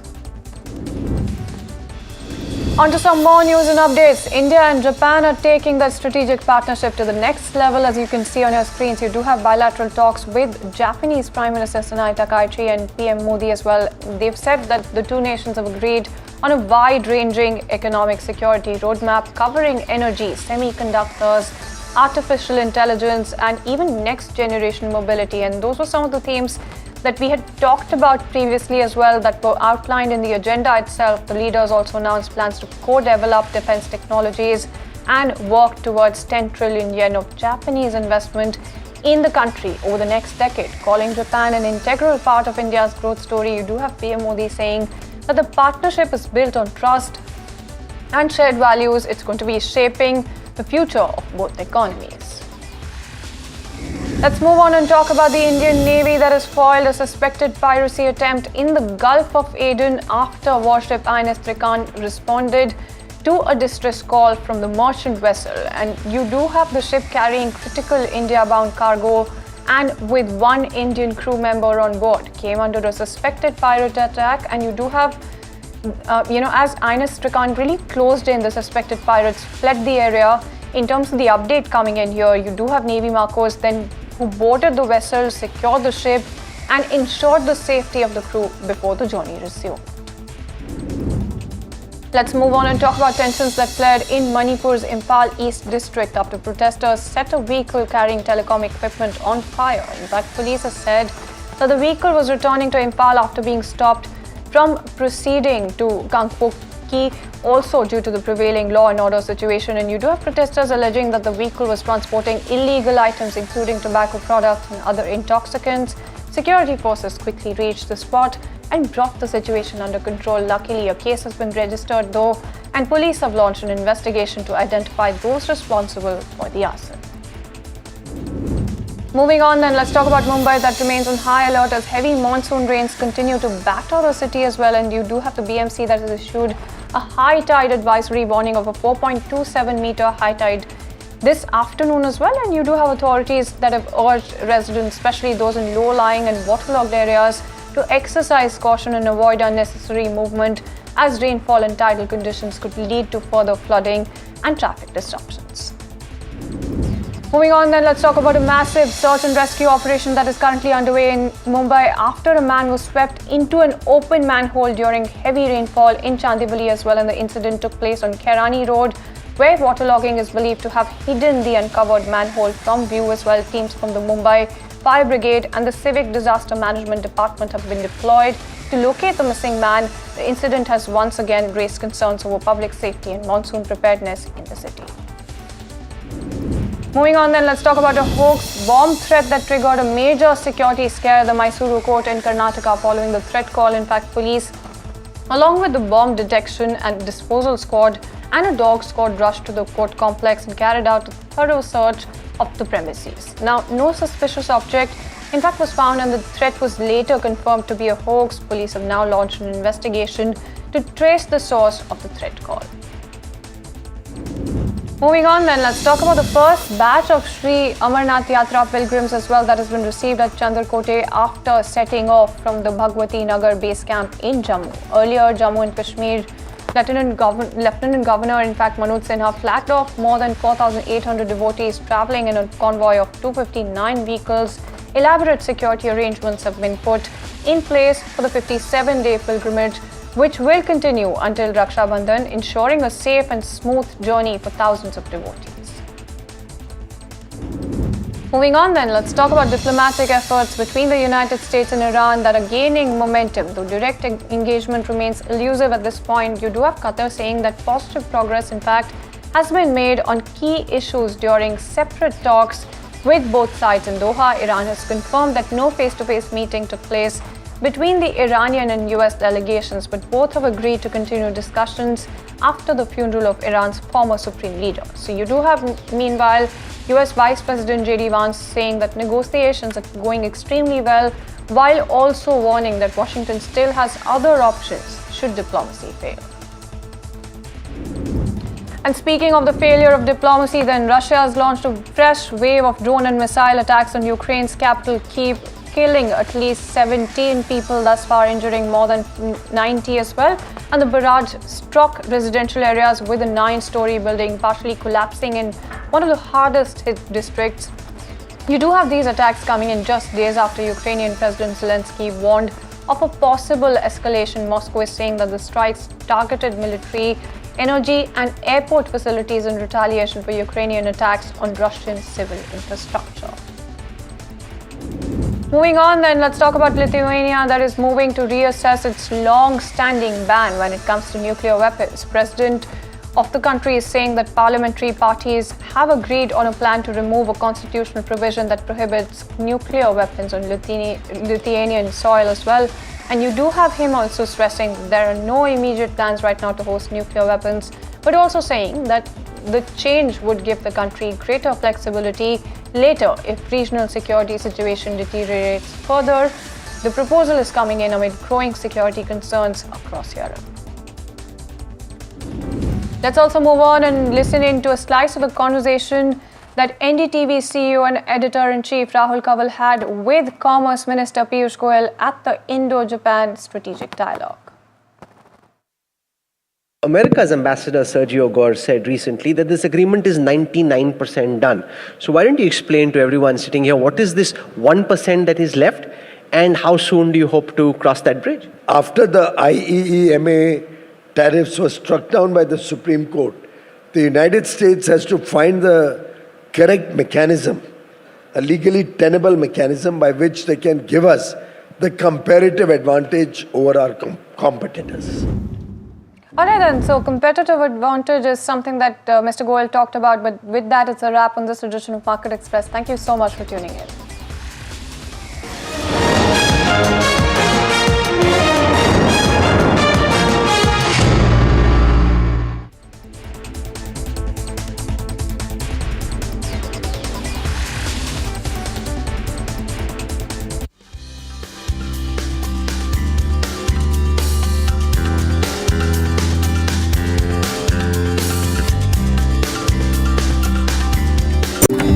माँ भी हमेशा P mark mustard oil में ही खाना बनाती थी। कुछ तो बात है इस दिल में। P-Mark, the mustard specialist since 1933. India Inc.'s most respected names chose India Inc.'s best and brightest. I'm delighted to be chairing a meeting of such distinguished fellow businessmen, bankers. It's just lovely to be back on this NDTV jury. I have been a fan of NDTV for a long time. Many of the nominees are extremely close together in terms of what they've done. Gender parity to be reflected while we choose leadership as well. It's also important that how they are reshaping the industries. We've got a fantastic jury and we've left all decisions to the wisdom of the jury. Who will earn India's top business honors? Find out at the NDTV Profit Business Leadership Awards. आपका parcel फिर से हमारे घर पे आया है। कुछ तो बात है इस दिल में। माँ भी हमेशा पी मार्क मस्टर्ड ऑयल में ही खाना बनाती थी। ये आपके लिए। कुछ तो बात है इस दिल में। P-Mark, the mustard specialist since 1933. India's unshakable news habit. NDTV.com is India's #1 English news website.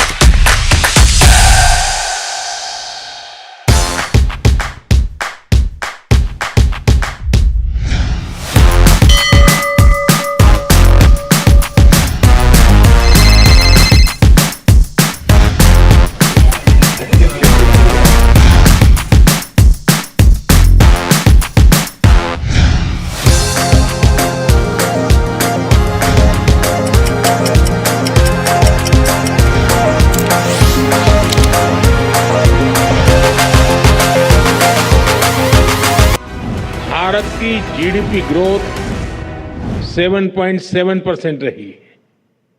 इतना ही नहीं, पिछले 12 वर्षों में हम भारत में काइजन फिलॉसफी यानी कंटिन्यूअस इंप्रूवमेंट अपनाते हुए अपनी इकोनॉमिक डीएनए को ट्रांसफॉर्म कर रहे हैं।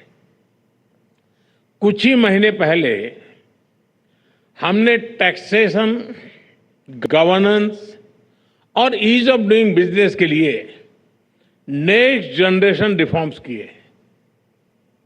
हम हर क्षेत्र को प्राइवेट सेक्टर के लिए खोल रहे हैं और कई महत्वपूर्ण सेक्टर्स में इंसेंटिव दे रहे हैं, जिसका लाभ आप सभी उठा सकते हैं।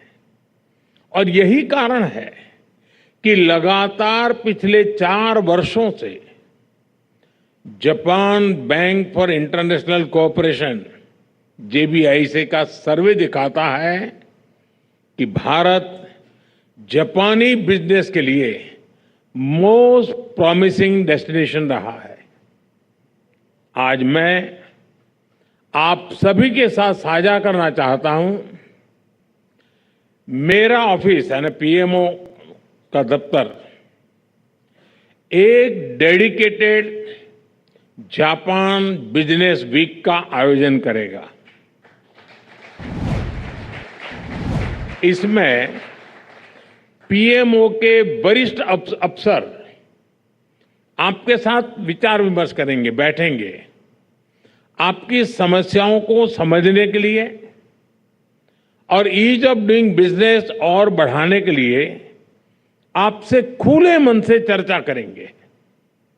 फ्रेंड्स, आज प्राइम मिनिस्टर ताकाइची और मैंने अपने साझेदारी को और भी गतिशील और गहरा करने का निर्णय लिया है। हमने economic security, AI, defence, health जैसे अनेक विषयों पर एग्रीमेंट किए, जिससे यह पार्टनरशिप फ्यूचरिस्टिक और लिमिटलेस बन जाएगी। हमारी सरकारों के बीच स्ट्रेटेजिक सिनर्जी है, कॉन्फिडेंस है और सबसे बड़ी बात क्लैरिटी है। अब इसे आउटकम्स में बदलने की जिम्मेदारी आप सभी पर है। फ्रेंड्स, आप सबको मिलकर यह सुनिश्चित करना है कि अगले 1 दशक में जापान से भारत में निवेश 10 ट्रिलियन येन के टारगेट को भी पार करे और भारत में जापानी कंपनीज की संख्या भी 10 वर्ष में डबल हो जाए। फ्रेंड्स, मैं आपके समक्ष एक विजन रखना चाहता हूं। मैं एक ऐसा विश्व देखता हूं जहां जापान की टेक्नोलॉजी और भारत का मार्केट पोटेंशियल मिलकर सेमीकंडक्टर, फार्मा और क्रिटिकल मिनरल्स में दुनिया को रिजिलियंट सप्लाई चेन प्रस्तुत करे दे। जहां जापान का कैपिटल और भारत की एम्बिशन मिलकर शिप बिल्डिंग, मोबिलिटी और क्लीन एनर्जी में नई ग्लोबल लीडरशिप तैयार करे, जहां भारत और जापान के स्टार्टअप से AI, क्वांटम और बायोटेक में विश्व के नेक्स्ट जनरेशन सॉल्यूशंस आए और एरोस्पेस और डिफेंस में अभूतपूर्व सहयोग से हम ग्लोबल सिक्योरिटी में योगदान मजबूत करें। फ्रेंड्स, आइए ट्रस्ट और ऑप्टिमिज्म से भरी इस साझेदारी से म्यूचुअल ग्रोथ और ग्लोबल गुड का मार्ग प्रशस्त करें। जैसे टोयोटा वाले कहते हैं, आइए मिलकर लेट अस गो प्लेसेस। बहुत बहुत धन्यवाद।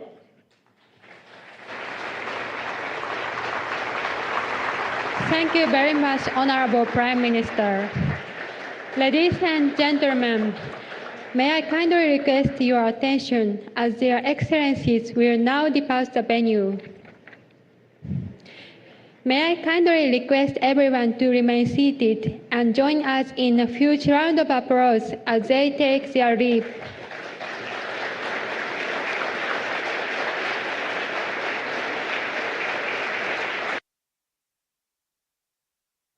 So viewers, that was Prime Minister Modi's remarks during the India-Japan Joint Economic Forum, whereas he said that India can surpass 10 trillion yen investment, and the India-Japan partnership is to focus on the shipbuilding mobility.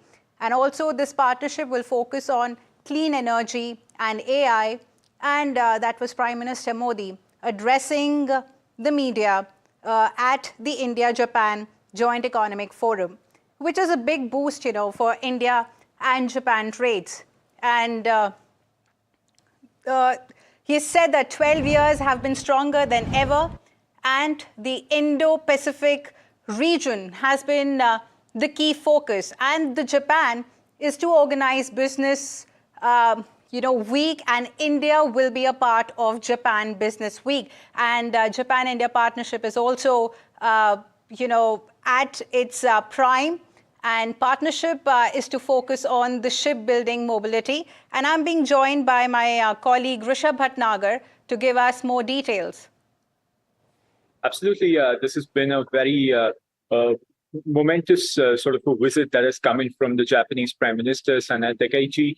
Lots of very interesting areas of collaboration between India and Japan. A lot of sort of interesting MOUs that have been signed. Number one, of course, being the joint statement on artificial intelligence that has been signed between both the countries.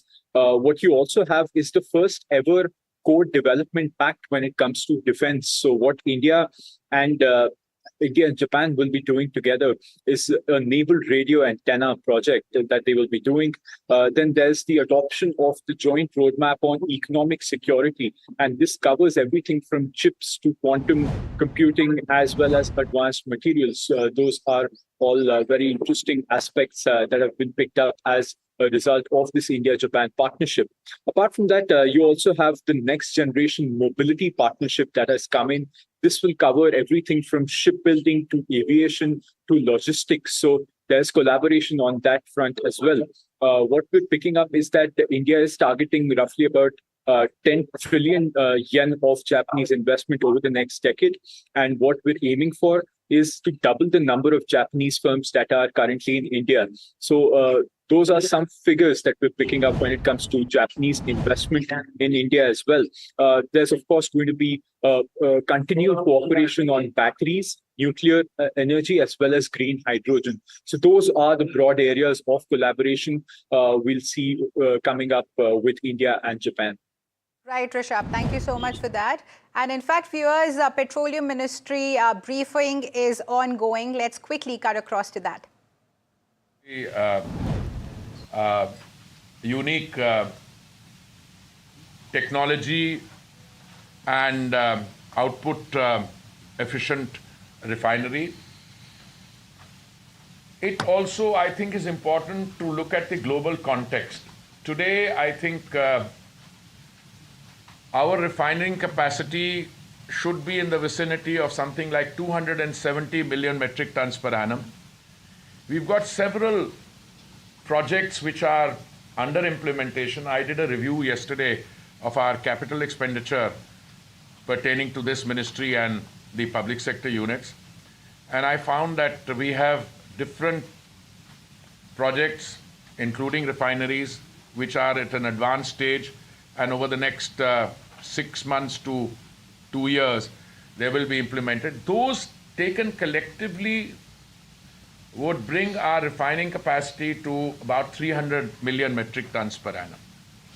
Now, this in and of itself, I think, is a noteworthy and remarkable figure. But if you see that in the context of what's happening in other parts of the world, it becomes, I think, more noteworthy. And let me not go into the statistics of this refinery. I'll come to that in a minute. The first point I would make is that the United States has not had a greenfield refinery for the last 50 years. There's been no new greenfield refinery product in the United States. Insofar as Europe is concerned, my recollection is that they are losing at the rate of 200,000 barrels of refining capacity per day. And I'm sure Rasal's note, which he has given here, will have. Yeah, it's here. It's 0.3.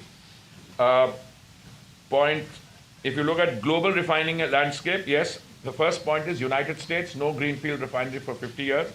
Europe, the IEA is sourcing this information to the International Energy Agency, which is Paris-based. It says between 1 and 1.5 million barrels a day of European refining capacity at risk of closure by 2030, which is over 6 times the historic average annual closure rate of 220,000 barrels per day. So that 220,000 barrels per day closure of refining capacity is the current figure. And what the IAEA is saying, that 6 times that amount. From 200,000 barrels per day loss of refining capacity, it could go up to 1.5 million barrels a day. Now, if you look at these figures, and I presume the researchers in these organizations, these are empirically verifiable facts. If 200,000 barrels per day refining capacity is being lost, that's a fact. I mean, you can't, put an interpretation on the figure. But whether the closure from now to 2030 will be 6 times is something you can logically argue. But if that is correct, and if you look at the other global picture, we can see that come 2030, there are likely to be 3 or 4 major refining hubs in the world. And India is certainly emerging. It's probably already the 3rd largest refining hub in the world. So I see smaller tin pot refineries closing down. Global trade in hydrocarbons will be determined and very largely influenced by those countries which have a refining capacity.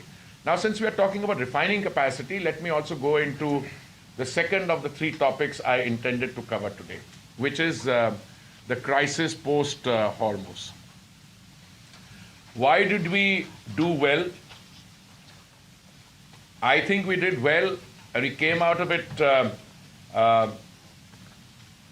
without any closures, without any dryouts. Please ignore something that you may have seen on social media. These are interested parties which deliberately put out planted news, yahan pe line lag gayi hai, because there's some people think that opportunities like this also provide openings for malpractice and black marketing, hoarding, and so on. But I want to put that aside. In a country of India's size, 1.5 billion population, 107,000 retail outlets that we have in the country, not one went dry. During an entire four-month period. I'm taking the reference period from 28th February 2026 to where are we now? We're at the beginning of July. So the entire month of March, April, May, June, 4 months, there were no dryouts. As I said, if there was a supply situation in one area, there are 4 pumps for a few hours, one didn't have. Those are possible any time. I mean, you can have a short circuit somewhere, you can have another problem. But by and large, there was no disruption or shortage or queues. I saw some pictures of queues in a place and I inquired and I realized what has happened. I mean, sometimes even people working in the system try to take advantage by, artificially generating a climate. Arey, band hone laga. I'll give you the example of somebody I know lives in Gurugram. They had, they live in a multi-rise building, and they told me that we've just ordered 5 LPG cylinders. I said, why did you do that?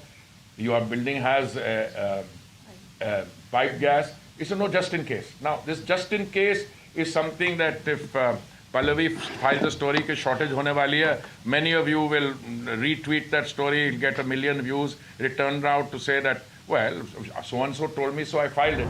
So there was a big line somewhere. I said, there shouldn't be a line on LPG.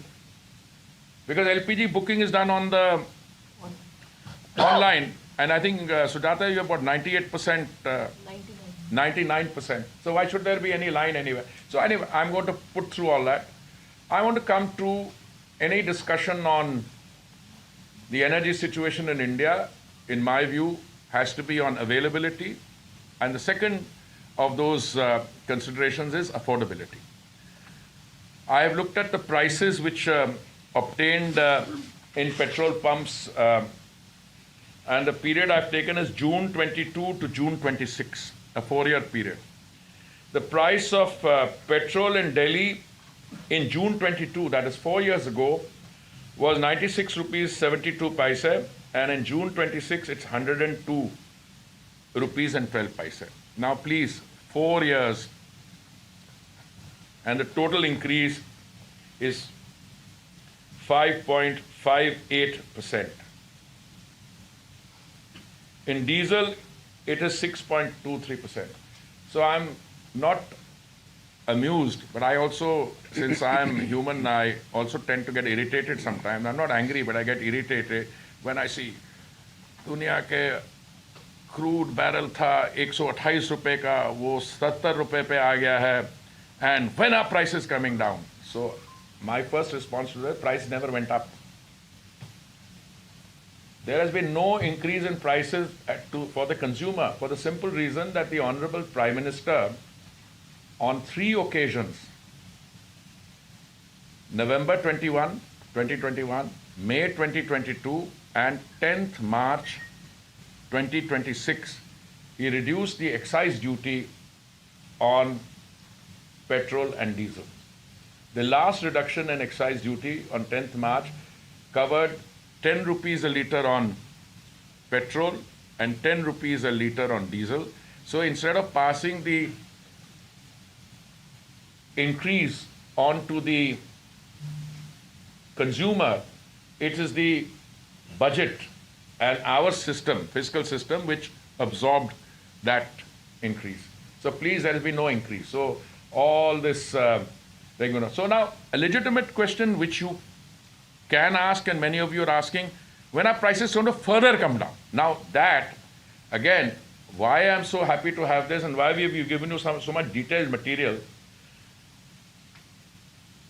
If you have even a nodding acquaintance with the functioning of oil companies, when most of you probably know more about their functioning than I do, then there are several steps involved.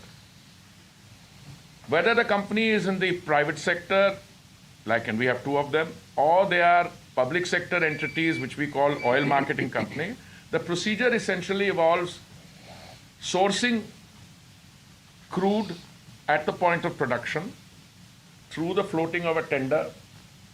Either it's on term basis or on spot basis, but there is a transparent process. Then you buy that, then along with that cost is the cost of insurance, cost of freight, then there is a refining margin, then there is a central excise duty, then there is a state VAT, and dealer's commission, etc. So that was Petroleum Minister Hardeep Singh Puri briefing about the energy situation in India and how India has really cushioned the situation of the Hormuz and even the prices of the fuel prices as well. And moving on, viewers, Dalal Street has extended gains in trade today, and this has been supported by sustained buying in the IT stocks and even the broader markets.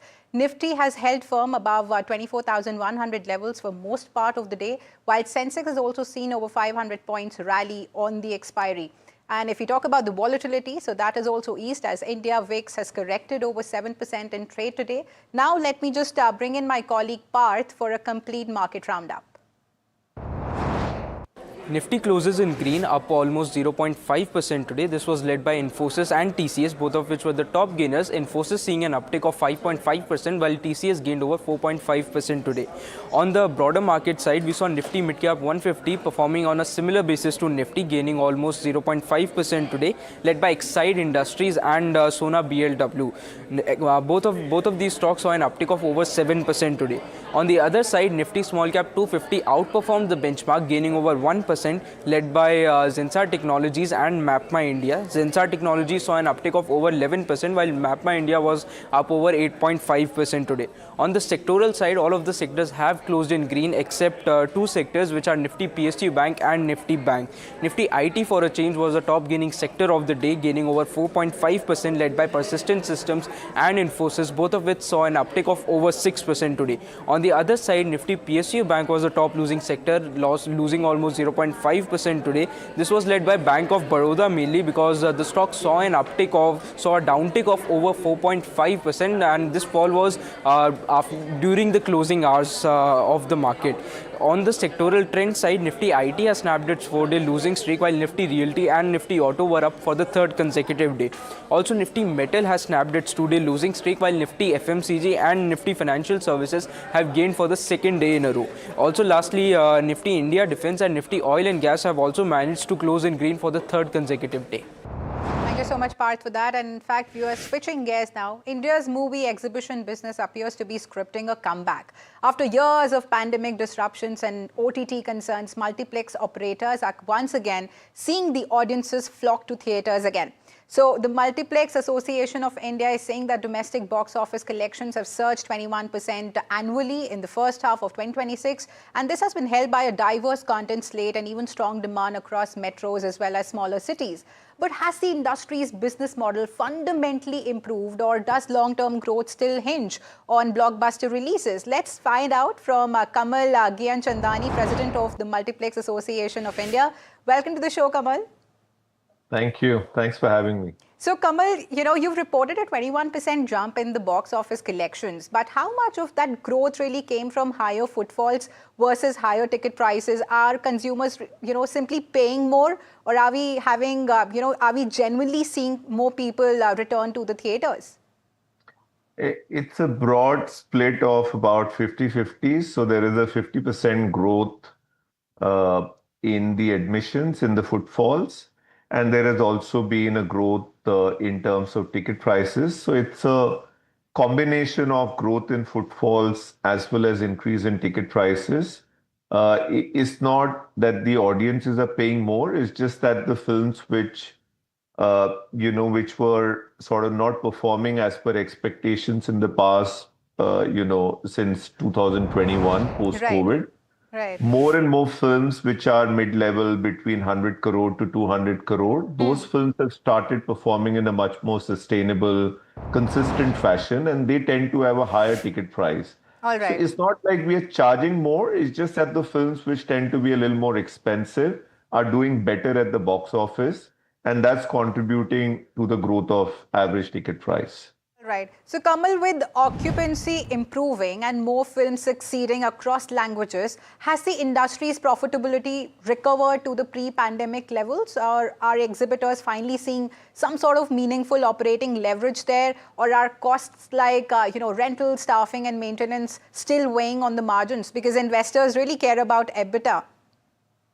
I think you'll have to wait for the operators who are listed, companies like PVR INOX, to come and report their numbers. So, we would not like to speak for individual companies. But at a very sort of high level, I would say that the cinema operators definitely have become much more efficient post-COVID. There has been a sustained reduction in all cost heads, not just rental and occupancy charges, but also on the people cost, the power cost, repair, maintenance, etc., etc. And also with resurgence in numbers, footfalls going up, ticket prices also climbing up steadily. I think almost all operators are profitable is the question. I think a better question would be whether we are back to the margins that we had pre-COVID. That I guess you'll have to look at each individual operator for an answer, but definitely as an industry, we are much more healthier, definitely more profitable than what we were last year or the year before that. All right, all right. So, Kamal, does this kind of demand really justify another round of screen expansion? And how many new multiplexes or screens do you really see the industry adding over the next 2 to 3 years, particularly in Tier 2 and Tier 3 markets? I think the industry, the multiplex segment, has been consistently adding 600, 700 screens on an average in the last 2-3 years. We expect this number to stay at this level, if not go up. India currently has close to 10,000 screens. Our estimate is that we have a capacity or potential to expand this number to at least 20,000. And obviously, India is not China, so we're not expecting this to happen over the next 2 or 3 years. But we do expect cinema operators to add screens on a consistent basis over the next 7-8 years and take the current number, which is 10,000, up to something around 17.5 to about 20,000 screens. But India continues to offer a lot of potential. We are terribly under-screened. And the headroom to add screens is there for many, many years. Kamal. So, Kamal, a 21% jump certainly suggests that India's theatrical business is regaining the momentum. And the key question now is whether the industry can really convert stronger box office collections into sustained profitability, and even whether the upcoming release pipeline can really keep the audiences returning to cinemas. Thank you so much, Kamal, for joining us today, on our show and sharing your insights. My pleasure. Thank you. Okay. So viewers, let's turn to Bengaluru now, where a deeply disturbing incident has put the spotlight on child safety. Toddlers between 2 and 3 years old were made to sit in the drum of a front-loading washing machine, water sprayed into their mouths with a toilet jet spray, and locked in bathrooms. And these were the inhuman punishments meted out at daycare center on the Capgemini campus, which has been shut after backlash over abusing children, which has surfaced. And FIR has been filed against 5 women of the daycare, and probe is underway. With that, viewers, it's a wrap on this edition of Profit 360. Stay tuned to NDTV Profit for more news and updates.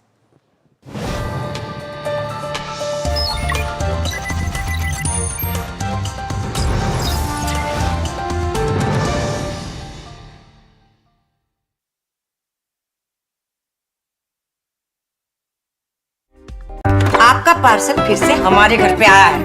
कुछ तो बात है इस दिल में। माँ भी हमेशा पीमाक मस्टर्ड ऑयल में ही खाना बनाती थी, ये आपके लिए। कुछ तो बात है इस दिल में। PMark, the mustard specialist since 1933.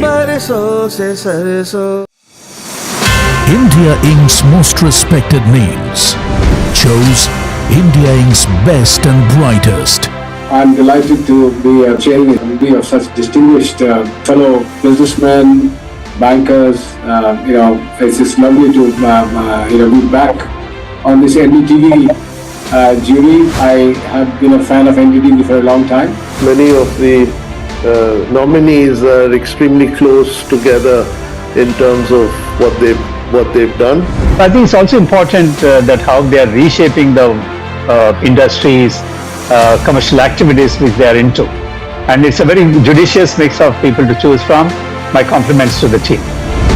Who will earn India's top business honors? Find out at the NDTV Profit Business Leadership Awards. India's unshakable news habit. NDTV.com is India's #1 English news website.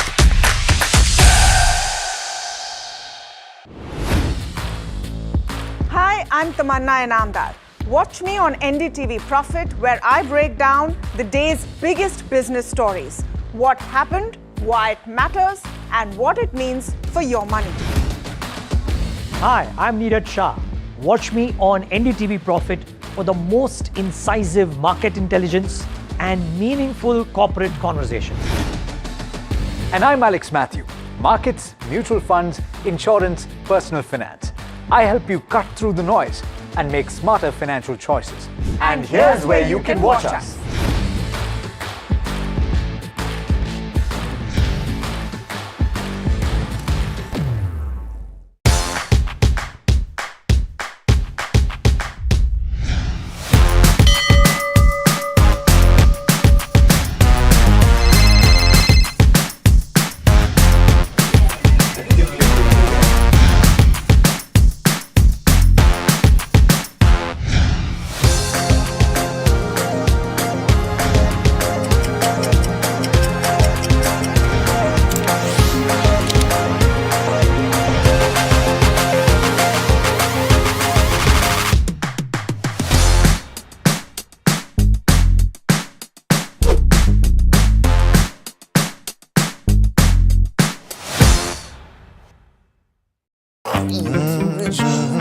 The news, Ayush. Since when do we do scripts?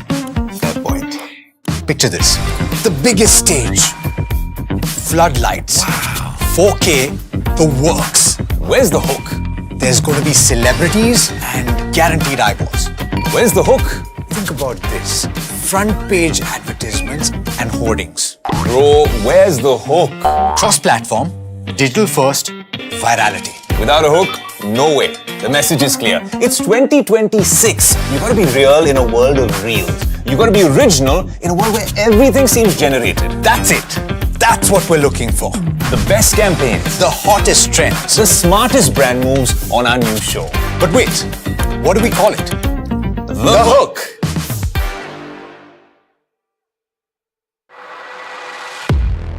He has been tracking markets for over a decade, spots the trends before they hit the screen. And he is now bringing his analysis to the show that the market watches. Watch Sharad Dubey on Know Your Company, a show that puts the most traded stocks under the scanner. We dissect the company so that you, the investor, don't have to get the management to answer questions relevant to you. Watch Know Your Company weekdays at 11:30 a.m. to understand your next big bet.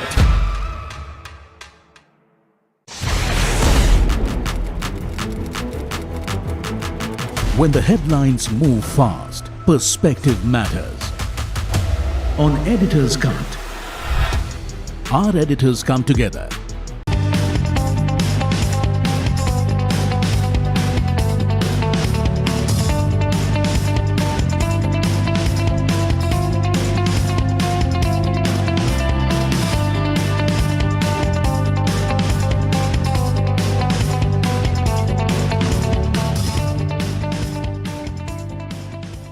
क्या search engine के चक्कर में पड़े हो दोनों? अब कोई confusion नहीं. Call 9300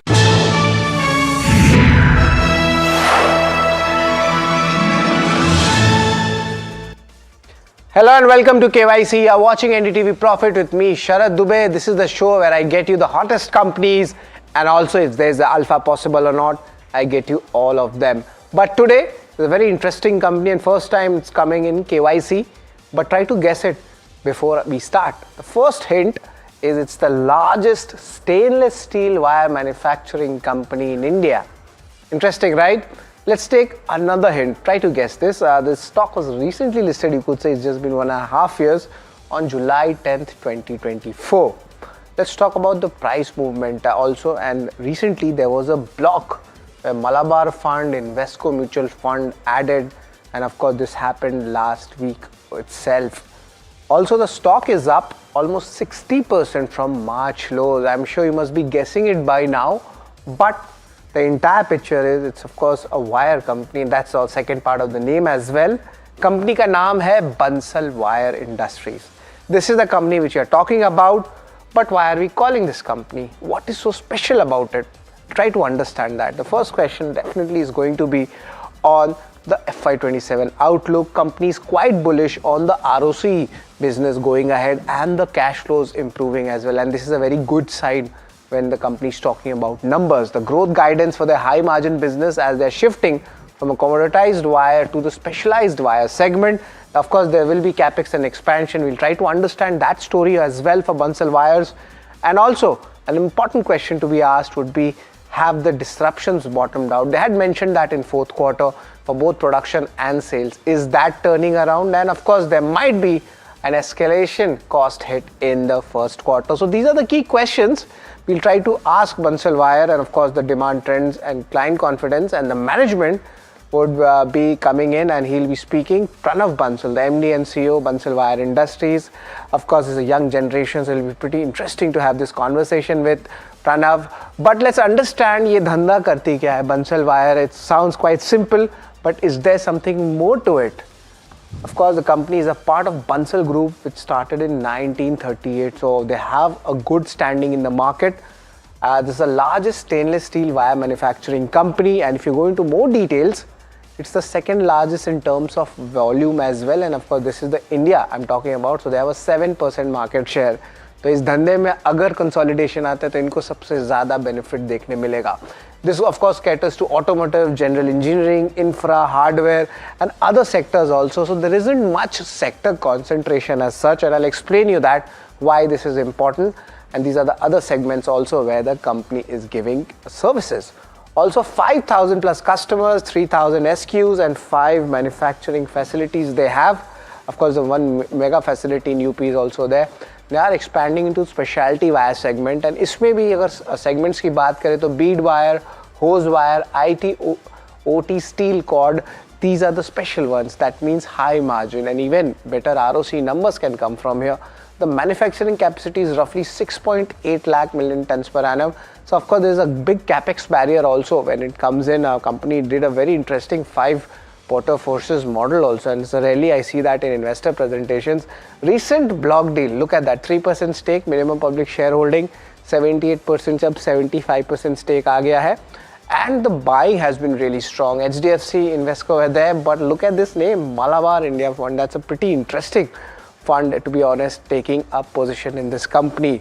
But let's look at the other side of the story as well. How is the industry presence looking like? And it's equally distributed. There's no concentration of more than 25% in a sector. There's automotive, general engineering, infra, hardware. So you see there is a proper 360-degree kind of a diversification at play when it comes to the industry they are having exposure. So that's a good portion. Volume trends, that's pretty interesting. From June 24, I've taken this date because that's the time when the listing had happened. From there has been a serious improvement in the volume for their core business as well as value add.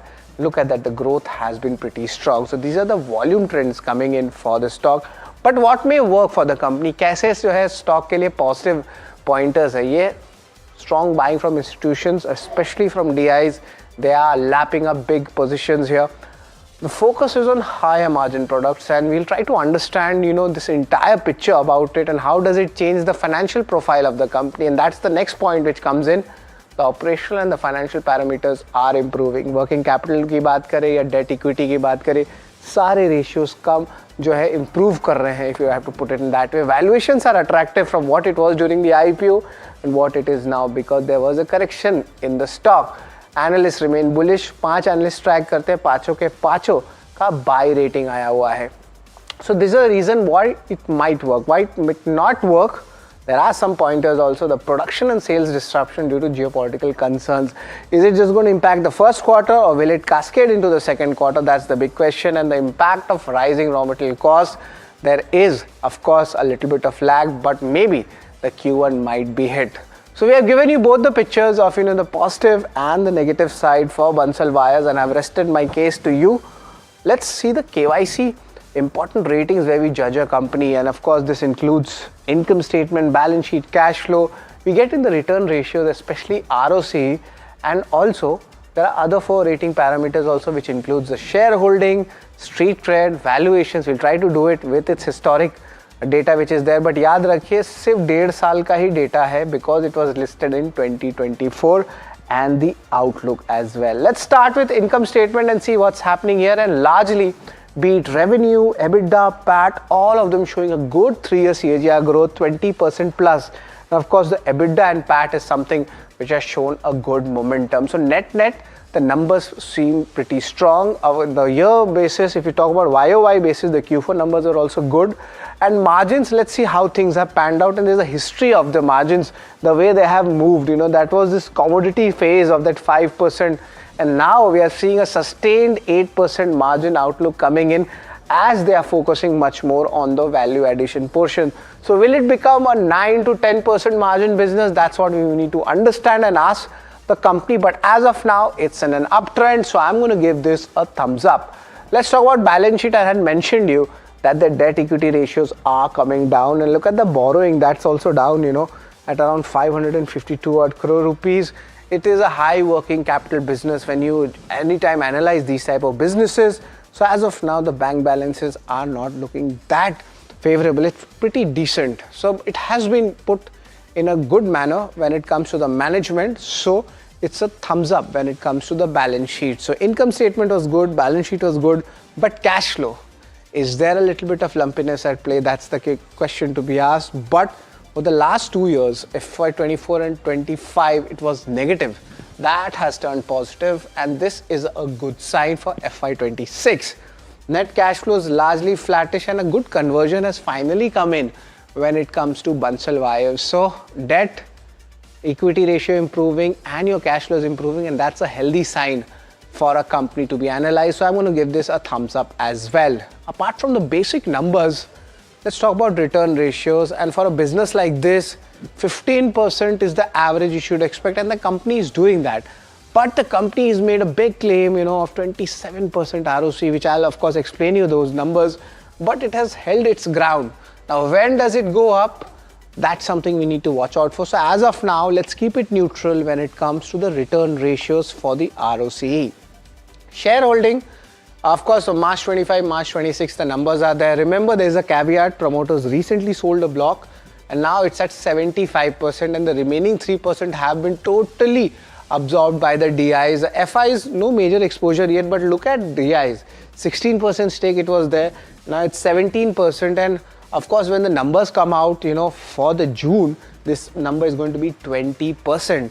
So DI's favorite stock, Bansal Wires.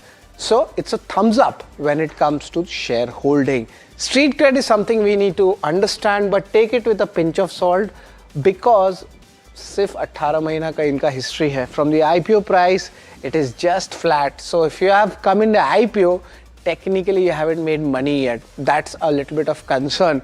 But of course, on a short-term basis, from March lows, the stock is up 60%. Concern coming from 2025 high and 2024 high. These highs I have taken, it's still down. One is down 24%, another is down 14%. So a lot of mixed, reviews coming in. If you are a trader, you made money. If you are a long-term investor, or maybe from the IPO, well, you need to wait more, I guess. So it's a neutral rating for street cred as well. Let me get you the valuations and understand how this dynamics work. The 2024 peak, during this IPO, there was big craze, momentum was there. Maybe there was industry tailwinds also, sentiment was good.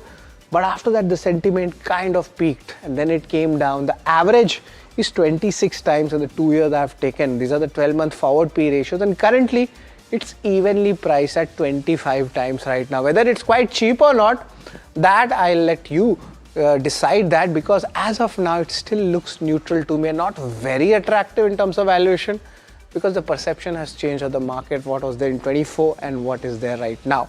Let's look at the outlook and see whether the story changes or not. Largely, they are decommoditizing their product portfolio, and this is coming through the specialty wire segment. That's what you're seeing, an up move in their margins. A 600 crore plus positive operating cash flow. That's a very important statement from the company. That given that in the fourth quarter and 25% ROCE. Current ROCE numbers, if you look at it, it's at 15 to 17. So that's a very significant jump, something which they are targeting. But how does that happen? That we need to ask the management. And lastly, the production and sales. Is there impact happening due to disruptions? And of course, the rising costs. That's also a big question to be asked. But right now, let's give it a neutral rating, with the long-term story looks strong. Short-term, there is volatility. But let me give you the entire picture for the KYC ratings. की company की पूरी rate card या report card क्या है? Let's talk about it. These three basic numbers are really strong, at least for the company or the industry which they are in. They're a market leader, so the market share gain benefits is always there for them. Let's look at the other key rating parameters, and a concern definitely is little bit there on the street cred, especially for the IPO shareholders. I understand that, and that's the reason why I have called this company also to understand what's the next leg of the story of Bansal. Why's shareholding is pretty strong as DIs and smart money are lapping up. Technically, they are buying the company currently at the IPO price, at least in the recent block. So the total rating parameter for Bansal Wires, please note it down, it's 6 out of 8. It's largely better than the average numbers which we generally give in KYC. But let's try to understand what's the next story here. And that will be done by Pranav Bansal. He's the MD and CEO of this company. But interesting tidbit about him, of course, he's a new gen entrepreneur. He joined the company in 2015 and he became the MD as well as the CEO in the year 2022. We are joined in by Pranav Bansal, the MD and CEO at Bansal Wire Industries. Good afternoon, Pranav. It's always a pleasure to have you. And this is for the first time the company is coming in KYC. I would like to start with the guidances which you have given and the way the changes have happened in your financial numbers, and it seems like there is a turnaround at play. Outlook on ROCs and cash flows, why so better outlook coming in for FY27? Is there a chance of an upgrade now as the global situations kind of sort themselves? So yeah, I think now after the first quarter or towards the end of the first quarter, I think we have now back to normal. So we are back on our target of 20% growth. Of course, we have done a lot on ROCs and cash flows. Those are definitely getting better. Our target for this year for ROC was about 350 crores, and last year was 250, against which we did 330. So this year, we should also be in a similar range. We should go to about 400 crores in cash flow this year, and ROC definitely will improve. Our long-term target for ROC is 25%, and we will get there. Right. But give me a little bit of explanation in detail about the high margin business, the way you're moving towards the high margin wire segment. What's the growth guidance looking like? And is there any more details to that? Sure. So in the first quarter, we have actually got our first trial order of one of our main products, which was steel cord in the specialty wire vertical. Those are the high margin businesses that we are discussing. We've been working on this for the last 2 years. We set up a pilot project of steel cord about 2 years back. So this has been a good breakthrough. Once this goes, there'll be 2 to 3 stages after this, and we will be looking at commercialization. Once we do that, we are looking at a 2 lakh ton kind of a target that we have, and we should get there. This is a good potential product. This will take our company to a very different level.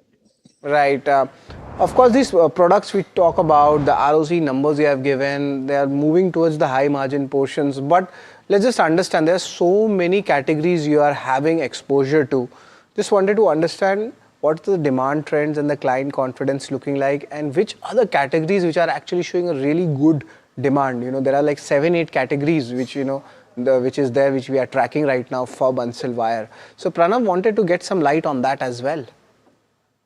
Sure. So as a strategy, we have a de-risking strategy for at least our customer centralization is that even today, if you look at our numbers, we have about 5,000 customers. The largest customer that we'll have is less than 5% of my total sale. Similarly, we are there in a lot of different industries like automotive, general engineering, infra, and no industry for me is more than 25% of my total sale, which is a strategy that has worked well for us, and this is the reason why we have been able to consistently grow at 20% in the last 20 years also. And this is a main strategy that we'll follow even for the coming years. Today, after the first quarter, I would say that almost all our industries are back on track. Automotive has been doing well even in Q1, but other industries like general engineering, hardware, consumer durables, even those industries we are seeing a good demand from, and this is what gives me confidence of a 20% growth even this year, at least for the last 3 quarters. Right. So just talking about the first quarter, which is just about to be over, or it's actually over, there was a little bit of concern on the rising escalation costs. Now, explain me the model. It is going to be a hit in the cost this quarter. I don't want any numbers from you. Or is there any kind of cost pass through also, or does it come with a lag? Yeah. So as a strategy, we already operate on a cost plus model, wherein any increase and decrease that I get in my raw material is passed on to the customer. Therefore, there that way we are safe. But yes, of course, in Q1 we had a different increase of other consumable like gas, which has been passed on with a 35 to 45 days lag. So as a company, we took a decision not to pass on any increase and decrease in the confirmed orders. Therefore, there's a lag of 35-40 days, which was over by, let's say, 15th of May. So after 15th of May, I would say that we are back on our regular EBITDA margins. Fair enough. So a little bit of a margin impact might be there in the first quarter. I'm just doing a little bit of maths and just trying to explain.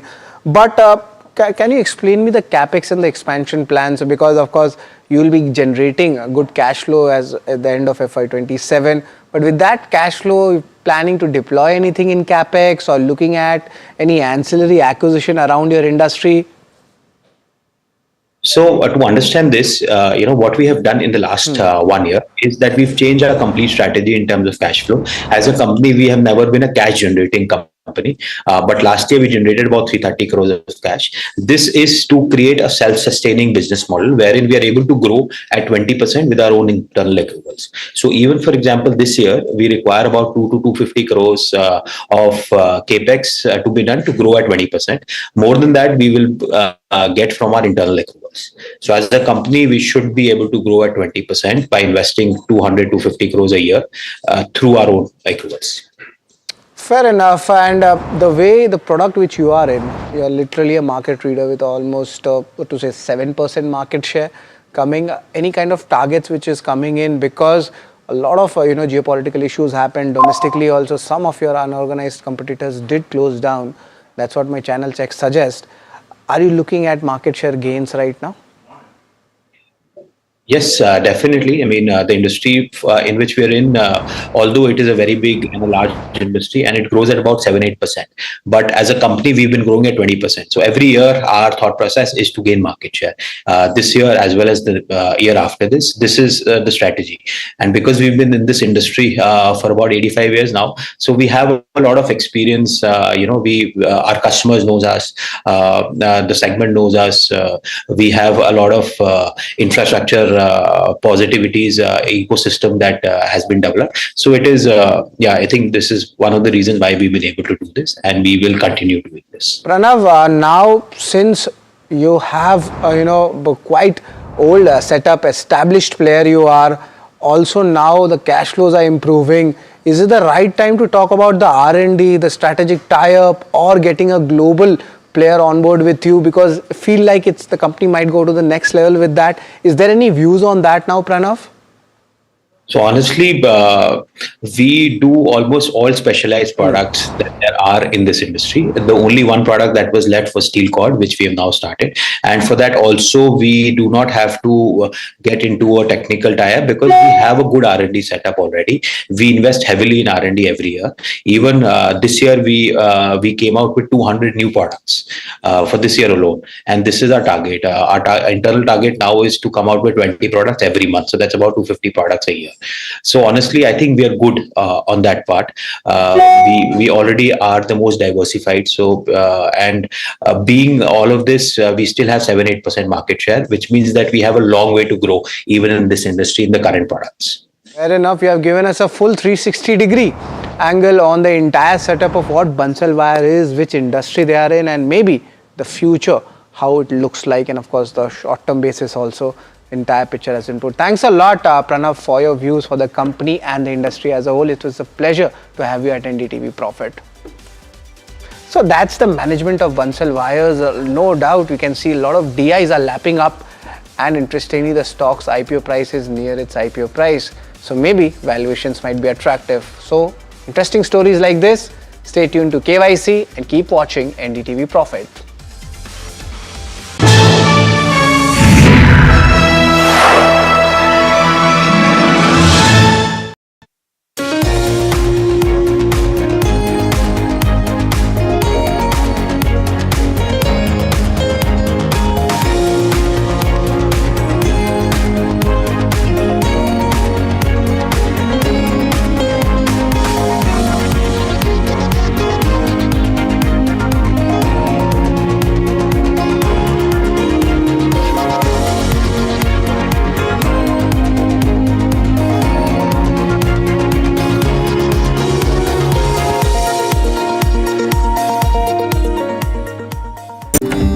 माँ भी हमेशा P mark mustard oil में ही खाना बनाती थी। कुछ तो बात है इस तेल में। P-Mark, the mustard specialist since 1933.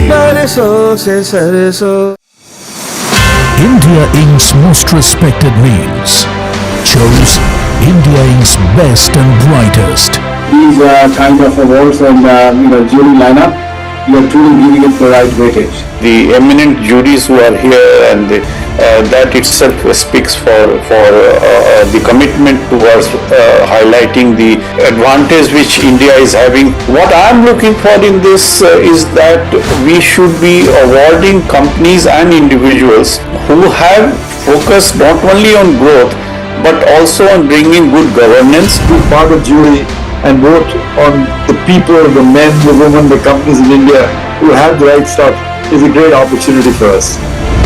Who will earn India's top business honors?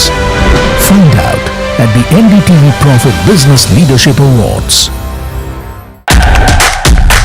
India's unshakable news habit. NDTV.com is India's #1 English news website.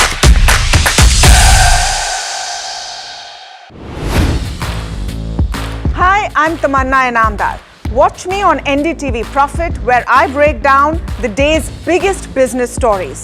What happened, why it matters, and what it means for your money. Hi, I'm Neeraj Shah. Watch me on NDTV Profit for the most incisive market intelligence and meaningful corporate conversations. And I'm Alex Matthew. Markets, mutual funds, insurance, personal finance. I help you cut through the noise and make smarter financial choices. And here's where you can watch us.